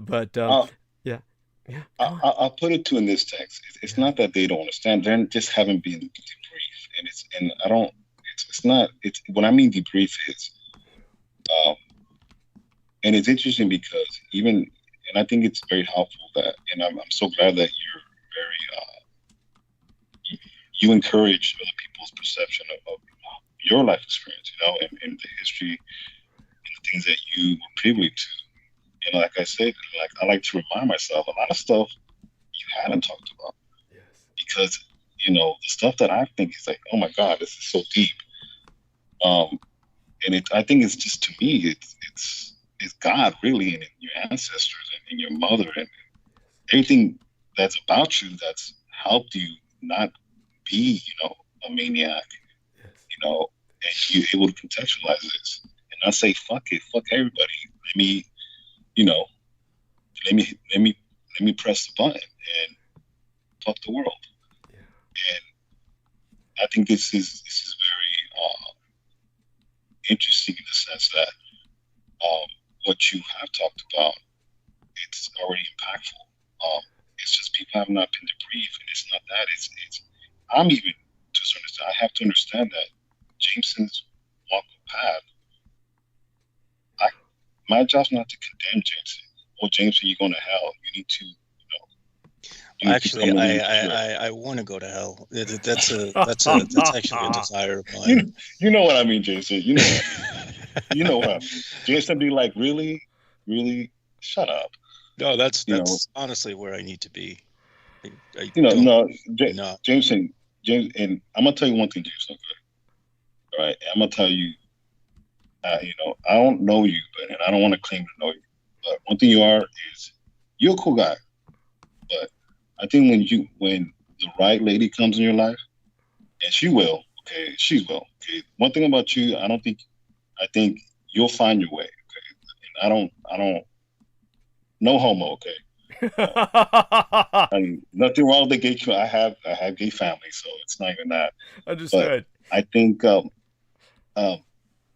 your future, I think, is going to be very, especially you'll find that special young lady. Okay, I just think you'll make your way to her. As far as I'm concerned, as far as my point of view, okay, I know, because women to me are very complicated. I'm sure, but women are beautiful. There's a reason why Doug surrounds himself with women, because Doug's a ladies' man. What are you gonna do? I don't blame him. I don't blame him. And Jameson, like I said, she'll come to you. Okay, you'll know. Okay, and I think I think you'll be fine. Okay? I really do. Okay, and you'll find that person. You'll find that girl. You'll find that girl that will get you. And sometimes you need a girl to say, "Hey, babe, just come here and I cooked this meal for you." Sometimes these little nuances, what I'm trying to tell you, because I really consider myself an introvert in the sense that I overthink things a lot. Especially with women. I'll give you a little insight of myself, because one thing I've learned about Doug is the reason why I really like listening to him, because he doesn't mind being vulnerable. So here's a little vulnerability in my sense. My first experience with a woman in actually understanding, or not even that, just experimenting. I told a young lady when I was about 19 years old, and my background is I was very sheltered. I literally started reciting Jodeci, or was it Jodeci? Lyrics to her. Mm-hmm. Like, the equivalent of, I don't know, Barry White lyrics, or Backstreet Boys, or, literally I just started talking to her lyrics like that. And my dumbass, she fell for me. Now, the problem is she fell for me, and I got this girl all worked up, and now I don't know what to do. And I learned the wrong way. And, it's almost like spells. This is very true. Spells do cast spells on it's quite true. She was infatuated with me, but I found out, oh my God, girls are really naive. Not necessarily naive, it's just those little lyrics gave me an entry to her, and then I just opened up. And the problem is little did I know, I was making out with the girl. And then, oh my God, what am I gonna do next? And I pretty much broke up with her that same night. We were making out one moment, fighting the next moment, breaking up, and then she almost kicked me in the balls, because I literally brought her to very aroused, confused, and then angry. Yeah. And it all because it's just not that. It's just because I was very sheltered. I didn't believe a girl would fall for stupid Backstreet Boy lyrics. It was not. It was a very stupid thing to do.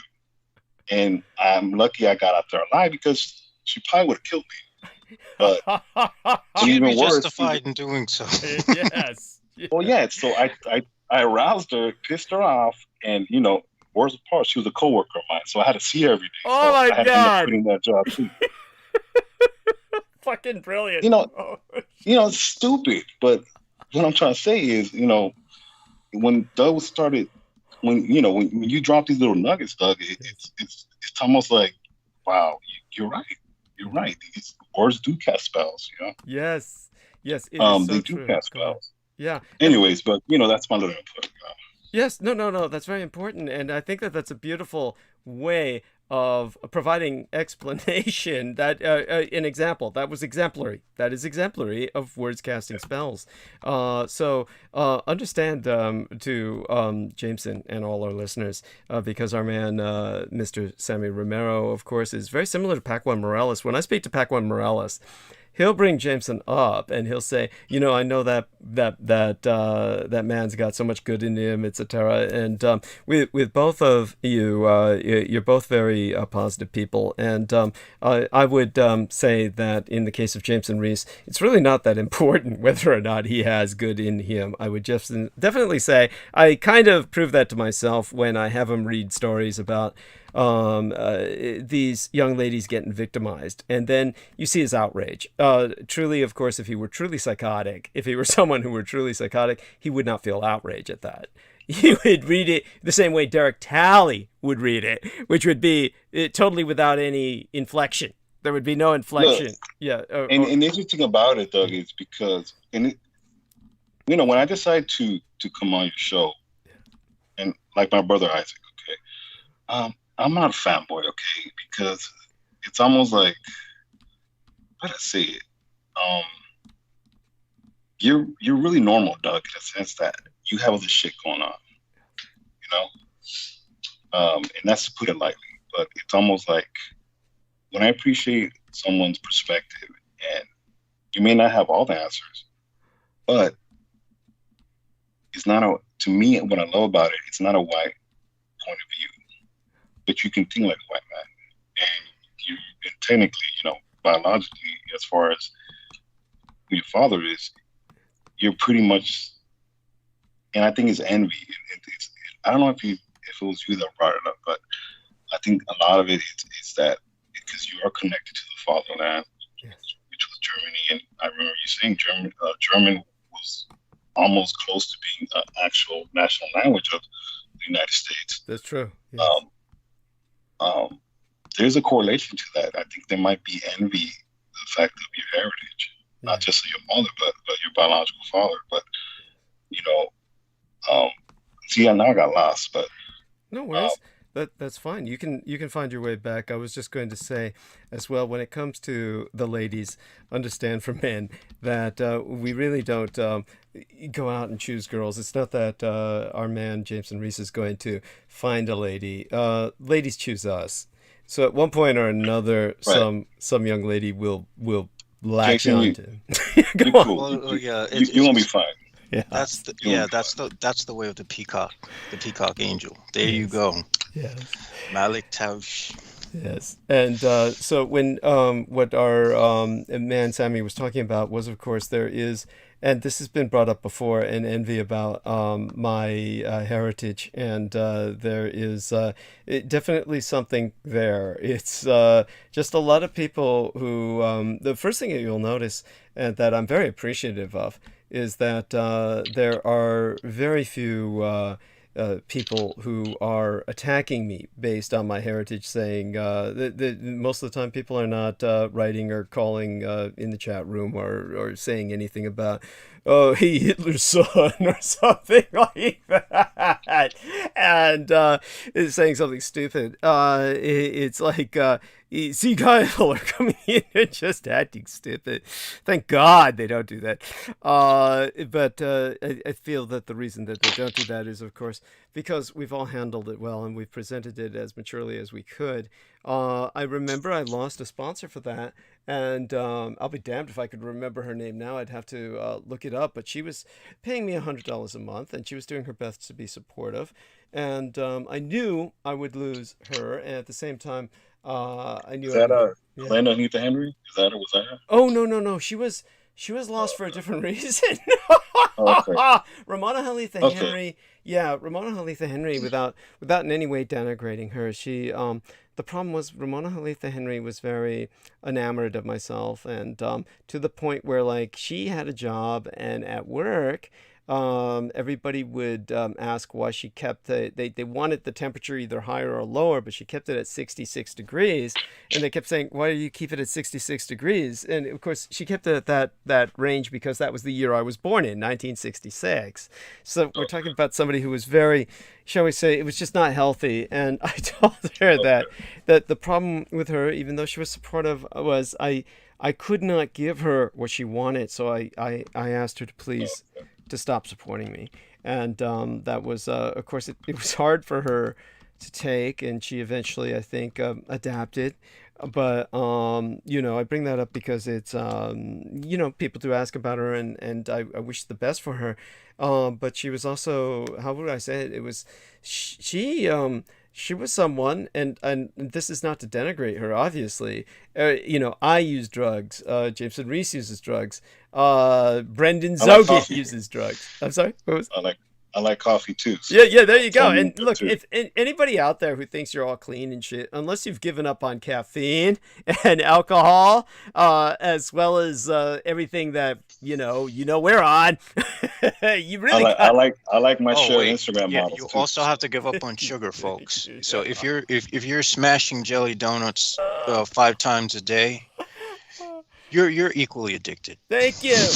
Don't kid yourself. Come on. But most people know better, and they're not stupid enough to be. If somebody gets on a high horse about, they're an idiot.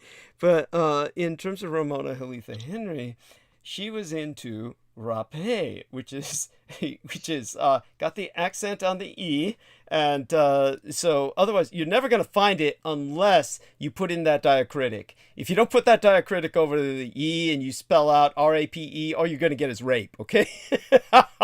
So you got to put that diacritic on the E, then you'll get what Ramona was really into, what she was smoking, so to speak, which was rapé. And I remember when Brendan Zogit, I says, she's into this rapé.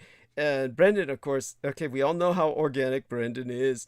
And he and I'm sorry, we weren't making fun of Ramona. It's just it's the way it was, the way they were pushing this shit. You went to these like new age websites and they're pushing rapé opens all your chakras, and it's like Brendan was saying, the last thing on earth you want is all your chakras blown wide open, because that shit, everything comes in there, right? You're leaving yourself wide open. And so she was doing a lot of rapé, and then to balance to exacerbate that, she was doing every once in a while some mushrooms, some psychedelic mushrooms, and it was like okay. Holy shit! Well, that's why the temperature was so low, because you'll be the walking fireball. Yeah, all that stuff. Yeah, and so she was seeing some things that made me tell her that I'm concerned about your driving, in the sense I was concerned that she might see things while she was driving,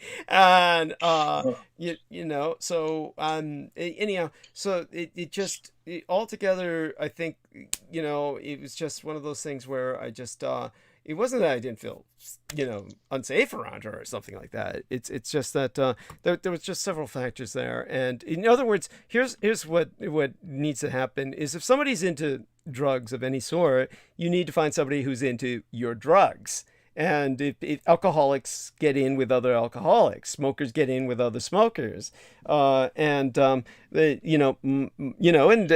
knows if someone, we hope it's not like this, but potentially someone who's really into cough syrup might be James.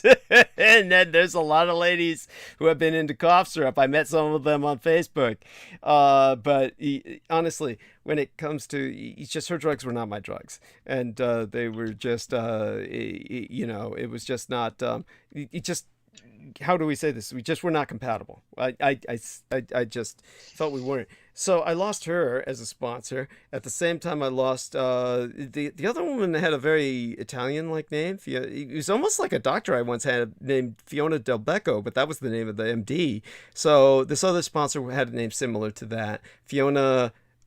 Fabia Floriani. That was her name.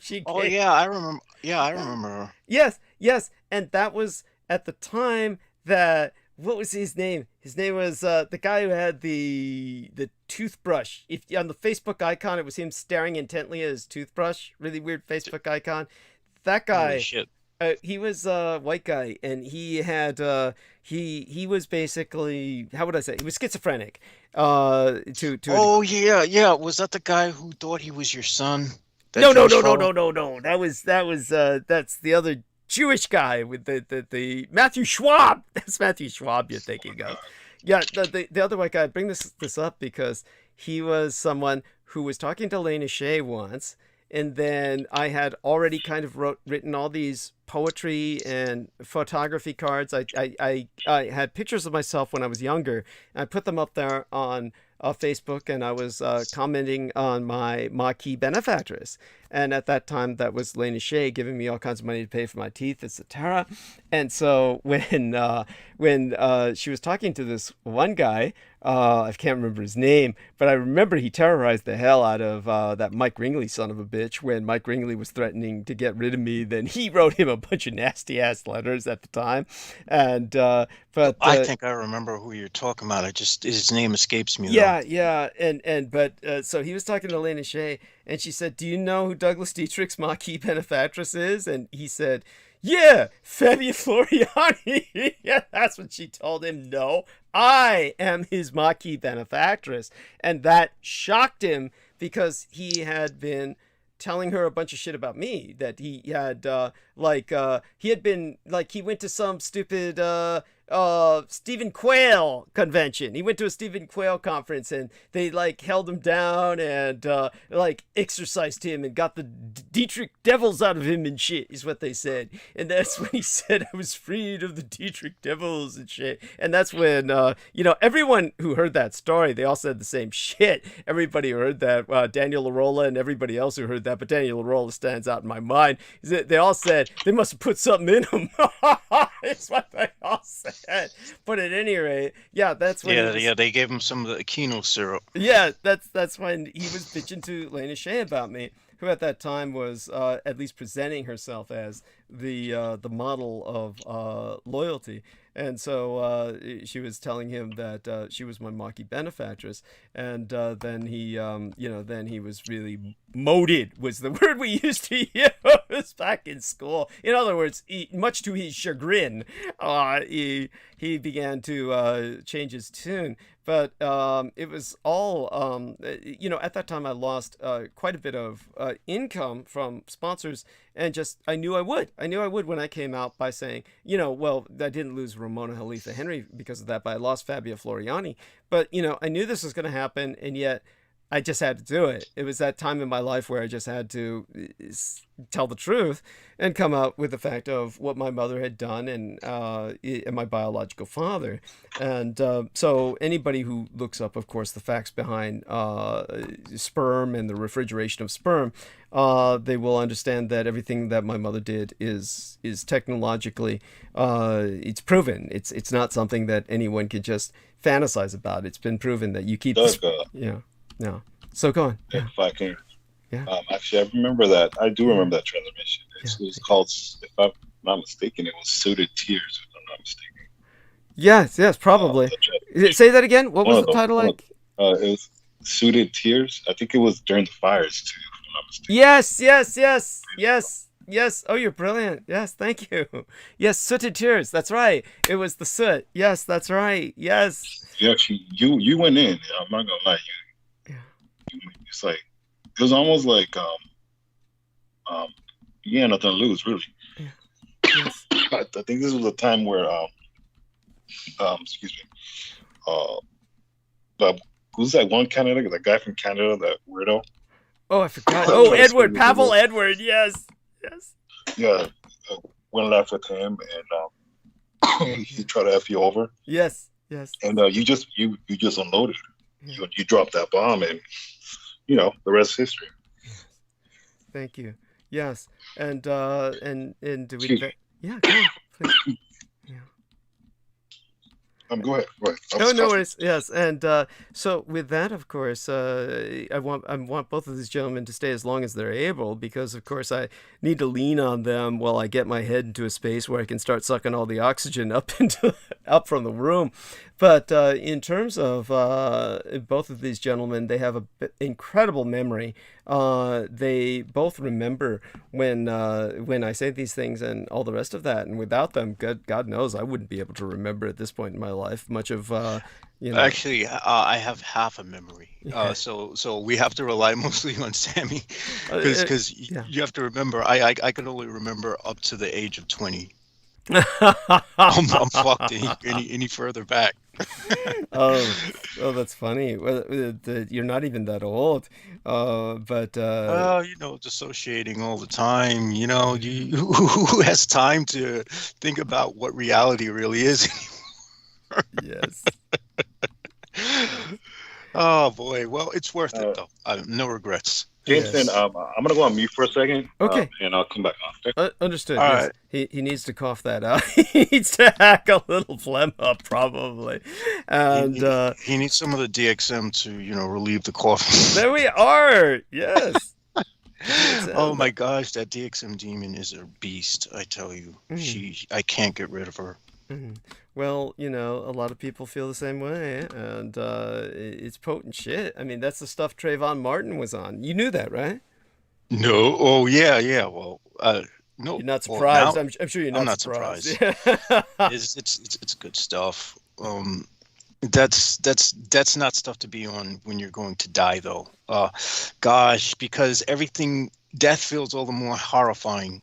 Well, I mean, death feels horrifying either way, but Oh, it can. because, You can. but what I mean is that would magnify the dying process and making it more terrible Do than you it know what that reminds me would of? have. Did you see the second Judge Dredd? Not the first one with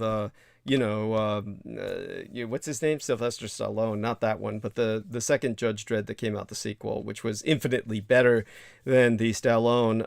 If they could have only kept the visuals of the Stallone epic and put it into the quality of the direction of the second film. What were the visuals like on the second? Were they like too dark for you to see anything? Oh, no, As no, they no, always no, in the no. Thank case? God for that. No, by the way, that's a valid question because many of these stupid films have been like that. And that's, whenever that's on, I don't even watch. I just, if I'm in a theater, I'll walk out. If I'm watching it on some small screen, yeah, I'll just turn it off. But no. We're not like that at all. The second one was okay. I mean, the visuals were fine. There's nothing to complain about. They did excellent. It's just, it was, of course, a fairly claustrophobic environment, but that brings us back to the drug of choice. I forgot what the drug of choice was by name, but it was basically a slow drug that slowed down all perception, so that when someone's on it and they were to die, the dying would last for a lot longer in terms of how they perceive it lasting. Oh my gosh, that sounds like ketamine almost. Yeah, okay.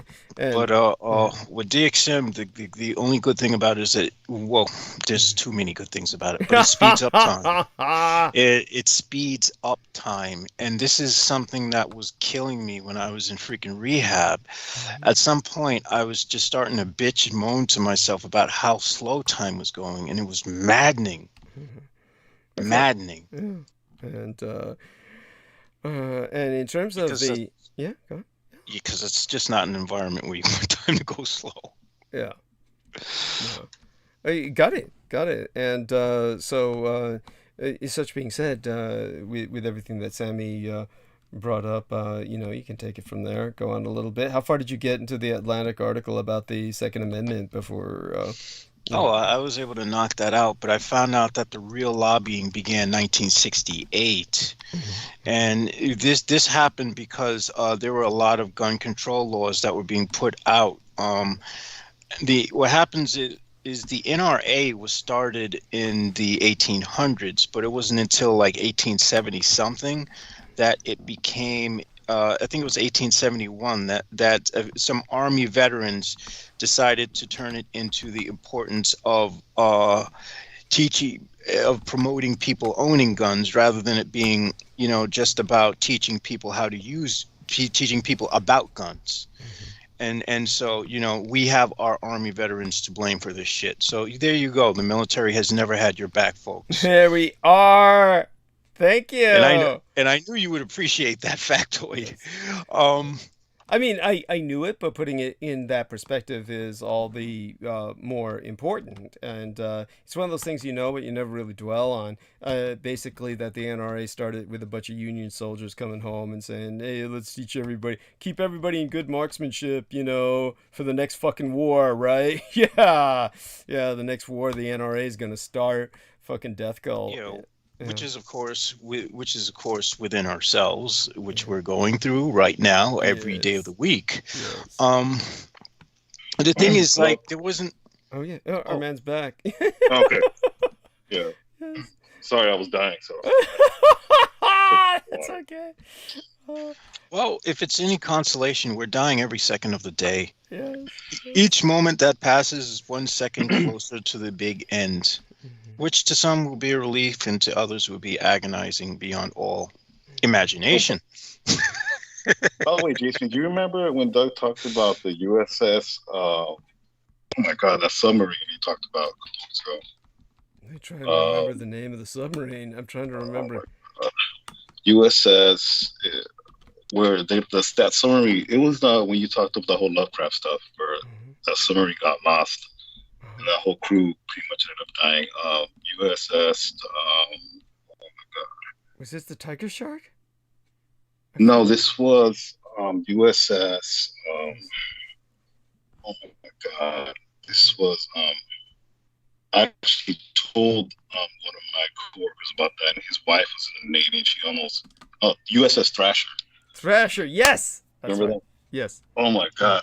I told my coworker about that, and he looked. I mean, you go to Wikipedia. Actually, Wikipedia has the whole chart of how the sequence of how it went down. And he told his wife, who's in the Navy, and she almost broke down into tears. Like, why the f did why didn't I know about this?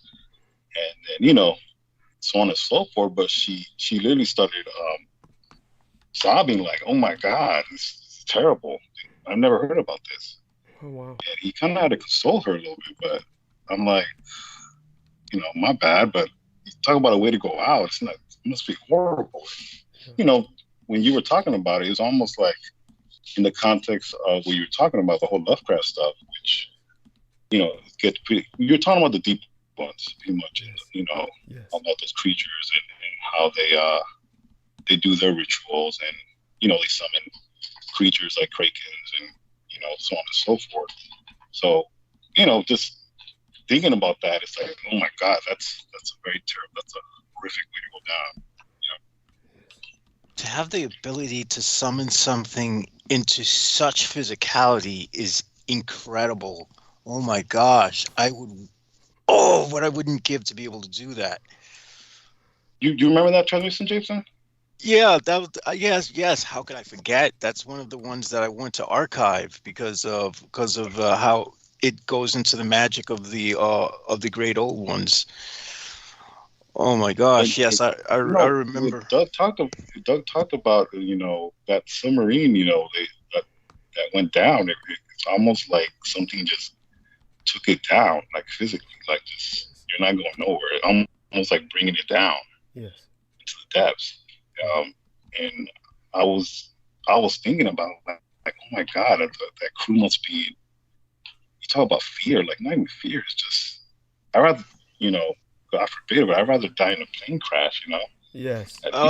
Knowing in a plane crash isn't much different. You would probably different enough. You would die with your body hitting smacking the ground, and then it will pop back up, and then all your guts and your arms and everything will splatter away from you. It's still better than crush depth, okay? There's a thing that submariners. But it also depends on how fast that crushing depth is going on. It depends on how fast. If it's a slow drag down, then yeah, that's horrific. Well, what my friend told me was what his wife told is these sailors must have at least blown their heads off. At least they must have shot each other, or just committed suicide. Yeah. Going down, knowing that submarine was not going to come up. Yes. I would imagine. It's a horrific thing. But that assumes that they're armed with guns. Well, they could have broken into the hold to get the guns. This is submarines do have these stores of weapons. Yeah, and it depends on whether or not they'd be able to break into the hold. Theoretically, the Marines would have the keys. The Marines would theoretically be guarding the hold where the weapons were, and would have to fight the sailors off. But at that point, who the fuck cares? So this is like where you have the situation. Just so people understand, the Marine Corps is involved with the Navy specifically as so they can kill the sailors when the sailors mutiny. That's why the Marine Corps is considered a sub-branch of the Navy. A lot of people never understood the whole purpose of battleships, for instance, and why battleships were incredibly important for reasons more than people understand. But one of these days I'll have to kind of explain to people how dangerous mutinies are. Mutinies are considered like the worst thing that a person can do in fleet service. When you're in a navy, any nation's navy, a mutineer is considered like the lowest scum of the earth. And theoretically, all navies will turn in each other's mutineers. Theoretically, but the entire point is that the reason mutiny is considered so heinous a crime is because it can destroy a nation. And whoever doesn't believe that or doesn't understand that was if you go to Russia back in the days of the Soviet Union, the battleship Potemkin was on permanent display as a museum ship in the Soviet Union, where people would be taken onto the battleship Potemkin. They would take school children. School field trips would be taken onto the battleship Potemkin so that they could see where the Russian Revolution started. That is where the sailors mutinied on the battleship Potemkin, and that's what ultimately led that mutiny to the fall of the Tsar and the birth of the Soviet Union. Was a bunch of fucking sailors mutinying on what was, by today's standards, something like a Coast Guard cutter that was referred to, quote unquote, as a battleship by that day's standards. So when you had these incredibly large battle wagons, the real monstrous battleships that were of the class where they had multiple gun turrets and could just whale away at shores.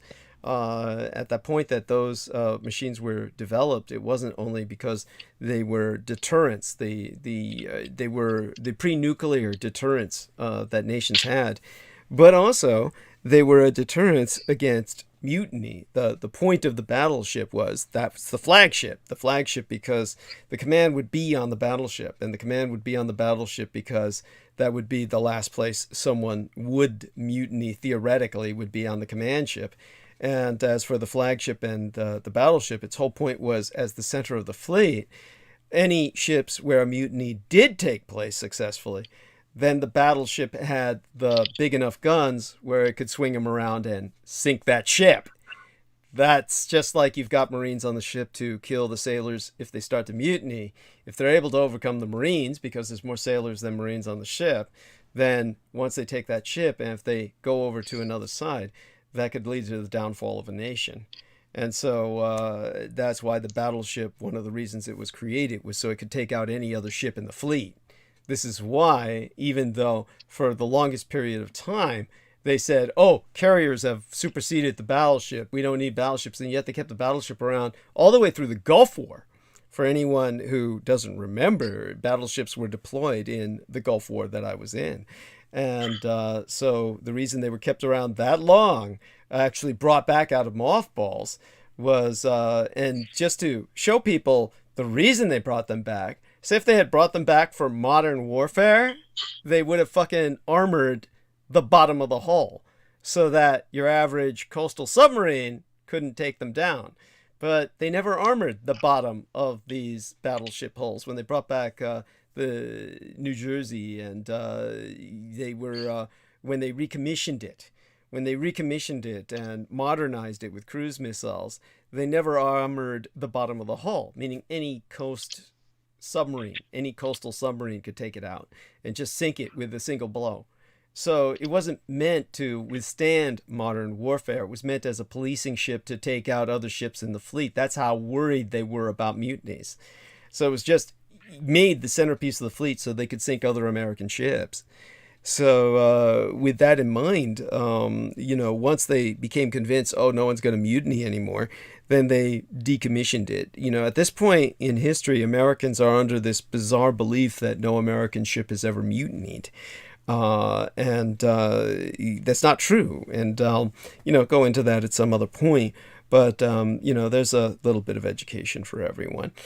And in terms of, what I'll speak about tonight, still trying to get my head together and trying to figure out a way to present this. One of the reasons that, I'm bringing up the Wisconsin situation with Kyle Rittenhouse is, Wisconsin's going to go through another court case soon, and that will be Crystal Kaiser. And I'm not quite sure how deeply to go into her story because it's fairly detailed, and basically I've got to consider how much of this should I tell to put into context, because the Crystal Kaiser case was something I followed because, of course, I dealt with Michael Aquino and child trafficking, and she's a victim of child trafficking. For those of you who want to look her up, Crystal Kaiser's got a very difficult to spell name, and no fucking sarcasm intended here, but you know how black names are.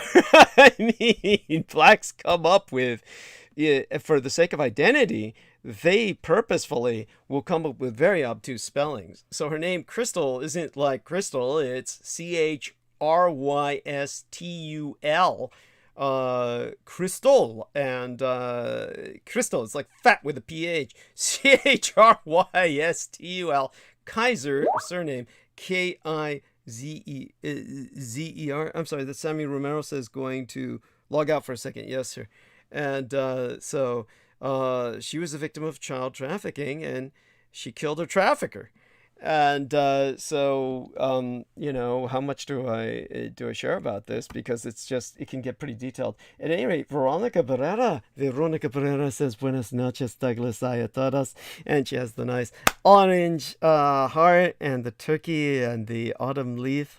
And this is precisely what pissed me off about everyone defending Kyle Rittenhouse and still defending him, is knowing that if these laws only apply for whites, they don't. The justice is only given to whites. Black women do not get justice. And it's infuriating, and it's part of the reason why when those 62 people were mowed down by that guy in the truck, I couldn't help but chuckle to myself, that's divine retribution, motherfuckers. And honestly, I'm going to be perfectly blunt here. While I don't want to sound callous, there is a part of me that would like nothing more than to see a full-blown racial war, just out of retribution for all the shit that we've had to take as people of color. Honestly, I'd be more than happy to see something like that. Not entirely, not in my entirety. There's part of me that realizes that it would be hell on earth and I wouldn't want to live through that shit. But there's another part of me that is just like itching to see that disruption and chaos. No, I understand. I mean, we all have that surge that goes through us. By the way, to Veronica Pereira, buenas noches a todos, Senora Veronica. Love you, honey. And then Amor Fati says, buenas noches a todos, and says, JMO, have you had ketamine? And then JMO says, not yet, laugh out loud. Yes. So that when Jameson said, about the Derek Talley Jr. I'm sorry, what's the fucker's name? Oh, that Daryl something or another. Yeah, yes. Yeah. It might as well be Talley, but yeah, I mean, it's not. But of course, because, heaven forbid that son of a bitch try to, well, never mind. I'm not going to go there. But when our man Jameson brought up the fact that when that guy plowed into all the whites, and there's this almost morbid sense of satisfaction that can come from he probably did us all a favor. Come on, don't go there. Look, I'm trying already to put into context my laugh. I know. It's just given the background and the sort of political polarization, honestly, people can say, we can't let them split us apart. We can't let them split us apart. And these are the same assholes telling us who are being divisive, like we have to accept them with open arms. And of course, my response to them is fuck you. We're already split apart And if it's Yes. me against you, it's going to be you who dies first, not me. Uh, and so when it comes to the reason I laugh at what James had said, just to put this into perspective for people, is I'm sorry, it's horrible, and honestly, it's wrong of me to do this, but like I said, it's the dancing grannies. I'm sorry, they were all in these like green fucking tights, okay, and you had all the kids, and they all had the red Santa Claus caps. And by the way, Sammy has rejoined us. And I'm sorry, but just the image of the dancing grannies flying into the air and all these red caps, the green. I'm sorry. I'm sorry. This is just hideously. Like I said, even if I had, if I don't drive, but if I were driving and I went past those floats, and it's just there would be that negative fantasy of doing what Kyle, I almost said Kyle Rittenhouse, Derek Daly Jr., Daryl, whatever the fuck his name is, the Rasta man. Russell Brooks. Russell Brooks, that's it. Yes. Russell Brooks Tally. yes, there we are. Yeah, and that was bizarre as hell, because Derek Talley gave his son that Muslim as hell fucking name. Remember Malik and shit. And it wasn't like he even knew a thing about Islam. What the fuck was that? I mean, this guy just, the whole thing. He's a fucking asset. What can you do though? If you don't mind me to check. Oh, please. What I found suspect about Derek, look, and that's one of the things that I've had to kind of keep this perspective about you, Doug, that because you are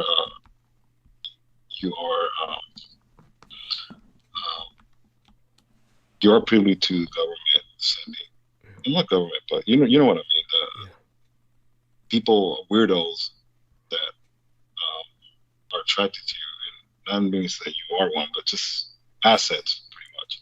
Yeah. The fact that he was panhandling on your show was very odd, in a sense that you're living fat off your military pension. He had a fucking pension. Yeah. And then your dad worked at NORAD, which is unheard of. Yeah. Part of that Boy Scout club. That it wasn't adding up. Honestly, Doug, it's not that if I help you, it's not because I want you. I do it out of my heart. I don't do it to be like, oh well, Doug, you owe me. No, the fact that you can do a 12-hour podcast and all this stuff is makes sense. It's payment enough, but it's mostly I consider you a friend. I really do, because you take that time to educate me.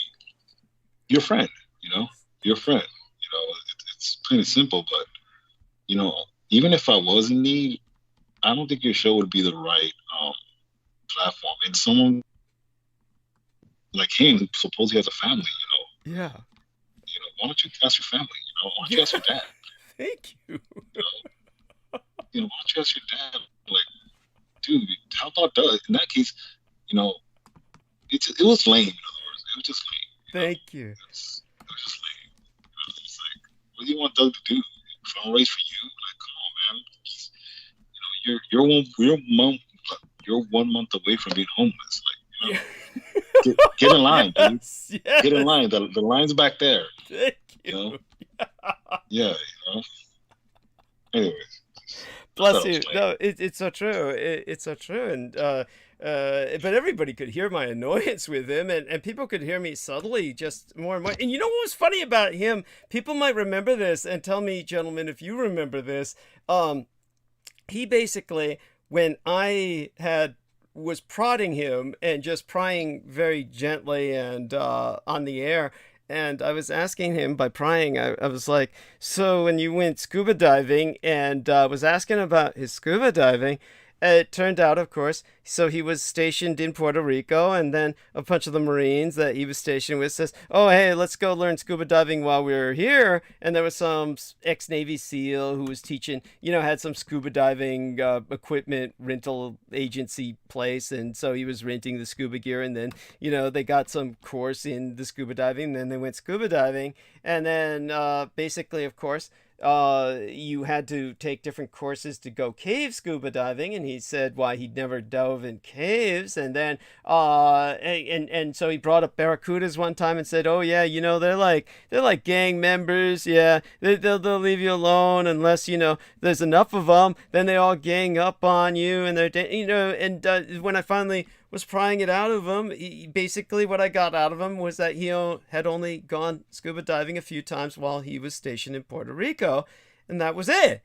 And for those of you who might remember the times he had brought up scuba diving in the past, you would have thought he was Afro Jacques Cousteau. He was talking about it like, "Oh yeah, the barracudas, they'll gang up on you if they're," it sounded like he had like this experience that was beyond a few scuba diving sessions in Puerto Rico. And then when I, drew it out of him, it was, oh no, it was just that he had only gone while he was in Puerto Rico and never went again. And, but I remember distinctly a few times he was saying, "Oh yeah, I ought to polish that equipment off, go diving again sometime." He was saying as if, and that didn't strike me as realistic, because it was like he kept describing how the hell is he going to be able to fit into any Thank you. You mean, yeah, the way he described himself was the only way he felt lighter was in the water, like he was a brachiosaurus or some shit. Like, it was like that's what took the weight of gravity off of him. That's why he loved sitting in the water. Basically, what he was telling us was he was so fucking fat that he had to get to the water because that made him feel lighter, so he wasn't carrying all his own weight against the gravity. So that's why he stayed in the fucking pool all day. And that's why, I suddenly began poking him. People might remember I was saying shit like, "Wow, by the time you get out of that pool, you must look like a giant raisin," and shit like that. And he didn't even like bat a fucking eye. It's like you could slam the jackass in the face with a 2x4 and it doesn't even blink. It was like, my skin. But by the way, what he said was true, is that his skin came out smooth. That meant he had some kind of neurological disorder right then and there. Your skin wrinkles if you're in the water, unless you have some kind of incredible neurological disorder where your skin's not wrinkling, because that's what the skin does. That's if it's not doing that, you're fucked up. So there you have that, and it was just all bizarre. Everything, his time they kept spending in the water at the, that was like the shit they did. That was how they programmed him, had to be in the isolation chamber pool, where they put them in the scuba suit. What? If people want to... the sensory deprivation tank. Yeah, thank you. If people want to know what I'm talking about, you'll find it on YouTube. You look up a movie called The Mindbenders. Look up a movie called The Mindbenders. It's from the 1950s. It's black and white. They show sensory deprivation chambers where they stick a man in a scuba suit, shove him in the fucking sensory deprivation tank, and he goes stark raving mad. And it fucks him all up. And after that, he goes home and fucks his family all up. And until they, deprogram him and shit. And By the way, I saw that photo you posted. That what do you call him, Jason? Meathead? Yeah, meatwad. Meatwad. You call him Meathead, right? Yeah, from Aqua Teen Hunger Force. He reminds me of a South Park character. Yeah. Well, that photo he took with his dad. His dad looks like a broke pimp. Yeah. It's not that though. The way he was standing, he looked like a dork. Yes. He looked like a dork. Yes. Very dorky-ish. It's almost like, "Oh, look what I accomplished." Like, "Oh, I thought you had cancer, dude. What's going on?" Thank you. Like, come on, really? Like, I wouldn't kid around. I wouldn't. Why would you kid around with something like that? It just it makes you look even more lame. Like, Thank really? you. Well, he's not a creature who has conscious awareness, let alone a conscience. Yeah. So that's why he could do that and not bat an eye. Programmed assets, they're all psychopathic. Yes. They don't feel. Thank you. Well, no, he Right. feels for himself. He feels self-pity. That's what he feels a lot of, an incredible amount of self-pity. When it comes with the whole lying stuff, I can admit I don't. A lot of the stuff, especially the arcane stuff and some of the stuff you guys talk about, I don't know. I don't. I'm not going to talk about something I don't know. You know, I'll listen, but you take things for face value. I'm not going to lie. I'm not going to front, and I'm definitely not going to say I have a life-threatening disease and take a picture with it saying like, "Oh, look what I accomplished. I lied to you. I'm here with my dad, looking like a dork. Yes. Looking like you look like to me he looked like he tucked in his shirt in his underwear instead of his pants. Yeah. Just like, come on, man.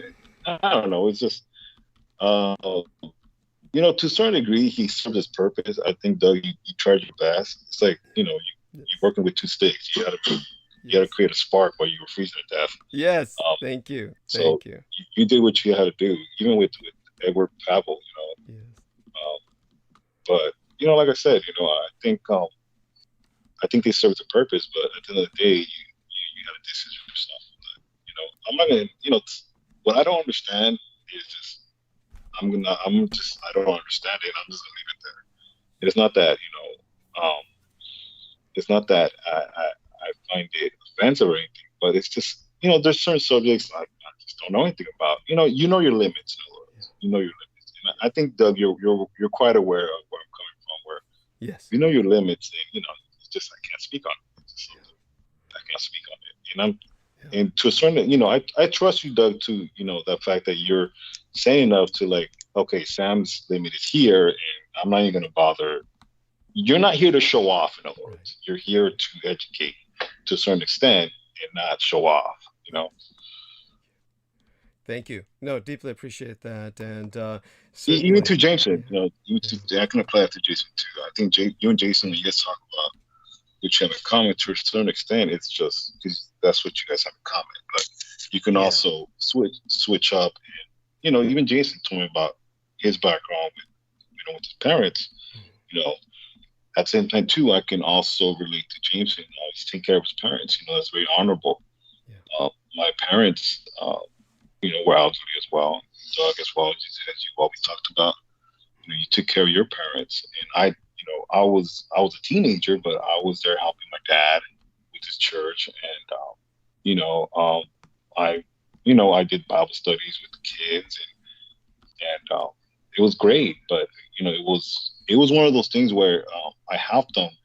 He was very passionate about it.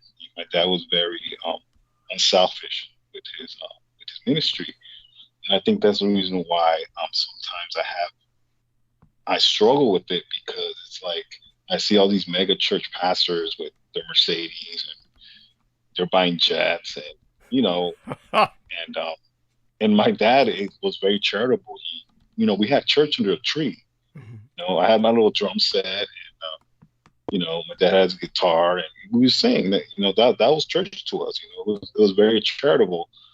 But my dad wasn't rich. My dad had a job too, and he paid his taxes. He filed his taxes, and in other words, he didn't view it as a business. And he had his own business. He sold tamales.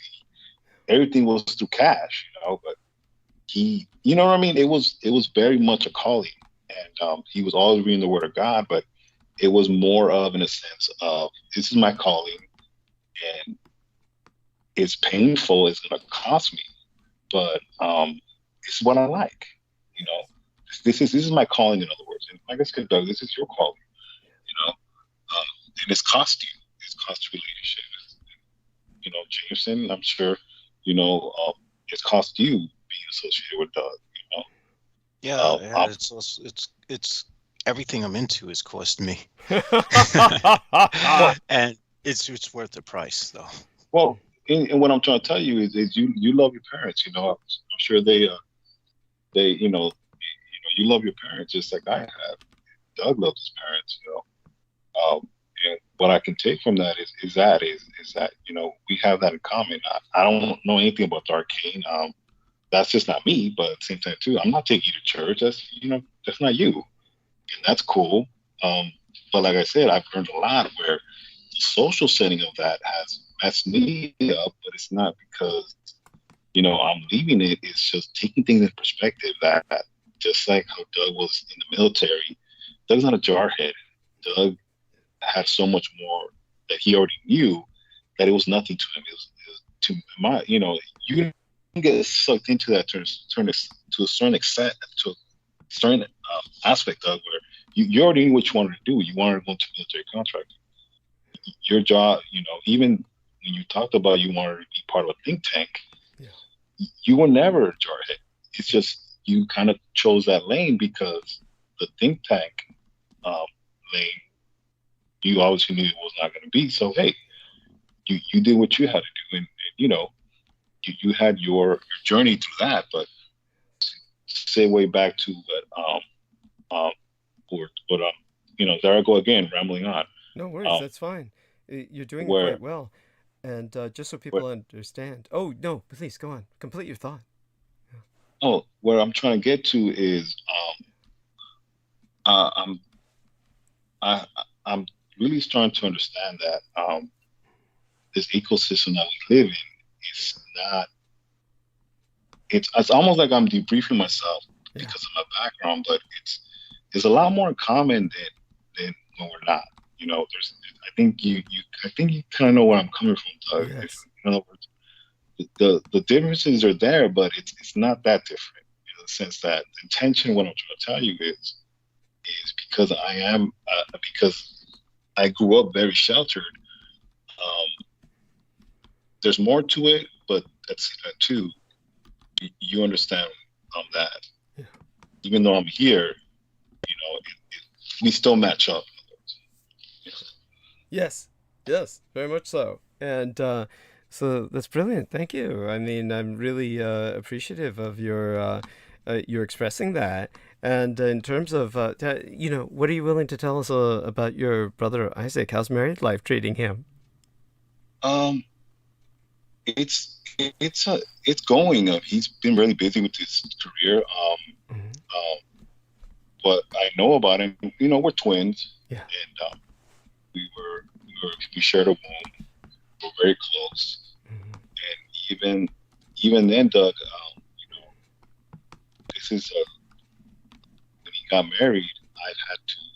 I want to say divorce myself from being his twin, but because we're twins, and when we date, you know, my girlfriend or his wife now, you know, there's politics involved with that with women. You know, I have to tell him, you know, that's just not my friend. That's my twin. You know, we share the same DNA. You know, we share the same womb.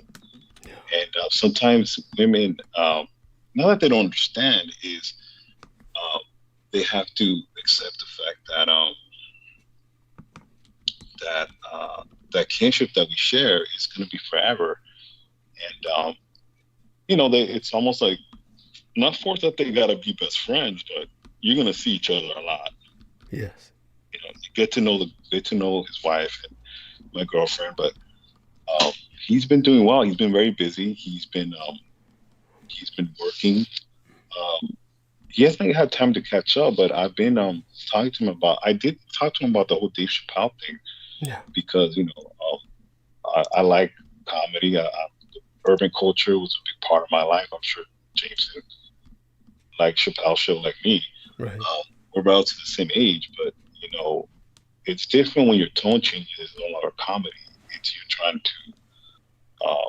trying to ignite, or what do you call it?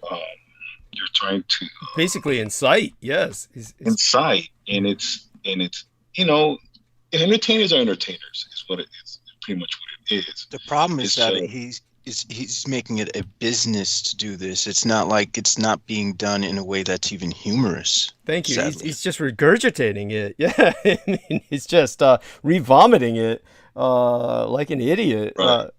Right, and it's almost like it's unnecessary because it's almost like you're being a crybaby, and you're not even well informed to begin with. because if you want to form and you have the resources to, it's almost like, don't even try if you're not going to do your research. If you're not going to find a good teacher.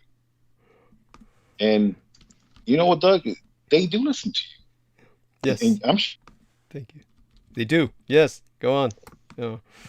We know they do because they address. They do. They listen to you.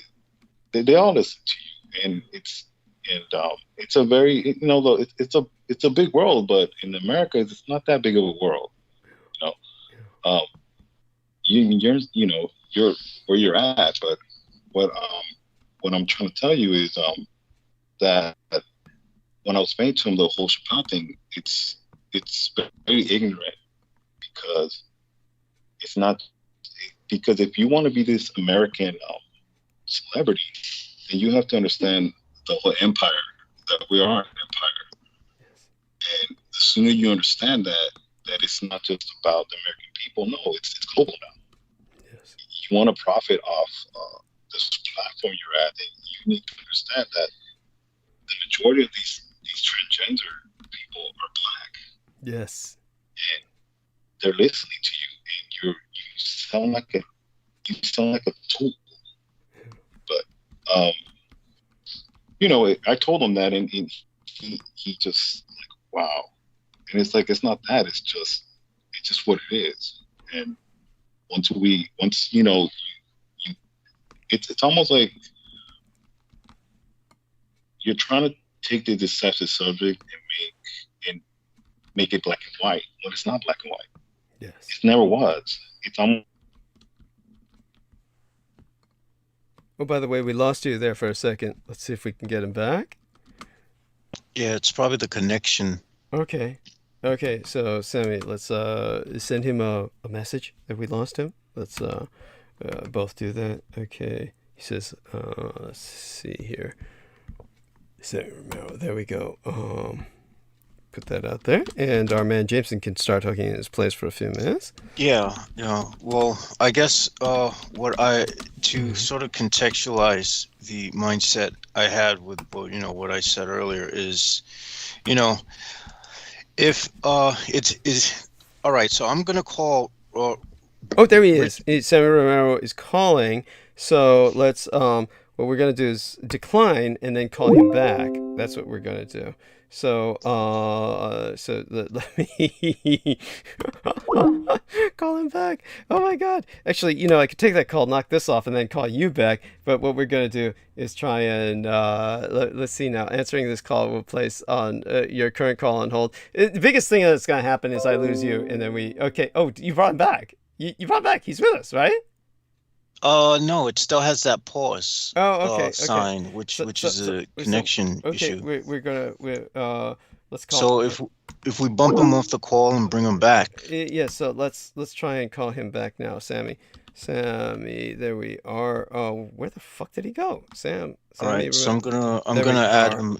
All right, I'm gonna add him back now. There we are. Okay, I couldn't do that while he was calling, and so right, there we have that. Let's hope he answers. So if he answers, see what happened there, and tell him that I'm trying to call him. Yeah. And all right. Okay. There we are. And then he's not answering. Okay. So I'll tell him on the private messenger here. And so let me look. Yeah, it's probably a connection issue, if anything. Well, I mean, he got back to us, but the problem is that we can't pick him up. That's the problem. If we do that, knocks I his see. calls off. Yes. Oh, okay. So, Sammy, tell us when to call. Sammy, we have to call you. We have to call you. We have to call. Okay, you have to call you. If you call us, if you call. By the way, you can start talking while I'm doing this. Oh yeah. So I came up with a new name for Rittenhouse, which is Bitchin' House. but I'd rather just call him Doughboy because that's what he looks like. So he rushes into trouble, and where he knows that they're gonna Pillsbury attack Doughboy. him. Yes, you poke him and he cries. Yeah. Go on. and starts killing dudes. He's a national hero. It did irk me somewhat that Peter Moon was defending him, but I'll let Peter Moon be Peter Moon.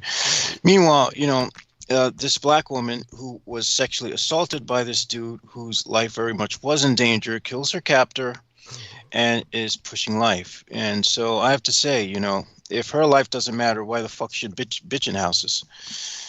And well, of course, hopefully that she's going for a trial that hopefully will free her. We'll see what happens, but go on. Yeah, I mean, certainly it would be completely unjust if she, if she does go away for life. That's why I was trying to debate with myself how much of it how much of her story I should share, because it is complicated. And so Senator Romero missed call, so let me call him again. Well, this is part of the reason why, there's part of me, there's a cynical part of me that wants to just say, let's all just go helter skelter and get the shit over with. And there's another part of me that says patience might be a virtue here. Right. And it might be with this. I mean, he won't stop calling. So what I'm going to do is I'm going to pick up this phone, knock off our call, and then call you. Okay. So here we are. So let's do that. So, okay. Can you hear me? You can hear me, right? Oh, Jesus, hello. That's awful. Oh, there we are. That's better. You can hear me, right? Yes. Oh, thank God. I'm sorry. And you're coming through much better. So just for future reference, when you get knocked off the call like that, let us call you, because because what happens is when you call us, by answering your call, I knock everybody else that's on the call off. That's okay. It was just Jameson, so I'm going to call him back. but for a while there, we were trying to keep calling you, but we couldn't get through because you kept calling us. So just for future reference, yeah, we'll call you because we know you got knocked off, so we'll try and get you back on. Yeah, and so Jameson's with us now. So the call is riding on Sammy. And then what'll happen is later on when Sammy does check out, which I suspect he'll do at some point tonight, then I will, then Jameson and I will reestablish the call. Then Jameson will stay on with me till the morning. That make sense, Jameson? Yeah. Everything makes perfect sense. Great. So right now we're on Sammy's call, and so there we are. And so Sammy, you want to reestablish it right now, or? I'm sorry, what? Would that be better if you reestablish it through yourself? Before, we've got, we might as well ride this until you're ready to go to bed. When you're ready to check out, we'll move on. Let's take a look at the numbers and take a look at the let's see what happens here when I get the numbers back up. I can't believe we're holding numbers. We're doing pretty good with holding the numbers. So I guess we're doing all right. But what I'll have to do is, I think about this point, I'm going to start sucking up oxygen very soon. I do want to drink a little bit more of my tea here. I'll suck up a little bit more of that before I suck all the oxygen out of the room. Get some of this finished. Make certain that I don't need to, take a refreshment trip anytime that I feel like I'm all right. So let's take a look at what both of these gentlemen have to say. Notice Penny Bradley is out there, and I know she can go on for a while if we bring her on, but I don't want to do that just now. But hello to Penny Bradley, in case you're listening, and so. With let me see the amount of time we have left on live stream. We got about 5 hours left. 12. Let me see, 7 minus 5. We got about 5 hours left, so I might as well get started. So both of these gentlemen, which means we'll probably have to reestablish the call. But let's have our man Sammy Romero just kind of close his thoughts. Let's have you kind of wrap it up, and then what we'll do is reestablish the call with Jameson, and then I'll start throughout the, basically start in for the night. And so tell me what comes on your mind. What you'd like to wrap up? What you'd like to emphasize? And what you think we should be paying attention to. Well, just to wrap up, I just to pretty much what I was telling my brother about the whole Chappelle thing was it's a little bit more important than just jokes, because it's even with the whole what's going on, it's gonna be a domino effect. But you know, besides that, what really just what's really caught my attention really is just um,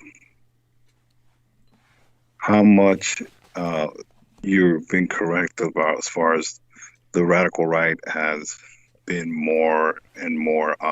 It's almost like they're pushing more, Yes. and they're poking the other side. And what I mean by the side is non-white to pretty much provoke. And as you saw with that maniac that plowed into those people, um, that's really, to me, that's more of, to me it's almost someone that was controlled. Oh, And absolutely. Yeah. I put it that way because I don't, but it's almost like, no, when you see regular civilians or people that don't look crazy, and I know that's kind of childish to say, but when you start seeing more when you start people mobilizing, in other words, when you do start seeing how the Black Panthers did in 1967 before, that caused the Milford Act, when you start seeing that, and when you start seeing people really trying to pass legislation and being denied, where they literally start seeing that your vote is not really being counted, then it's gonna, shit's gonna hit the fan. Yes. And and people are not gonna want to march no more. People are not gonna want to do what Dr. King did. And to a certain extent, he did say, I led my people into a burning building, or burning building. I led my people there with this non-passive movement. And, and you see the ramifications of it. But really, Doug, it's really just that. I'm not sure if that even makes sense. And not sense in the sense of what I see, but really, that's really it. I think you'll do great, just how you do when you start going in. Oh, bless you. And one thing that I do want people to know is that I discovered by reviewing, and I don't usually ever do this, I discovered by reviewing what I had said with the latest transmission, that the last 10 minutes were cut off. So what I'll do is kind of review what I had said. I will put it in the context, of course, of other things, and just kind of our man, the only person who really heard me then in those last 10 minutes was Jameson Reese, because nobody else heard that. It was all cut off. No, after. I'm sorry? They did cut you off. They did cut you off, Mr. Thank you. String. Yeah, thank you. It was very strange. And so I will go over what only Jameson Reese heard. And of course, it's important to do that, and that will be fine. I can handle it. Then, but yes, I remember you wanted me to bring up what you had seen. I had asked you a question. Yes. You had asked me that question, if I had foreseen all this with the Vox Arca. Yes. Yes. Because ever since I started listening to you, everything you predicted was just dead on, as if you'd already seen it already. And I had gotten the impression that you already know where this is going to go. So tell us what you heard in those last 10 minutes that you remember, that you recall. Of course, I'll go over it myself. You don't need to remember it verbatim. I'm just, the point. I can't cut that off. The point is... Yeah, tell us. Wait, let Sammy tell us where I was cut off. Yeah. Sammy. I'm sorry, Jameson. No. That's fine. Sammy, please. He said that you actually saw this. To the Valtarka. I remember you had a vision talking about how those worms in the beach were coming up from the ground. Yeah. That vision that you had. I don't know if you remember. Yes. Was it those eels that were on the beach? Yes. Oh, yeah. Okay, I remember that, but obviously, I'm sure you've done more diagnostics then. Yes. But no, that really would have. You pretty much would have tied the bow on that transmission. Yes. So I would please like to hear that. That would really that kind of, you would tie a bow to that transmission. So yeah, Right. And that was very vital. yeah, if that transmission, if I don't tie a bow to it tonight, I'll tie a bow to it soon enough. I'll bear that in mind. And thank you. It's very important that people remember these things. And so with that, we turn towards Jameson again. So Jameson. All right. So 2024.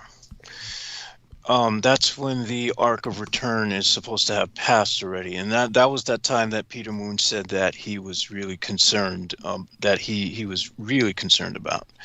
And it was that point where I brought up the fact that 2024, we're not really going to have the government, that we're not going to have anything as far as order is concerned as we know it existing today. And I would say and I said that you had foreseen all this stuff with the Vox Arca, and that was when you had confirmed that you had. Yes, thank you. And in terms of some details of what you might remember, what I was talking about, like details about, there must be certain details you might remember about the kind of violence, the kind of, things I was describing. I'm just that I'm going to take a stab because I really don't, but just that these cities are going to become hellholes where all the whites are going to really just come with all their squadron, with their militias, and just reap havoc. Yeah, it's pretty fair. So in terms of that, I'll take it from there soon enough.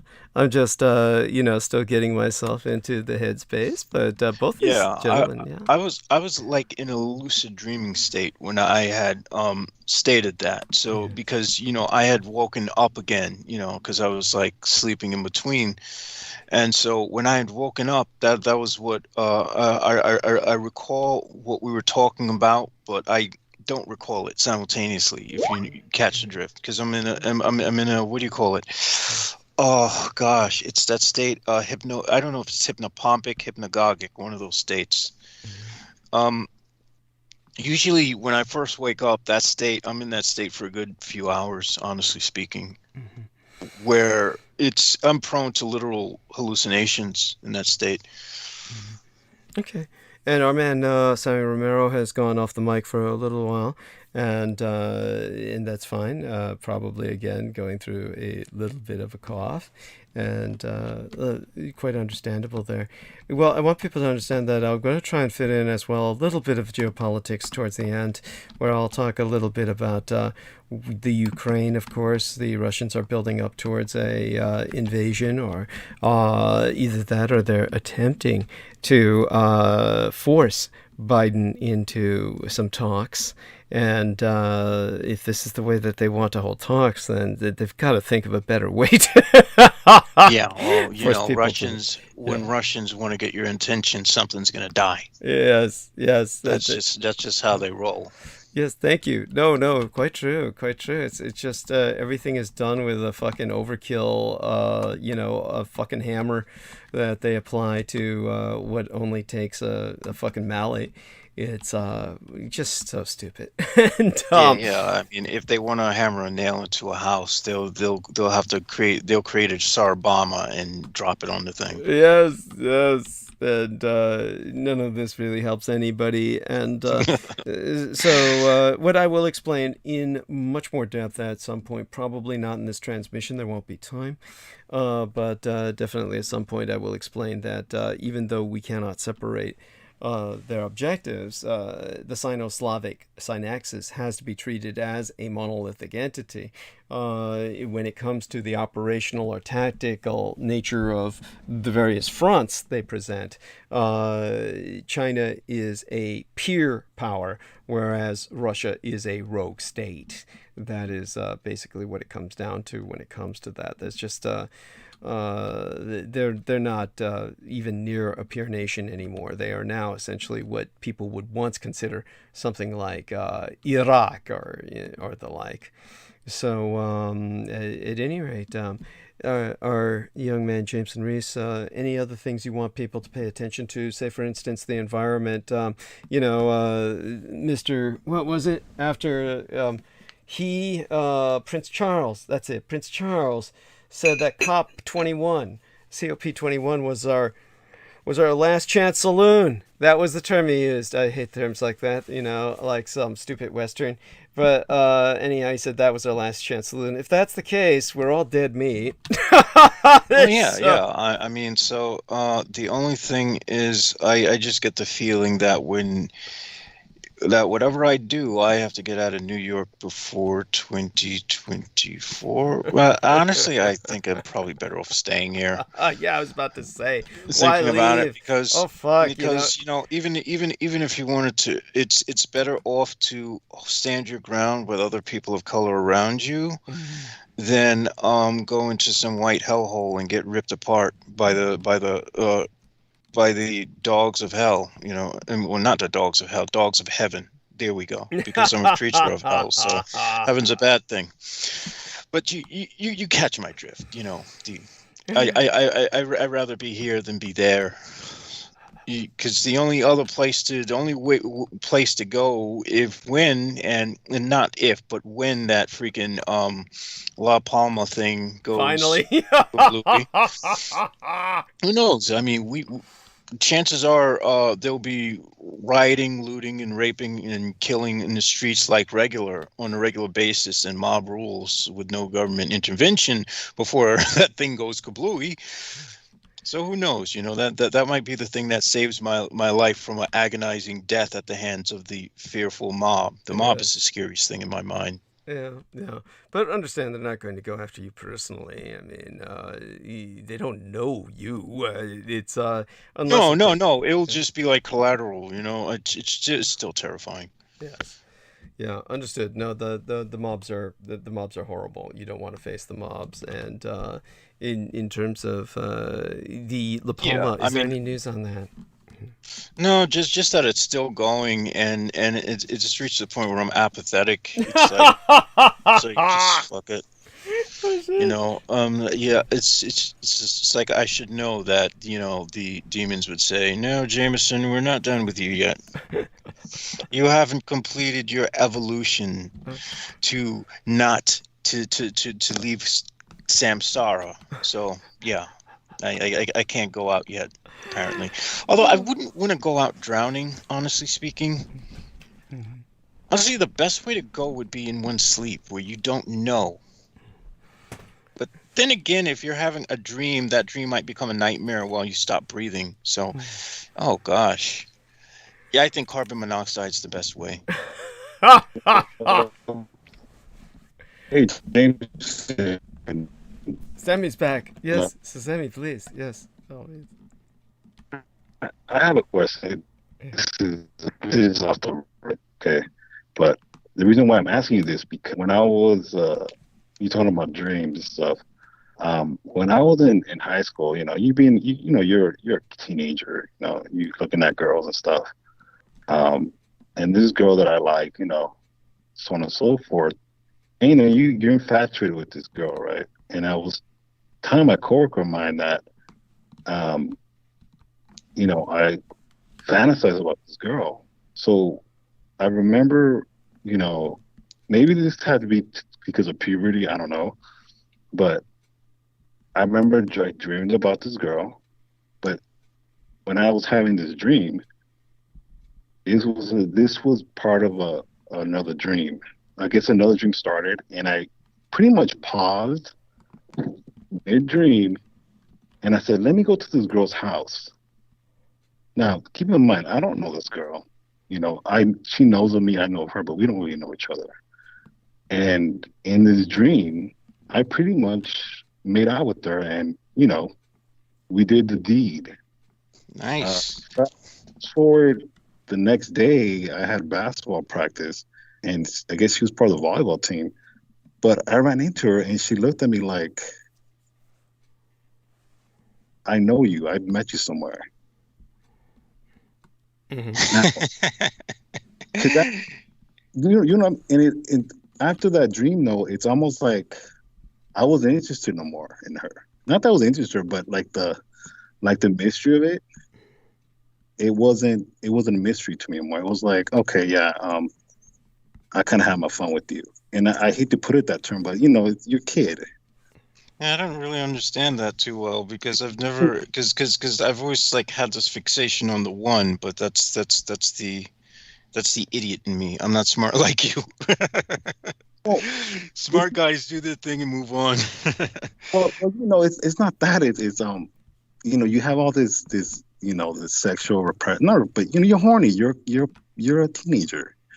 Okay, and my background, like, okay, if I can't have premarital sex, then I'm gonna have it in my dream. So I'm gonna go to this girl's house. We don't know each other, but in my dream, I'm making up the narrative that we do.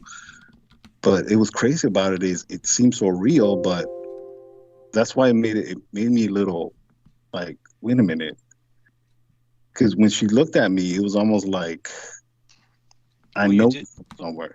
Well, that's because you met in a dream. It's not uncommon for people to have shared dreams where they can actually corroborate the same experience. So you really did enjoy that girl. And it's almost like after that, I'm like, I'm not really interested anymore. Like, whatever. I don't know. It's, anyway. I bet if you could, what would be interesting is if you actually did go for it just to see if your dream was accurate, and see just if the girl's house really looked like the house in your dream, because then that would really verify that you were actually in the astral. And see, I remember Doug talking about this because, I mean, Doug's an open book. Okay, I'm gonna keep it real with you. Okay, he talked about being the astral with, if and Doug, I don't mean to blow up your spot like this. Go ahead.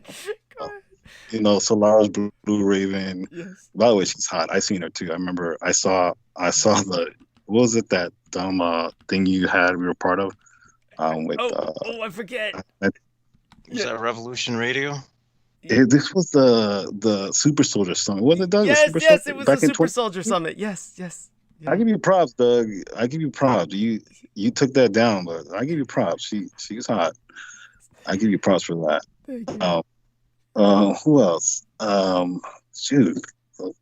That the English lady. What's that lady's name? Christine Joanne Hart. Yes. I mean, yeah, I remember you talking about that astral stuff, and you had a little, Jerry Springer drama between them, you know, Yeah. But I remember that because of my situation with this young lady, and I knew her brother. I played basketball with her brother, so she kind of saw me, but it was more of because it felt so real Uh-huh. that when we did see each other, it was almost like I didn't feel guilt because my background, and that Christian guilt, like, oh my God, but it felt real, and after that I was like, oh, let me go fantasize about some other girl because I already had you. But you keep in mind, because I am an introvert, this girl probably didn't know I liked her, and who knows, maybe maybe she did think I liked her, I don't know, but in a sense I think it was the astral, but that's just my limited capacity. But Jason, that was just something that these little nuances that I learned from Doug, that it could have been, maybe it not have been, I don't know, but in that dream I was just like, let me go to her house and let me be the aggressor in that instance, and it felt real to me, but that's just I'll digress. That's just me kind of changing the environment. It's just something off the rip. Well, here's the thing. If when you woke up you didn't have cream in your pants, it was real. You went into astral. I had to go change. I had to change my pants. Come on. Okay, so if you had to, all right, so if you had to change your pants after you did the deed and had your orgasm, then it probably was a dream, because if you're astral, from my experience, after you have your orgasm, if you don't have jizz in your pants, you were really in the astral. That means you were really out of your body, because you didn't jizz physically in your body, you were in your astral form. So that's the only way you can really tell whether you actually were just having a wet dream or whether you really were astrally doing the thing, you know. And still, even if it's a wet dream, it could still be accurate. My brother's in the clowning. He's gonna be clowning me if he hears it, but it's okay. You know, just brotherly teasing. Because he knows what I'm talking about. But anyways, I digress. But no, the thing about it is her reaction to me, because it was almost like I was intimate with you, and you know, I don't know. It's just it made me seem like, to me, you know, it from that point perspective when we both saw each other, it was almost like I kind of know you in that intimate type of way. But you know, then again, it may be just my horny adolescence, being a kid, well, being a teenager. But you know, you know what I mean. Right. Understood. And deeply appreciate it. I thank you for your courage in sharing that. And as everyone knows, like our man Sammy says, I'm an open book myself. There's no way I could hide anything because the enemy would expose it anyway. Since I've exposed everything, I beat them to the punch. So, yeah. Right. Yeah. And with that in mind, of course, okay, let me see. Now, the biggest problem that I'm having is what I'm doing is I've been trying to dig up some Russian, shall we say, newspaper reports and accounts on what has been going on in the Ukraine. And basically, what I can tell you is, for some reason, I'm having some problems translating this. And what I'm beginning to realize is I think that for some reason, some of these reports have been scrambled. So that would make sense before an invasion. That would make sense before a war. That in itself is fairly alarming. Let's hope that that's simply some form of incompetence, which is just as likely the case when it comes to Russia or even the Americans. To give you people an example of this, the fucking British, of course, hire all kinds of people to do their stupid newspapers and to put out their crap on the electronic feed. And I swear to God, one time they probably hired either they had a bunch of fucking AI, or what they consider AI, which is not AI, okay? But, you know, they probably had some fucking expert system engine that just was going by sounds, like somebody was doing a transcription, and then the machine puts it into from voice to print, you know, as if they were like, yeah, it probably something like that. Or they hired a bunch of Pakistani editors, and you know, I'm no picking on our man Salman Sheikh at all, but you know, this is a large minority group that they tend to you tend to find in England. Either that, it used to be Asian Indians, but you know, I don't think There's also Romanians. There was also a large influx of Romanians. I think in like for a while, 2015. Yeah, and then what happened was they stopped taking in the Eastern Europeans and shit, and the only people they're bringing in now are, like Salman Sheikh said, the fucking Russians, who, at any rate, whole different story. Well, that's even scarier because that's. Thank you. Yeah. I mean, granted, you know, New York has its share of Russians, you know, especially around Coney Island. They own that entire area, but like it's countrywide. I would say that UK's. I mean, how big is their population? It's, well, let me see. It's, fuck. Are they smaller or just a little bigger than California? They're either a little smaller than us or a little bigger than us.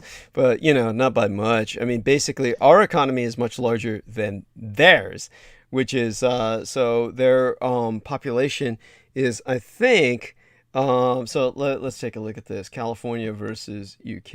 Okay. California population.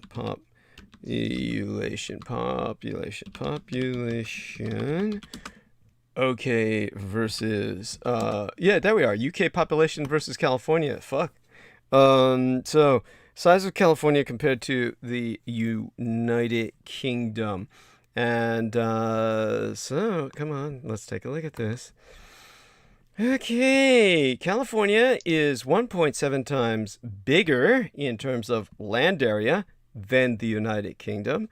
So we're fucking larger, and then it doesn't give the population. Give us population, people. And the population of the United Kingdom is 65.8 million people, which is, get this shit, about 28.5 million fewer people than live in California. Holy fucking shit. Okay, so there is cause for alarm when you see that many Russians, comparatively speaking, Yeah. because that means that's potential pretext to an invasion. Yeah. Yeah. Well, the Russians don't need to invade. They fucking, they've got fucking. Here's The the. UK is pretty much dug its own grave, so I Thank mean, you. there's relatively little they would have to do as far as espionage and destruction. Yeah. Thank you. Thank you. The British royalty will do it themselves. Or at least the British, shall we say, their governmental The system. Parliament. Yeah, thank you. Their Parliament. Yes, and so they're fucked. And but honestly, you will probably see more and more of basically a British alliance with Russia, but that will develop as we come into a new Cold War. The aftermath of when the two so-called superpowers, the Sino-Slavics and Axis, both constituent parts, the Russians and the Communist Chinese, break up into constituent parts, and you get more of a rearrangement of the world balance of power. That's when you're going to see probably Britain realigned with the Russia after that. Both of them are northern powers. They will both value their whiteness. They will both have a kind of obsession with maintaining their whiteness. So they can all become morbidly inbred. Yeah, that's there you have that. And like much of the American gun-toting Republican constituents. Yes, yes. I have to go there. Yeah. So Sammy, the god of guns would you say the god of the gun is Moloch, correct? Oh, at one time what I said was that the firearms, the gun, is America's Moloch. Oh, okay. That's what I said. And so people understand that this is bear that in mind. The Americans, they're willing to sacrifice everything for certainly the gun-loving Americans. When you take a look at the amount of just accidental deaths, look up accidental firearm deaths. Not everybody talks about that. Take a look at accidental firearm deaths, and you'll be left just shaking your head. There's nothing else to do other than shake your head. You'll be left at a loss. Look at friendly fire. Shoot. Yeah. Look at friendly fire during combat. Thank you. And it's definitely the you wonder why America has no control over this, and this makes me wonder if I should go further into the firearms issue. I mean, obviously I'd better get started in the time that we have left, and I might have to. I probably need to log off already. Okay. All right. Well, we love you dearly, and share our love with your brother and everyone in your life who's who means something to you. Yeah. By the way, thank you for letting me have me on. Jameson, it's always good to talk to you, bro. Have a good night, man. And by the way, before you go, Sammy, was there any other opportunity to talk with that Taiwanese guy that you know at work? He's gonna come around next month, but I'm gonna talk to him a little bit more. It's just it was very Doug, it's hard to it's almost like, man, you talk about be careful what you ask God for. It's you're quite a resource, and I don't like to put you that way. You're a human being. Well, you're kind of a human being. Yes, that's right. You know what I mean. But you've been a great blessing in my life. That's one thing. If I can say I'm thankful, it is already Thanksgiving. I'm very thankful to have you. Okay, I consider you a brother. Thank you. I really do. And all you good deeds you've done have not been in vain. I could have been one of those kids that could have been there. Thankfully, my sister snatched me out of those abductors, my Yes. brother and I.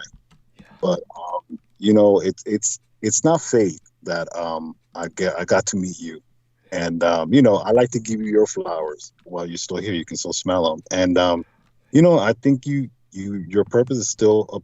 Your best days ahead of you, and likewise to Jameson. Your guys' best days are ahead of you, and like you said, war is part of. Unfortunately, war is going to be part of a new thing.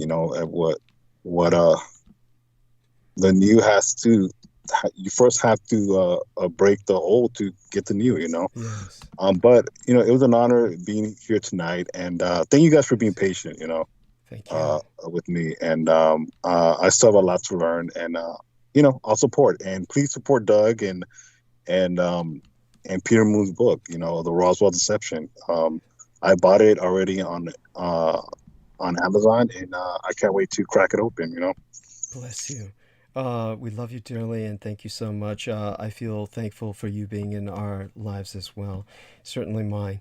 Thank you. And you take care. You have a blessed night. We'll speak again soon. Good night. Good night. Bye-bye. Yeah. Have a good night. Yeah. So when he hangs up, this is going to hang up, and I'll call Jameson back. So we might as well hang this up now. And with that, we're going to go back to the Jameson call, I think, the original one. No, okay, forget that. And we will go back to calling Jameson. There we are. Okay, so... Okay, there we are. So what we're going to do is I'll proceed to start sucking up all the oxygen in the room. And before I do that, of course, anything that you want to bring up. I do find the whole gun accident thing amusing. It's interesting how there's a jump in shootings, deaths by children by 31%. For handling guns. That doesn't even include the accidents where people accidentally shoot their faces off, and suicide attempts, which are probably horrible, because then you have no eyes, nose, or ears left, and whatever. Good luck. You will hope they never revived you. But the only good news I can gather from this is at 83% of the child shooters boys and men make up 76% of the victims. So at least we know that there's more boys dying than females. That's good news for me. Yeah, I'm sorry. I feel the same way he does. Yes, I'm sorry. I mean, we don't want this to happen, but you got. It's so strange. Well, you said it best when you said I reminded you of a younger version of yourself. Yeah, I was just drinking tea. You made it all go up my nose again. It's cold, thank God. It's cold tea. So, so you didn't burn your mucous membranes. Yeah, we avoided scalding my mucous membranes again. Oh God, and so yeah. Aside from that, anything else you want to wrap up before I get started? Really let loose with this and tell people about. There was I did want to ask you more about the werewolf phenomenon. I was wondering if when you guys do the revision on vaporology, if maybe you can even dig into that a little bit, because I don't know why I feel fascinated with the werewolves. I'll talk to Peter Moon about that, and maybe I might as well go all the way and shove in some things, shove in some extra things. We could we'll see. I'll probably honestly, probably that would take another book. When I think about that, it wouldn't necessarily. The problem is that my biggest challenge is when it comes to, like we're saying about the Haitian zombies, the original, of course, source of zombies, and then of course that's not even going into the prion zombies that the Americans generated, and pretty much by accident. What we that would just take a different book as well. What I'll have to do is find somebody who's willing to work with those. And Peter Moon, he's not going in that direction. But what I can at least do is get the fucking vaporology book completed. In other words, published in completion. So I do have to talk to him about that soon. And the way that people can help with that is, of course, write letters to Peter Moon saying, I'd like to see the full Vampirology book. Write Peter Moon an email about that. Help shame him into, if he has any shame. Help shame him into. I did find it funny when he spoke about, I don't know why. I think I'll bring this up to you. We're done the transmission. But what was it? Did he say that who was in the same area? Paul was in the same area as someone we were talking about. Was that who were we talking about then? You talking about when those gunshots were going off and shit? It was when his wife was in the same area where there was that big shootout or something like that, or where they were having something. Is that what you're thinking of? Is that? Something he said tonight. I can't remember. Yeah, well, his wife was up there in some bumfuck Appalachian town, and there was all this shit going on there. The big shootout or something. If we review it, you'd hear it. People will hear it. They'll hear it on review. You'll hear it on review. Then you can bring it up with next transmission. Okay. So do me a favor, stick with me, and if I need you, be there for me. If you have to leave, let me know, and then let me know when you're back. Okay? Yeah, I'm gonna take a quick break, and good night, folks. I will be in the background. Oh God, before you go, holy shit! Now that you solicitations. Yes, solicitations. Let's draw that up there, and then a shout out to this wonderful individual in Canada. I had a short exchange with him today.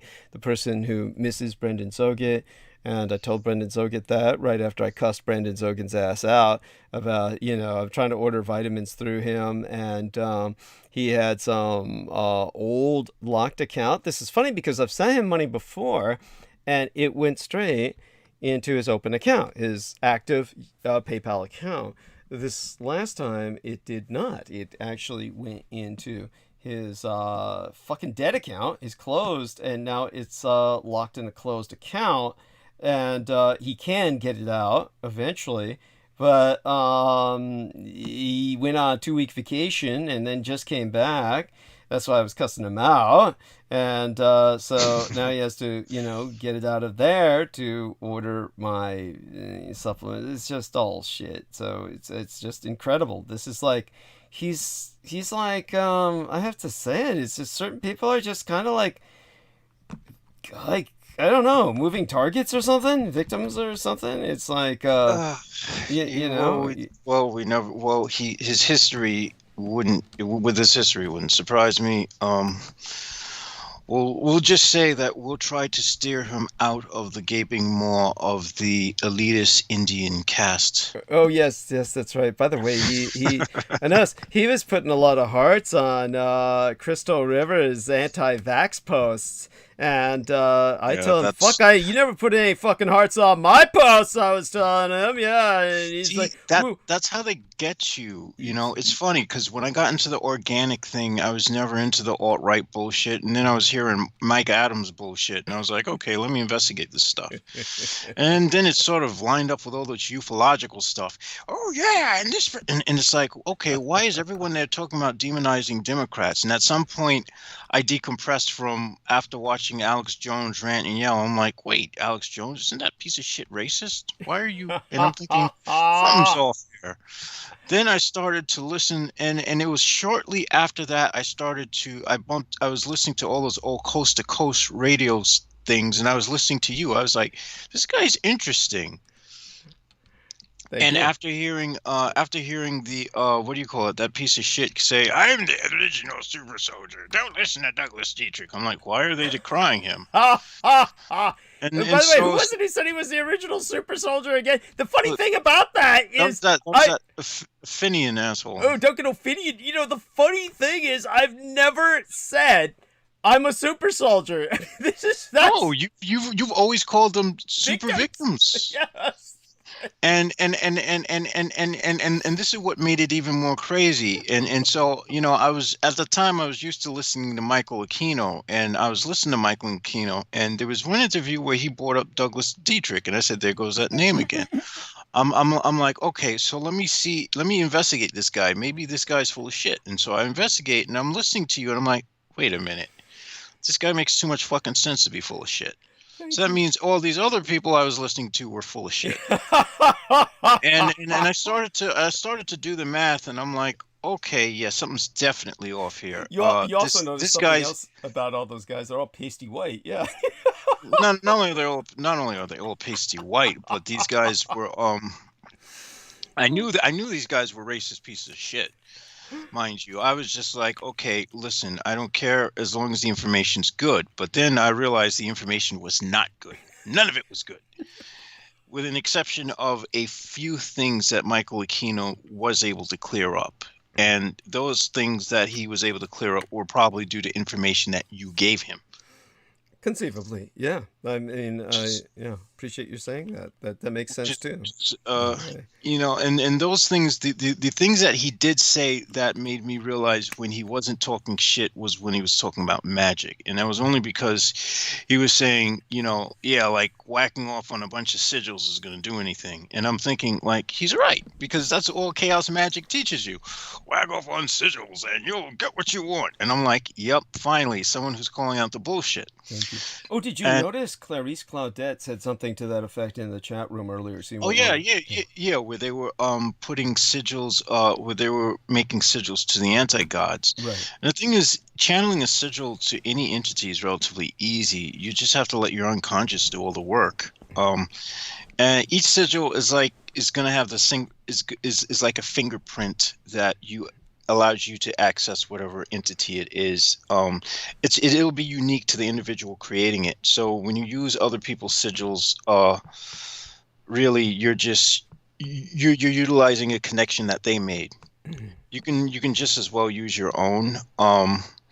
But it doesn't surprise me. I mean, I'm working with what might conceivably be the anti-gods myself, but I of course realize that I'm not trying to fuck the world over with them. I have my own selfish ends that I seek out of them, which is hopefully the complete removal of all my data and removal from the samsaric hell that you creatures seem to cling to so zealously.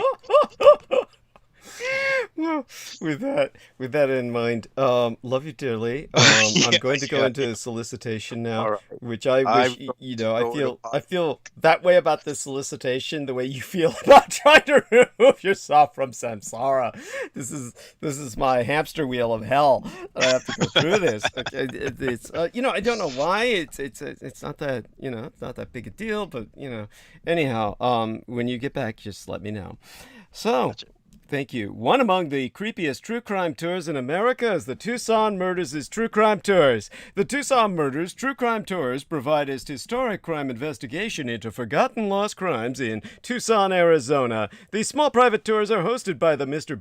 Baron Estanius, a true crime researcher and enthusiast who will personally take us to real historic crime locations related to these crimes in Tucson. Relive these events and hear the untold stories behind the stories. The Baron Ben specializes in the seemingly ever-developing case of the late serial rape killer Charles Howard Schmid Jr., the alias the Pied Piper of Tucson, an aftermath tour. See theunfinishedman.com for excerpts from his yet-to-be-published book of that very same title. It is The Unfinished Man, and review scenes from his cinematic documentaries currently in production at theunfinishedman.com. But other cases, such as the strange case of Morris Brady, the Dr. George Marvin Teshardine case, and the Red Rapist are also within his repertoire, as in fact are all the crimes that shocked the Southwest throughout the 1960s. The very decade I myself entered this vale of tears. These devastating crimes stained a city so deeply they may never be removed. For tour information, contact thetucsonmurders.com. Spell Tucson as you would Tucson, Tucson, and put the word "the" in front of it. Thetucsonmurders.com, or telephone the Baron Ben privately to personally guide your tour at 1-520/323-3406. That's 1520 323 3406. So understand, there is a lot going on in the world right now, not only between Russia and the Ukraine, but also between Germany and France and the nation of England, which are coming to some real hostile confrontation. And this is why Britain may ultimately, will ultimately align with Russia, as it has severed itself from the continent. And the only other power that borders Europe is Russia, that has also never been invited into the club for understandable reasons. And with that, taking a look at what's been going on lately in terms of the, shall we say here, let me see what's going on in the world, taking a look at the everything that I'm taking on here. They say that the China's hypersonic test shows unprecedented capability. And of course, the South Koreans are trying to compete with my Taiwan now, trying to open up a chip factory in, Texas. And oh yes, the Pentagon's forming a new group to investigate UFOs. Remind me to bring that up with Peter on the next transmission. But for now, let's start off at home. My golden state of California's new normal. The climate crisis is fueling wildfires and changing life in my golden state. According to the NWS, the National Weather Service, a red flag warning affecting 17 million people went into effect this morning for Ventura, Los Angeles. Well, yesterday morning at this point in time, because we're after midnight now, even here on the west coast of the Pacific Standard Time Zone. So basically, a red flag warning affecting 17 million people went into effect yesterday morning for Ventura, Los Angeles, portions of San Bernardino, Riverside, Orange, and San Diego counties. The warning will be in effect through Friday afternoon. A red flag warning means critical fire weather conditions are expected, including strong winds, low relative humidity, and warm temperatures.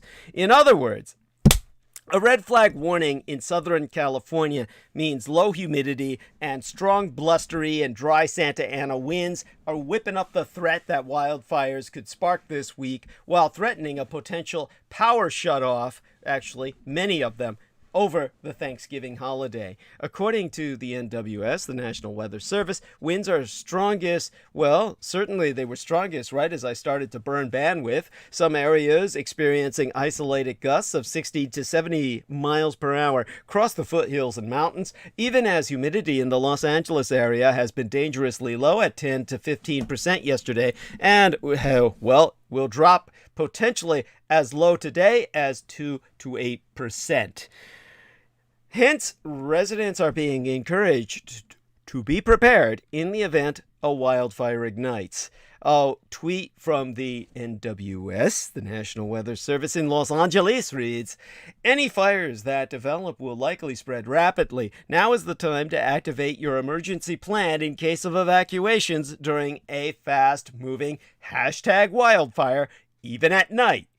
In the San Diego area, conditions are slightly better, with wind gusts up to 60 miles per hour and relative humidity between 7 and 15%, but the gusty conditions could lead to delays at airports in the region. Utility companies in the region are preparing for the wind event and warning residents power could be disrupted in an effort to prevent fires. San Diego Gas and Electric said more than 43,000 customers could be affected by a public safety power shutoff, and Southern California Edison says more than 132,000 customers could be impacted. California has suffered through a devastating wildfire season with 8,367 fires reported in the state this year, scorching more than 3 million acres. According to CAL FIRE, the fires have been exacerbated by climate change, creating hotter and drier conditions. California's wildfires show, or rather they prove, how climate change is making forced evacuations and power shutoffs the norm, with the effects being painfully felt. Our governor, Gavin Newsom, has confirmed that his time in the year before yesteryear, well, this time in the year before yesteryear, California saw 4,927 fires that burned 118,000 acres. In 2020, there were 7,606 blazes up till holiday season. The state had already seen a record of more than 2.2 million acres scorched by the holidays in the year 2020, just yesteryear. At least 7 people had died since the start of last year's fire season, with thousands of homes reduced to embers. Many communities had to order mandatory evacuations, and more than 170,000 went without power to prevent future blazes. According to the CNN meteorologist Robert Shackelford, California wildfires having increased 8 times in size since the 1970s, the annual area burned by fires has increased by nearly 500%. 500%. Now, people across California wake up daily to red flag warnings that signal conditions are ripe for fire danger. That means you have to be prepared to evacuate at all hours of the day. Daniel Swain, a climate scientist at UCLA, the University of California at Los Angeles, and the National Center for Atmospheric Research, has explained that due to human-caused climate change, temperature extremes are climbing higher and the vegetation is drier, which affects fire behavior. Swain doesn't expect current conditions to improve soon for my golden California and other western states battling blazes, and so cautions us that the heart of the fire season is yet to come for the most populated part of California. To quote Swain, it is shocking to see the impacts of the wildfires in these United States, but not scientifically surprising. Climate change has not just made the extreme heat waves that coincided with the fires worse, until widespread precipitation falls on the West Coast, of which there's currently no sign at all, and in a typical year wouldn't be expected for another 1 to 2 months. Conditions are going to continue to be really extreme. I don't see much of a let-up. The bigger effect is the more subtle long-term warming. That couple of degrees of average warming over decades, you don't notice it as much, but it's still there, lurking in the background, sucking extra moisture out of the vegetation and the soil. Now this brings us to the business and economy of the hour. Violence on planes is at an all-time high. Flight attendants' jobs have never been more dangerous. Flight attendants are a workforce that is comprised 80% of the female gender. 80% female labor force is what our flight attendants are made of. 80% woman, and they're often the last line of defense in many violent incidents on planes. The only thing that stands between you and the lunatic breaching the pilot's cabin is a bunch of women.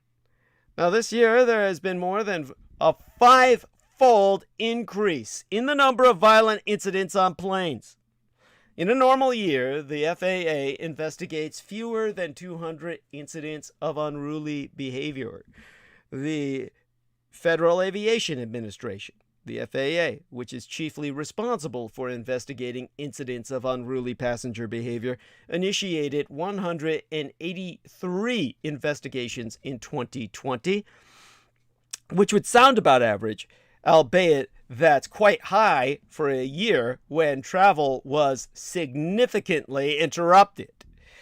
This year, even before the holiday travel season, as of mid-November 2021, that number tabulating FAA-initiated investigations is 990. In all, there have been reports of 5,240 unruly incidents, 72% of them related to mask mandates. The FAA has opened 245 enforcement cases among those, and 37 of the most violent events are being investigated by the FBI. Fines have also gone up to as much as 37,000 United States dollars per incident, while the FAA is also trying to crack down on to-go alcohol sales to help reduce the number of incidents involving inebriated passengers. Several major airlines, including American and Southwest, have suspended in-flight alcohol sales. But the new enforcement policies are just that, new.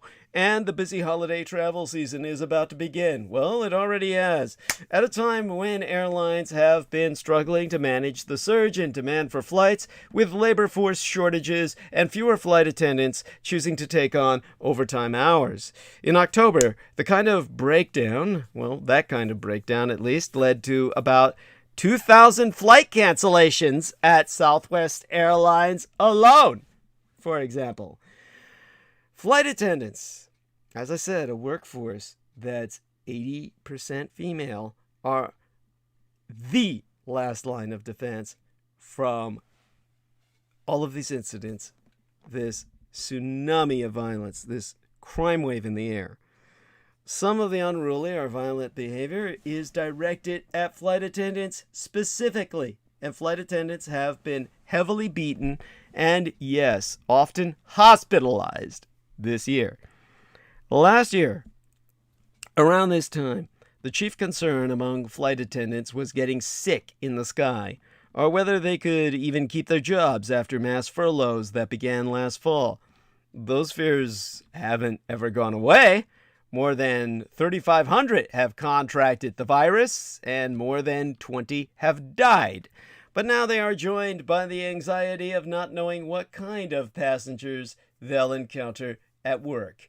A couple of factors are converging: the psychological impact of the pandemic and how it's changed the way people behave in group settings, the political polarization around mask policies, and the rise of racially charged incidents, particularly against Black people and Asian Americans and Pacific Islanders. By the way, just checking into, yes, as our man Jameson Reese says, why they don't have security is beyond me. Thank you.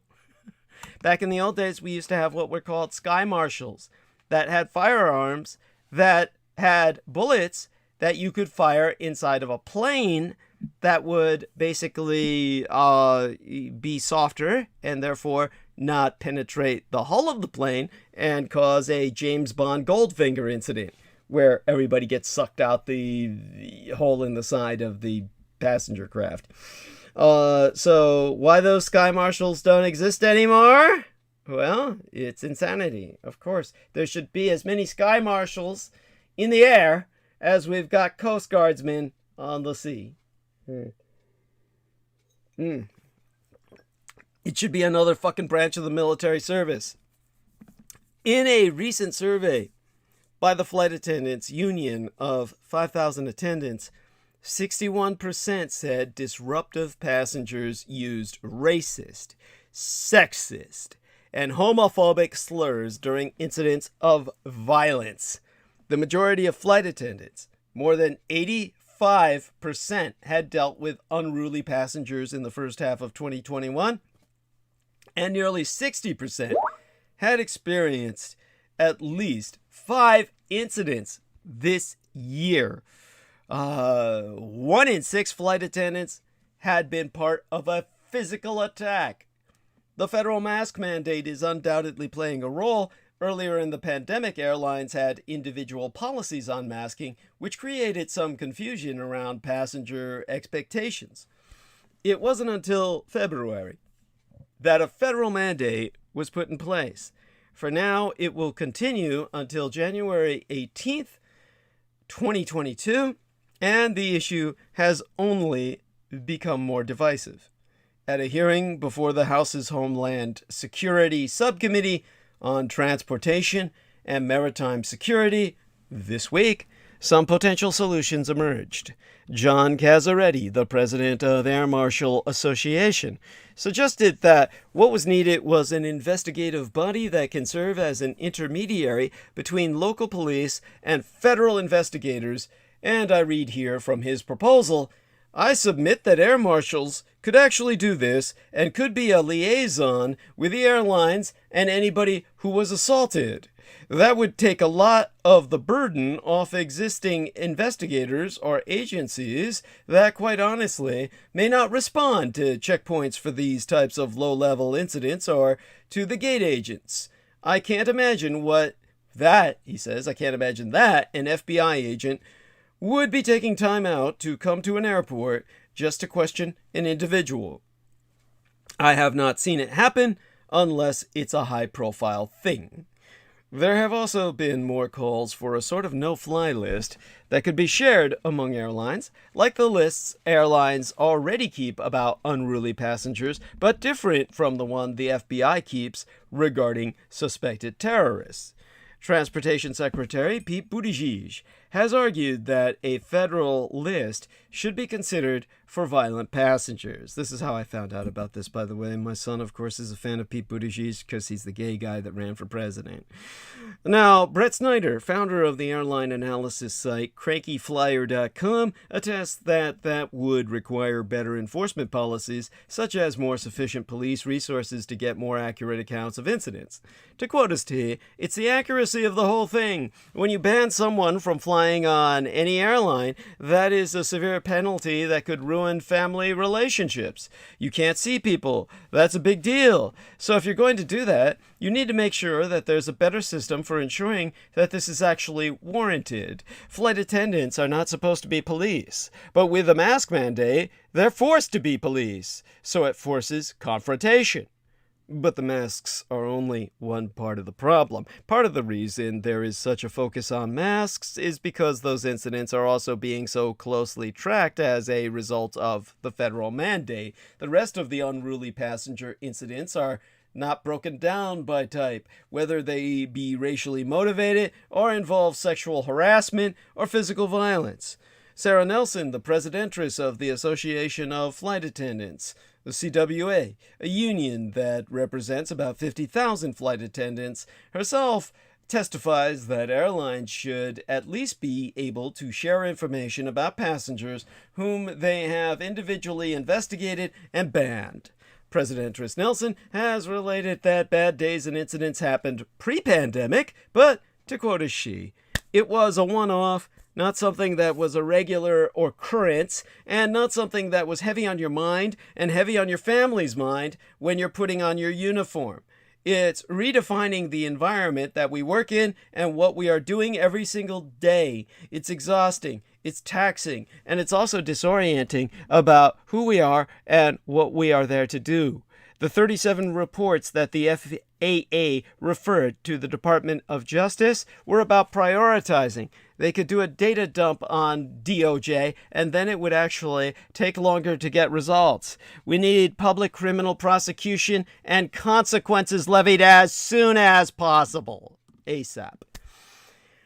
An increase in the to-go alcohol sales during the pandemic is obviously playing a role. According to the union's analysis, signs posted in airports promoting Destination Happy Hour and drinks to go have led to a rise in inebriated passengers. Alcohol played a role in about 58% of the cases of violence flight attendants responded to. FAA Administrator Steve Dixon sent a letter to airports in August asking them to work with concessionaires to educate passengers that they cannot board a flight while intoxicated, nor can they carry open alcohol containers with them onto planes. Critics say the FAA is still not doing enough, pursuing only a small portion of the cases that arise.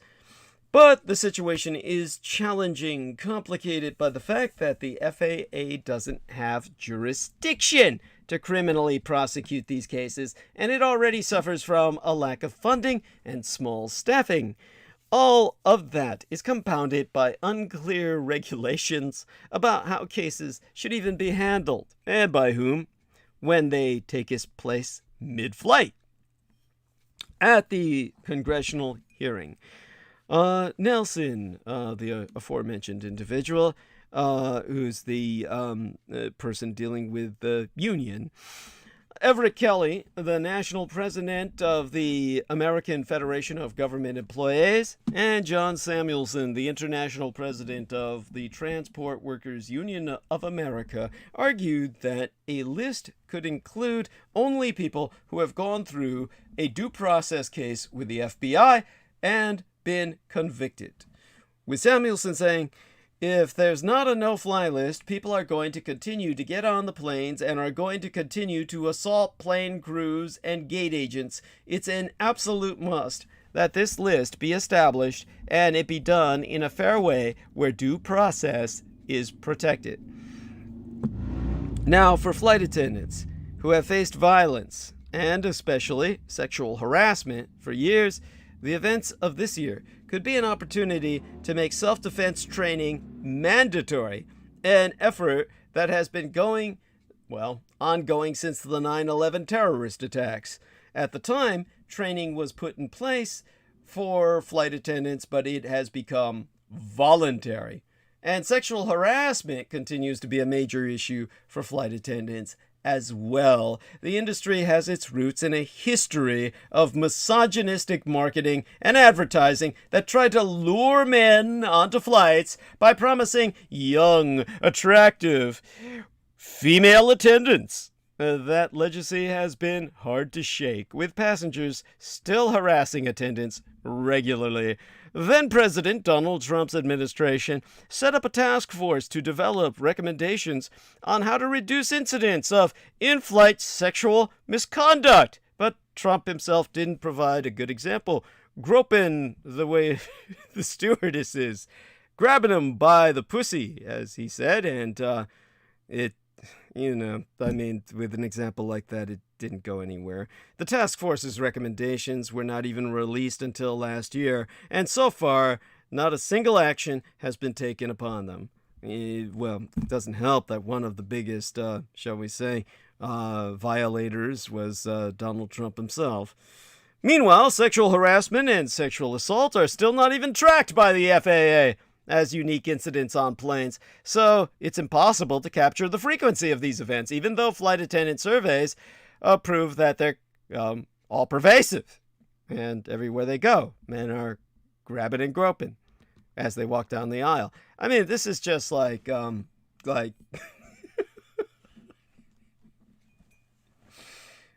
thank God I'm not a human being. I don't want to be part of that species. During the congressional hearing, Sarah Nelson went on record to testify, when you're not tracking those things, you are sending the message that it's not important. They don't have the repetitive training that's necessary in order to be able to respond on board when an attack is imminent. We don't usually have warning for these incidents. This has to be an immediate reaction that only comes with repetitive training. So this must be mandatory, must be in our initial training and in our recurrent training each and every single year. For the profession overall, nearly 2 years of intense added stress, violence, and loss are leading more attendants to reduce their hours. They're working on less overtime, something that could affect airline schedules because airlines work under the assumption that flight attendants will pick up additional work. And by the way, there's another heads up. Target stores will be open on Black Friday, but will be closed on Thanksgiving. Moving forward, that means closed today. If part of your Thanksgiving routine includes a Target run to pick up any forgotten ingredients or get a jump start on your Black Friday shopping, you can kiss that tradition goodbye. The retailer just announced that it will no longer be open on Thanksgiving Day. Target closed its doors last Turkey Day because of the COVID-19 pandemic and had previously said it would remain closed on Thanksgiving this year as well, due to a shift in consumer spending habits.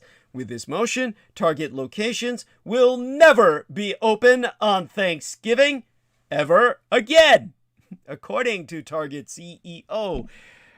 Chief Executive Officer Brian Cornell, who visited 7 Target outposts ahead of his announcement. The decision to close on Thanksgiving stemmed from the pandemic, but was also driven by Target employees who are eager to spend the holiday with their families, as well as trust that the retailer has built with consumers. Cornell pointed out that Target's string of holiday deals, not just Black Friday savings, has helped the Minnesota-based company earn money while also meeting consumer demand, and clarified that Target will not reinstitute Thanksgiving store hours when the pandemic finally subsides. However, Target stores will be back in business on Black Friday, with many locations opening at 7 a.m. local time. After reiterating that Target stores will be closed this Thanksgiving, Cornell wrote in his letter to the Target team, "I'm making it official. We're going to keep our stores closed on future Thanksgivings too. What started as a temporary measure driven by the pandemic is now our new standard. One that recognizes our ability to deliver on our guests' holiday wishes, both within and well beyond store hours. Several times I heard how thankful employees were that our stores would once again be closed on Thanksgiving, and I knew in that moment that I had an opportunity to send a signal of confidence in the agility we've developed as a team over the last couple of years." Other retails closed today on Thanksgiving Day include Trader Joe's, Walmart, and Costco. If you have any last-minute cooking needs, you could always venture out to your local Whole Foods, Wegmans, or Kroger, as those stores are slated to be open today. The Mayflower arrived in a world already scarred by slavery. Think about that for your Thanksgiving, your Thanksgiving holiday season. When the Mayflower arrived in America, history often records the event as a ship arriving in a new world, virgin and pristine. You'd think these fuckers were the first people here, but these shores were not new. The colonists aboard the Mayflower were stepping foot on lands that had been home to people for centuries. They were also not the first Europeans to make the journey. Jamestown was one of the several established settlements in Virginia by the winter of 1620. Records show that by that year, the Virginia colony was already involved in bringing African slaves to America.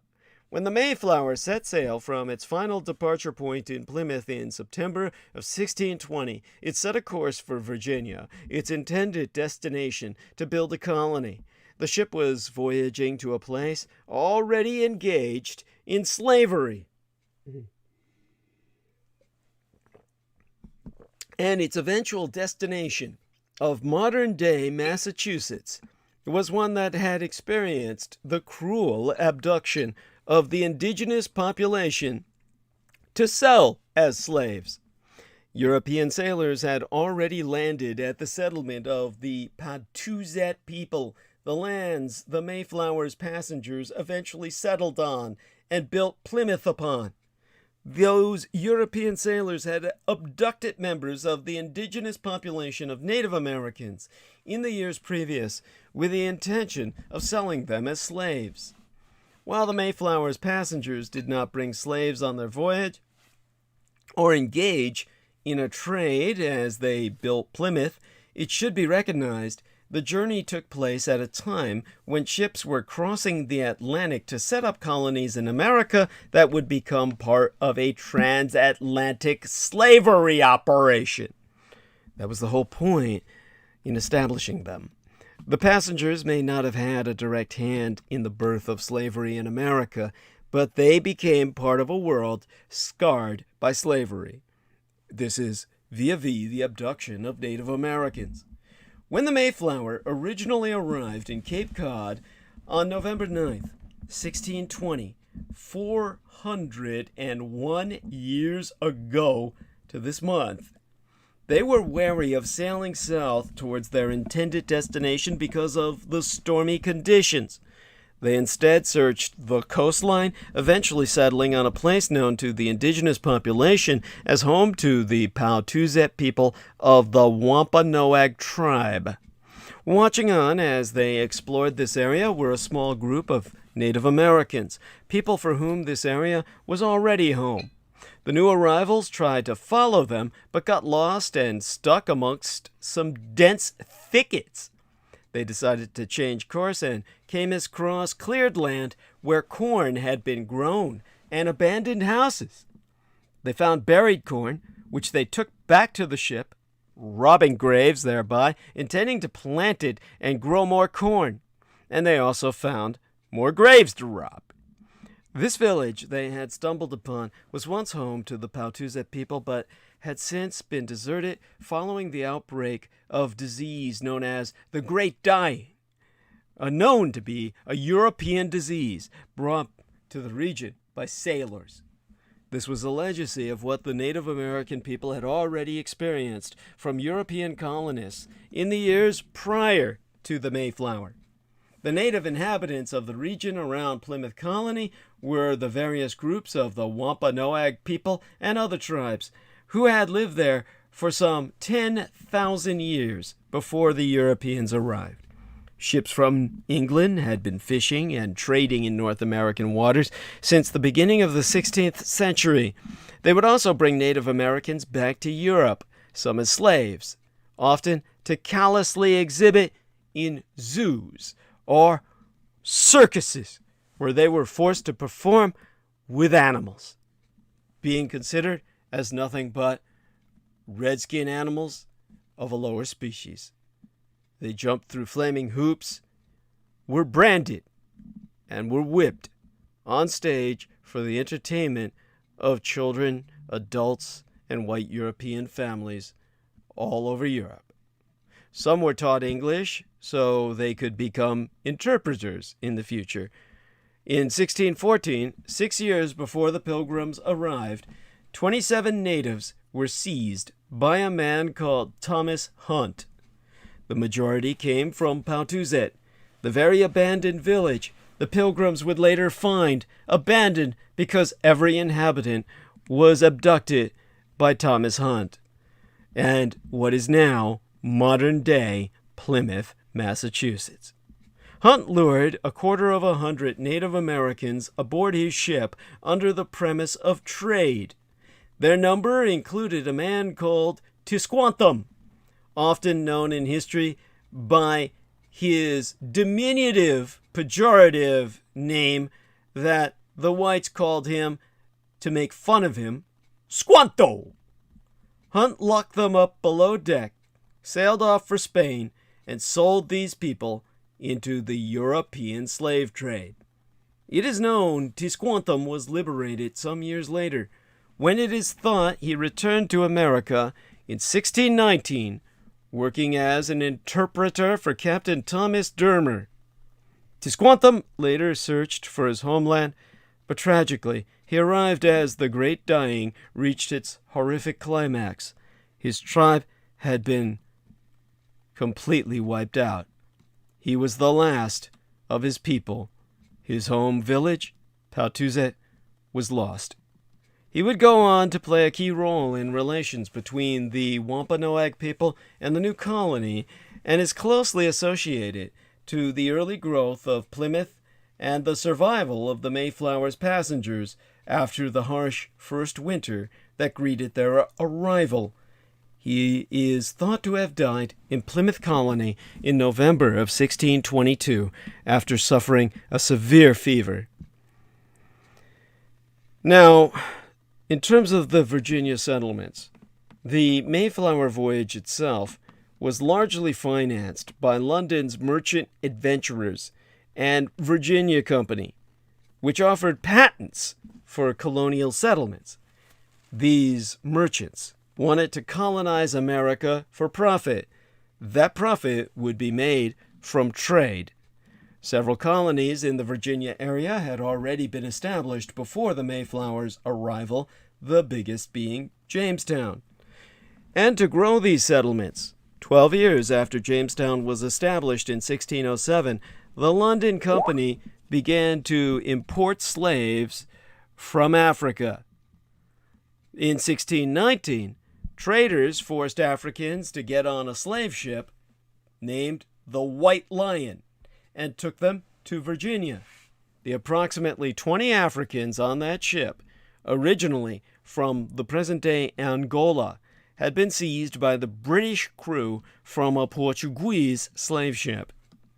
In March of 1620, 32 black Africans were documented as residing in Virginia. By 1661, Virginia passed its first law allowing any free person the right to own slaves. The culture of owning slaves would soon spread universally. In the latter years of the Plymouth colony, slavery was by no means widespread, but it was present and completely accepted. The families of the colony did not possess the wealth to own slaves, albeit records from 1674 onwards show the presence of slaves in some households. Well, this is what brings us to the story of Thanksgiving and the National Day of Mourning. Without the help of the Native American community they met upon settling in America, the Mayflower Pilgrims would likely have never survived. Most certainly they would not have. Instead, the mutual understanding between the two groups led to one of the world's most well-known dates, Thanksgiving. But the story of Thanksgiving involves two groups of people, colonists who were aboard the Mayflower and the Native American people whose land they chose to settle upon. And although these groups formed an alliance for a time, the events of the 17th century and the years that followed the arrival of the Mayflower led to the unprecedented mass killing of Native American people, the seizing of their lands, and the enslavement of their people. For those descended from those who survived, it is not Thanksgiving, it is a national day of mourning, the Native American Indian Holocaust Memorial Day. You had this ship arrive from out of the east. After 66 days at sea and truly unpleasant stormy conditions, the Mayflower and its passengers finally reached North America on the 21st day in November of 1620. We are now 401 years and 4 days away from that. But instead of laying anchor in New Virginia, where they had permission to colonize, storms had forced the Mayflower off course, and the ship landed in Cape Harbor, at what is now Provincetown, a place in which they technically had no right to settle. A document called the Mayflower Compact was drafted and signed by 41 of the men on board. This laid down the rules for the Mayflower Pilgrims to abide by before going ashore, and for the good of their new colony. This was later claimed to be one of the foundations of American democracy. Once the colonists agreed to work together, the Pilgrims they sent search parties ashore to find an ideal place for them to settle, while also collecting juniper wood to burn in the ship's rancid living quarters in order to make it smell a little better. After exploring the area, the settlers chose a clearing previously occupied by the Wampanoag, a local Native American tribe. The tribe had abandoned the village several years previously, following the outbreak of a deadly disease known as the Great Dying, brought to their shores by European sailors and slavers. Deciding they would face no resistance in settling there, the colonists departed the shores of Provincetown, arriving in Plymouth Bay, Massachusetts on December 26, 1620.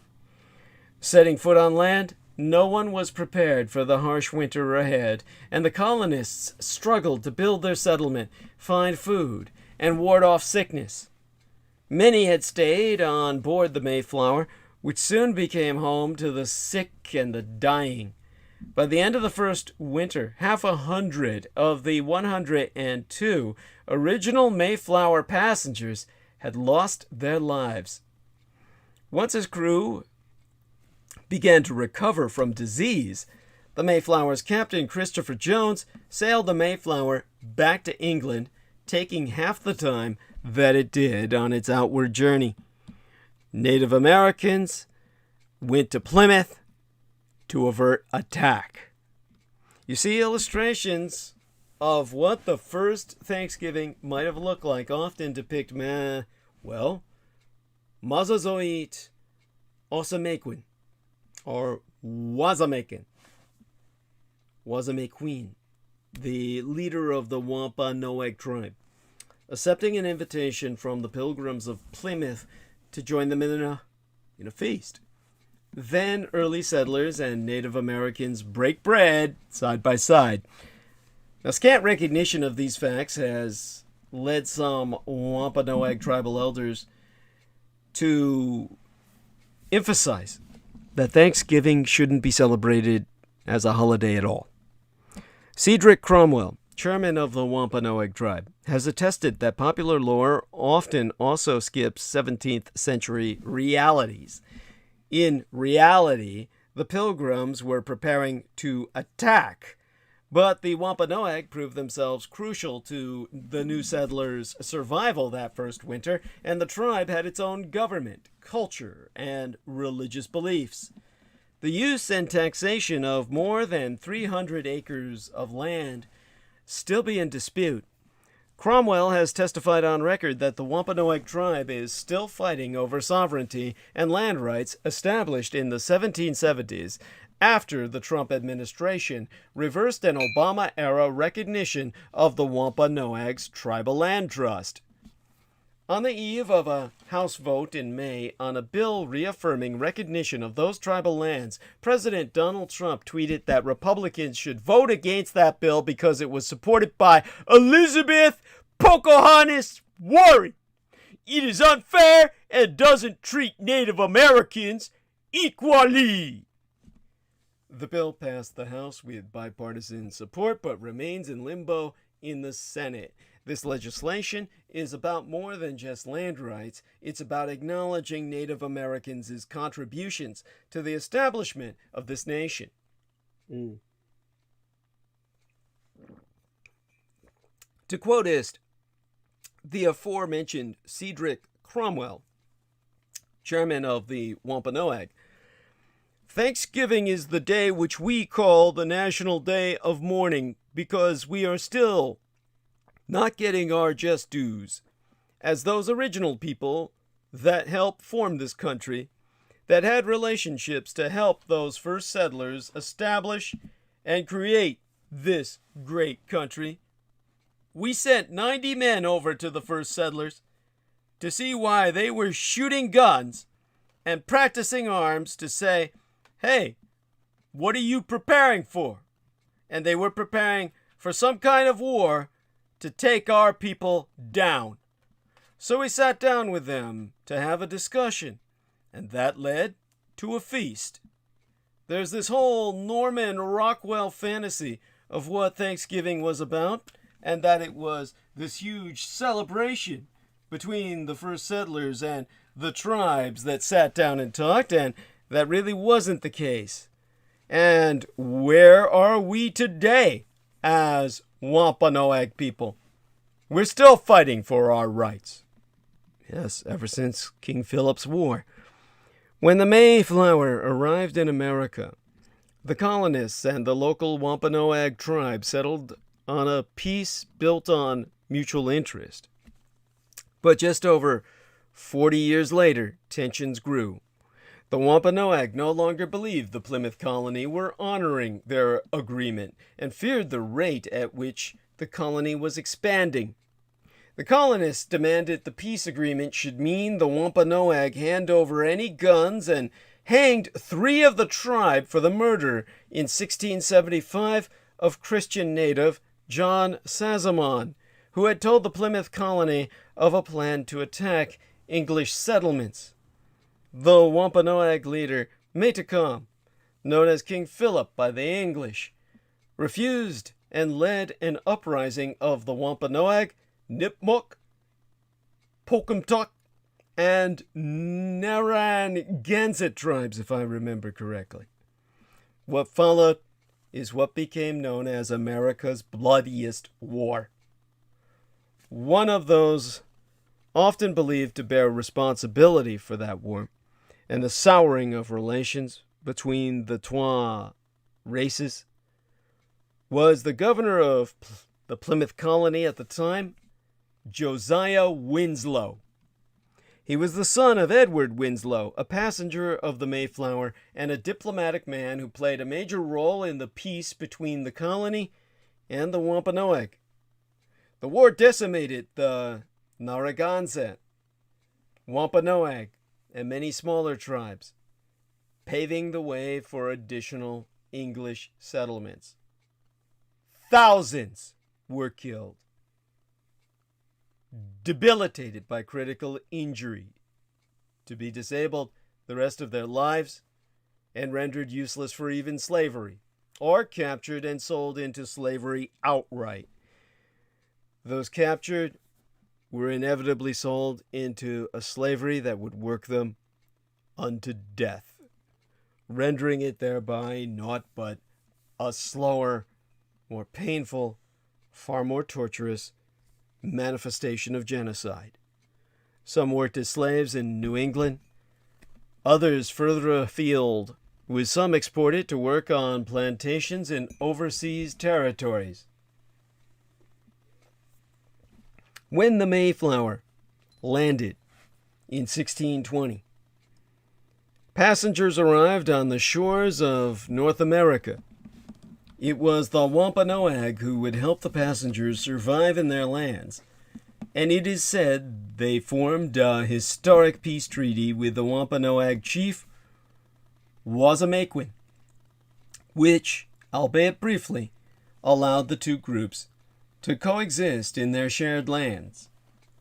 Decades later, the Native Americans would be enslaved on their own lands, along with the black African slaves brought across the Atlantic.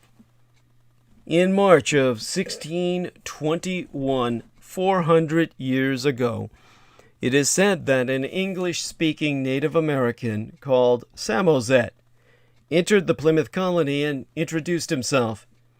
He was a member of the Wampanoag, and after a night talking with the settlers, he brought another English-speaking Native American called Tisquantum, also known as Squanto, to meet the Pilgrims. Squanto had been previously abducted by European sailors and sold into slavery. He had returned to his homeland, having been liberated, and working as interpreter for another sailor. A meeting was arranged with the Wampanoag chief, Massasoit, and when he visited the settlement, one of the first to greet him was Edward Winslow. A leader in the separatist group, Winslow had not only been instrumental in organizing the journey to America, but was also one of the men who signed the historic Mayflower Compact. So, let's talk a little bit about this son of a bitch, whose name should burn into history as the epitome of evil. His interest in the Wampanoag tribe resulted in a relationship forming between the settlers and the Native Americans. The Pilgrims were able to establish a peace treaty with Massasoit, and the Wampanoag went on to teach them how to hunt, plant crops, and how to get the best of their harvest, saving the Pilgrims from certain starvation. This was not thought to be an easy alliance, however. It was one built on, partnership in adversity. The colonists, who became as known as the Pilgrims, needed help to survive, and the Wampanoag needed the colonists' help in warding off aggressive rival tribes with their superior firepower. Following a successful harvest in the autumn of 1621, 400 years ago, the colonists decided to celebrate with a 3-day festivity of prayer. The 53 surviving are said to have eaten with 90 indigenous people in what became known as the First Thanksgiving. One account of this celebration is contained in the book Mourt's Relation, Mourt being spelled M-O-U-R-T, as in the possessive, Mourt's Relation, primarily written by, well, Edward Winslow himself. The book describes in detail what happened from the landing of the Mayflower Pilgrims right through to this proto-Thanksgiving celebration. Winslow's account states, "Our corn did prove well, and God be praised, we had a good increase of Indian corn, and our barley indifferent good, but our peas not worth gathering, for we feared they were too late sown. They came up very well and blossomed, but the sun parched them in the blossom. Our harvest being gotten in, our governor sent 4 men on fowling, so, well, that's so we might after a special, manner, rejoice together." You know, with the birds they would shoot. "After we had gathered the fruits of our labors, they 4 in one day killed as much fowl, as with a little help beside, served the company almost a week. At which time, amongst other recreations, we exercised our arms, many of the Indians coming amongst us, and amongst the rest their greatest king, Mazazoe, with some 90 men, whom for 3 days we entertained and feasted, and they went out and killed 5 deer, which they brought to the plantation and bestowed upon our governor, and upon the captain, and others. And although it be not always so plentiful as it was at this time with us, yet by the goodness of God we are so far from want that we often wish you partakers of our plenty." And then that was followed by years of bloodshed. The Wampanoag went on to teach their visitors how to hunt, plant crops, and how to get the best of their harvest, saving these people, who would go on to be known as the Pilgrims, from starvation, leading to the events of the First Thanksgiving. However, over the years, more settlers arrived and the colonies continued to expand into Native American land, and relations soured, which came as to a head following the death of Wassamequin, some 40 years after the Mayflower had landed. What happened next is still considered by many to be the deadliest war in all American history, leading to the deaths of thousands of Native American people, their enslavement, and the loss of all their land. Native Americans today face disparities in employment and wealth. Indigenous people also have the highest rate of suicide and the second highest rate of opioid overdoses of any demographic groups in these United States. So it's time for the reinforming of the history of Thanksgiving. As residents of Plymouth, Massachusetts, prepared for a dinner in 1970 to mark the Mayflower landing, a leader of the tribe that had feasted with the Pilgrims drafted a speech to deliver at that event. In 1970, Wamsuta, known as Frank James, was the leader of the Wampanoag in the year of the 350th anniversary of the Mayflower sailing. James had been invited to a Thanksgiving state dinner to mark the anniversary as part of a celebration that embraced the misleading school book narrative of the Pilgrims' relationship with the Wampanoag that culminated in a great feast. He was asked to give a speech to mark the occasion. James wrote a scathing indictment of the Pilgrims. He described how they desecrated Native American graves, stealing food and land, and decimating his population with disease. One of the organizers requested to read his speech beforehand to check its content. A line from the remarks that Aquina Wampanoag tribal leader Wamsuta Frank James had planned to give Well, the speech he planned to deliver, there was a line in it that reads, "The Pilgrims had hardly explored the shores of Cape Cod for 4 days before they had robbed the graves of my ancestors and stolen their corn and beans." The speech was deemed inappropriate and inflammatory, and event organizers wouldn't allow it, even 350 years after the cross-cultural feast that most Americans learn is at the root of Thanksgiving. Wamsuda James was given a revised speech that read, "I love the white man. He taught me everything." He refused to read it and was uninvited from the program. He was told he would be escorted out by security if he was spotted on property. Tall Oak, a member of the Aquina Wampanoag tribe, testifies that when he presented it to them, they said, "Well, we can't allow you to read that because 90% of the people would walk out." So he withdrew. It's the one day out of the year when all of America bows their heads and gives thanks for all that was taken from us. He vowed instead that the Wampanoag and other Native American peoples would regain their rightful place.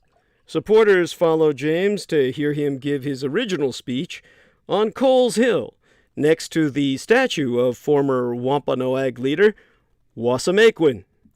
This became the first official National Day of Mourning. Now, as word spread of that outcome, so was born the annual National Day of Mourning, a Native American Indian Holocaust Memorial Day, a sort of counter-commemoration that happens every fourth Thursday of November. Now in its 100th year, the 51st, the custom involves a few hundred Native Americans and non-Native people gathering on Coles Hill, overlooking Plymouth Rock, to consider Thanksgiving from the perspective of Native Americans. Now, a plaque on that site notes, "Thanksgiving Day is a reminder of the genocide of millions of their people, the theft of all their lands, and the relentless assault upon their ancient cultures. Participants in National Day of Mourning honor Native ancestors and the struggles of Native peoples to survive today." To quote Matoan Monroe, co-leader of the UAINE, pronounced Wayne, like my middle name, Douglas Duane, without the D, UAINE being the acronym for the United American Indians of New England. "We go there every year, along with many non-Indigenous allies, as well to talk about the truth about Thanksgiving. We still have to retell the story because it's still not known well enough. But I do think that more and more non-Native people are listening and learning and are interested in the truth about what has happened." Today, the United States celebrates Thanksgiving on the fourth Thursday of November. It was established in 1863, at the height of the American Civil War between the states, when Thanksgiving became a national holiday. It's believed President Abraham Lincoln furthered an idealistic Thanksgiving narrative for strategic reasons. It asked propaganda to maintain the morale of the Union under siege. So, is Thanksgiving a day of celebration or of mourning? Mass mourning for mass genocide? Indigenous peoples in America recognize Thanksgiving as a Holocaust Memorial Day. It is a time to remember their ancestral history as well as acknowledge the racism and oppression which they continue to experience today. The holiday is not observed because they reflect back when the Pilgrims stole their land. Some pinpoint 1637 as the true origin of Thanksgiving, owing to the fact that the Massachusetts colony governor, John Winthrop, declared a day to celebrate colonial soldiers who had just slaughtered hundreds of Pequot men, women, and children. The well-known story of Thanksgiving is an account of how the English and Native Americans shared a meal in Plymouth, Massachusetts. In reality, peace didn't last between the English settlers and their one-time Wampanoag saviors, and the twain became embroiled in a devastating war just a single generation after the famous feast. The first National Thanksgiving Day did not invoke the Pilgrims at all. President Abraham Lincoln declared a Thanksgiving Day on the last Thursday of November, hoping to reconcile the country in the midst of an existential civil war. In reality, the holiday was soaked in the blood of Native Americans and on the backs of black slaves. A tribal leader compared the white culture and the native culture, how one conquered and the other was enslaved and forced to assimilate. One thought it must control life and profit from it, and the other believed life was to be enjoyed because nature so decreed it. One was portrayed as organized and disciplined, and the other as savage and uncivilized. He ended on a hopeful and uplifting note. What happened cannot be changed, but today we must work toward a more humane America, a more Indian America, where men and nature once again are important, where the Indian values of honor, truth, and brotherhood prevail. Our female correspondent in South Florida, Clarice Claudette, articulates that we have many examples there of the past presence of Native Americans and the conflict between the United States. The Tequesta tribe lived in villages in what became southern Palm Beach, Broward, and Miami-Dade counties. They were hunter-gatherers and traveled in canoes to search for food.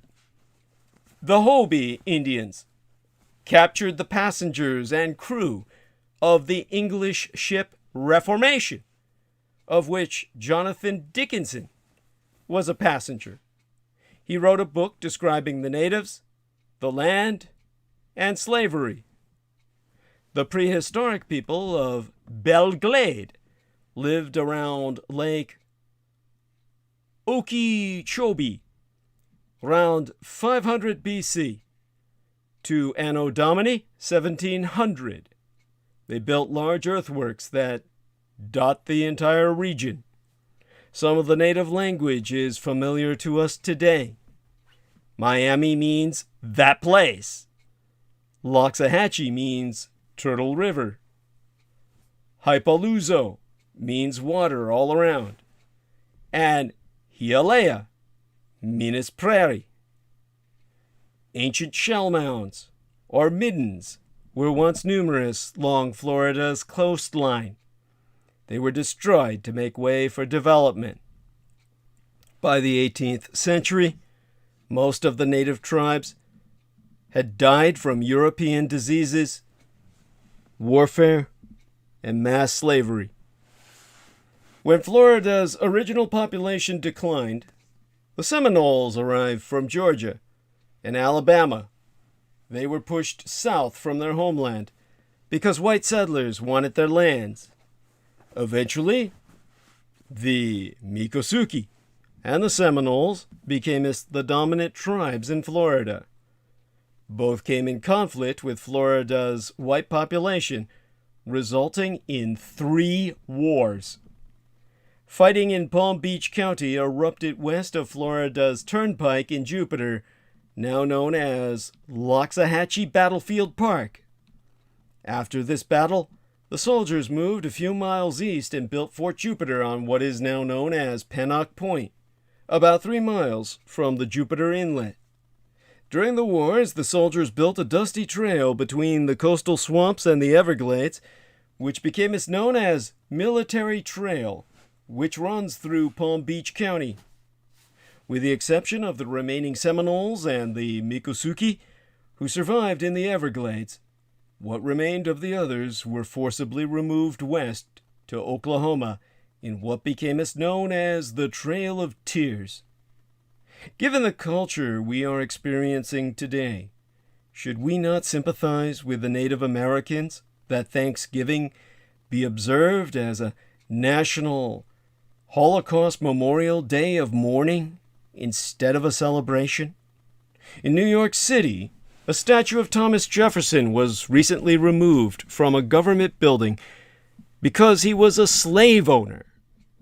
Since George Washington owned slaves and annihilated Indians, exterminating entire tribes in his ethnic cleansing campaigns as well, should we not change the name of our nation's capital?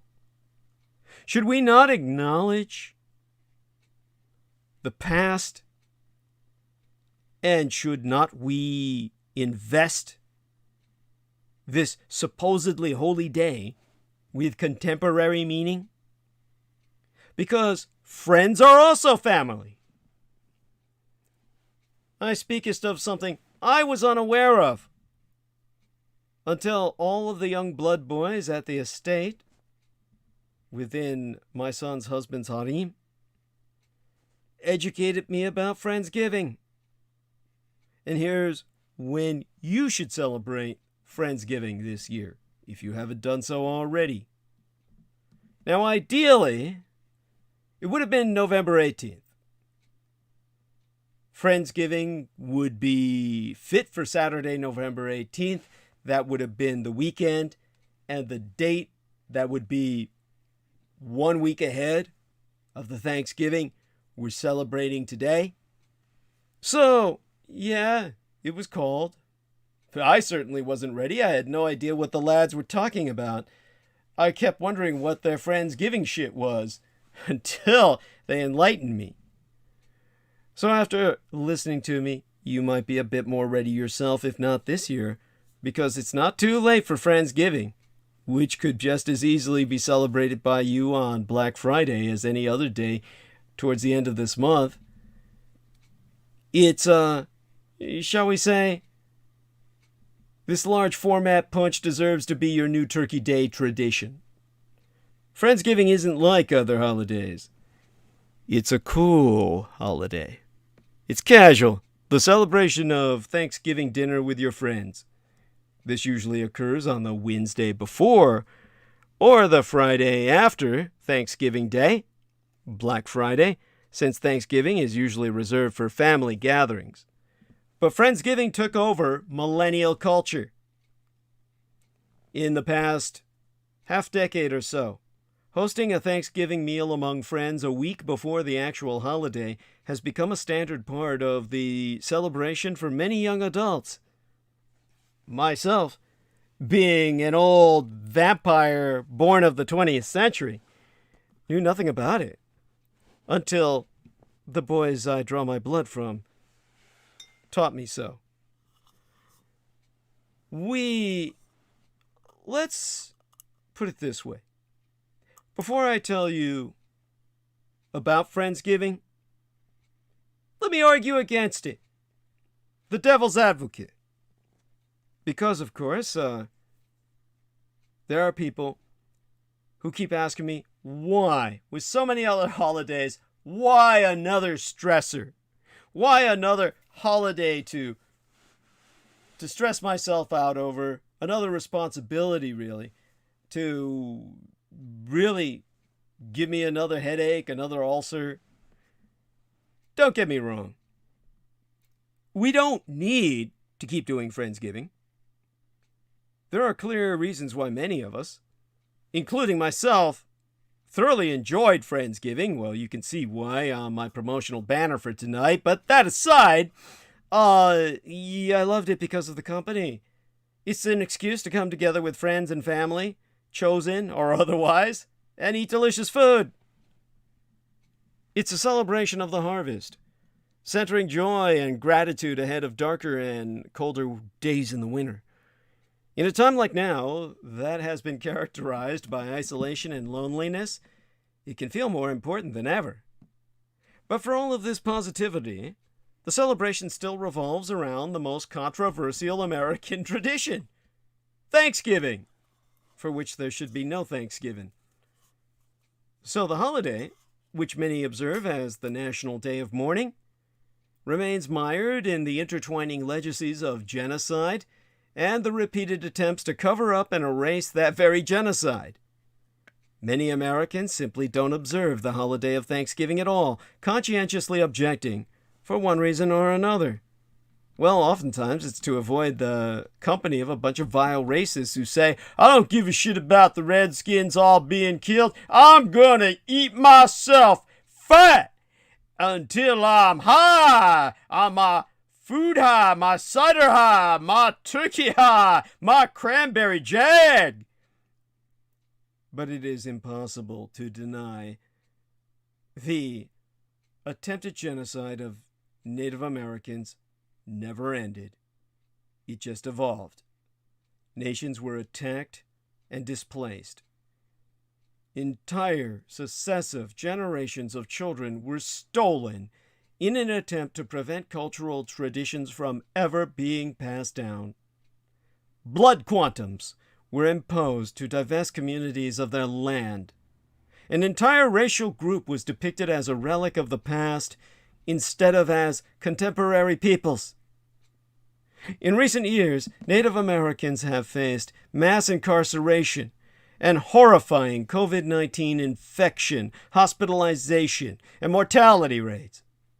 Despite all this, Native Americans continue to organize to preserve and advance their cultures, languages, and communities, and to reinforce their sovereignty over their land.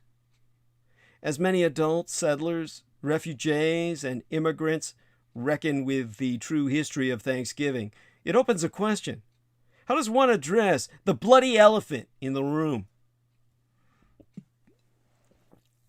The holiday, this unholy day, already feels too deeply entrenched for many of us to do away with altogether. On a purely logistical level, this is one of the 2 days out of the entire year the majority of your family can reliably take the day off, Black Friday workers notwithstanding. Oglala Lakota Chief Sean Sherman urges people to use the holiday to not just eat indigenous foods like turkey, corn, and pumpkin, but to gain a better understanding of Native American history and support Native American growers. As a chef himself, in an opinion piece for Time magazine, he writes, "There is no need to make Thanksgiving about a false past. It is so much better when it celebrates the beauty of the present." In many ways, Friendsgiving is a way to hold on to the best parts of the holiday while refusing to pay homage to all the bad ones. No longer must you listen to your racist uncle's political commentary, and no longer must you reinforce the Thanksgiving myth of pilgrims and Indians. But the change is still reformist. It attempts to deflect the history of Thanksgiving while still reaping the rewards. Ojibwe Christian Allaire, a writer, his name being Christian Allaire, suggests throwing the festive energy of Thanksgiving behind Indigenous Peoples Day instead. And writing for Vogue magazine, he says in November he plans to have an anti-Thanksgiving, an excuse to hang out, commiserate about this hellscape of a year, be miserable, and drink far too much red wine. And it could be argued we simply don't need it. By the way, Indigenous Peoples Day would be Columbus Day. So he's saying put all the celebration behind that, but then it's still a divergence of the genocidal maniac, the anti-man, Christopher Valbo Colombuanos. What if we didn't need to rely on the framework of Thanksgiving? A potluck with all of your friends doesn't have to happen once a year. It can happen monthly. Cultivating joy and gratitude with your loved ones should extend throughout the year, not just one arbitrary Thursday in November. Workers should just get more days off to spend with their families because life shouldn't be about capitalist production. Native Americans should get their land back because it is still unceded, as in UNCEDED. And honestly, they are far better stewards of it than anyone else has ever been. Contrary to what you might think from listening to my devil's advocacy here, I love Friendsgiving. I love it, and I love what it's given to people, especially queer people. The lads who I suck my blood from. Plenty of whom get their joy and comfort from their friends, rather than the family that has evicted them, rejected them, excommunicated them as human beings. But I think we can, in that sense, really understand that they've been turned into monsters by the real monsters of this world. People who consider them no more human than I, the descendant of a vampire who draws my blood from them. In that sense, these bigots would simply say that I truly am what I eat, feeding off those that they reject as their own blood to sustain mine. So in that sense, you could think, as the devil's advocate, one could argue that we could do so much better than Friendsgiving to celebrate our loved ones, get in touch with our gratitude, and address the harmful legacies of Thanksgiving. But then reflect on what Wayne itself hopes to achieve. UAINE, the United American Indians of New England. Their annual tradition is held not only in memory of their ancestors, but as a way to fight and protest existing racist beliefs and ideologies in America against all indigenous people. And in addition to protesting Thanksgiving and the pilgrim mythology perpetuated in Plymouth, the Wayne organization also protests racist team names and mascots and other struggles faced by minorities in America. And their website states, "We believe very strongly that we must support others in struggle, particularly other communities of color, the LGBTQIA+ community of lesbians, gays, bisexuals, transgenders, intersexed, and allies, etc., and the disabled community. So knowest ye that for all those who feel rejected by family, Friendsgiving can be a lifeline. For many LGBTQIA+ Americans, the followers of the Quilts Badge Plus lifestyles that I've articulated in this, the last transmission before tonight's, especially those with immigrant roots, all traditional notions of Thanksgiving and family may not apply. This holiday, Friendsgiving, the coolest of all holidays and the most casual, offers another way to celebrate. We cannot deny them that. We should all take it on to replace Thanksgiving. for the present, I think we can all agree that Friendsgiving is the best foul holiday of the year. But perhaps what we've yet to agree on is when is Friendsgiving exactly? It's easy to love the holiday, a dinner party that excludes all family drama in lieu of a friends-only guest list and gives everyone a chance to show off their potluck skills. But as it's not an official holiday, it's not actually on the calendar. So while National Pepperoni Pizza Day and National Rubber Band Day get their own dates, Friendsgiving is this vague, meandering holiday that can't seem to stick on a date. That said, while the holiday isn't observed on one special day, there is a range of dates that are generally considered to be prime Friendsgiving time, and that's any time between November 21st and November 26th.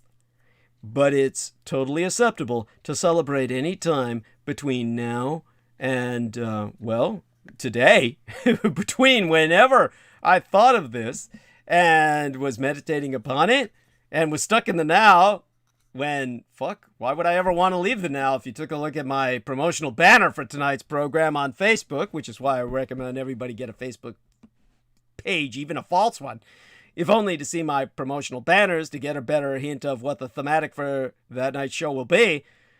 Yeah, between then and now was, there you go. A prime Friendsgiving time, but so is tomorrow, Black Friday. So, while, of course, you're free to celebrate after the official holiday, as I must emphasize, the reality is that there's very little chance that anyone will want anything to do with turkey after the big day itself. So, to ensure that your Friendsgiving gets the excitement and appreciation it deserves, it's always best to celebrate before the main event. If you're looking to celebrate Friendsgiving on Skype this year, fuck Zoom, which belongs to the Chi-Coms, the Chinese communists, this gives you a ton of flexibility to work around friend schedules.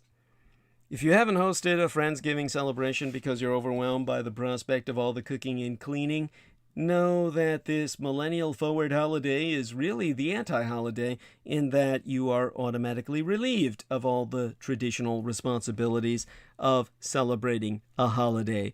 Generally, the dress code is whatever you want it to be, so feel free to instate a sweatpants-only rule.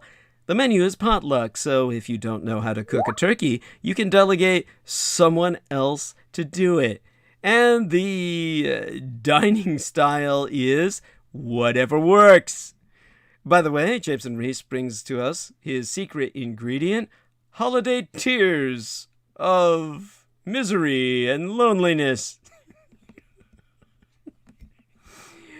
While you'll want to take COVID-19 safety precautions if you're gathering in person this year, depending on the amount of people, location, and if everyone quarantined beforehand, you can have a socially distanced picnic or sit around a coffee table in front of the TV while you and your besties marathon watch Tom Hanks movies. No, I wouldn't recommend that, but I was thinking more of like a horror film fest, and for some reason, instead of saying horror film fest, that came out. Why? I think we know why. And of course, you can enjoy the gift of elastic waistbands and no rules. So if you're hosting over Skype, fuck Zoom, you won't have to worry about providing food or drinks, which is perfect if you can't cook, but you can all agree on what to eat, order the same dish, to keep the spirit of the holiday going. These are ideas the Blood Boys thought up with me. Obviously, I'm kissing close to them because I'm supping directly from them, but as for the entertainment, you can play a drinking game, have a talent competition, shoot a TikTok video, play board games, do a YouTube tutorial. Yes, think about that. Friendsgiving is whatever you make of it. If you're hosting virtually, make sure you have conversation starters and online games lined up. What is it our man Jameson Reese suggests here? You can watch me weep on Skype. Yay! Human Grievance Day! I want to mourn! Fuck thanks! A movie where Tom Hanks plays every fucking character. Yeah, you got that. You got that in 2 films. You got that in Polar Express, where the son of a bitch plays every character. There's not a single female character in Polar Express. Maybe they get somebody to play the single old female granny or something like that. Or I think Tom Hanks does that too. It's a pity that they didn't have either a gay lover for him or some sexually available female partner that he could have voiced as well, so we could watch Tom Hanks fuck himself. At any rate, he is also the only character in this movie where he's stuck on a goddamn island. I think it's called Strandé or Island or something stupid like that, that you literally get to see nothing but fucking Tom Hanks all by himself on a goddamn island. Like, you know, now that's a true horror film. And, and of course, Jameson Reese says, he fucks females? Who'd guess? Haha, touche. Maybe in which he fucked animals. That'd be more closer to it. Oh, of course he's with the little kid Tommy, right? Things are gonna get scary, Tom. Polar Express. Things are gonna be scary, Tommy. Anyhow, Friendsgiving is a holiday devoted to showing gratitude for your friends and actually celebrating your friendship. So there's no reason to stuff yourself into uncomfortable dress clothes, or rent a white tablecloth, or bring out the unchipped china. You can do this however you want. If you want to go all the way, go all the way. If you want to keep it light, it's your right. Don't miss an opportunity to celebrate the holiday because no one's stepping forward to host. Raise your hand and get the party started. Friendsgiving memories will keep you warm through whatever chilling holiday-related family drama is to come in the next few months. Celebrate whenever your schedules permit. Friendsgiving isn't like holidays, it's a cool holiday. Casual, not only in form, but in schedule. Now, from that, all right, let me check some incoming messages here and get into, well, the ugly side of life. Because we're going to go back to Kyle Rittenhouse and all that jazz. By the way, Chris Collins says, Douglas, tonight's Man of the Soil solicitation had me laughing audibly. Your inflections and delivery can be hilarious, and I sincerely appreciate it. Hugs, Chris Collins. Love you dearly. Thank you, everyone, for your upvotes. Do remember to keep them coming. Use a different IP address if you have to. And this way we can overwhelm the agents of chaos who are out to prevent the video from distributing on search scans, on searches. Yeah, that's right. So to get it on the searches, you know, you throw in as many upvotes as you can. And by sheer popularity aggregate, then YouTube decides it's worth allowing to appear on searches, and that's that helps us all immensely. That and buy my book, The Roswell Deception, and The Demystification of World War II, written by Douglas Dietrich and Peter Moon. Find it at Skybooks USA. All right, www.skybooksusa.com. All right. So, such being said. And Amor Fadi said, so true, J-Mo. Douglas the Prophet, the predictive analyst. Oh, bless you, sir. And, all right. So, tonight's image in thumbnail of our live stream emphasizes the ugliness that we're dealing with. And let me check what time we have remaining. 9 to 10, 10 to 11, 11 to 12. We have less than 3 hours available to us. Let's get started. Democrats are convinced that a cold-blooded murderer has been set free due to the color of his skin, with leading politicians declaring the verdict a miscarriage of justice, and are demanding a much-needed and centuries-long overdue rehabilitation of our justice system. Exempli gratiae. After Rittenhouse, protesters are asking, what about sex trafficking victim Crystal Kaiser? Her first name spelled Crystul, Crystal, like fat with a PH, and Kaiser is spelled Kizer. Crystal Kaiser is the young black woman at the center of another Kenosha homicide case that could have major implications for victims of human trafficking. People have drawn comparisons between the twain, but the outcome of Kaiser's case could set a precedent for other victims. Now, not too long ago, on a sun-dappled afternoon in Kenosha, Wisconsin, on Sunday, as a matter of fact, protesters marched through the city's downtown area, chanting the names of the men Kyle Rittenhouse killed and critically injured in August of yesteryear. Joseph Rosenbaum, Anthony Huber, and Gage Grosskreutz. They also chanted another name, someone not related to Rittenhouse's case at all, Crystal Kaiser, the young black woman at the center of another Kenosha homicide case that, as I said, could have major implications for all victims of human trafficking in the American Empire. In the aftermath of Kyle Rittenhouse's acquittal in Kenosha, Wisconsin, yester septimania, last week, advocates are turning back to the case of Crystal Kaiser, who is also arguing it was self-defense when she killed her adult sexual abuser, set his house on fire, and stole his car in 2018.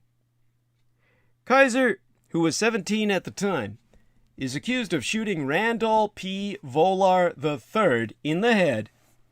Volar had previously been arrested on child sexual assault charges. Now, Kaiser was released from jail in June of yesteryear after groups such as the Chicago Community Bond Fund raised money to pay her $400,000 United States dollar bail bond. She is still awaiting trial. Prosecutors say the killing was premeditated, but what's notable in this case is that Kaiser's attorneys are invoking a self-defense argument that has never been used in a homicide case in state before. Originally, Kenosha County Circuit Judge David Wilk said that Kaiser could not use the affirmative defense argument in this case because it involved homicide. But Wilk's decision was overturned by an appellate court that ruled that, per a state statute, Kaiser can argue affirmative defense if her attorneys can show that her actions against Volar were a direct result of the human child sex trafficking she experienced throughout her life. The Wisconsin Supreme Court is currently reviewing her case. Protesters are essentially saying something, yeah? Protesters spent the weekend chanting the names of Rittenhouse's victims as well as Kaiser's name. And there was a member station, a local one, WUWM, WOOM, that reported what protesters are saying. And their argument is that if Rittenhouse successfully argued his case, claiming self-defense, then Crystal Kaiser's case should have the exact same outcome, even though she's black and an underage girl. Kaiser's case also brings up a test of how the law can oftentimes not apply equally to everyone, particularly black girls and women like Kaiser. Charlene Grace, who is the former executrix directoress of the Chicago Community Bond Fund, told Wisconsin Public Radio yesteryear that Kaiser's case in particular is important to highlight. To quote she, "We see these cases as incredibly important to protect and uplift and support the individual woman who are overwhelmingly black women, because the reality is that Crystal Kaiser was not kept safe by police and prosecution and incarceration, and, in fact, after she was forced to defend herself and she chose to survive, she was then further harmed by all those systems." The legal argument and the why of it, well, let me tell you why it may or may not work. invoking affirmative defense essentially flips the burden of proof onto the defense. While protesters are bringing up Crystal Kaiser's case in the context of the Rittenhouse trial, the woman that I've just cited, the attorney that I'm thinking of? When I was doing research onto this, there was a attorney by the name of Kim. And when I read what she had to say, it helped to, well, educate myself on some of what we're dealing with here.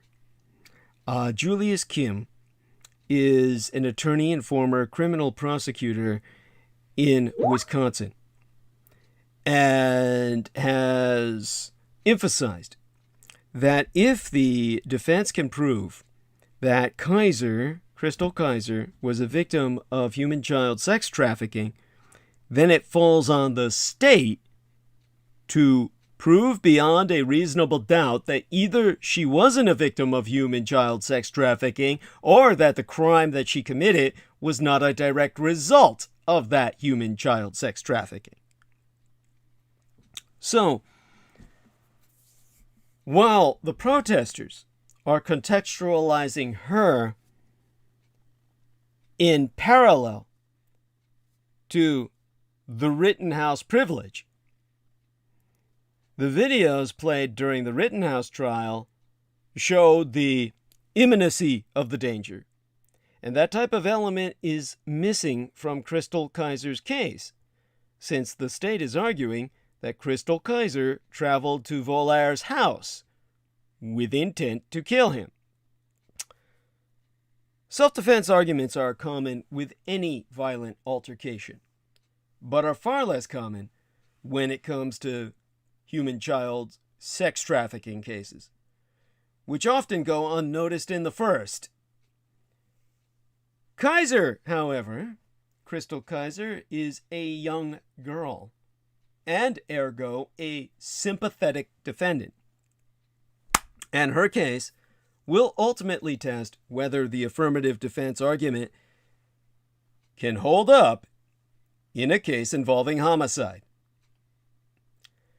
Self-defense was, of course, the main argument in the Rittenhouse trial.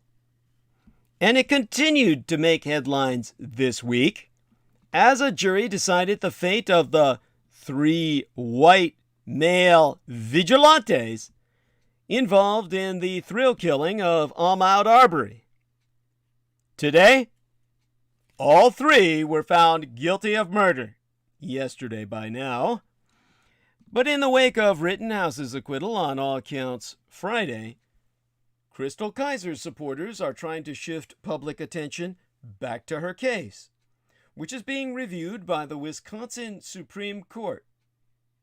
Crystal Kaiser is now 21 years of age and facing a first-degree intentional homicide charge, which carries an automatic life sentence for allegedly killing her sexual abuser and human child trafficker, Randolph Philip Volaire III, when she was but 17 years of age.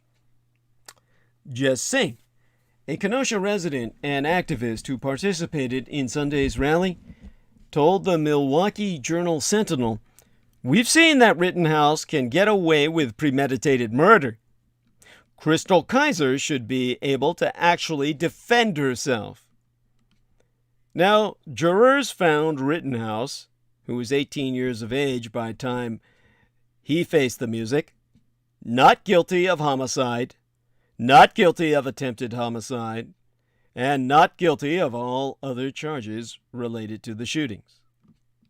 According to local reports, Democratic State Representative David Bowen criticized the public, particularly Rittenhouse's supporters, for ignoring Crystal Kaiser's case.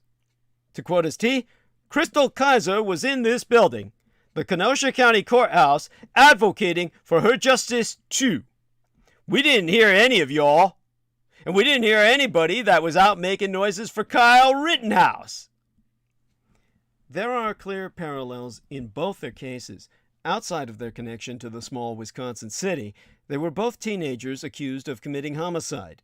Their cases attracted national attention, and race and gender both played a large part in people's interest in these cases, with some seeing them as reflections of the biases of the American justice system itself.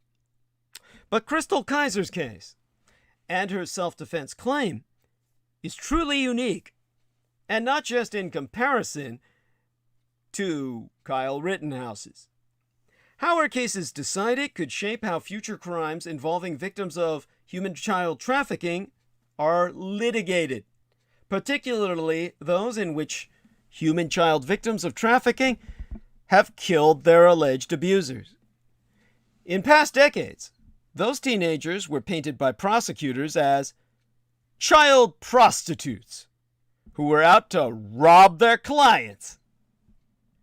But in recent years, courts, governors, and state legislators have been re-examining such cases with a new understanding of the unique trauma human child trafficking victims endure. Most of those cases have involved children of color. This disparity is at the heart of the public interest in Crystal Kaiser's case. In Kaiser's case, the question at hand is about a unique legal argument that is similar to self-defense but stands on its own in Wisconsin state law. The statute is called the affirmative defense. If victims of human child trafficking can prove that a crime they committed was a direct result of the human child trafficking they experienced, they can be acquitted of the charges against them. Affirmative defense arguments are part of a larger national trend, finally acknowledging that human child trafficking has a unique impact for victims. Caitlin Noonan, a staff attorney with Legal Action of Wisconsin. The acronym LAW reads as law, which is writing an amicus brief in support of Crystal Kaiser's appeal as an organization.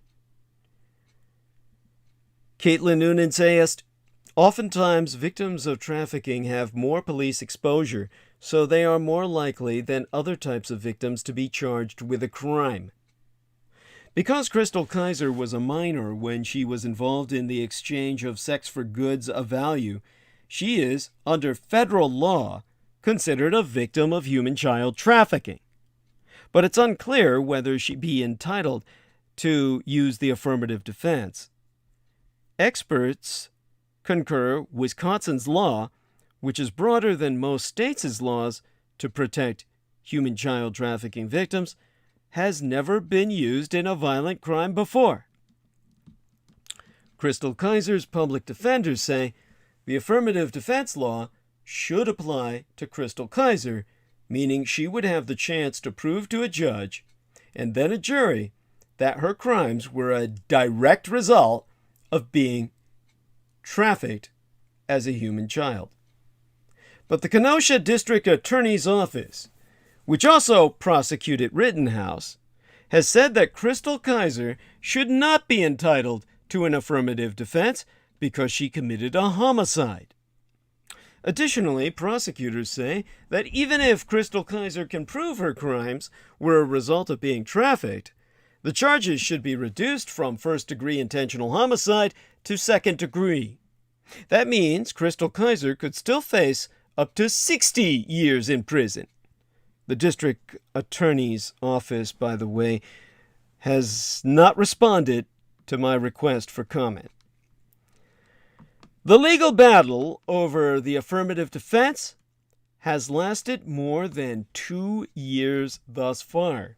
The question must be decided before trial because it dictates how the case will be argued by prosecutors and Crystal Kaiser's own public defenders.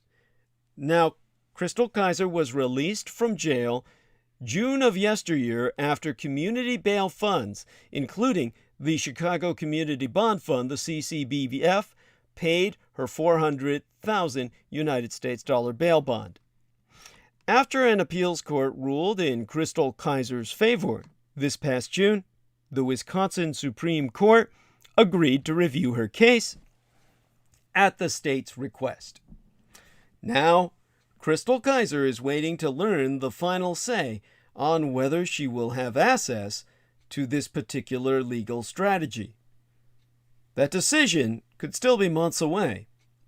This is why it's so important how the courts interpret her affirmative defense claim. So, if she's successful, other victims of human trafficking will be able to access this legal remedy. If the state's highest court rules against her, Crystal Kaiser may need to rely on the more standard self-defense laws that were employed to defend Kyle Rittenhouse. At that point, prosecutors may point to what they say is evidence that Crystal Kaiser premeditated the murder. They say she brought a gun into Volaire's house, sent a text saying, "I'm finna do it," and downloaded a police scanner app moments after the shooting. Prosecutors say as Kaiser bragged to a friend that she would soon own a BMW, and after lighting Volaire's house on fire, fled in his Beamer. According to a 2019 Washington Post investigation, at the time of the shooting, Crystal Kaiser had been sexually abused by Volaire for nearly 2 years. She first met him when she was 16, after placing an ad on the now defunct Backpage.com in hopes of earning money for snacks and school supplies. Her family had recently moved to Milwaukee to flee an abusive partner of her mother's. Crystal Kaiser, herself an artist and violinist, lived in a homeless shelter for months before finding an apartment. After responding to Kaiser's ad, Mr. Volaire brought her gifts and dinners, gave her cash, and most importantly to Kaiser, acted as a friend when she needed one.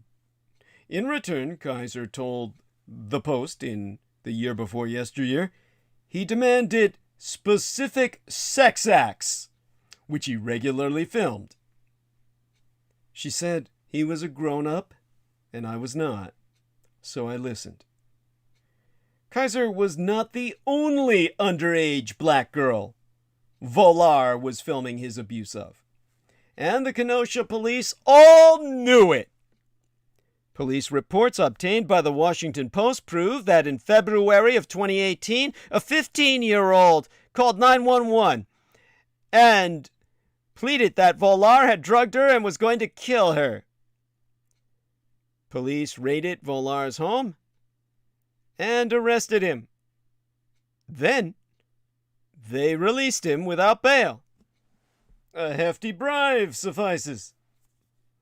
Although investigators found nothing less than hundreds of videos of child abuse, including Volaire's own, the 34-year-old white man was cut loose and remained running free as a cockroach to do what he did best. Please tell me what the logic was behind this decision. You know, at times like this, I just stop. I relate these stories that I learn of, and I just stop. What was their agenda? Are they watching all this porn? Are they buying it from him? Are they buying the black girls from him?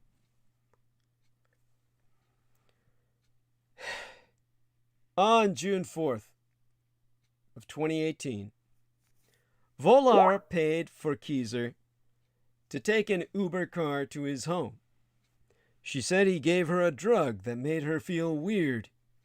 When she resisted him touching her, he pinned her to the ground and tried to rip her pants off. Kaiser said she remembered wriggling and wiggling to get free and going for the gun in her bag. She said, "I didn't intentionally try to do this." In a 2019 statement to the Post, Volar's father, Randall P. Volar Jr., said, "The true story is yet to be told. When the truth comes out, I hope people's perceptions of my son will change. What happened is a tragedy for both families, the Kaisers and the Volars. But 'twas that little black trollop that led my son astray. She made him the predator that he's perceived to be, talked him into picking up her black girlfriends. He's the victim." You know, I'm tempted to stop here again, but it's just so fucking sickeningly funny in terms of the idiot and his perception of this. And you know what? What makes it all the more funny is that fucker really believes it. You know he does. Whenever Wisconsin's Supreme Court makes its decision on Kaiser's case, it will shape how future courts see the actions of human child sex trafficking victims. But in Kenosha, the parallels between the Rittenhouse and Kaiser cases, with one young white man free and a young black woman still awaiting trial, they draw fresh anger and mostly heartache. So 'twas Sunday, Lorna Revere, one of the protesters in Kenosha, told the Journal Sentinel, "My heart and my concern is with Crystal Kaiser. She is not forgotten. These are all the signs that the scars opened over the past few years will not be quick to heal. It's all fallout from the Rittenhouse verdict." That brings us back to what's happening now. To refresh, Kyle Rittenhouse was found not guilty on all charges on Friday after a jury determined that the prosecution had failed to prove he was not acting in self-defense when he shot and killed 2 people and severely injured another yesteryear during racial justice protests in Kenosha, Wisconsin. The verdict sparked a range of reactions, from anger and disappointment among those who saw Rittenhouse as a dangerous vigilante, to joy and relief among those who believed he was merely exercising his rights to carry a gun and to defend himself. Rittenhouse was 17 in August of yesteryear when he traveled to Kenosha to, in his telling, protect property and provide medical care during intense protests in the city in response to the police shooting of Jacob Blake. That night, carrying an AR-15 style rifle that had been purchased and kept for him by a friend, a proxy purchaser who lived in Kenosha, he became involved in a series of confrontations that ended with him killing Joseph Rosenbaum and Anthony Huber and critically injuring Gage Grosskreutz. At the end of the 3-week trial, Rittenhouse was cleared of 5 felony charges, including murder. An additional misdemeanor charge for possessing a gun while under 18 had been completely thrown out by Judge Schroeder earlier in the trial. You might ask then, why is there any debate at all? Well, you see, the question of whether Rittenhouse will spend the rest of his life in prison has been answered, but the implications of the case, which raised controversy on issues from gun rights to accusations of media bias to self-defense to equal justice under the law, are all still unknown. Many liberal activists and lawmakers fear that the verdict will lead to more violence from activists on the far right who see Rittenhouse's acquittal as license to take the law into their own hands, in the belief that they, too, can successfully plead self-defense. There are also concerns about the way Rittenhouse has been treated as a hero by some Republicans and among the far right, and what that could mean for reactionary, radicalized conservative now reactionary politics. Conservative politics now radicalized into reactionary action. Radical action. A number of conservative commentators have suggested that the case could result in a reckoning for Democratic lawmakers and left-leaning media figures who, in their eyes, unfairly maligned Kyle Rittenhouse as a vigilante and white supremacist, even though he is, by his own admission. It shouldn't have been well, what was it? Let me try and... What was it? Fox News is... I'm sorry. Jameson Reese says maybe the left should make. What the fuck is that guy's name again? Daryl Brooks a hero. Laugh out loud. Yeah, maybe the left should make Daryl Brooks a hero. Give the right what for. Yeah, let's see how they stand that. Let's see how they like that. No, I hear you. Yeah, seriously. Why the fuck not? I mean, it's just as rational, just as irrational. Fuck, do it. Fuck. Anyhow, basically, on Monday night, opening this work week, we're talking about just 48, 72 hours ago by now.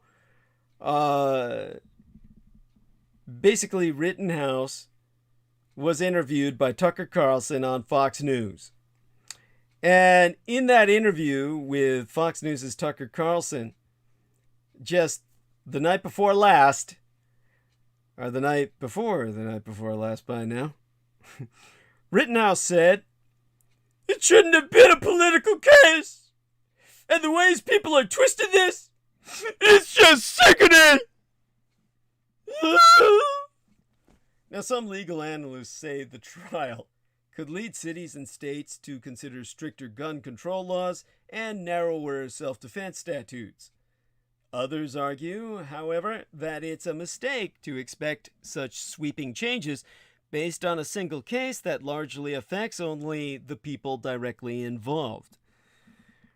So in terms of what's next, legal experts have drawn parallels between Rittenhouse's case and the trial of that three-man white vigilante posse that killed Ahmaud Arbery, a black man whom they pursued and shot simply because he was running through their Georgia neighborhood. The circumstances in that case differed significantly, but it too provided another test of self-defense as a rationale for fatally shooting an unarmed person. In this case, the white boys lost. So that brings us to some perspectives. I looked around, and I'll provide what we've got out there that has been said by, I think I gathered about half a dozen quotes. More like 7, 8, 9, 10. You know what? While I was looking through this, over the period of time that Sammy Romero and our man Jameson Reese were talking, to find as many different perspectives as I could, I came up with about, I'd say about a good 8, 9, no, I'd say about 10 perspectives. So let me tell you what they are. There's 10 repercussions that immediately come to my mind, and each of those repercussions has a person who's made a sound argument for it. The first repercussion will be that more right-wing vigilantes will feel they have the freedom to do what Rittenhouse did. As Charles M. Blow of the New York Times observed, the great threat and real possibility is that there are other Rittenhouses out there. And we know they're out there. Young men who watched this verdict and saw how the right has embraced and celebrated a murderer, and now want to follow his lead. The worst thing for America has been that this case has become exemplar and precursor. As well, another repercussion will be the fact that parts of this country will reconsider permissive gun laws. They'll have to. Jennifer Rogers of CNN said, if public concern about Rittenhouse's conduct and its results leads to a re-examination of Wisconsin's gun laws, that will be the one positive thing to come out of this tragic episode. And another repercussion will be the fact that guns will be increasingly deployed as a means of suppressing political speech. To quote as Paul Waldman of the Washington Post, gun advocates used to say that an armed society is a polite society, by which they meant that we can all be forced into good behavior if we live in a state of constant, unending, ceaseless terror, knowing that even the most minor disagreement could result in murder. The same horrific logic may soon be applied to political disagreements. If I offer up a vivid visual threat that I may kill you because we disagree politically, I can now shut you up at will. Another ramification is the fact that this case was never going to be as impactful as the coverage made it seem. As Andrew C. McCarthy said in the National Review, there's always a letdown at the conclusion of a trial, even when the proper result has been reached. The trial and its attendant litigation become our historical record. But in the end, a criminal proceeding settles only a very narrow point. Did the state present proof beyond a reasonable doubt to support the charges it alleged? Another result will be that the media could be in for a tough lesson over how this case was covered. According to Kaylee McGee White, her surname, of course, is ironic in and of itself. She works with the Washington Examiner, and she'd be quoted as saying, whatever Rittenhouse decides to do, it is clear he has been the victim of a targeted campaign led by rabid leftists in the media who believed he was the villain from the get-go and are now trying to convince everyone they were right. Someone has to hold them to account. And if a defamation case is the best way to do that, Rittenhouse should lawyer up. And still another result will be the fact that protests will become even and ever more volatile, with even and ever more guns ever present. As per George Cheedy of The Intercept, a free Kyle Rittenhouse means we will now be met with two camps of armed protesters, possibly from around the country, each squad waiting for an opponent to twitch suspiciously in a way that will allow excuses to fly along with the bullets. A body count begins today with this verdict. And of course, yet another ramification to hit us like a freight train will be that cities and states must move to limit self-defense laws. As per Stephen Wright of the University of Wisconsin-Madison, he is a law professor therein, and to Politico, he went on record to say, I suspect in many states, this will invite people to reconsider what self-defense is. The same way that after Trayvon Martin, we had big discussions about stand your ground. Obviously, that's going to invite a lot of conversation, and that conversation is generally very polarized. That's the other consequence. This country is too polarized for one incident to change entrenched attitudes towards guns. As stated by J.D. Tusil of Reason magazine, gun laws hit the headlines once again with the acquittal of Kyle Rittenhouse on all charges for defending himself against assailants during a 2020 riot in Kenosha, Wisconsin. A peek at the tea leaves suggests it's highly unlikely that gun banners will get mileage out of the high-profile case.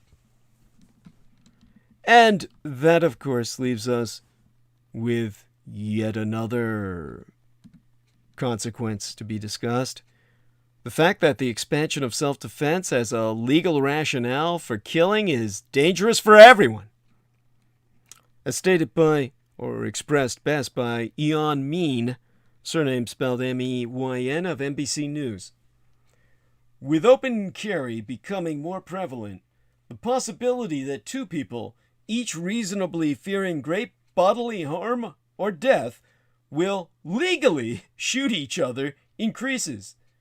And now that a jury in Kenosha has found Rittenhouse justified, we are contending with a view of self-defense that transforms an active shooter into a privileged actor. And, of course, one of the incredible implications,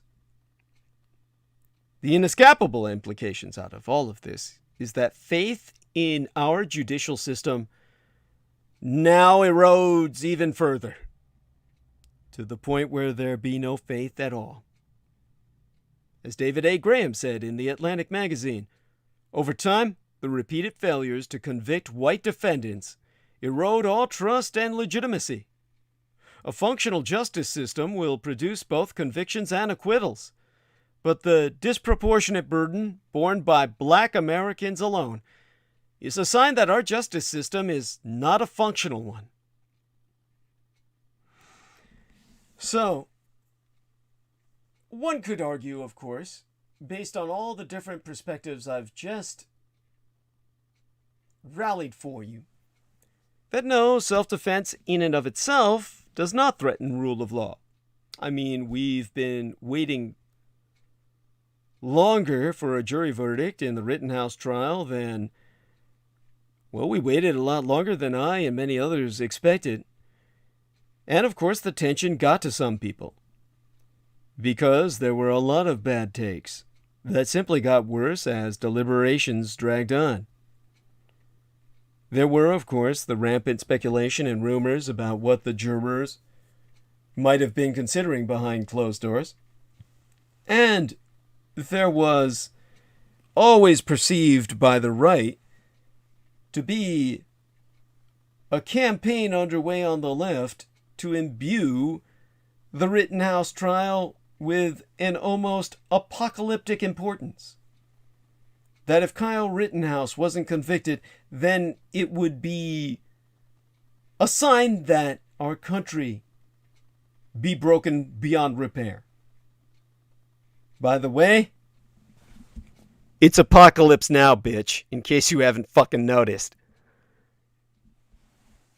And of course, one could say that Eric Levitz at New York Magazine was spewing apocalyptic nonsense, crying Chicken Little, or like Chicken Little, crying that the sky was falling, when he argued that Rittenhouse's claim of self-defense poses a threat to the rule of law itself, which I myself already expressed and articulated in our transmission before tonight's.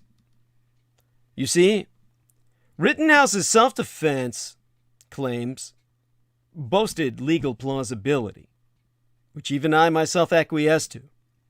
But they also illustrated the difficulty of reconciling mass gun ownership and expansive rights to self-defense with the rule of law itself. Rittenhouse's killing of Rosenbaum, well, I myself cannot deny that it was lawful, but that was scarcely self-evident to the bystanders who heard gunshots and then saw a killer holding an AR-15. The group of protesters who proceeded to chase and attack Rittenhouse reasonably believed that the armed teacher was, well, they reasonably believed that killing the armed teenager was necessary to save others from imminent bodily harm. If Rittenhouse had a right to shoot Huber and Grosskreutz in self-defense, The latter had a similarly legitimate basis for shooting Rittenhouse dead. Put differently, once Rittenhouse fired his first shots, he and his attackers plausibly entered a context in which neither could be held legally liable for killing the other. Whether one emerged from this confrontation legally innocent or lawfully executed hinged on little more than one's relative capacity for rapidly deploying lethal violence. Rittenhouse had a more powerful weapon and a quicker trigger finger than Huber or Grosskreutz. Thus, he walked free, in full health, while Huber lies in a grave, and Grosskreutz gets by the rest of his life without the bulk of his right bicep. This outbreak of Wild West rule isn't as anomalous as one might hope.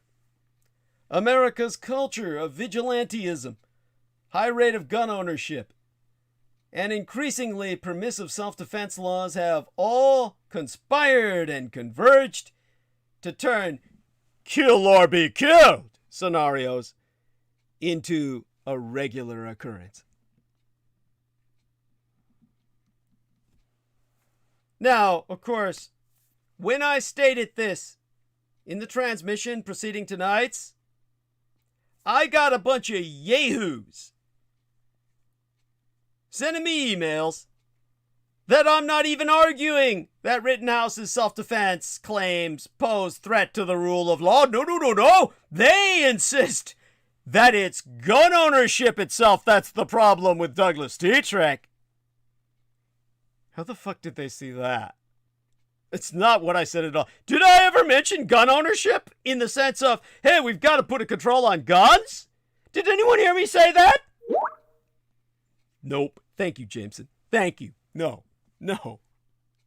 Basically, these yahoos think I'm saying that if we didn't have all these armed people running around, then these self-defense arguments wouldn't be so darn complicated. Look, there's no doubt that Rittenhouse's case poses some complexities because the shootings took place in the midst of several nights of rioting and looting, a chaotic situation involving hundreds of people. That's still not an indictment of either our right to keep and bear arms or our right of self-defense, no matter how hard that my critics might try to argue otherwise. And despite what people think about my initial thesis somehow morphing into gun control, honestly, it's not even like I really made a case against self-defense. But I certainly didn't target the Second Amendment, which these yahoos think I landed squarely on. You know, it's not just obvious how, or even if, America's self-defense laws should be reformed. As I argued in that transmission preceding tonight's, lowering prosecutors' burden of proof in self-defense cases may actually do more to imperil victims of alleged domestic violence like Marisa Alexander than to restrain right-wing vigilantes like Kyle Rittenhouse. By the way, our man James Reese has pointed out that these yahoos writing myself, they aren't worried about even their own lives. They're concerned about their guns' lives. There you go. That's their manhood. That's their identity is wrapped up in their firearms. Okay, let's get this out. Rittenhouse never had to prove he acted in self-defense. No one disputed that Kyle Rittenhouse, who at time of trial was 18 years of age, shot 3 men and killed 2 of them during turbulent protests in Kenosha, Wisconsin, that broke out after the shooting of a black man by white police officers. And it was well known that the central issue of his trial was whether Rittenhouse had a valid self-defense claim for those 3 shootings. Less familiar to the public, however, is that, by and large, the outcome of Rittenhouse's case turned less on the specific murky facts concerning what exactly transpired on the night of August 25th than on the seemingly technical but actually essential issue of the burden of proof.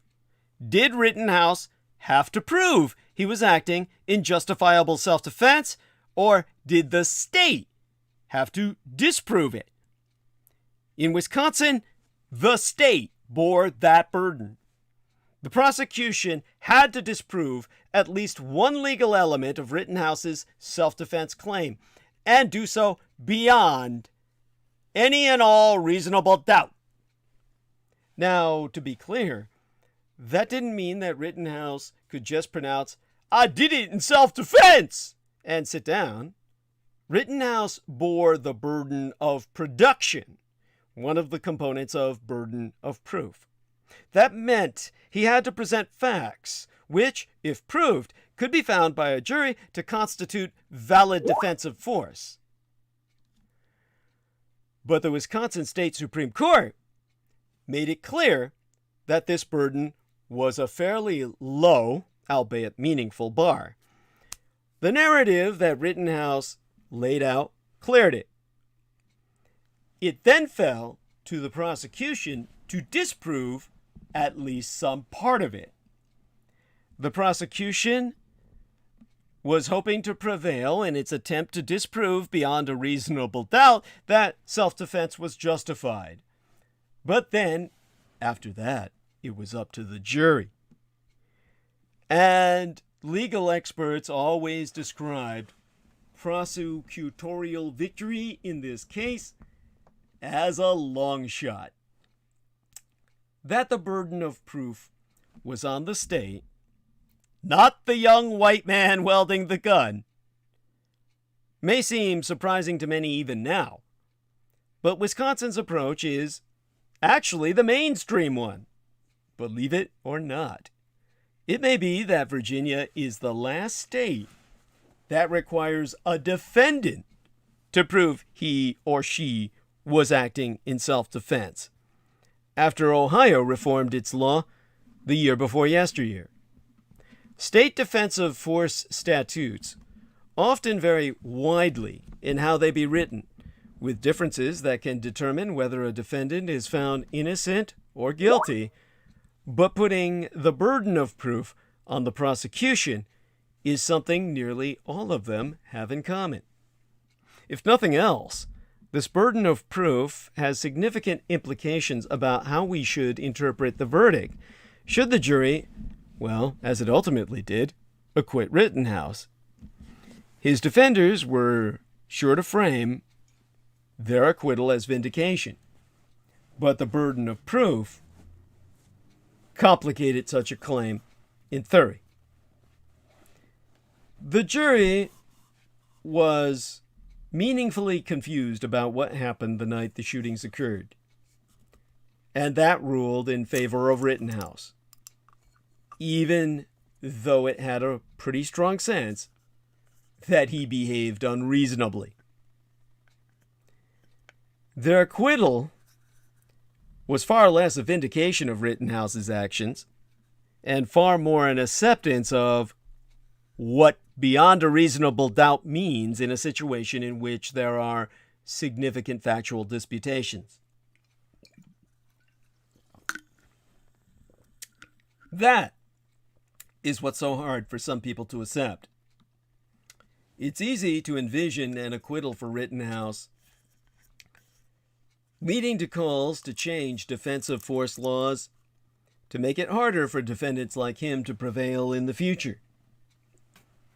But such changes could have unintended consequences that reformers may come to regret. After all, most self-defense cases do not look much like the one inspired by the events in Kenosha. More of them look like Marisa Alexander's trial in 2012 for firing a warning shot at her abusive then-husband in Jacksonville, Florida. The twists and turns of Alexander's case illuminate how significant an impact the burden of proof can have. Alexander initially invoked a pretrial hearing to dismiss the charges using Florida's Stand Your Ground law, where, under the law at the time, she bore the burden of proof. She lost at that stage, and the case went to trial. At trial, the state bore the burden of proof in establishing that Marisa Alexander had not acted in self-defense. She would likely have won, but the judge, shockingly, botched the jury instruction and wrongly told the jury that Alexander bore the burden of proof.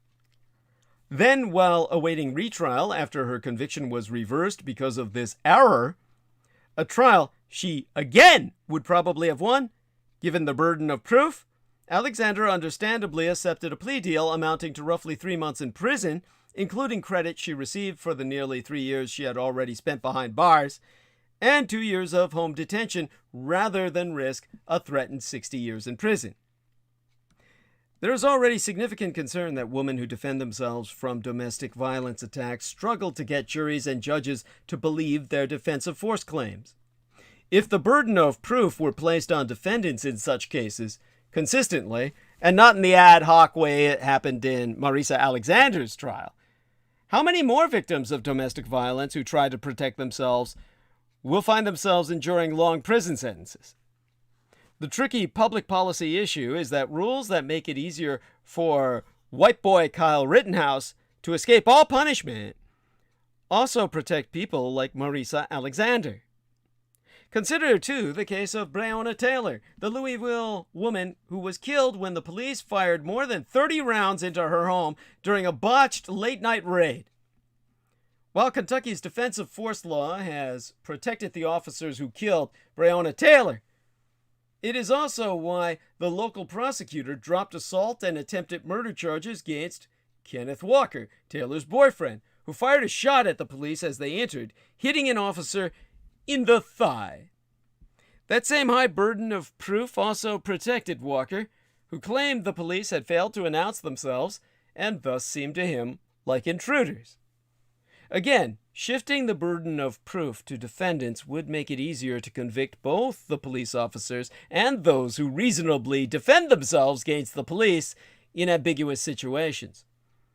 Police officers who face charges for using force already have significant advantages that civilians do not. The net effect of weakening defenses for the average person might not be any step forward.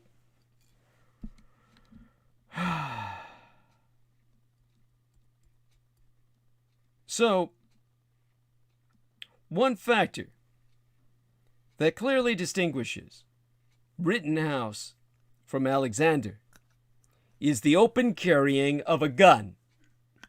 It is certainly fair to raise concerns that our current defensive force laws, and the growing embrace of open carry laws are increasingly in tension with each the other. But that is not necessarily an argument for responding to high-profile cases by making it easier for prosecutors to defeat all defensive force claims, which lowering the burden of proof would do.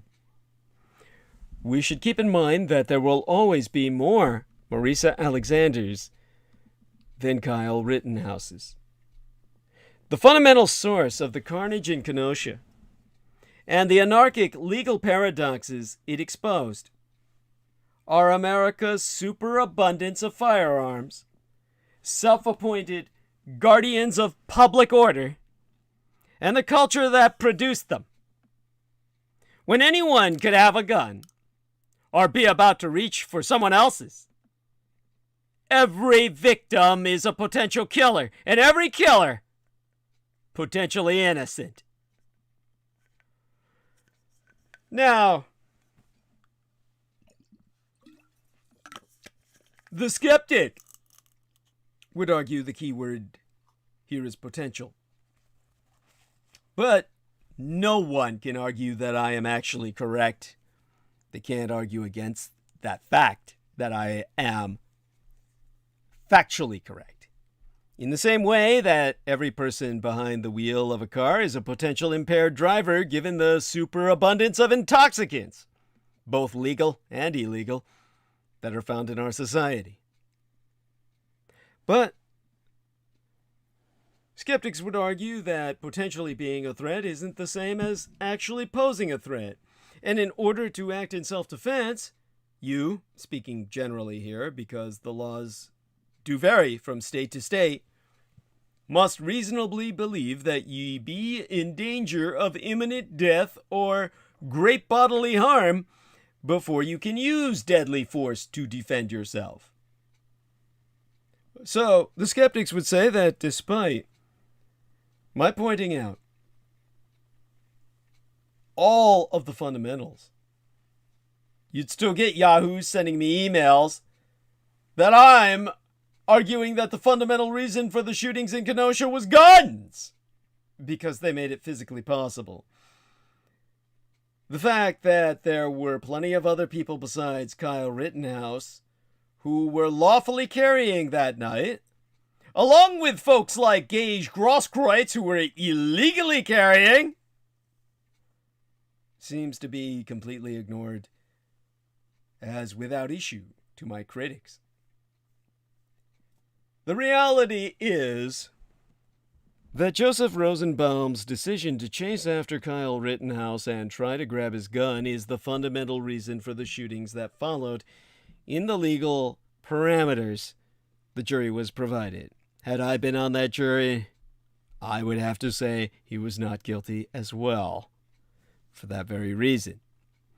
And neither Rosenbaum or Rittenhouse would have been there that night were it not for the riots, looting, and unrest in Kenosha. Events that don't appear to have bothered those critics of mine much at all. They're all fixated on my going gun control on them, rather than on the consequence that our right to armed self-defense will lead to the Wild West, sans given so much as a single thought to what angry mobs lead to. This is what brings us back to the vigilante self-defense. Can self-defense laws even stand up in a country awash in guns, since my critics brought the guns up? The concurrent trials in Brunswick, Georgia, and in Kenosha have both exposed deep fault lines in the legal and moral concept of self-defense, a doctrine that is ill-equipped to handle an era of expanded gun rights. As two closely watched murder trials played out in two different states these past 2 weeks, juries heard strikingly similar stories. White men took up guns in the name of protecting the public, or at least private property.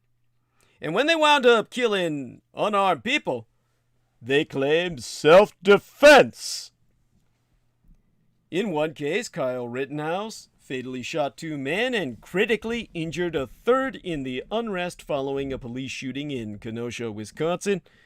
In the other, Ahmaud Arbery, a black man, was shot after a pursuit by 3 white men who said they suspected him of a series of break-ins in the neighborhood because he was running by real fast, holding fucking nothing. In both cases, the defendants claimed they were entitled to start shooting because the victims were trying to take their guns.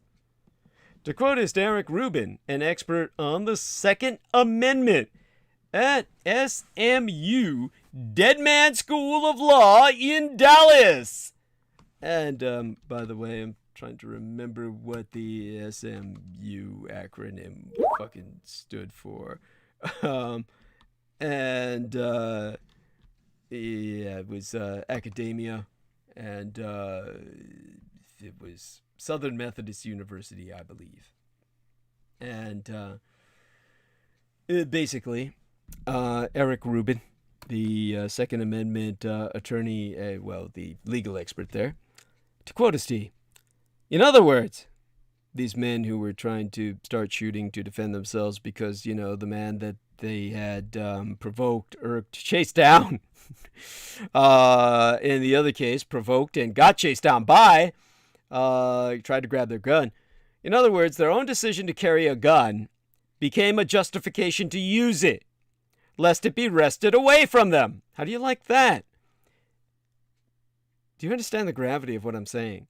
This means you can go out there, carry a gun, somebody tries to take it from you, and you're legally, you're privileged to blow them away, if you're white.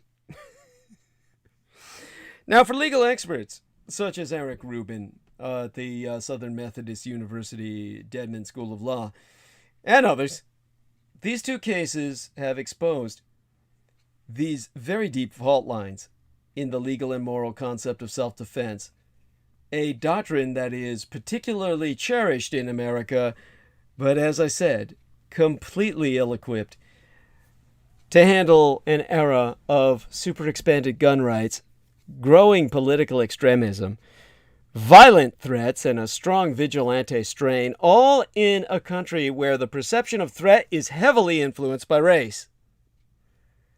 Kimberly Kessler-Furzan, a professoress of law and philosophy at the University of Pennsylvania, argues in the Texas Law Review that a potent mix of stand-your-ground provisions and citizens' arrest statutes have given people license not just to defend themselves, but to goest after others.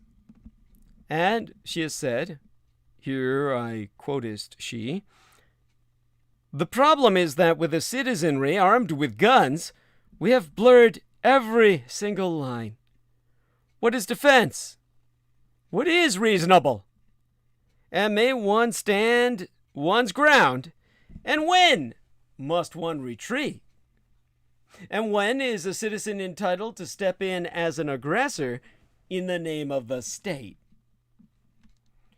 Generally, the law provides a right to self-defense when people reasonably believe there is an imminent threat of harm, whether or not that belief is correct at all. Exemplar gratiae, it may be reasonable to mistake a realistic prop gun for a real gun and kill somebody over that. But most statutes say someone cannot claim self-defense if that person was the initial aggressor. Like Kyle Rittenhouse was.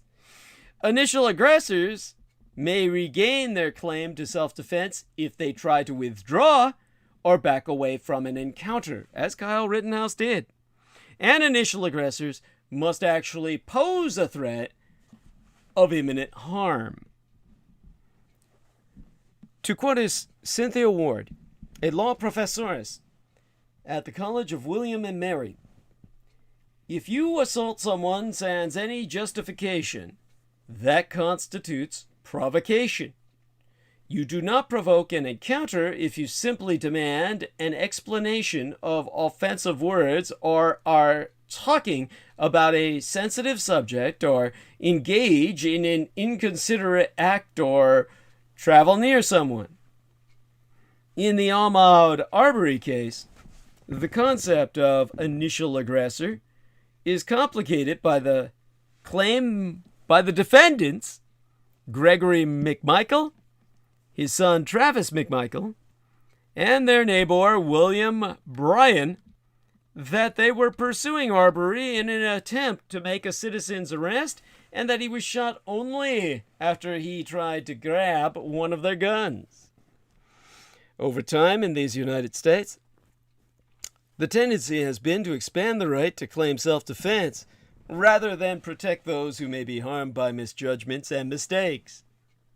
Castle Doctrine laws give people in their own homes the presumption of self-defense if they harm an intruder.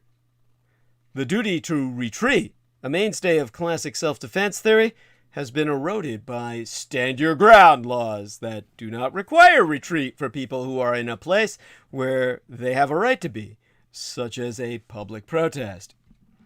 In many states, the burden of proof has shifted from requiring defendants to demonstrate that they acted in self-defense to requiring prosecutors to show that they did not.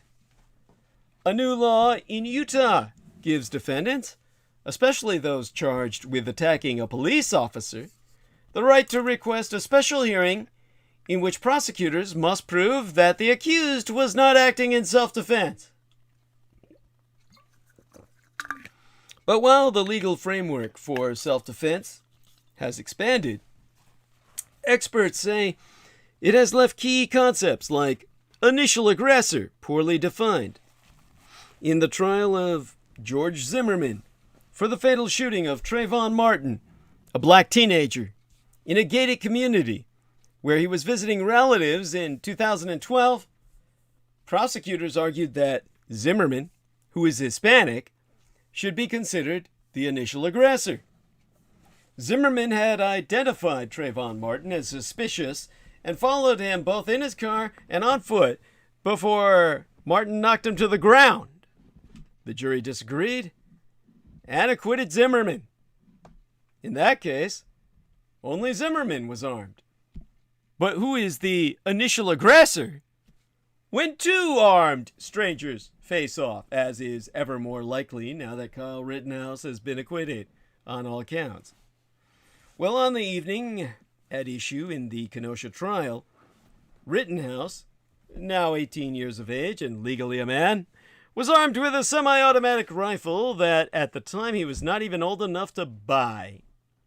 After he shot and killed a man who he thought was trying to grab his gun, as well as a man who hit him with a skateboard in an apparent attempt to stop him, a nearby paramedic named Gage Grosskreutz put his hands in the air.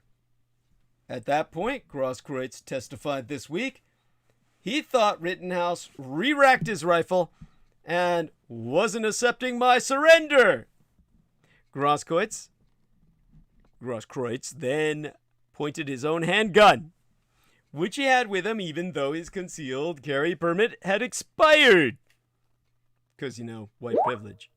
Toward Rittenhouse, he pointed his Glock, and Rittenhouse shot him in the arm in response. Grosskreutz said he was trying to save my own life. Rittenhouse said much the same. By the way, as Jameson Reese says, why don't they just hold fucking duel? That, by the way, is called Code Duello, bringing back the code of dueling. So long as it's notarized by the state. Yeah, aren't duels a thing? Yeah, I'm for it. Yeah. And Code Duello, bring back Code Duello. The code of the duel. Now, where was I? Of course. Well, all right. If one sets aside whatever reasons that brought each man to the parking lot that night, because I can't think of any sane, rational, or sound reasons in any case myself for any of them. Well, Renee Jorgensen, a philosopheress who has written about self-defense and what constitutes a reasonable mistake, has said, the way I would treat that case is that neither wrongs the other, and neither is wronged by the other. A kind of Wild West situation where it's not unlike armed combatants in war. Of course, both Rittenhouse and Grosskreutz, who are white, as were the men who died, had elected to take the law into their own hands to varying degrees, offering themselves that night as private guardians of public safety, one supposes. Experts concur self-defense, vigilantism, and policing are all deeply interconnected. All are deeply racialized American traditions in which black people, particularly men, are more likely to be viewed as threats, and white people are more likely to be given the benefit of the doubt.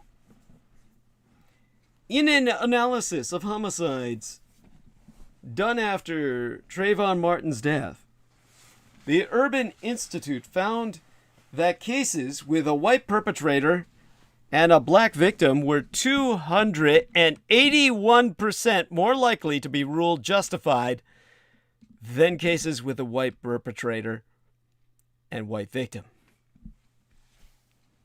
In the Arbery case this past week,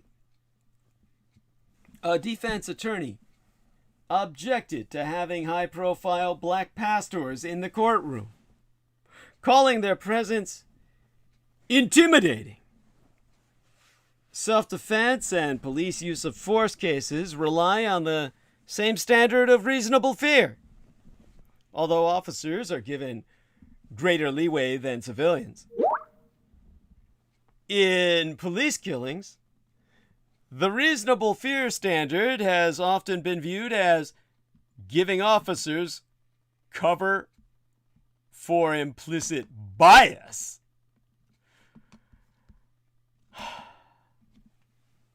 Some scholars are thinking about ways to help self-defense laws adapt to a country awash in guns and counteract pervasive prejudices. Cynthia Lee, a law professoress at George Washington University who is known for her model statute on police use of force, has begun work on a universal definition of what constitutes an initial aggressor. It would add another option to laws like Wisconsin's, which says the aggressor must have intended to provoke violence with a plan to retaliate.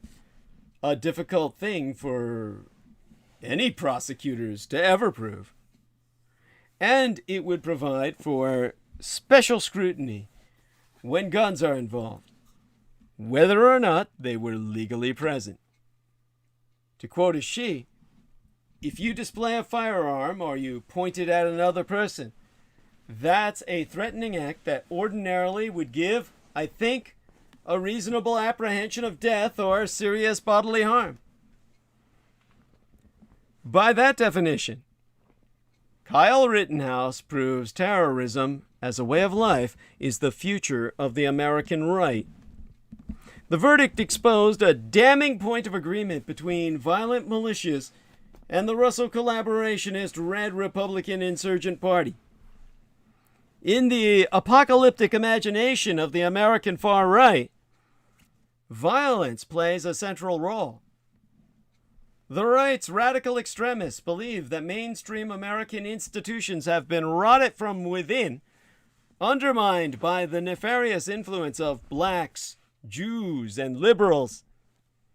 White Americans are justified, nay, actually obligated, to takest up arms to protect their people and their anti-culture. Immediately after Kyle Rittenhouse's acquittal on Friday, the fringed right's online forums lit up with celebration, and among some, a belief that they too can kill without legal consequence. On Telegram, a secure messaging app popular with extremists, the leader of a neo-Nazi group wrote that the verdict gives good Americans legal precedent and license to kill violent commies without worrying about doing life in prison if we defend ourselves in a riot. There is every reason to take such rhetoric seriously. Kathleen Bellew, a historianist of white power movements at the University of Chicago, concludes that it has never taken more than a whisper of approval to fan the flames of militant right action. The Kenosha acquittal is a shout. Based on how it's been cheered in so many quarters, the verdict is potentially setting the stage for future violence. In fact, I wouldn't say potentially, definitively so. Now, pardon me for a second. Checking around at our live stream, identifying 1.5 hours left. Flo Grant says, talk about the disappearing foot. Okay. What the fuck is the disappearing foot? Flo Grant can masturbatorily share that in text, whatever that is, and then find out whether or not I even care. How's that? How about I don't give a shit about your disappearing foot?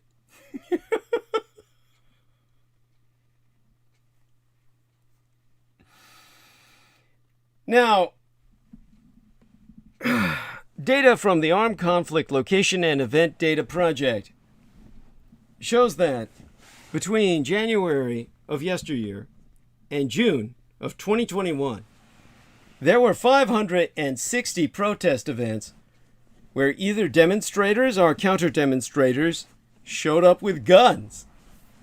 About 2% of all protests in these United States during the studied time period. The data also shows that these demonstrations are more than 5 times more likely to involve violent or destructive behavior as compared to unarmed events. John Hopkins, political scientist, Liliana Mason, the co-authoress with Nathan Kelmo of the forthcoming Radical American Partnership, forthcoming Radical American Partisanship, worries that this trend will escalate. At future protests on charged issues like racial justice and voting rights, armed right-wing protesters continue to descend on America's cities in increasingly large numbers. So as she put it, the January 6th folks coming by, Kyle Rittenhouse style. You see, Mason and Calmo's research documents rising support for political violence in these United States, prompting worries that eventually the killing in Kenosha will repeat itself elsewhere. The more it does, the more likely it is to lead to retaliatory violence from the other side. The ultimate risk may be what Mason terms an endless cycle of partisan killing, like Italy's years of lead or pre-Civil War bleeding Kansas. Looking at the reaction to the verdict from mainstream conservatives makes the current predicament even scarier. Far from cooling the passions of the fringes, mainstream Republican politicians and allied media are canonizing Kyle Rittenhouse, elevating him into a model for ordinary conservatives to follow. Rittenhouse's acquittal is in a certain sense unsurprising. America's self-defense laws are nothing if not incredibly permissive, making it difficult to convict someone in a violent situation who claims to fear for their life. Yet, it is one thing for conservatives to say that the jury reached the legally correct verdict, and another thing entirely to describe Rittenhouse as a moral exemplar, a gun-toting American standing guard against the country's internal enemies. With Mason so warning, by suggesting Kyle Rittenhouse a hero, the implication is that what he did was not a tragedy at all. It wasn't a conflict gone lethally wrong. It was good lethal conflict. A bloody turn in this deeply polarized movement for American democracy need not be inevitable. But the Rittenhouse case has revealed a scary convergence between the fringe and the mainstream on the wisdom of turning guns against their political enemies. Its resolution validates that belief in ways that challenge the basic non-violent compact at the heart of democratic political life. After Rittenhouse's acquittal, the Russo-radicalized right is gearing up for battle.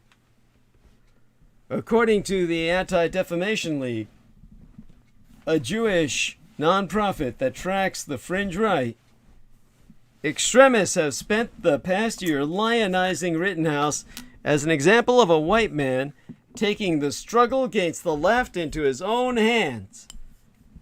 The not guilty verdict was, for them, a kind of vindication.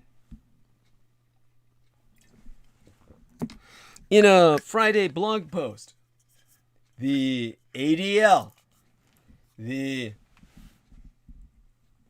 what does that stand for again? Anti-Zionist Defense League? I forget. Honestly, I'm probably getting sleepier as the day comes closer. Anti-defamation, thank you. I couldn't have gotten that out without you. Holy shit. How did I forget that? Thank you. Thank you, my man. That's thanks to Jameson Reese, whose name I'm also forgetting. Anyhow, in a Friday blog post from Into the Weekend, the Anti-Defamation League explained, as soon as the jury announced its verdict, online extremist spaces erupted in cheers and self-congratulatory rhetoric. Supporters heralded the Rittenhouse verdict as a victory for the principle of self-defense and providing legal precedent for violent responses to perceived threats. And some argued that people no longer need to avoid acting during these tense situations for fear of legal repercussions, a potentially dangerous sentiment. Now, the ADL documented a wealth of examples, including a large number of right-wing extremists interpreting the ruling as a license to engage in intimidation or violence at the future Black Lives Matter protests.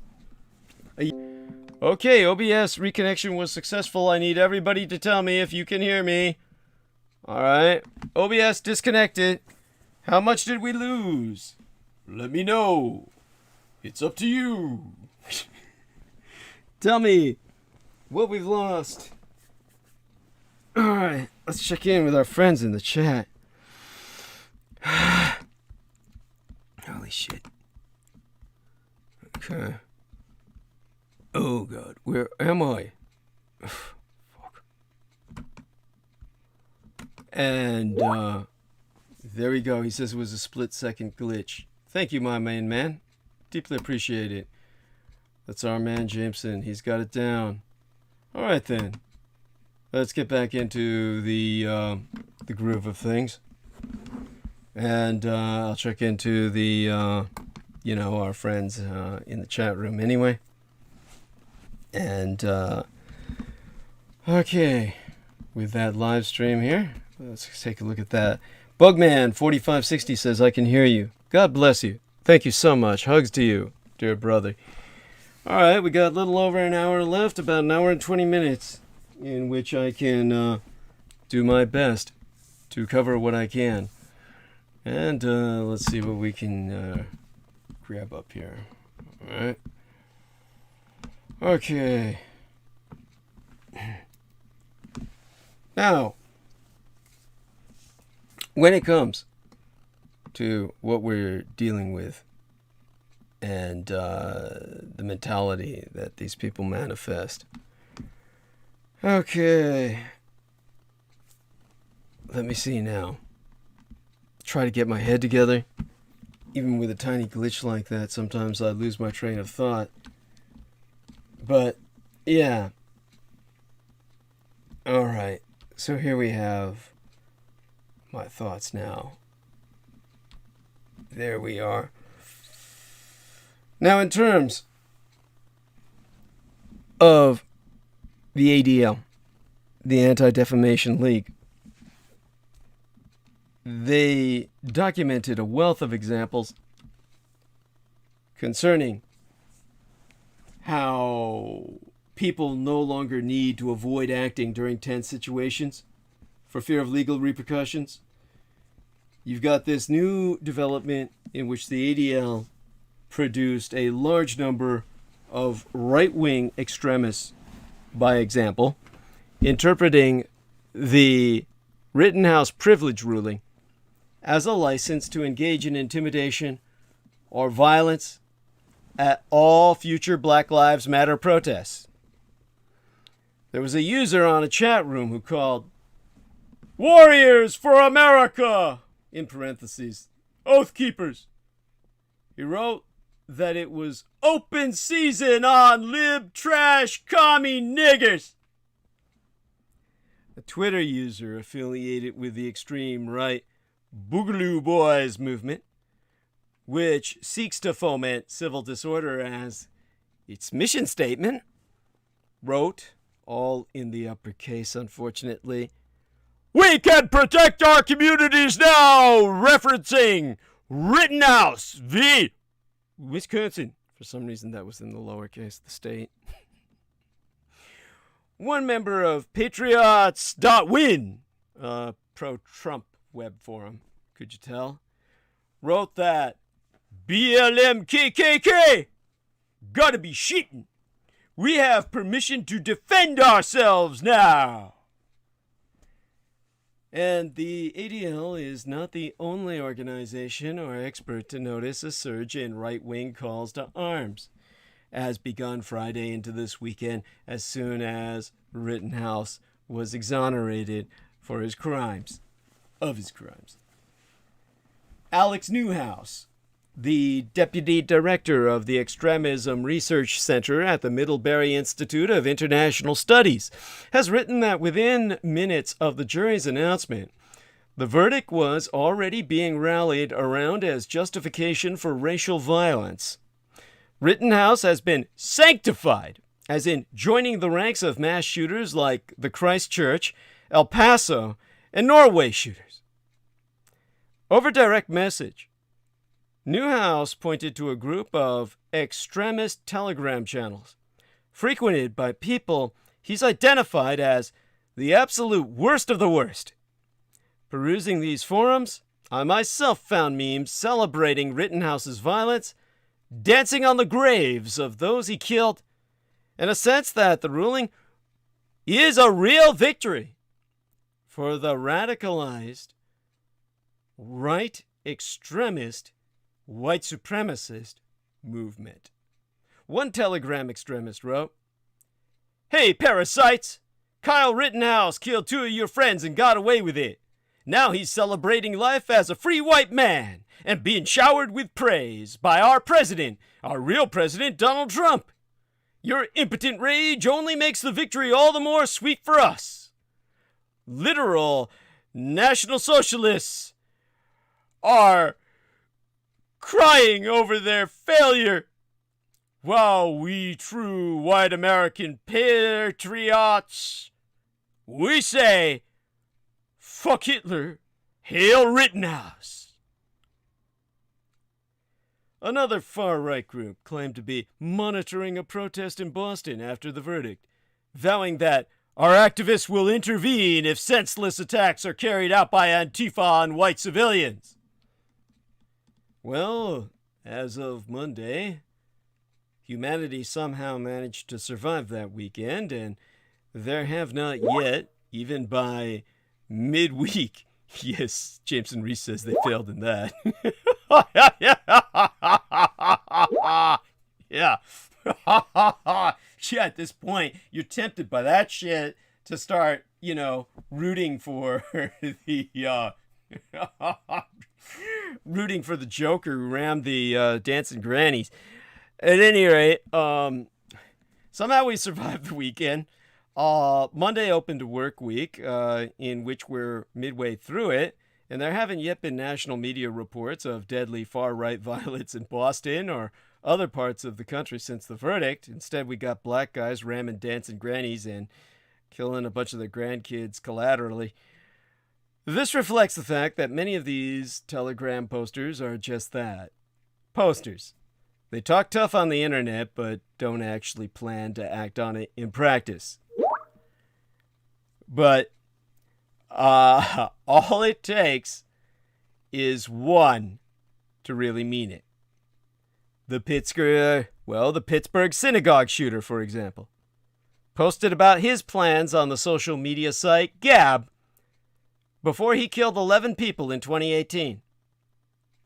And for that reason, experts are warning that the Rittenhouse verdict will now have far-ranging consequences for the safety of all American protesters and all American politics more broadly.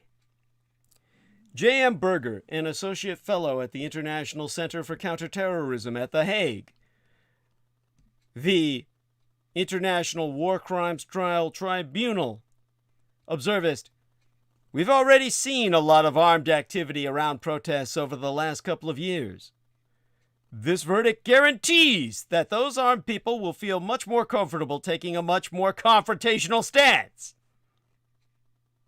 This is how the country now starts adrift in the direction of Mason's nightmare scenario." You might ask who Mason is. Basically, in their studies of previous episodes of political violence, Mason and Calmo document a self-perpetuating effect that violent episodes tend to increase support for violence, as Mason puts it.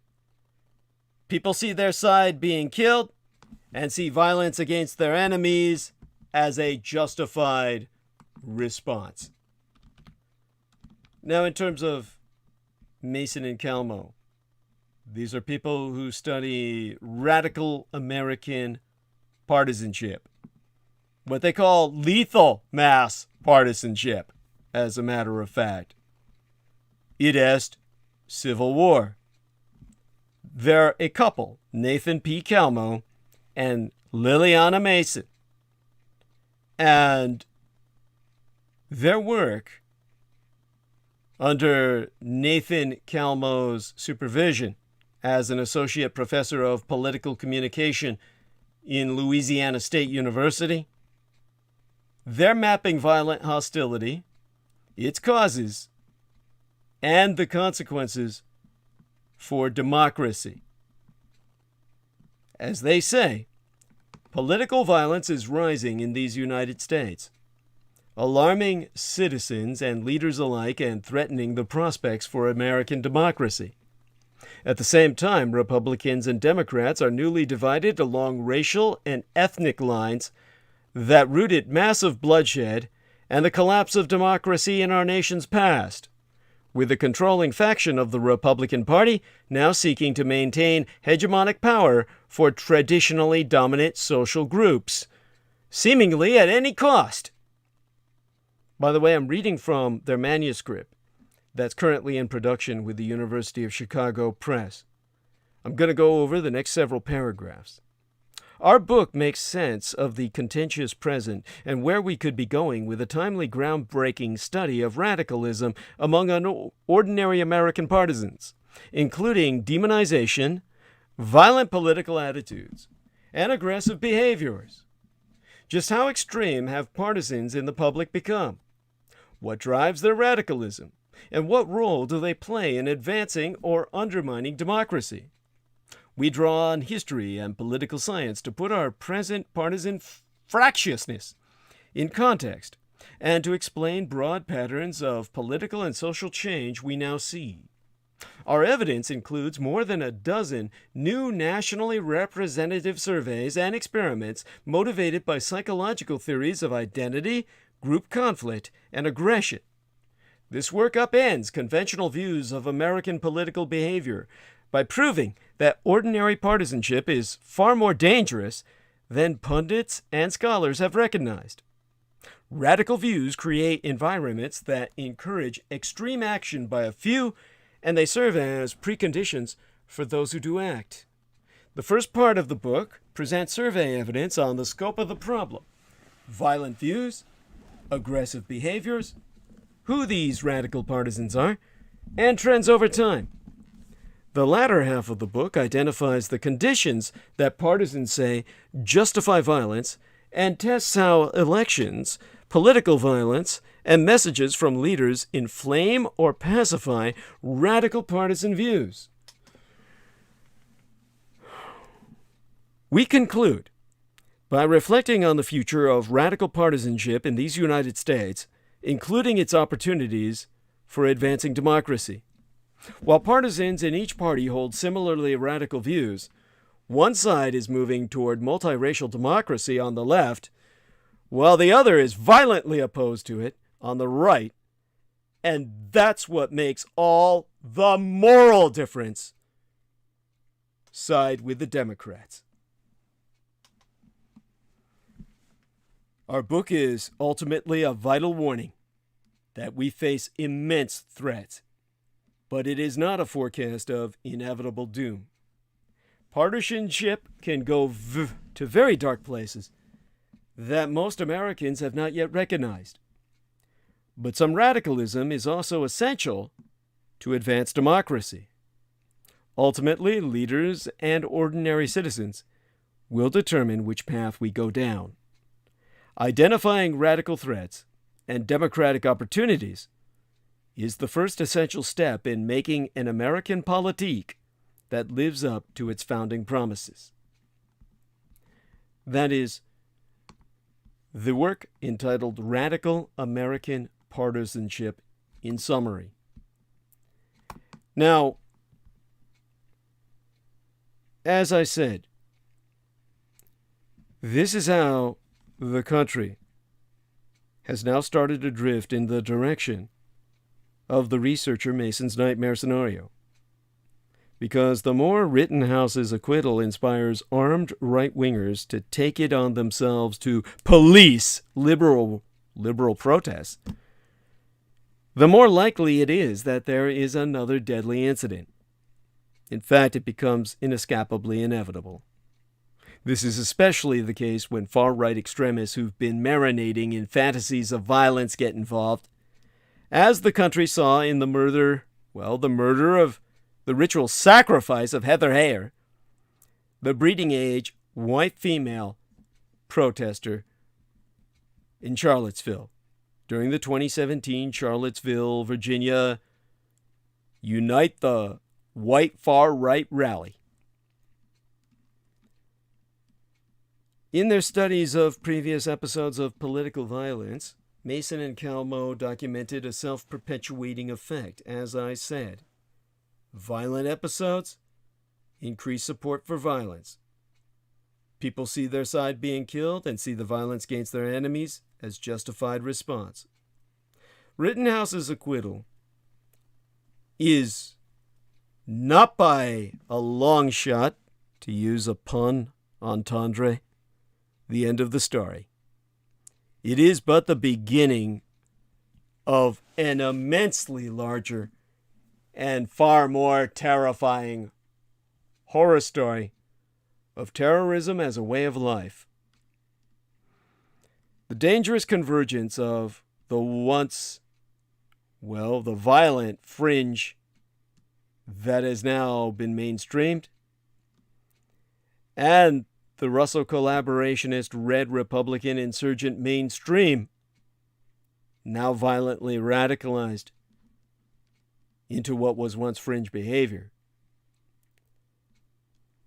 leave us with violent white nationalists on the internet's fringes not being the only ones to immediately celebrate Rittenhouse's acquittal.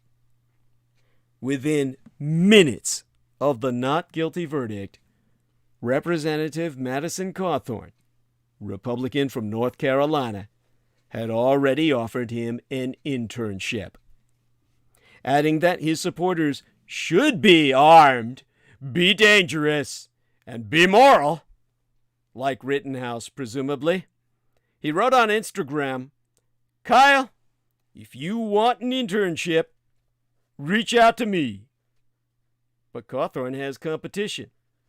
Two other House Republicans, Representatives Paul Gosar of Arizona and Matt Gaetz of Florida, have also suggested they want Rittenhouse in their office. Gozar, fresh off of an official censure for posting a video in which he is depicted killing Representative Alexandria Ocasio-Cortez, the Democrat from New York, tweeted that I will arm wrestle Matt Gaetz to get dibs for Kyle Rittenhouse as my intern. Yeah. There we are. Jameson Reese says Gaetz likes him young anyways. He better cover his bum. Yeah, we're talking about a son of a bitch who produces an animated feature of himself killing a lady, Representative Alexandria Ocasio-Cortez, and saying, oh, everyone's just too thin-skinned to handle a joke. They always say it's a joke.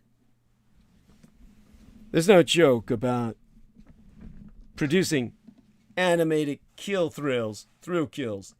Now, the celebrations in conservative media were, if anything, even more effusive than those of their elected representatives. Steven Crowder, a popular right-wing YouTube host, has said, not only did Kyle Rittenhouse have the right to do this, I encourage you to do it. Some people needed a catalyst. Let today be the day. We're talking about a man who's encouraging murder on YouTube. I wonder if his channel's still up. And he added that conservatives will make sure there will not be another town burned down if they take up arms against this evil on the left. Of course, YouTube's full of these fuckers. It's all you find. On Friday evening, while touting an exclusive interview to air on Monday night, Fox's Tucker Carlson said, Kyle Rittenhouse wound up on the streets in Kenosha with a gun in the first place for one reason. He was there because, in the summer of 2020, the leadership of the Democratic Party endorsed mob violence for political ends. If Kyle Rittenhouse can save his own life, you can too. What he's saying is go out, provoke people, run away and kill them as they chase you after you've done everything you could to anger them. By the way, I thank WTF and DatDude873210 for letting me know that it's loud and clear in the land locked down under, and the sound is clear elsewhere as well. And, of course, Bugman4560 gave hearts, the prayer symbol, the shout-out, the flame. Bless you, and big hugs, brother. Bless you, Bugman. Bless you, WTF. Bless you, DatDude. All my brothers. And, all right. In theory, it would have been possible for conservatives to say the verdict was the right one without lionizing Rittenhouse. A handful of anti-Trump conservatives, like David French, who is also a staunch Second Amendment supporter and a columnist for the liberal Atlantic magazine, did just that. But that's not the tack that the overwhelming majority of the mainstream right has chosen. They sound less like the Atlantic columnist Dave French than they sound like the extremists on Telegram, turning Rittenhouse into a hero, a model to be emulated, rather than a cautionary tale, as he should be, or that he is. Art Gibson, a professor at the University of Dayton, who studies white racial extremism, told the Washington Post, the rhetoric is stated slightly differently, but the end result is the same. This is a young man who did the right thing in their eyes. The arguments start from different origin points, but they create an almost iconic, or at least a powerful, symbol. In some cases, there are ties among the Republicans celebrating Rittenhouse and parts of what was once a violent fringe. Gozar met with an Arizona chapter of the Oath Keepers militia and, according to at least one participant, said that America is already in the midst of civil war. Gaetz attended a rally where the Proud Boys, a Western chauvinist street-brawling group, were providing security, and then praised them on his podcast. In this, they were both following former President Donald Trump's praise of the fringe, referring to those very fine people at the Charlottesville rally and telling the Proud Boys to stand back and stand by during a 2020 presidential debate. The fringe and the mainstream, right, differ on many key points. Among others, the bigotry of the extremists is far more naked and eliminationist, but they all agree on a conspiratorial worldview in which liberals are not mere political rivals but existential threats to the American way of life. Iptoklenkis, a scholar of political rhetoric at the University of Pennsylvania, observed that one of the biggest problems this country faces is perceived polarization, driven by misinformation on the right, claiming leftist extremists want to destroy our way of life, and, thus, it be reasonable to do everything in our power to stop them, including mass extermination and ethnic cleansing. In this narrative, every illiberal move Republicans and conservatives make is a form of self-defense. Seizing partisan control of the vote and the counting thereof is justified as a means of stopping democratic fraud. Self-defense. Banning school libraries from carrying books by Black and LGBTQIA plus authors is a means of stopping liberal indoctrination. Self-defense. Laws that protect drivers who run over protesters from lawsuits, such as what was done at Charlottesville, and protects the white boy in that state, unlike the black boy in Wisconsin who has to face the music, are a way of protecting communities from rioters, like the breeding age white woman Heather Heyer, who, the madman, under the satanic tutelage of what he called his own wizard, Augustus Sol Invictus, he himself got full defense for sacrificing that breeding age white female because she's such a fucking threat. She might squeeze out another. Well, she would probably have sex with some kind of color and squeeze out some kind of hybrid puppy, right? Kill her before she does it. Now, whatever else you say about the nig who ran into the dancing grannies, well, none of them were breeding age. Rittenhouse is a powerful symbol for the right because he acted out a long-held fantasy. A man with his gun standing up to the liberal hordes, just as the white supremacist driver who mowed down Heather Heyer and then backed up to run over her again and again. Self-defense! All those laws that protected him from immediate lynching. That Rittenhouse was found not guilty is a validation of that white man with a gun fantasy, because it could finally be made reality, a godsend to genuine extremists. But his acquittal celebration across a much broader spectrum of the right should strike us all as existential threat. It threatens the mainstream consensus that political violence has no place in a democratic society, and the related notion that Americans need to share a country with people who disagree with them, to let those who do not think like you live their lives. But that's done away with now. Now those on the white right can say nay. Not only can you not look different, not only can you not think different, now you simply cannot be allowed to live. Our country has never been so divided. Will America even survive a civil war? As a man who worked for the Department of Defense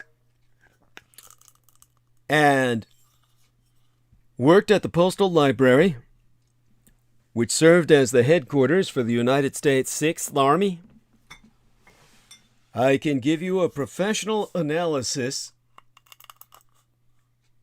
that would conclude our United States Army could never withstand an insurgency. Historically speaking, empires on average last for around 250 years, after which they tend to either slowly or very, very quickly fall apart due to overreach and internal conflict. Somewhat ominously, the 250th birthday of America is coming up in 2026. An election year, I believe. No, midterms. In the last hour, left open to us, Troy Bellamy, sayest? This is the response to the war cry from our stupid ex-leader criminal rapist. When the looting starts, the shooting starts. You cannot cry self-defense when you brought the gun. I agree. Now, with this upcoming 250th year of these United States as a constitutional republic, coming up within half a decade, yet, as our man, Mr. Bellamy, mentions in the live chat, Troy Bellamy brought Trump back up, so I cannot resist. Turning back towards history, as a historian, I can tell you that when, towards the end of Trump's presidency, a radicalized individual told me that he was determined to head America toward civil war, I dismissed his own agenda out of hand. Why? When I speak of it so relentlessly myself? Well, in his case, I would ask how. It takes a unique confluence of mistakes and crises for civil war to appear possible, and an even longer list of mistakes, crises, and elite screw-ups for them to happen. But when this individual confronted me with his agenda, that was 2015. And 2021 is a whole different world from 2015.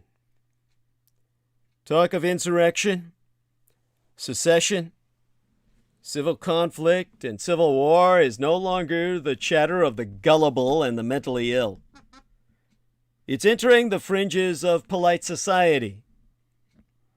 Some support this national divorce. Others are opposed to it. Others claim they would actually prefer to declare war on their recalcitrant countrymen rather than let them go their own way unmolested. None of this morbid interest in civil conflict is irrational, given the times. The year 2021 has thus far been a spectacular year for signs of political decline. The United States has now seen all the notable horsemen of the apocalypse that historically herald strife and revolution, appearing one after another. Political division among its elites, increasing loss of legitimacy in the eyes of the population, military defeat abroad, and a new and very ominous crisis in the real economy, with no end date in sight. Any one of these crises would be bad enough on their own. Taken together, They represent a truly serious threat to the stability of our current order. Still, the question to be answered at the end of the day is quite simple. How likely is civil war, or national divorce, or a troubles scenario, really? To answer that question accurately, a few misconceptions about it being impossible have to be dealt with. One of the most worrisome aspects of contemporary American political discussion is the sense one often gets that many participants are possessed by a thinly veiled bloodlust. Sometimes that bloodlust is not even thinly veiled.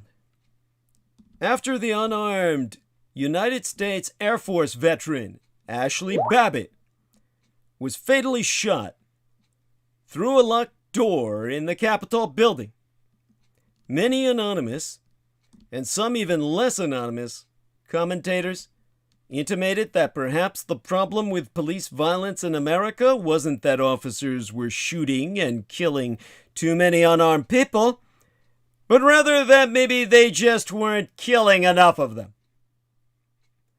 Following a wave of destructive riots that tore through many cities in these United States last year, this turn toward an open celebration of equally senseless violence when it is visited upon the enemy team speaks to a dangerous sort of polarization.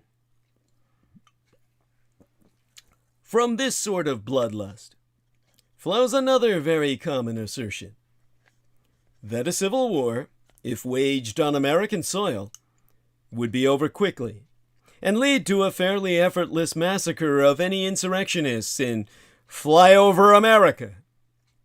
The idea here is that the United States military is so advanced and has so many tanks, gunships, fuel air bombs, and drones that the federal government is simply assured of victory. As such, a civil war is an unlikely or impossible scenario, given the dramatic imbalance of power between the state and even a numerically large, dissatisfied internal population. But this is a dangerous misconception. While the United States military is indeed powerful and lavishly funded, it is a military designed only to fight other states. Warfare between states is bound by rules and regulations. It is based on consent. This might seem a strange assertion to make, given that a country cannot just decline a war declaration from an enemy, but it holds true. There's a formal or informal understanding of who is an actual combatant and who is not. In contrast, warfare in primitive or tribal societies does not make any distinction between a civilian and a soldier. There are only enemies. Ambushing and killing a 12-year-old girl drawing water at the creek is seen as normal as killing an adult warrior. This is where the European habit of calling uncivilized peoples savages comes from. Rather than merely being an expression of racist chauvinism, Europeans were in fact oftentimes shocked by the habit of Native Americans or other peoples to not play by the rules. But playing by the rules is a mug's game. An insurgency in America has about as much reason as the Native Americans once did to follow the rules of their enemies. They are under no compulsion to wear blinking strobe lights to make themselves easier for the drones to target. And that simple fact means that a counterinsurgency effort in these United States is almost certainly doomed to fail. In counterinsurgency warfare, everything that makes the U.S. Armed Forces great, high-tech weapons platforms with immense destructive firepower, are not just useless, but counterproductive. A tank parked outside a shopping mall in Idaho will either spend its time shooting at nothing or be at a very high risk of killing innocent American civilians for the high crime of looking suspicious. Droning American weddings, like Afghan ones, does very little to advance the goals of a counterinsurgency. If anything, it only makes the relatives of the dead more likely to fight. The U.S. Armed Forces are also at least an order of magnitude too small to do the job effectively. During Operation Banner, the British military deployed at most 20,000 soldiers in Northern Ireland to keep a lid on that wayward province. The U.S. Armed Forces consist of about 1.3 million active duty personnel, but this is spread out over 5 branches: Army, Marine Corps, Navy, Air Force, Coast Guard. Did I say 5? Oh, nay, 6. Space Force now. And only a small minority of military personnel are actually even combat troops, as I've always emphasized. It is thus very unlikely that the armed forces could scramble more than 100,000 regulars willing to do the job of holding an M4 carbine and patrolling down the main street of any town, Texas. To put that into perspective, Northern Ireland is about 2% the size of Texas.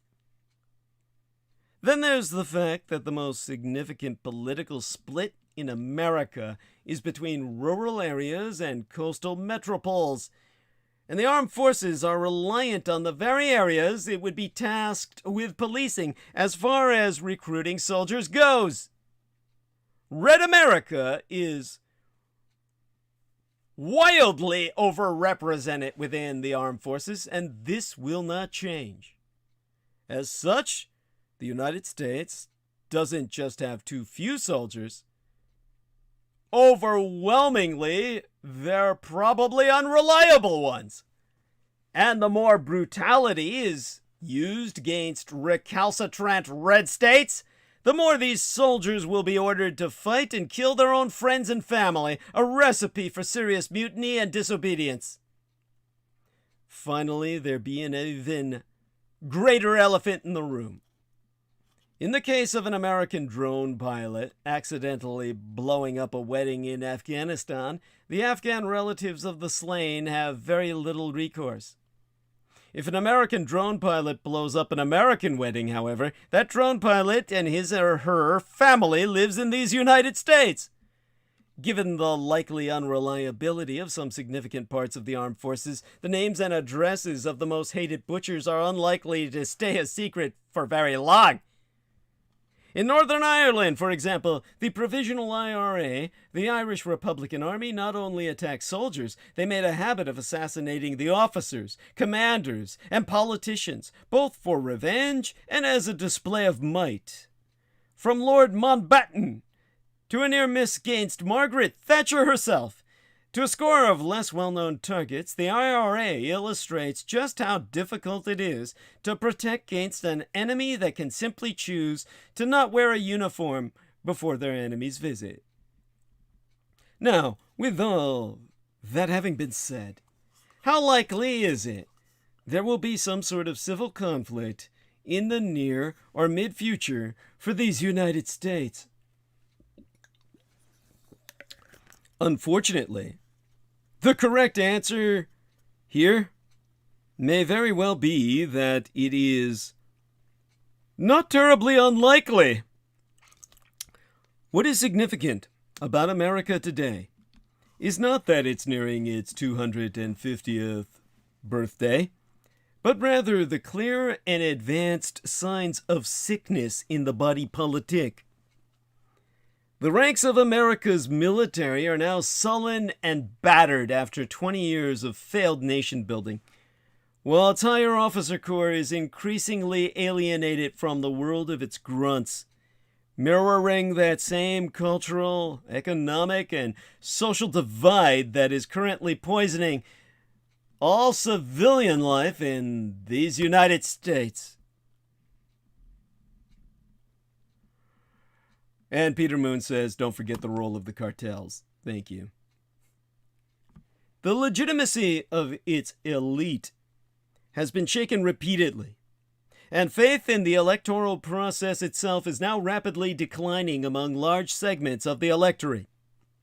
America is currently a malarial swamp of strange new faiths, creeds, soothsayers, and itinerant prophets. From Q to vaccine scientism, to various forms of pseudo-Gnosticism centered around trans people. To a student of history as myself, this should also be a familiar and quite ominous sign. France in the 1780s had its own scientism and mesmerism, and Russia in the 1910s and 1980s was rife with soothsayers and itinerant preachers of new strange faiths. Most ominously of all, however, looms the growing supply crisis. This crisis would be tolerable if it merely implied a lack of variety at the grocery store.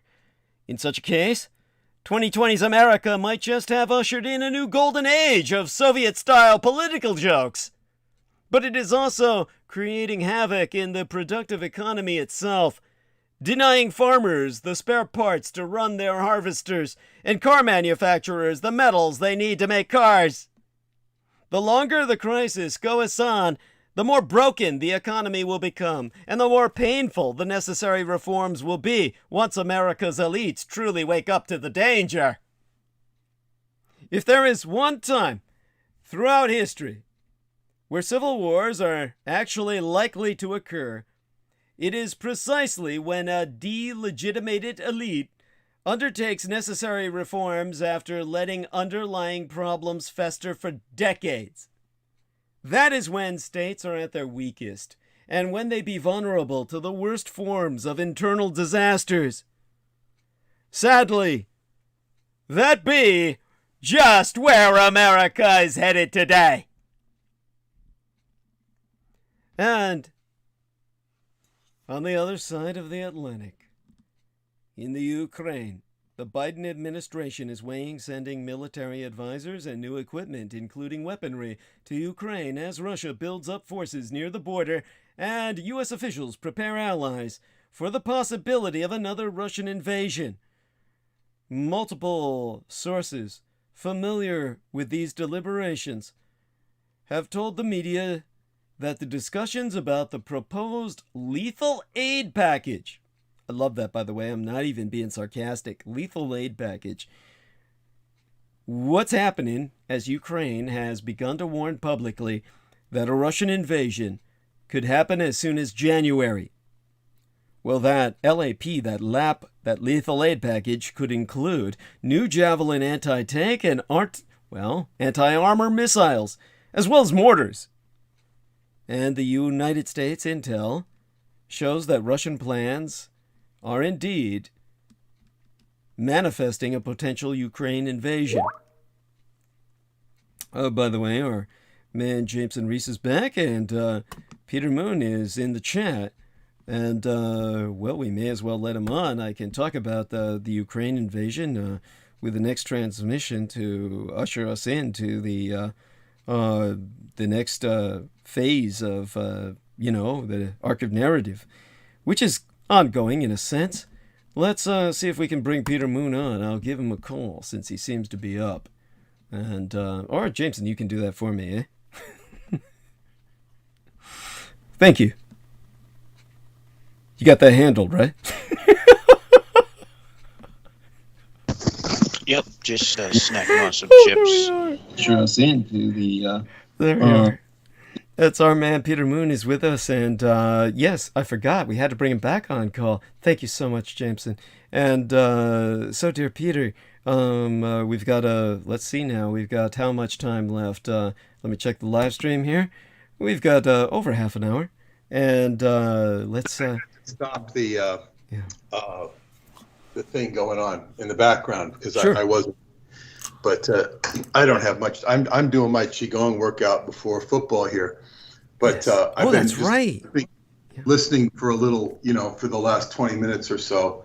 And, I brought up that thing. I had to ask, about the role of the cartels because, we're talking about, right wing and left wing. And then you have the cartels, which are like up your ass.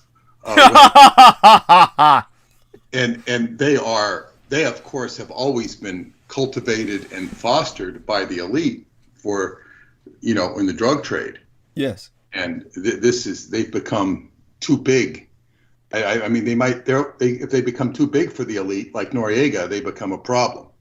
Yes. And so far, they're part of the quote unquote solution for the elite, whatever their solution is. But and they might actually play more of a protective role than a divisive role, because they are known to take care of certain things. But they fight amongst each other in Mexico. Yes. So I mean, and their presence was leering and menacing under the Trump administration. We don't hear about them anymore. They're not targeted by the media. They're not targeted by the politicians. Mm-hmm. They've just kind of disappeared as a menace. But they were an active menace, regardless of Trump's position on them. Well, they're still around, very much around, and they're still very active. It's just, I think that America has kind of chosen to ignore them, as its attention has just been grabbed by so many internal problems and so many of its failures overseas. And of course, the rising threat of China, etc. The last thing Americans were worried about were the cartels on their doorstep, because the cartels are not, yet at least, invading north. There was fear that they would, but there was enough of a control put on the border where Americans seem to have felt comfortable about it. Honestly, if people live near the southern areas of Texas like Laura Lee Solomon did, she would tell me that she would hear the gunfires of the cartels at night, and that this would be like military-grade gunfire where she was convinced the Mexican army was involved, and that it was like, she swore at times it had to be this side of the border, and I'm sure she was correct. So they bring their battles on either side, and just kind of, there's, what can the border guards do? They may be armed, and they may be fairly heavily armed, but they're not military grade armed. And that's why Trump was sending the National Guard down there. If you remember that. Well, and the warfare in Mexico is standard fare. Yeah. The government is intimidated by the cartels, and it's just like, instead of this stuff going on in Seattle or Portland or even Brooklyn, or where it gets violent. Yeah. In Mexico, it's like guns flaring, and it's not civil war amongst the people. It's civil war amongst the cartels. So our friends were telling us, if you're going from one town to another, you got to go by the checkpoint of the cartel. They say, who are you? And they know all about you. They know who you are, what you are, and okay, you go, because they know you. They know everybody. They know you far better than our government would know people, or the Mexican government would know people. That's how powerful they are. So it's like, and they've been told by their relatives not to go back home. I mean, they tell me some incident of their, some misunderstanding. They're having a party, mm-hmm. I think their father's house, and there was they had the window open, and somebody from the next door was looking, they might have seen something, and they came over and basically warned them, don't, what are you doing in this house? And they told them, we're just having a party. Well, don't let this happen again, because it was something about looking from one window to the next. Okay, interesting. And it's like, they warn you, and then that's it. So it's like, that's so menacing. Yeah. And that's like a country. I don't know if guns are, I'll have to ask them tonight. We'll see them tonight for Thanksgiving. I don't know if guns are illegal or illegal in Mexico. No, there's this iron river of firearms that flows from the north down into Mexico and all of Latin America. It's America's, American-produced guns are the overwhelming reason that all the violence that just saturates Latin America in blood is happening at all. It's all American guns.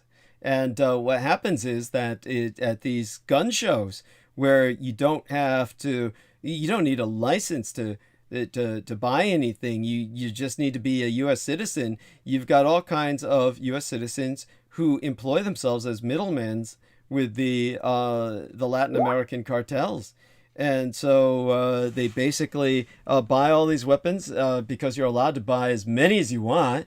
And they buy an army's worth, and people think, oh, he's arming a militia or something. But no, he's arming Latin American cartels for the most part. And that's where the big money is. Fuck the militia. So they, sell all these weapons to the Latin Americans. I went into this in some depth before, and I'll happily go into it again. But I think you understand what I'm saying. You get, yeah.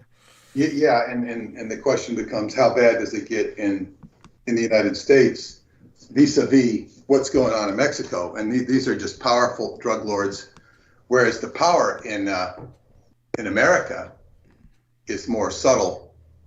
Yeah. More subtle than that, and sophisticated. And you have Silicon Valley people.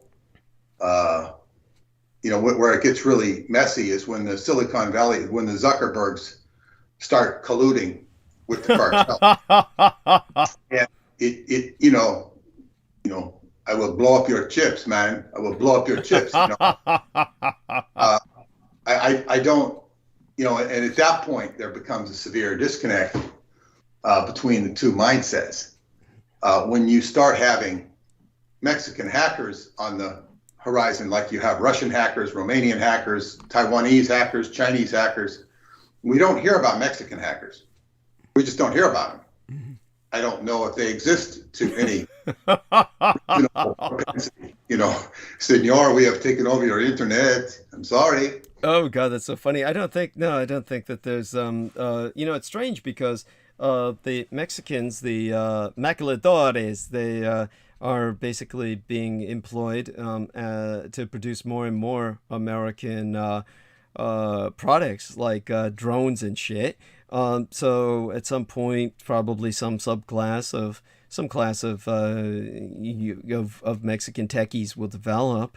They've got their own kind of environment where that sort of thing could happen. They don't have a Silicon Valley per se, but Jameson says they may be low key, but you can find cartel murders on the darknet. Well, yeah, that of course is just like gore porn.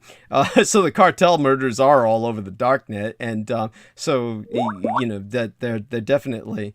Yeah, they're definitely vicious. Like he says, live vivisections and the like. These are not kind and gentle people by any means. So yeah, go on, Peter. So we have that, and I was mentioning before to people as well that Mexico's economy is actually growing very quickly, and so it's got a fairly more to its economy, a lot more than just oil. And as of course China, we get more hostility with that. You're going to have to see more and more made in Mexico and made in Africa. Like I said, China will dump most of its industries on Africa, and they will become the mass industry of the future, and so will Mexico. So you'll have these two developing industrialized powers, whereas everybody else will be moving grades up in their quality of life. So there you have that. And and Jameson says the future is colored more or less. Well, certainly, as I've said before, in a certain sense, the future is black. But many Mexicans, the further north you get, then you get more of this Chicano attitude where they definitely consider themselves white. And they don't consider themselves, the Mexicans certainly, in the more northern states of the United Mexican States consider themselves Caucasian for sure. I find that, I mean, it's mixed because your Creole Mexican elite class is mostly white. They're Creoles. Yeah. They're and then so I mean it's always been a mixture. So it's a very different culture, and they're used to coping with oppression. That's the whole story. The Mexican culture and John Steinbeck's novels all about the oppression, and it's oppression of the white man. You talk about white privilege. That's Mexico. Spain, the Book of Spain. the yoke of the conquistadores. That's white privilege. It comes across as religious, beating them up with Jesus. And really, really, really harsh. And then you have the what does it say? The Christian culture. Oh yeah, they came into the Aztec culture, which they completely maligned, and you have all of these heart sacrifices going on as well. So you had problems there. You had, Edomic forces, for lack of a better word, in a different vernacular. It's a different theology of just horrible ritual sacrifice going on. They had this in Romania too, a history of ritual sacrifice. So did the Druids. Right. This is it's sort of like an arguably good idea gone bad. Sacrificing the natural process of sacrifice for the crops, so for fertility. There is a natural process of death and resurrection. And then what happens is, somebody gets a bloodlust and they turn on the accelerator. We need more of the sacrifice. Then we'll get more food. It's like that old buffet analogy that gave you. Yes, there we are. This is the problem. It's not even, and so the Spanish come off in their own minds looking good because they're stopping this savagery that goes on with the Aztecs. I don't know what the state of Aztec savagery that was going on at the time of Montezuma. I really don't know.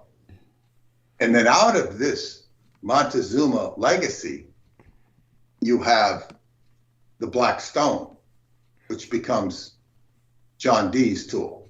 Yes. That's something we could go into another day, because there's some, how does that, what the hell is that? It comes right out of the Aztec lineage. The smoking mirror. Yes. It's fascinating, but but all you have surrounded is this bloodlust.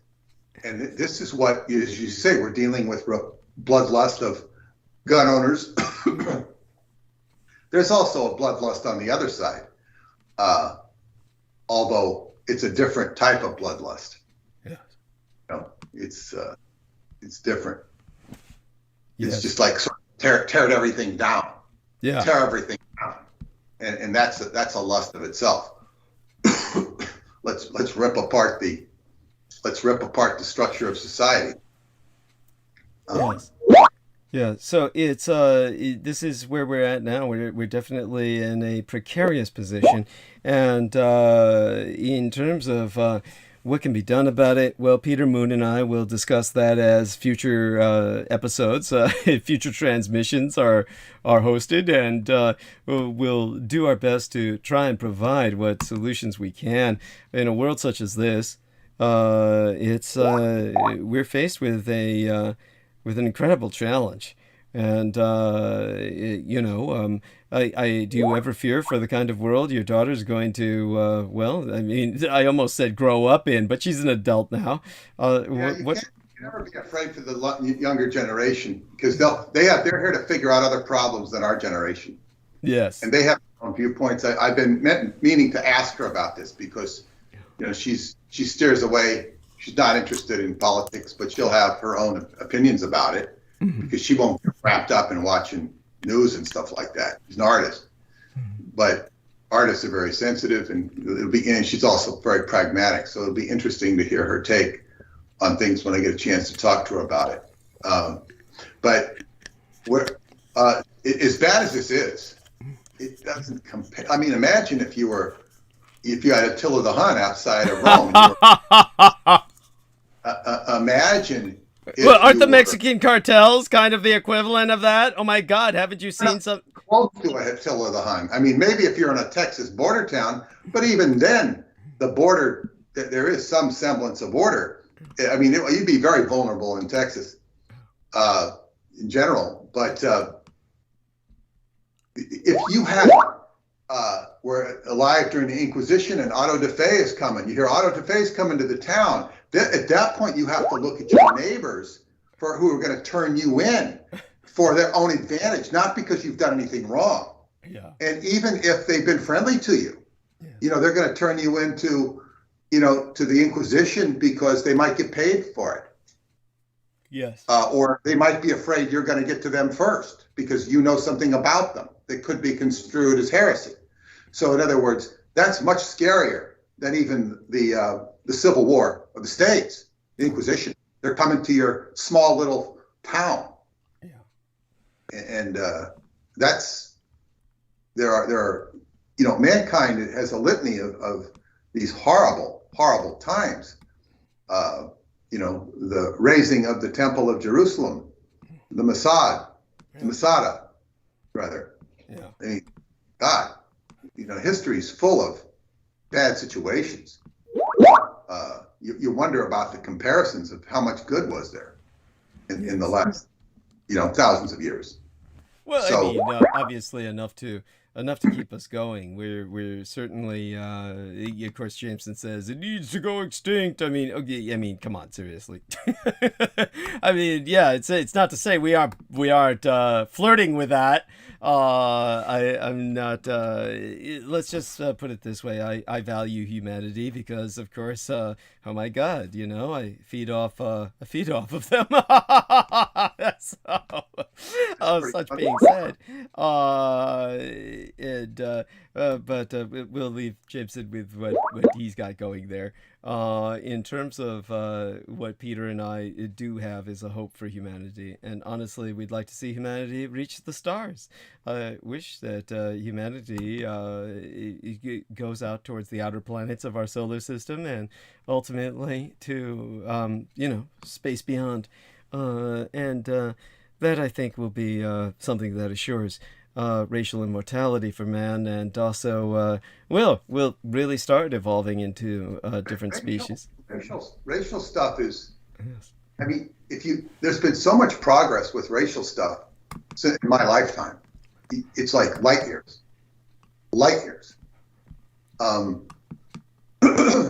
Black people walking around in business suits was just not something you would expect in corporate America.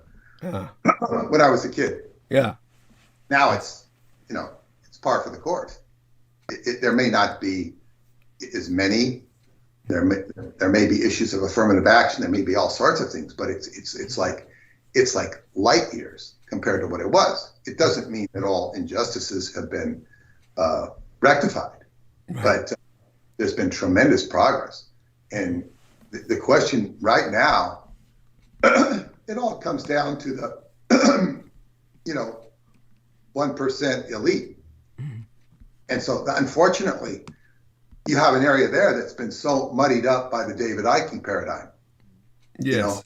You could say 80% of what he has to say is right, and then it gets all mucked up by the other 20%. And gets mucked up bad, because here you are talking about shape-shifting reptilians, and you have an invisible enemy that you're fighting. And what are you fighting? You end up looking like a crazy person. Yeah. Even if they're real in another density, as he says, if you're walking into them. So that becomes very self-defeating.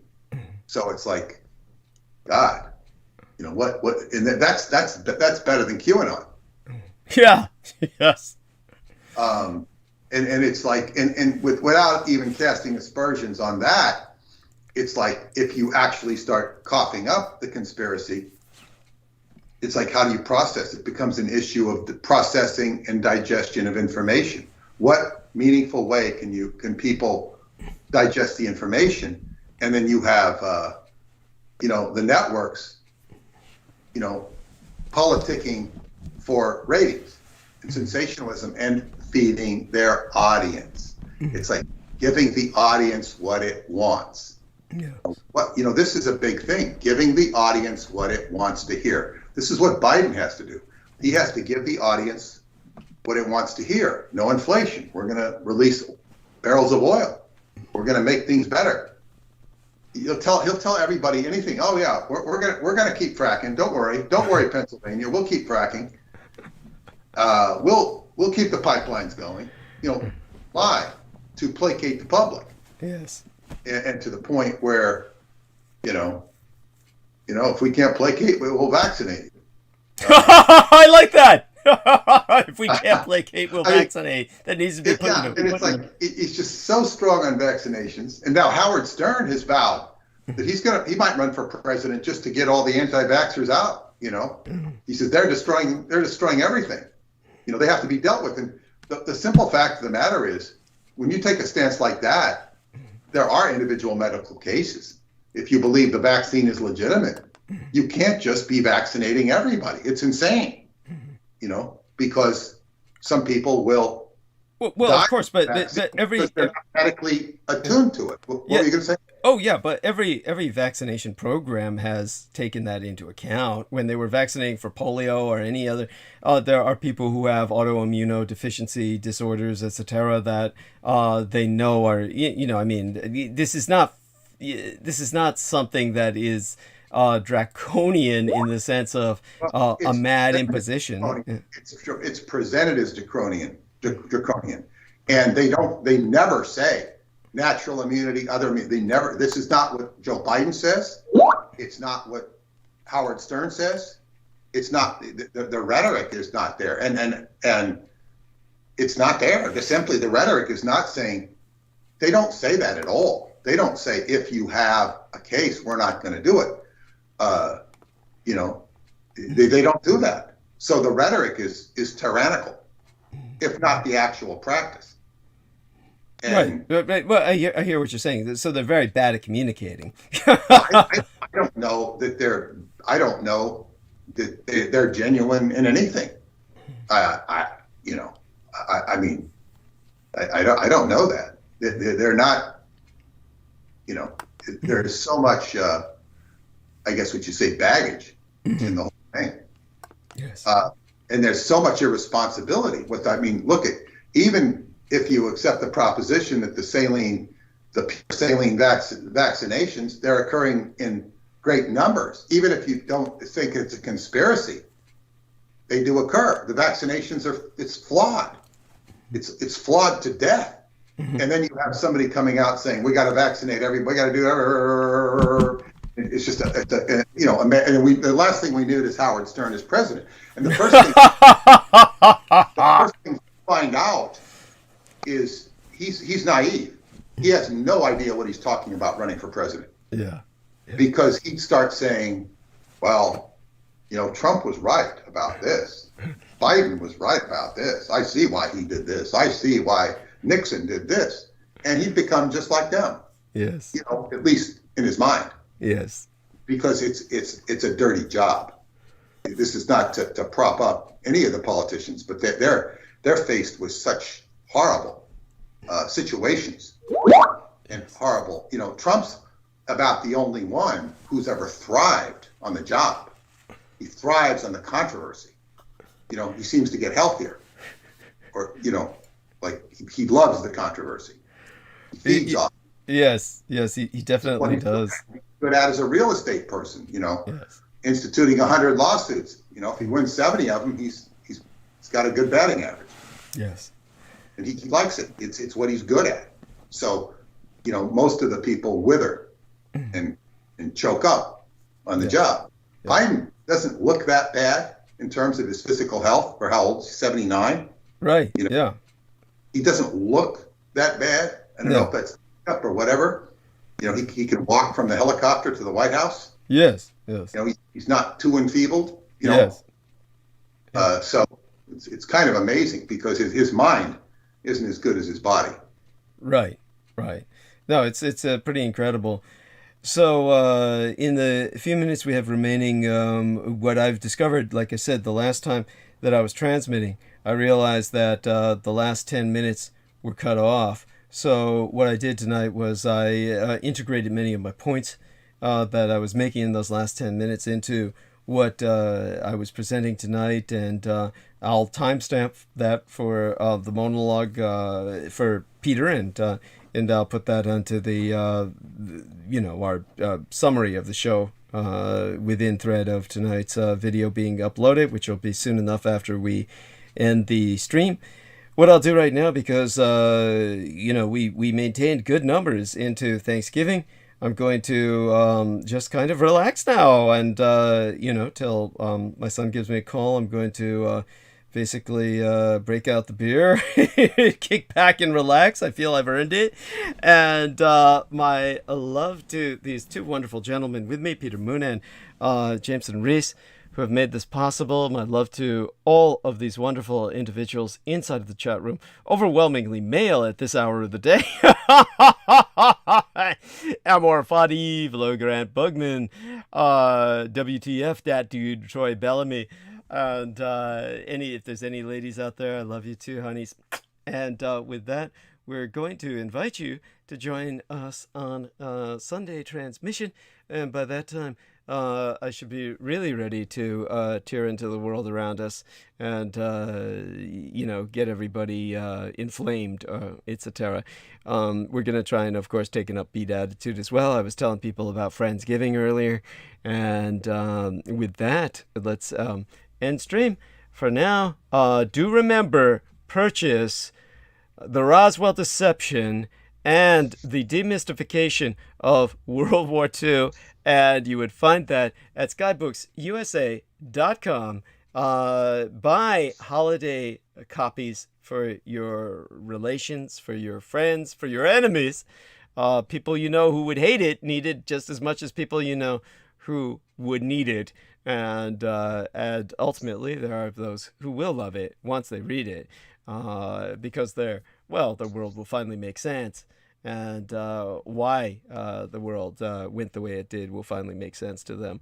So also look up Vampirology on Amazon.com. Swear to God, one of these days we'll release the full text of that. And in the meantime, we'll just make certain that Peters takes care of the other things he needs to tend to more immediately, like, of course, his football game, which, of course, is his Thanksgiving game. And I'm just so excited for him. And do tell people about, there was that other book that, what was this? Something you recently translated, right? You brought that up, Transylvanian Sunrise? Was that it? Well, I haven't translated any book. A year ago, I released The Etheric Crystal, which is now being reprinted. Okay. There's still a few handfuls of copies left. I'm waiting for a Radu Cinemar book. It's supposed to arrive. Okay. But that's pretty much cookie cutter. It could be interesting. Who the hell knows what he's going to say? That he's, it's best that he delivers an impactful message, rather than quote unquote more of the same. Right. I don't know. It's like